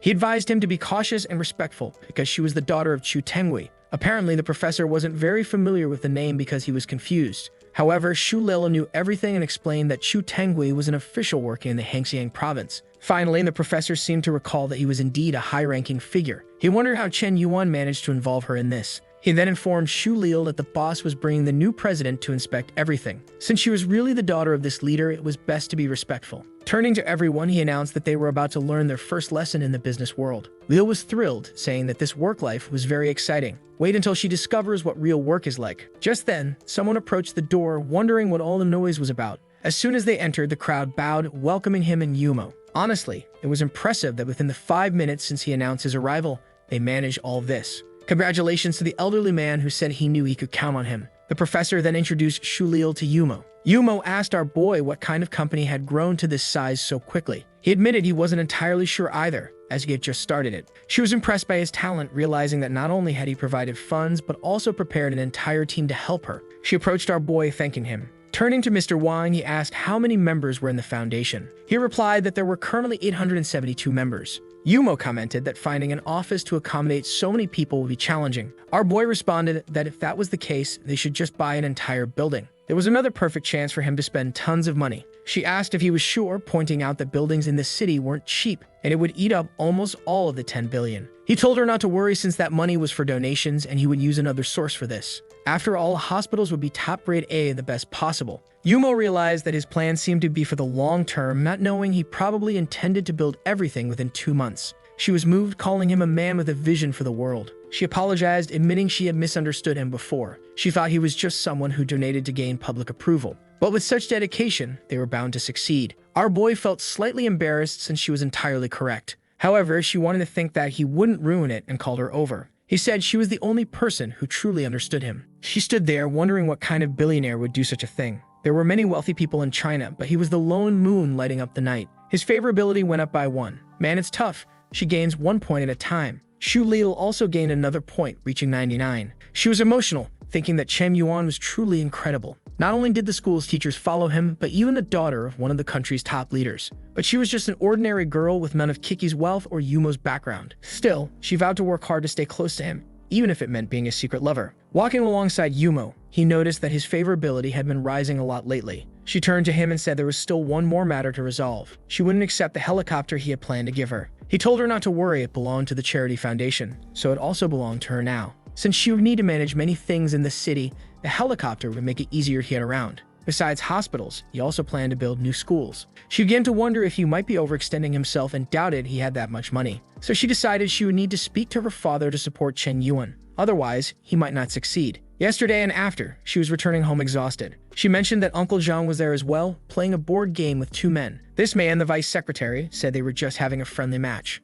Her father, Tengui, asked what she thought of the offer he had made her at the office. She was about to say that she had actually found a new job. Her father made a move that startled Zhang, who then asked her what kind of job it was. She explained that she was the president of the CY Charity Foundation. He was a bit confused, saying he had never heard of that group. She said it was understandable since they had just been established with a donation of 10 billion from Mr. Chen Yuan. Zhang remarked that he had been hearing a lot about this young man recently. At that moment, her father stood up, declaring victory in their game. Zhang accused him of cheating, saying he was too old to pull such tricks. She helped the elderly man to the door, but her father called her back, asking more about the foundation and what they were trying to accomplish. She then began to explain. Some time passed. Her father said that if everything she described was true, supporting it wouldn't be a bad idea. Yumo insisted that he would have to keep his word since Chen Yuan had entrusted her with 10 billion to help people. Now her father was startled, wanting to know if she really had 10 billion. She confirmed, but he was still puzzled, wondering why Chen Yuan trusted her so much. She admitted she didn't know either. Perhaps he saw some kind of ability in her and trusted her. She suggested they check the account as the money was already there.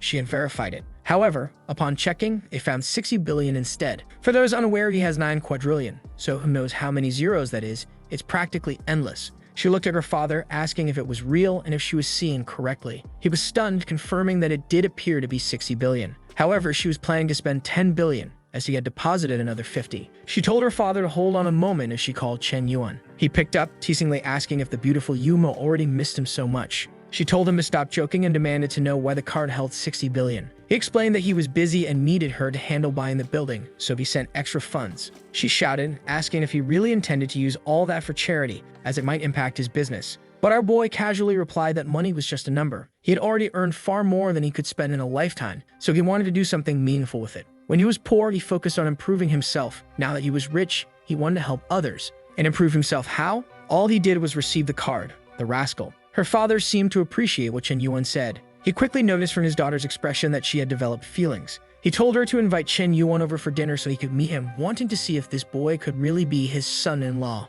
She relayed this over the phone, asking if Chen Yuan heard that he was being invited to dinner. Our boy, feeling a bit awkward, said he might not have time. He was worried her father would ask where the money came from and he wouldn't know how to respond, fearing the government might start investigating him. Honestly, it's strange that the government hasn't started investigating him already. Meanwhile, someone was watching him and threw something at the TV. It was Yahello, wondering why that bastard was involving himself in every part of society. But then he had an idea. He asked what would happen if someone died during a treatment funded by Chen Yuan. It might be quite interesting. The secretary simply nodded, saying he understood and would take care of it immediately. The secretary, however, cautioned that they should proceed slowly, metaphorically taking one bite at a time. If Chen Yuan wanted to do charity, perhaps he should help people from all the regions. First, they would make things more challenging for him. The secretary agreed, believing the young master was about to win. Even with 10 billion, some diseases couldn't be cured, and people would come from all provinces. It was certain that Chen Yuan would end up overwhelmed and criticized. She was convinced this time Jiamu would have his revenge. However, she added that there was something else to mention. Ling Shuang had acquired 2 more construction companies and was about to start a movie project. The staff seemed highly motivated, and the work was expected to finish sooner than planned. Jiamu knew that Ling Shuang was extremely skilled at managing things. Losing her was worse than losing an arm, and to make matters worse, it was to Chen Yuan. The secretary then mentioned that Ling Shuang's scar appeared to have healed. Jiamu was shocked when he saw photos of Ling Shuang. Now Jiamu was regretting, thinking that even though Kim Kian was cute, she was somewhat incompetent. Kian tried to say something about Ling Shuang betraying him, but Jiamu shouted at her to shut up and even slapped her. Crying, she apologized, saying it was unintentional. He then ordered her to leave the room as she was rooming the view. Staring out the window, he declared that just watching Chen Yuan suffer wouldn't be enough to quench his resentment. That bastard was involved in numerous industries, but he still had one fatal flaw. The entertainment chain he relied on sustained everything, and if it were destroyed, everything would crumble. The problem was that attacking Chen Yuan would require a lot of money, so he decided to call on his family for support. He called his father and said he had something to discuss. The next scene starts with our boy sneezing, wondering which girl is thinking about him. His phone rings and President Kiki, or maybe Bingsu since she called him Kim, is on the line. Honestly, I'm a bit confused now too. It turns out it's Bingsu, who had been out of the picture for a while. She's blushing and nervous because this will be her first private dinner with Chen Yuan. She used the excuse of showing him her new house, but in truth, she wants to ask for money. That woman from the big black cat mentioned how lucky she was to have Chen Yuan's financial support. Bingsu told her to cut to the chase. She explained that the company was entering its second round of funding and would need 10 billion. She got close, saying everyone was working hard and counting on her charm. Honestly, I thought she was going to ask for money for herself, but it turned out she was doing it for his company, so I doubt it'll be too difficult for him to give. Still, she was embarrassed to ask for more money since he always took care of everything. At this rate, she feared he'd think she was a shameless woman who only knew how to ask for things. The doorbell rang and she said he had finally arrived. Our boy even brought roses to congratulate her on the new house. As soon as he entered, he asked if this was the house she got from the company. She confirmed it, calling it a modest place but inviting him to make himself at home. He commented that her CDO was stingy, saying that if she worked for him, she'd have received a villa. Now I'm confused. Didn't she work for his big black cat company? Apparently not. I'm a bit lost. He was impressed, though, by how she set everything up with candlelight. Night fell and they toasted. She asked if he knew what day it was, wondering if he guessed it was her moving day. She said no, It was actually her birthday, and he was the only person she had invited. Our boy was shocked, apologizing for not bringing a gift since he had no idea. He thought her behavior was odd, but she told him his presence was the best gift. She had never had many friends growing up, spending every birthday alone. Sometimes she felt like a huge failure. He was puzzled. How could the girl considered #1 at Hunan University be so insecure? Little did she know that many people wanted to befriend her, but she couldn't see it. He told her it was impossible for her to be a failure when she was so beautiful and successful. She then opened up about the idea of success. She admitted she actually wanted to quit her job. He was confused and asked why. Oh, now I remember, he bought the carp company and gave her all the shares. So no, she doesn't actually work for him. She said she lacked experience and wasn't worthy of the position she held. Our boy was a bit confused since he had handed over the entire company to her, meaning she was worthy. But he started to suspect something was off. He asked if the CEO of her company was out of money again. She was impressed he already knew. He explained that he had only met that woman once but could tell she was very ambitious. Lately, he had been seeing lots of advertisements suggesting they had burned through all the money he gave them. Now she was nervously approaching him, asking for more money, afraid of looking like a desperate woman. But to him, this worry was unnecessary. He was confident in the company's future. Bingsu interrupted, saying this time they wanted to sell 20% for 10 billion, which was outright robbery. But he told her to wait a moment and pulled out his phone. He transferred the 10 billion immediately, resolving the issue. He then said that to him, she was more important than any amount of money. He was pulling out all the stops to reach 100% favorability. She was touched, saying she appreciated how much he valued her, but she couldn't accept the money. Ken Yuan insisted she not reject the investment. This way, she'd hold more shares than the other woman. Plus, he wasn't investing without a plan. He would send his people to gradually take over the company. When the time was right, they'd remove the other woman from power. Then Bingsu would own everything. She was impressed, saying it was an incredible plan, but honestly, it's as basic as they come. She stared at him, and our boy asked why she was looking at him like that. Embarrassed, she said it was nothing and went to get him some food. But she had a problem with her heel and tripped. She fell right into his arms, and well, it couldn't have been more perfect. Our boy internally celebrated, thinking she smelled amazing and felt soft. And so he claimed the first kiss of Hunan University's goddess. Bingsu apologized, saying it was unintentional. However, our boy tells her that it's fine. If she doesn't mind, he doesn't mind either. And he goes in for a second attempt. As the series of romantic gestures continue, he thinks to himself that the coldest one of all was the first to melt. Today, he'll finally clear this stage of the game. Bingsu felt strange, her body unusually warm. She couldn't quite grasp what Chen Yuan had in mind. Now acting like a vampire, he leaned in for a nibble, but she abruptly revealed she was on her period. Startled, he quickly pulled back and she explained it wasn't that she didn't want to, it was just bad timing. He apologized, admitting he nearly lost control. He then offered to make her some tea to help her relax. She watched as he went about it, thinking that after she told him, she expected him to just leave. But instead, he was making tea and being incredibly considerate. Some time later, he was at the table, even blowing on her soup to cool it down. It was just brown sugar water to warm her stomach, but still. She looked at him and asked why he was being so kind to her. He awkwardly responded that it was just soup, nothing worth getting so happy over. Another point earned, and now she was at 99 favorability. He found amusing how difficult it had been to win over Shutong compared to how easy things were progressing with Bingsu. She called out to him and he asked what it was. She wondered if he would stay with her tonight. Our boy hesitated, thinking it might be too much, being so close but unable to touch. But then she said that if he stayed, she'd find another way to make it worth his while. Cut to the next morning and our boy was feeling overjoyed. Reflecting on the night, he thought Bingsu had truly left a lasting impression. She was so soft. Whatever happened must remain a mystery to us as he was already leaving the room. Upon waking up, she whispered to herself that she'd done something she never imagined. But at least it had brought her and Chen Yuan closer. A few days later, on the TV, a report detailed investments of 32 billion into the land Chen Yuan had purchased. Ken Yuan was wondering why thoughtless spending always seemed to work out. Well, it's because he has infinite wealth, that rascal. Just then, he received a call. It was Yumo, asking how he dared to forget her dinner invitation from the night before. Our boy apologized, explaining he'd been busy with the hospital project. He asked when they could meet, and she said tonight, as her mother had prepared a meal. He sighed, thinking things were getting out of hand. Now that he was attracting so much attention, there was no escaping everyone's expectations. He agreed to come over. He'd arrived at the provincial leader's residence, bringing nothing but some famous Chinese liquor. He knocked, and a blonde man answered, asking if he was the delivery guy. Ken Yuan questioned whether he looked like a delivery person. The man slammed the door in his face, leaving Chen Yuan bewildered. He even wondered if he had come to the wrong place. He checked the address, building 5301, and called Yumo to confirm. She did, apologizing and explaining that the man was someone her mother brought from Beijing, intending for him to marry Yumo. Ken Yuan asked if he had been invited just to play the decoy. She tried to explain that it was unplanned as her mother had shown up unexpectedly. He reopened the door, apologizing for the wait. She pulled him inside, chastising the blonde Shenyu for rudely slamming the door on her guest.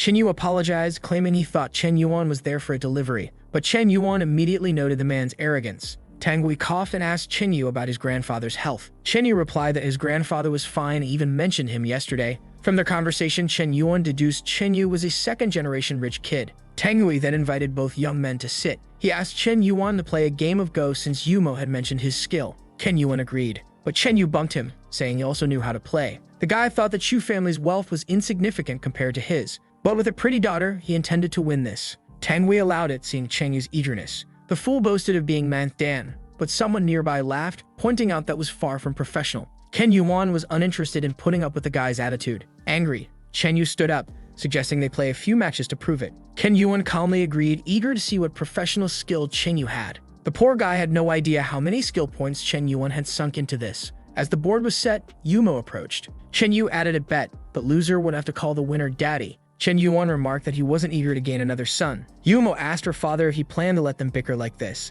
He reassured her it was natural for young people to have fiery tempers, but in reality he wanted to use Chen Yu's presence to test Chen Yuan. His daughter couldn't see just how carefully he was evaluating the right person. Chen Yu then told our boy that he might have money, but he should learn to show more respect. But the protagonist mocked him, asking if he was just another second-generation rich kid living off his family. Chen Yu was about to curse him out when our boy pointed out how quickly he lost his temper. He made a move on the board and asked if that was truly professional-level play. Apparently, Chen Yuan had already won the first match, and the fool complained that he had cheated by distracting him, demanding a rematch. 10 minutes later, Chen Yuan calmly stated that he had warned him his level was amateur. If he called himself a professional, that any old man at the park could claim the same. Chen Yu grudgingly admitted he wasn't as skilled and had lost, but he glared at Chen Yuan, vowing that while he may have lost the game, he would make Chen Yuan's life a living hell. He wanted to show him just how terrifying it was to cross him here. Chen Yu stood up, claiming he didn't feel well and would be leaving. But Chen Yuan placed a hand on his shoulder. He reminded the young master about their bet.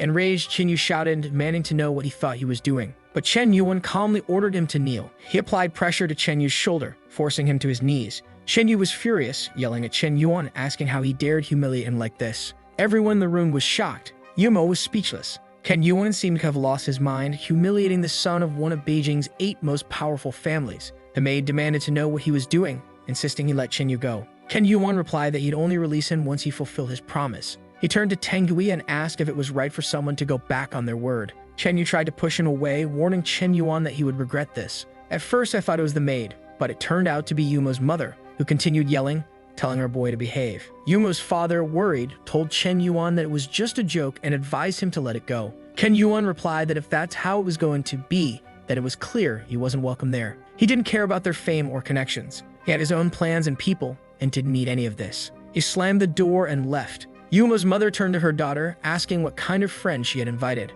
But Yumo asked her father why he had acted that way when Chen Yu clearly lost the bet. Her mother scolded her for speaking like that to her father over a nobody. Tang Gui was at a loss, having only wanted to test things and not expecting this situation to escalate so much. What he didn't understand was where Chen Yuan's boldness came from, defying the son of a Beijing family and slamming the door. He began to wonder if Chen Yuan was really from the legendary Chen family, the one rumored to inherit the next position of the dragon. I have no idea what that means, but he knew that with Chen Yu's personality, he wouldn't let this go, so he would find out just how capable Chen Yuan really was. Meanwhile, Chen Yu swore that Chen Yuan would regret ever being born. Our boy, meanwhile, was walking the streets without a care when he received a call. It was Yumo, asking why he had slammed the door, saying things were now tense at her house. Chen Yuan asked why Chen Yu was allowed to provoke him, but as soon as he acted, everyone turned against him. Yumo explained that Chen Yu wasn't special. It was just that his family was very powerful, and now Chen Yuan was in danger. Our boy dismissed it, telling her to let him come at him. But Yumo warned that while he might not be affected,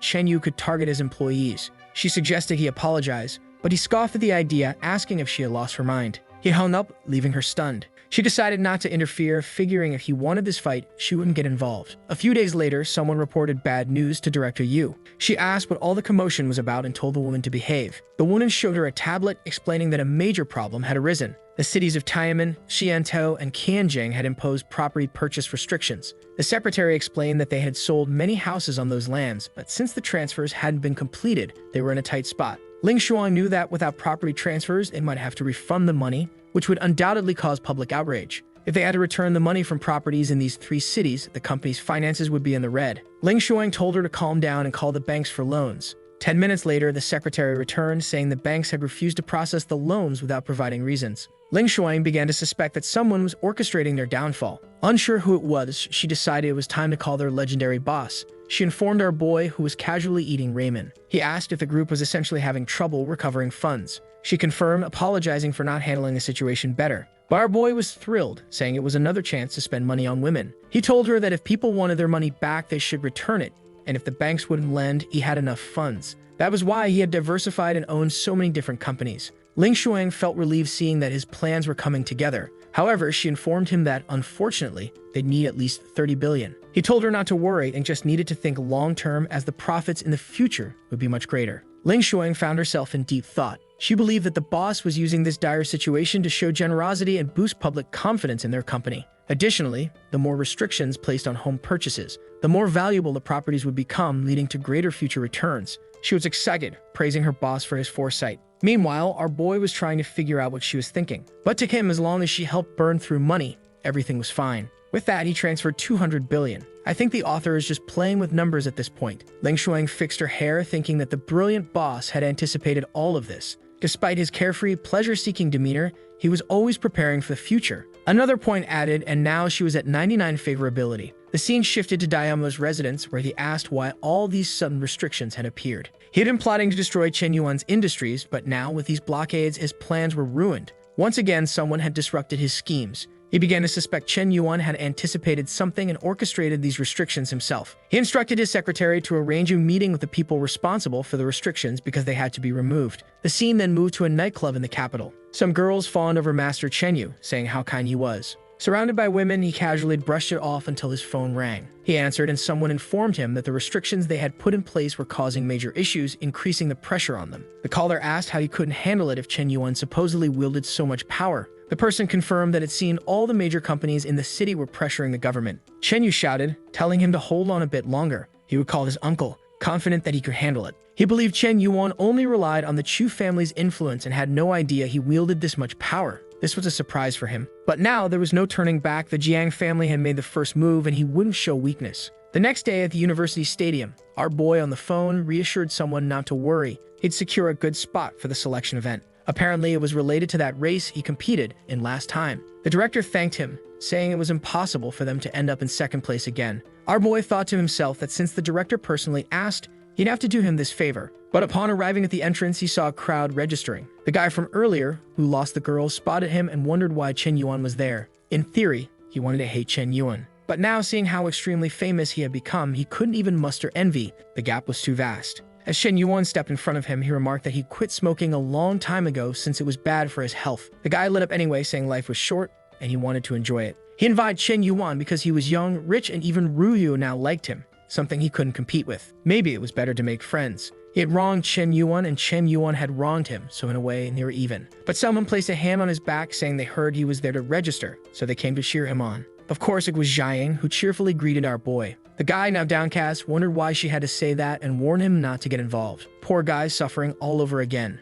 Meanwhile, Jiang turned to our boy, saying the director had asked her to assist him with anything he needed. The dejected guy wanted to forgive Chen Yuan, but seeing his ex get so cozy with him left him crushed. Then, he had an idea. If his ex-girlfriend ended up with Chen Yuan, perhaps he could brag about it to others. I'm not sure what kind of bragging rights those are, but okay. Jiang, however, thought his expression was gross and was relieved she'd broken up with him. She asked our boy how many events he'd be participating in. Chen Yuan asked how many there were, thinking there was only one. She explained that there were at least 28 events annually. She listed off races, sprints, long-distance runs, jumps, throws, and more. Our boy told her to sign him up for the decathlon. She was shocked, explaining that it involved 10 consecutive events, exhausting the body. But the System King assured her not to worry. He trained a lot at home. Some time passed, and girls were snapping pictures, asking if Chen Yuan was really going to participate. The scene shifts to a golf course where some men remarked that they heard that boy would be competing in the event. They find it incredible that he juggles so many projects and still participates in sports.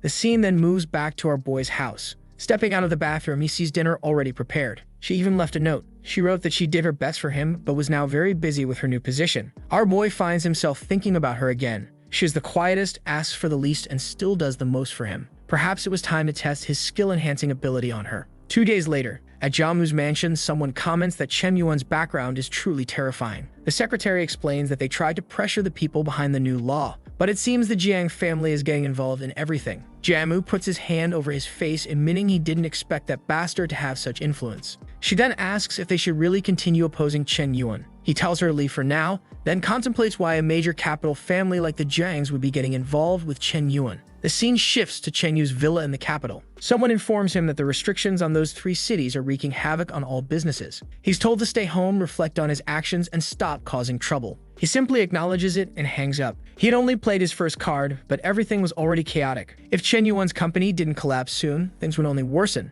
since the houses he owned would only increase in value. Still, he was confident that with so many properties and no access to bank loans, they would inevitably fail. Both Jiamu and Chen Yu vow that Chen Yuan will pay sooner or later. Now it's the day of the sports event. The first competition is the high jump, and everyone takes their positions. Our boy is decked out, fit, and shining. Girls in the audience can't help but notice how he stands out from the crowd. As he stretches, a guy approaches and, upon confirming he's Chen Yuan, scoffs, saying he's worse than expected. The confused protagonist turns around. A deliberately unattractive character sneers, claiming he despises people like Chen Yuan, who use sports to self-promote. He storms off, promising that today Chen Yuan would face a humiliating defeat. Chen Yuan is left bewildered, wondering where this character even came from. The blue-gear announcer then declares the start of the competition. Excitement fills the air, especially with Chen Yuan's presence drawing in a large crowd. Several sports reporters are covering it, and it's being broadcast. The unattractive competitor runs and jumps over the bar, proudly announcing that today he'll become famous.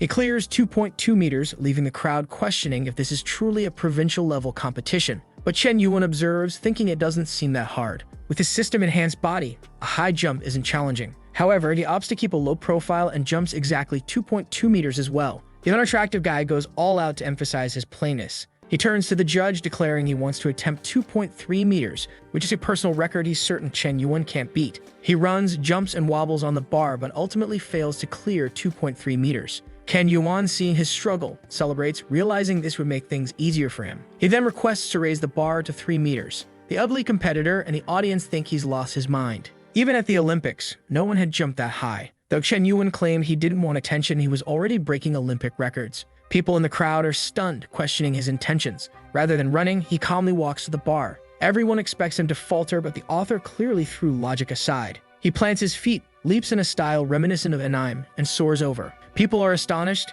thinking they must be dreaming. The announcer declares that the legendary boss has cleared 3 meters. The unattractive competitor is left in the shadows. Jiang rushes over with water, praising him. Chen Yuan says this is just the beginning. They'll keep winning. 10 minutes later, it's the long jump. The ugly competitor, determined, jumps 7 meters, hoping to outshine Chen Yuan. But Chen Yuan, focused more on chatting with Jiang than competing, dismisses him entirely. The competitor tries to get his attention, but Chen Yuan ignores him. A minute later, Chen Yuan effortlessly jumps 9 meters, setting a new world record. The crowd goes wild, realizing this boy isn't normal. Meanwhile, in a nearby commercial building, our beloved Han and the masochistic admirer watch in awe, impressed by his performance. Wu Shuang remarked on how incredible it was that Chen Yuan had kept his talents hidden for so long. Han, feeling excited, commented that he never failed to surprise her. Her friend suggested they could help since his company was under attack, but Han said he probably didn't need their help. The company's debts were still within acceptable limits. At worst, this would only delay expansion a bit.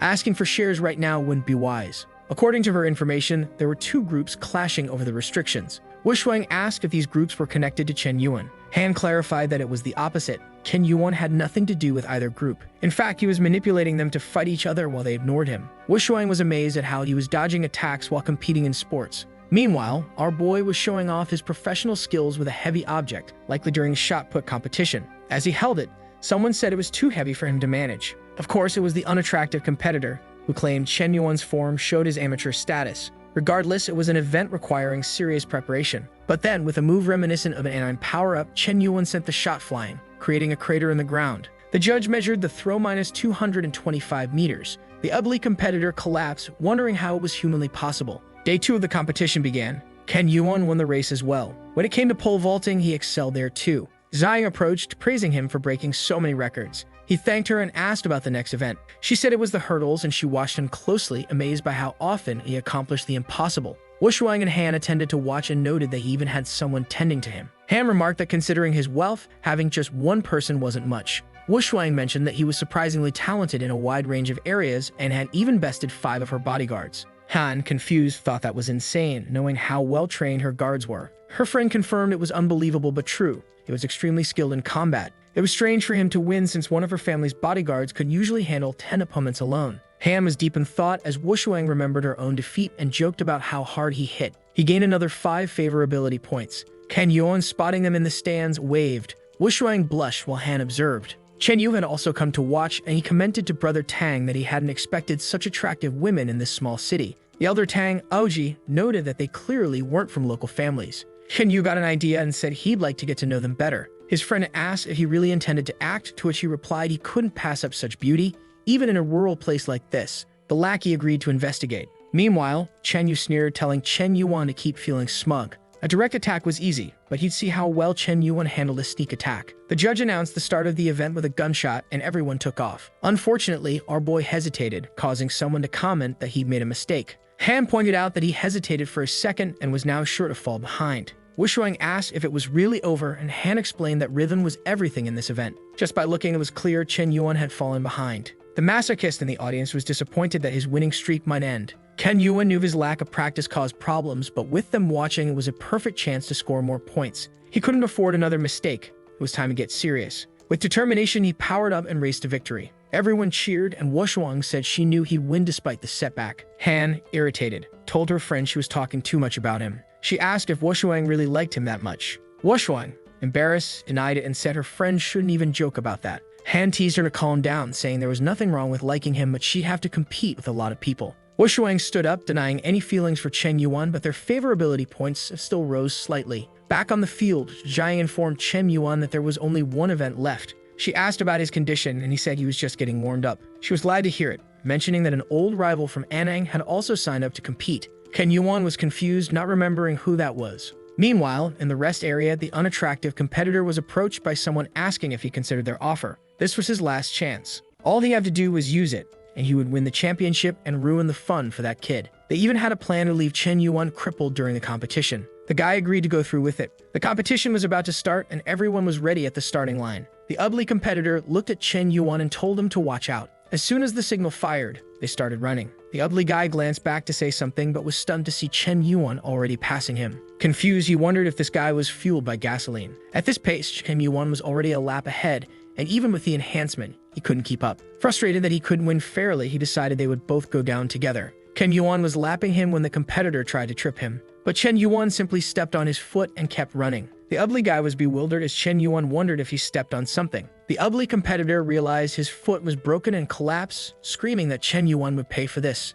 Chen Yuan was declared the event's champion. He was practically a walking metal rack at this point. His favorability points with everyone continued to climb. They were all at 98 or 99, but no one was quite reaching 100. Zhang approached him, praising him for his incredible performance. She mentioned that even the school's president had cried with pride at his achievements. Meanwhile, the ugly competitor was carried off, foaming at the mouth and vowing revenge. Zhang asked what happened to that prodigy, and Chen Yuan dryly noted that the competition was quite dangerous. Outside, reporters swarmed around asking which team he would join and what career path he would choose. Zhang shooed them away, insisting he needed rest. Some of Chen Yuan's old acquaintances, who had never realized he was so talented, watched in awe. One guy's girlfriend suggested that since he was friends with Chen Yuan, he should ask for startup money. The guy refused, saying it was inappropriate, even if they were friends. Annoyed, the girlfriend revealed she was only dating him for his connection to Chen Yuan and was leaving him. The poor guy was blindsided, asking what he did wrong and promising to change. But she dismissed him, saying she no longer liked him and didn't want a man with no ambition who would achieve nothing.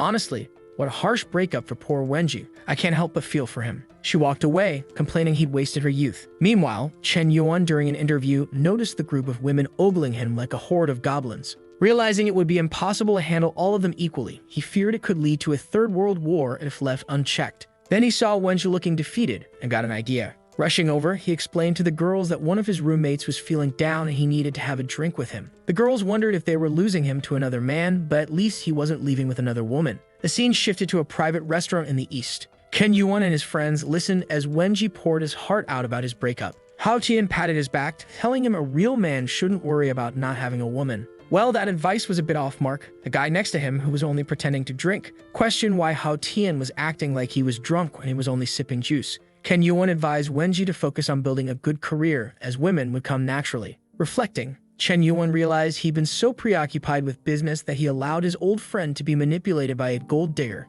Standing up, he announced a plan to make lots of money and share it with them. Hao Tian and the others, eager for another profitable venture, urged him to continue. Even someone Chen Yuan barely recognized leaned in, not wanting any suspense. The emo from the deep web declared he was in if it was Chen Yuan's idea. Chen Yuan, grinning, revealed a vial of liquid, claiming it was his plan to make a fortune. Handing it to Hao Tian, he explained it was medicine for the G virus, which had been affecting multiple countries. They asked if it was really the virus everyone was worried about. Chen Yuan confirmed, explaining that this was a special medicine developed by his pharmaceutical group. He asked them how much money they thought they could make with a solution to a global crisis. Someone noted that he had been in real estate, so how did he suddenly have pharmaceuticals? But the emo from the deep web insisted that if it was Chen Yuan, billions could be made. It was a sure bet. Another friend agreed, noting that a unique opportunity like this was bound to be incredibly lucrative. Chen Yuan then explained that he was about to launch the pharmaceutical company and would share 50% of the profits with them. He asked who was interested in investing. Hao Tian immediately stood up, pledging his support. Another friend offered to help with marketing if needed. The emo mentioned that his family worked with pharmaceutical equipment and wanted to invest too. Chen Yuan announced that everything was almost decided, except for one thing: a president. He placed a hand on Wenji's shoulder and congratulated him on his promotion. Wenji protested, saying he was just a college student and couldn't possibly lead such a company. But Chen Yuan insisted that no one starts as an expert. He believed Wenji had talent and integrity, but just lacked opportunities. Emotional, Wenzi recalled his ex-girlfriend calling him a coward. He vowed to Chen Yuan that he would not disappoint him and that they would prove Xiaoyu wrong. A few days later, they were at Chen Yuan's medical facility. The first tests were already underway and excitement grew as the treatment appeared effective, thanks to the antidote Chen Yuan had stashed away. His friends celebrated, confident they would become rich. Wenji, however, reminded them that their work had only begun. They needed to secure the patent. Shortly after, the grand opening took place. Chen Yuan named the medicine H666, a name that sounded somewhat ominous. An interviewer asked an elderly man how he was still so healthy at 114 years old. He jokingly credited vodka, cigarettes, and daily pleasures. The interviewer laughed but asked how he survived the recent virus outbreak. He revealed that his son had given him H666. The news spread quickly, and soon reporters were outside the hospital praising the miracle cure. Demand was so high that they constantly ran out of stock. A young boy leaving with a large supply was asked if his family was ill, assuming he was caring for them. In reality, he was a scalper who bought the medicine to resell it at a higher price. He met another guy who joked that despite being pale, he tanned from standing in the sun so long just to buy the medicine. In no time, Chen Yuan's pharmacy raked in over 10 billion, with 100,000 units sold out instantly. Elsewhere, a group of women at a bar was splitting a bill of 1,500. Xiaoyu, Wenji's ex, offered to pay her share. One of her friends asked about her expensive-looking handbag, suspecting it was fake. Xiaoyu denied it, claiming the guy who gave it to her even provided receipts. Her friends laughed, calling her naive for thinking people couldn't forge such things. Angry, she decided to call the guy to confirm. When he answered, he teased her about being dissatisfied after their night together. Embarrassed, she demanded to know if the Hermes bag he gave her was fake. He confirmed it was, laughing that even fake ones cost over 800. After all, he'd only paid 10,000 to spend a night with her. Why would he give her a real luxury item worth much more? He reminded her that their relationship was purely transactional, dining out for him and company for her. Frustrated, she ranted about men being liars. Her friend tried to comfort her, saying she finds someone better soon. Another friend advised her not to take it personally since rich men were often like that. As she glanced around, she saw an article listing Wenji as a rising entrepreneur, with his photo prominently displayed. Her friends pointed out that it looked just like her ex and even had the same name. If he was the CEO of that new company, he must be making serious money. Excited, Xiaoyu convinced herself she had always made the right choice by staying close to someone connected to Chen Yuan. Now she just needed to win Wenji back. Unfortunately, she deleted his number in a fit of rage, but she still had his Alipay contact since he used to send her money. She messaged him, asking how he was and saying she missed him, but there was no reply. She sent more messages, admitting her mistakes and asking to meet. Confused and hurt by the lack of response, since he usually replied instantly, she realized he was ignoring her. Chen Yuan's friends were celebrating their fortune at the new company. Chen Yuan asked Wenji how much they had earned this time. Excitedly, Wenji shared that they had enough accumulated orders to bring in over 500 billion, and after deducting production and logistics costs, they would see a profit exceeding 300 billion. Everyone was stunned. One of them quickly asked if, based on their contract, he'd be getting at least 30 billion. Another mentioned that his father had worked his whole life and earned less than what he would make in a single month thanks to Chen Yuan. As the friends celebrated, they acknowledged Chen Yuan as the most impressive, set to make 150 billion of the total. Wenji, however, cautioned them not to celebrate too much. Once other companies discovered the formula, prices would inevitably drop. His friends dismissed the concern, noting that they were already earning a fortune in just 1 month. But Wenji insisted they invest further to develop new drugs and stay ahead. Xiuan, impressed, agreed, recognizing his brother's potential for great things. He suggested Wenji lead the discussion on their future strategies. The author then dialed things up even further. Qin Yuan revealed a cure for AIDS and cancer. He explained that the second treatment needed to be re-administered yearly and would be extremely expensive. Oscar, shocked, asked how he had achieved this since these were the 2 greatest challenges in medicine. It's hard to recall him investing so heavily in medical expertise, but hey, here we are. Qin Yuan asked for their thoughts, and one of them remarked that they must have a powerful scientist backing them. The emo friend from the deep web enthusiastically proclaimed they become the world's largest pharmaceutical company. They were thrilled to be part of Qin Yuan's enterprise. Qin Yuan then entrusted Xiao Bai with keeping the company's secrets safe and urged everyone to continue the meeting. Noticing that Wenji was distracted by messages from Xiao Yu, Qin Yuan asked what was up. Wenji, torn, debated whether replying would make him seem desperate. He texted her, saying he was busy with a meeting. Surprisingly, she grew excited, telling her friends that he had finally responded. She asked if they could meet the next day, apologizing for her past behavior and hoping he'd take her back. Wenji, however, didn't seem thrilled. He asked why she was making him out to be a bad guy. She acknowledged hurting his pride but begged him to meet her the next day, saying he could do whatever he wanted if he agreed. When asked by her friends, she bragged that she had him wrapped around her finger again. They congratulated her on landing a CEO and asked not to be forgotten. She assured them she'd always remember her friends. Back at the company, Wenji received her message confirming their meeting. He wondered if everything he had done was for this moment, to prove himself worthy of her. Feeling conflicted, Qin Yuan asked what the smile was about. Wenji brushed it off, but Qin Yuan pressed, guessing it was about Xiao Yu. Wenji, defensive, asked how he knew. Qin Yuan questioned why, now that he was successful. Wenji couldn't just let her go and find someone better. But Wenji insisted they had a deep connection. He fell in love with her at first sight in a bookstore and admired that she wasn't materialistic. Ironically, if only he knew the truth. Wenji recalled how she stayed with him even when he had no house or car, making him believe in their bond. Qin Yuan respected his friend's feelings but pointed out that this relationship seemed one-sided and that the Xiaoyu Wenji described didn't match what he remembered. Wenji, appreciative but firm, said he had to make this decision alone and asked Qin Yuan not to interfere. Reluctantly, Qin Yuan handed him an envelope saying it contained things Wenji wouldn't want to know. Confused, Wenji opened it.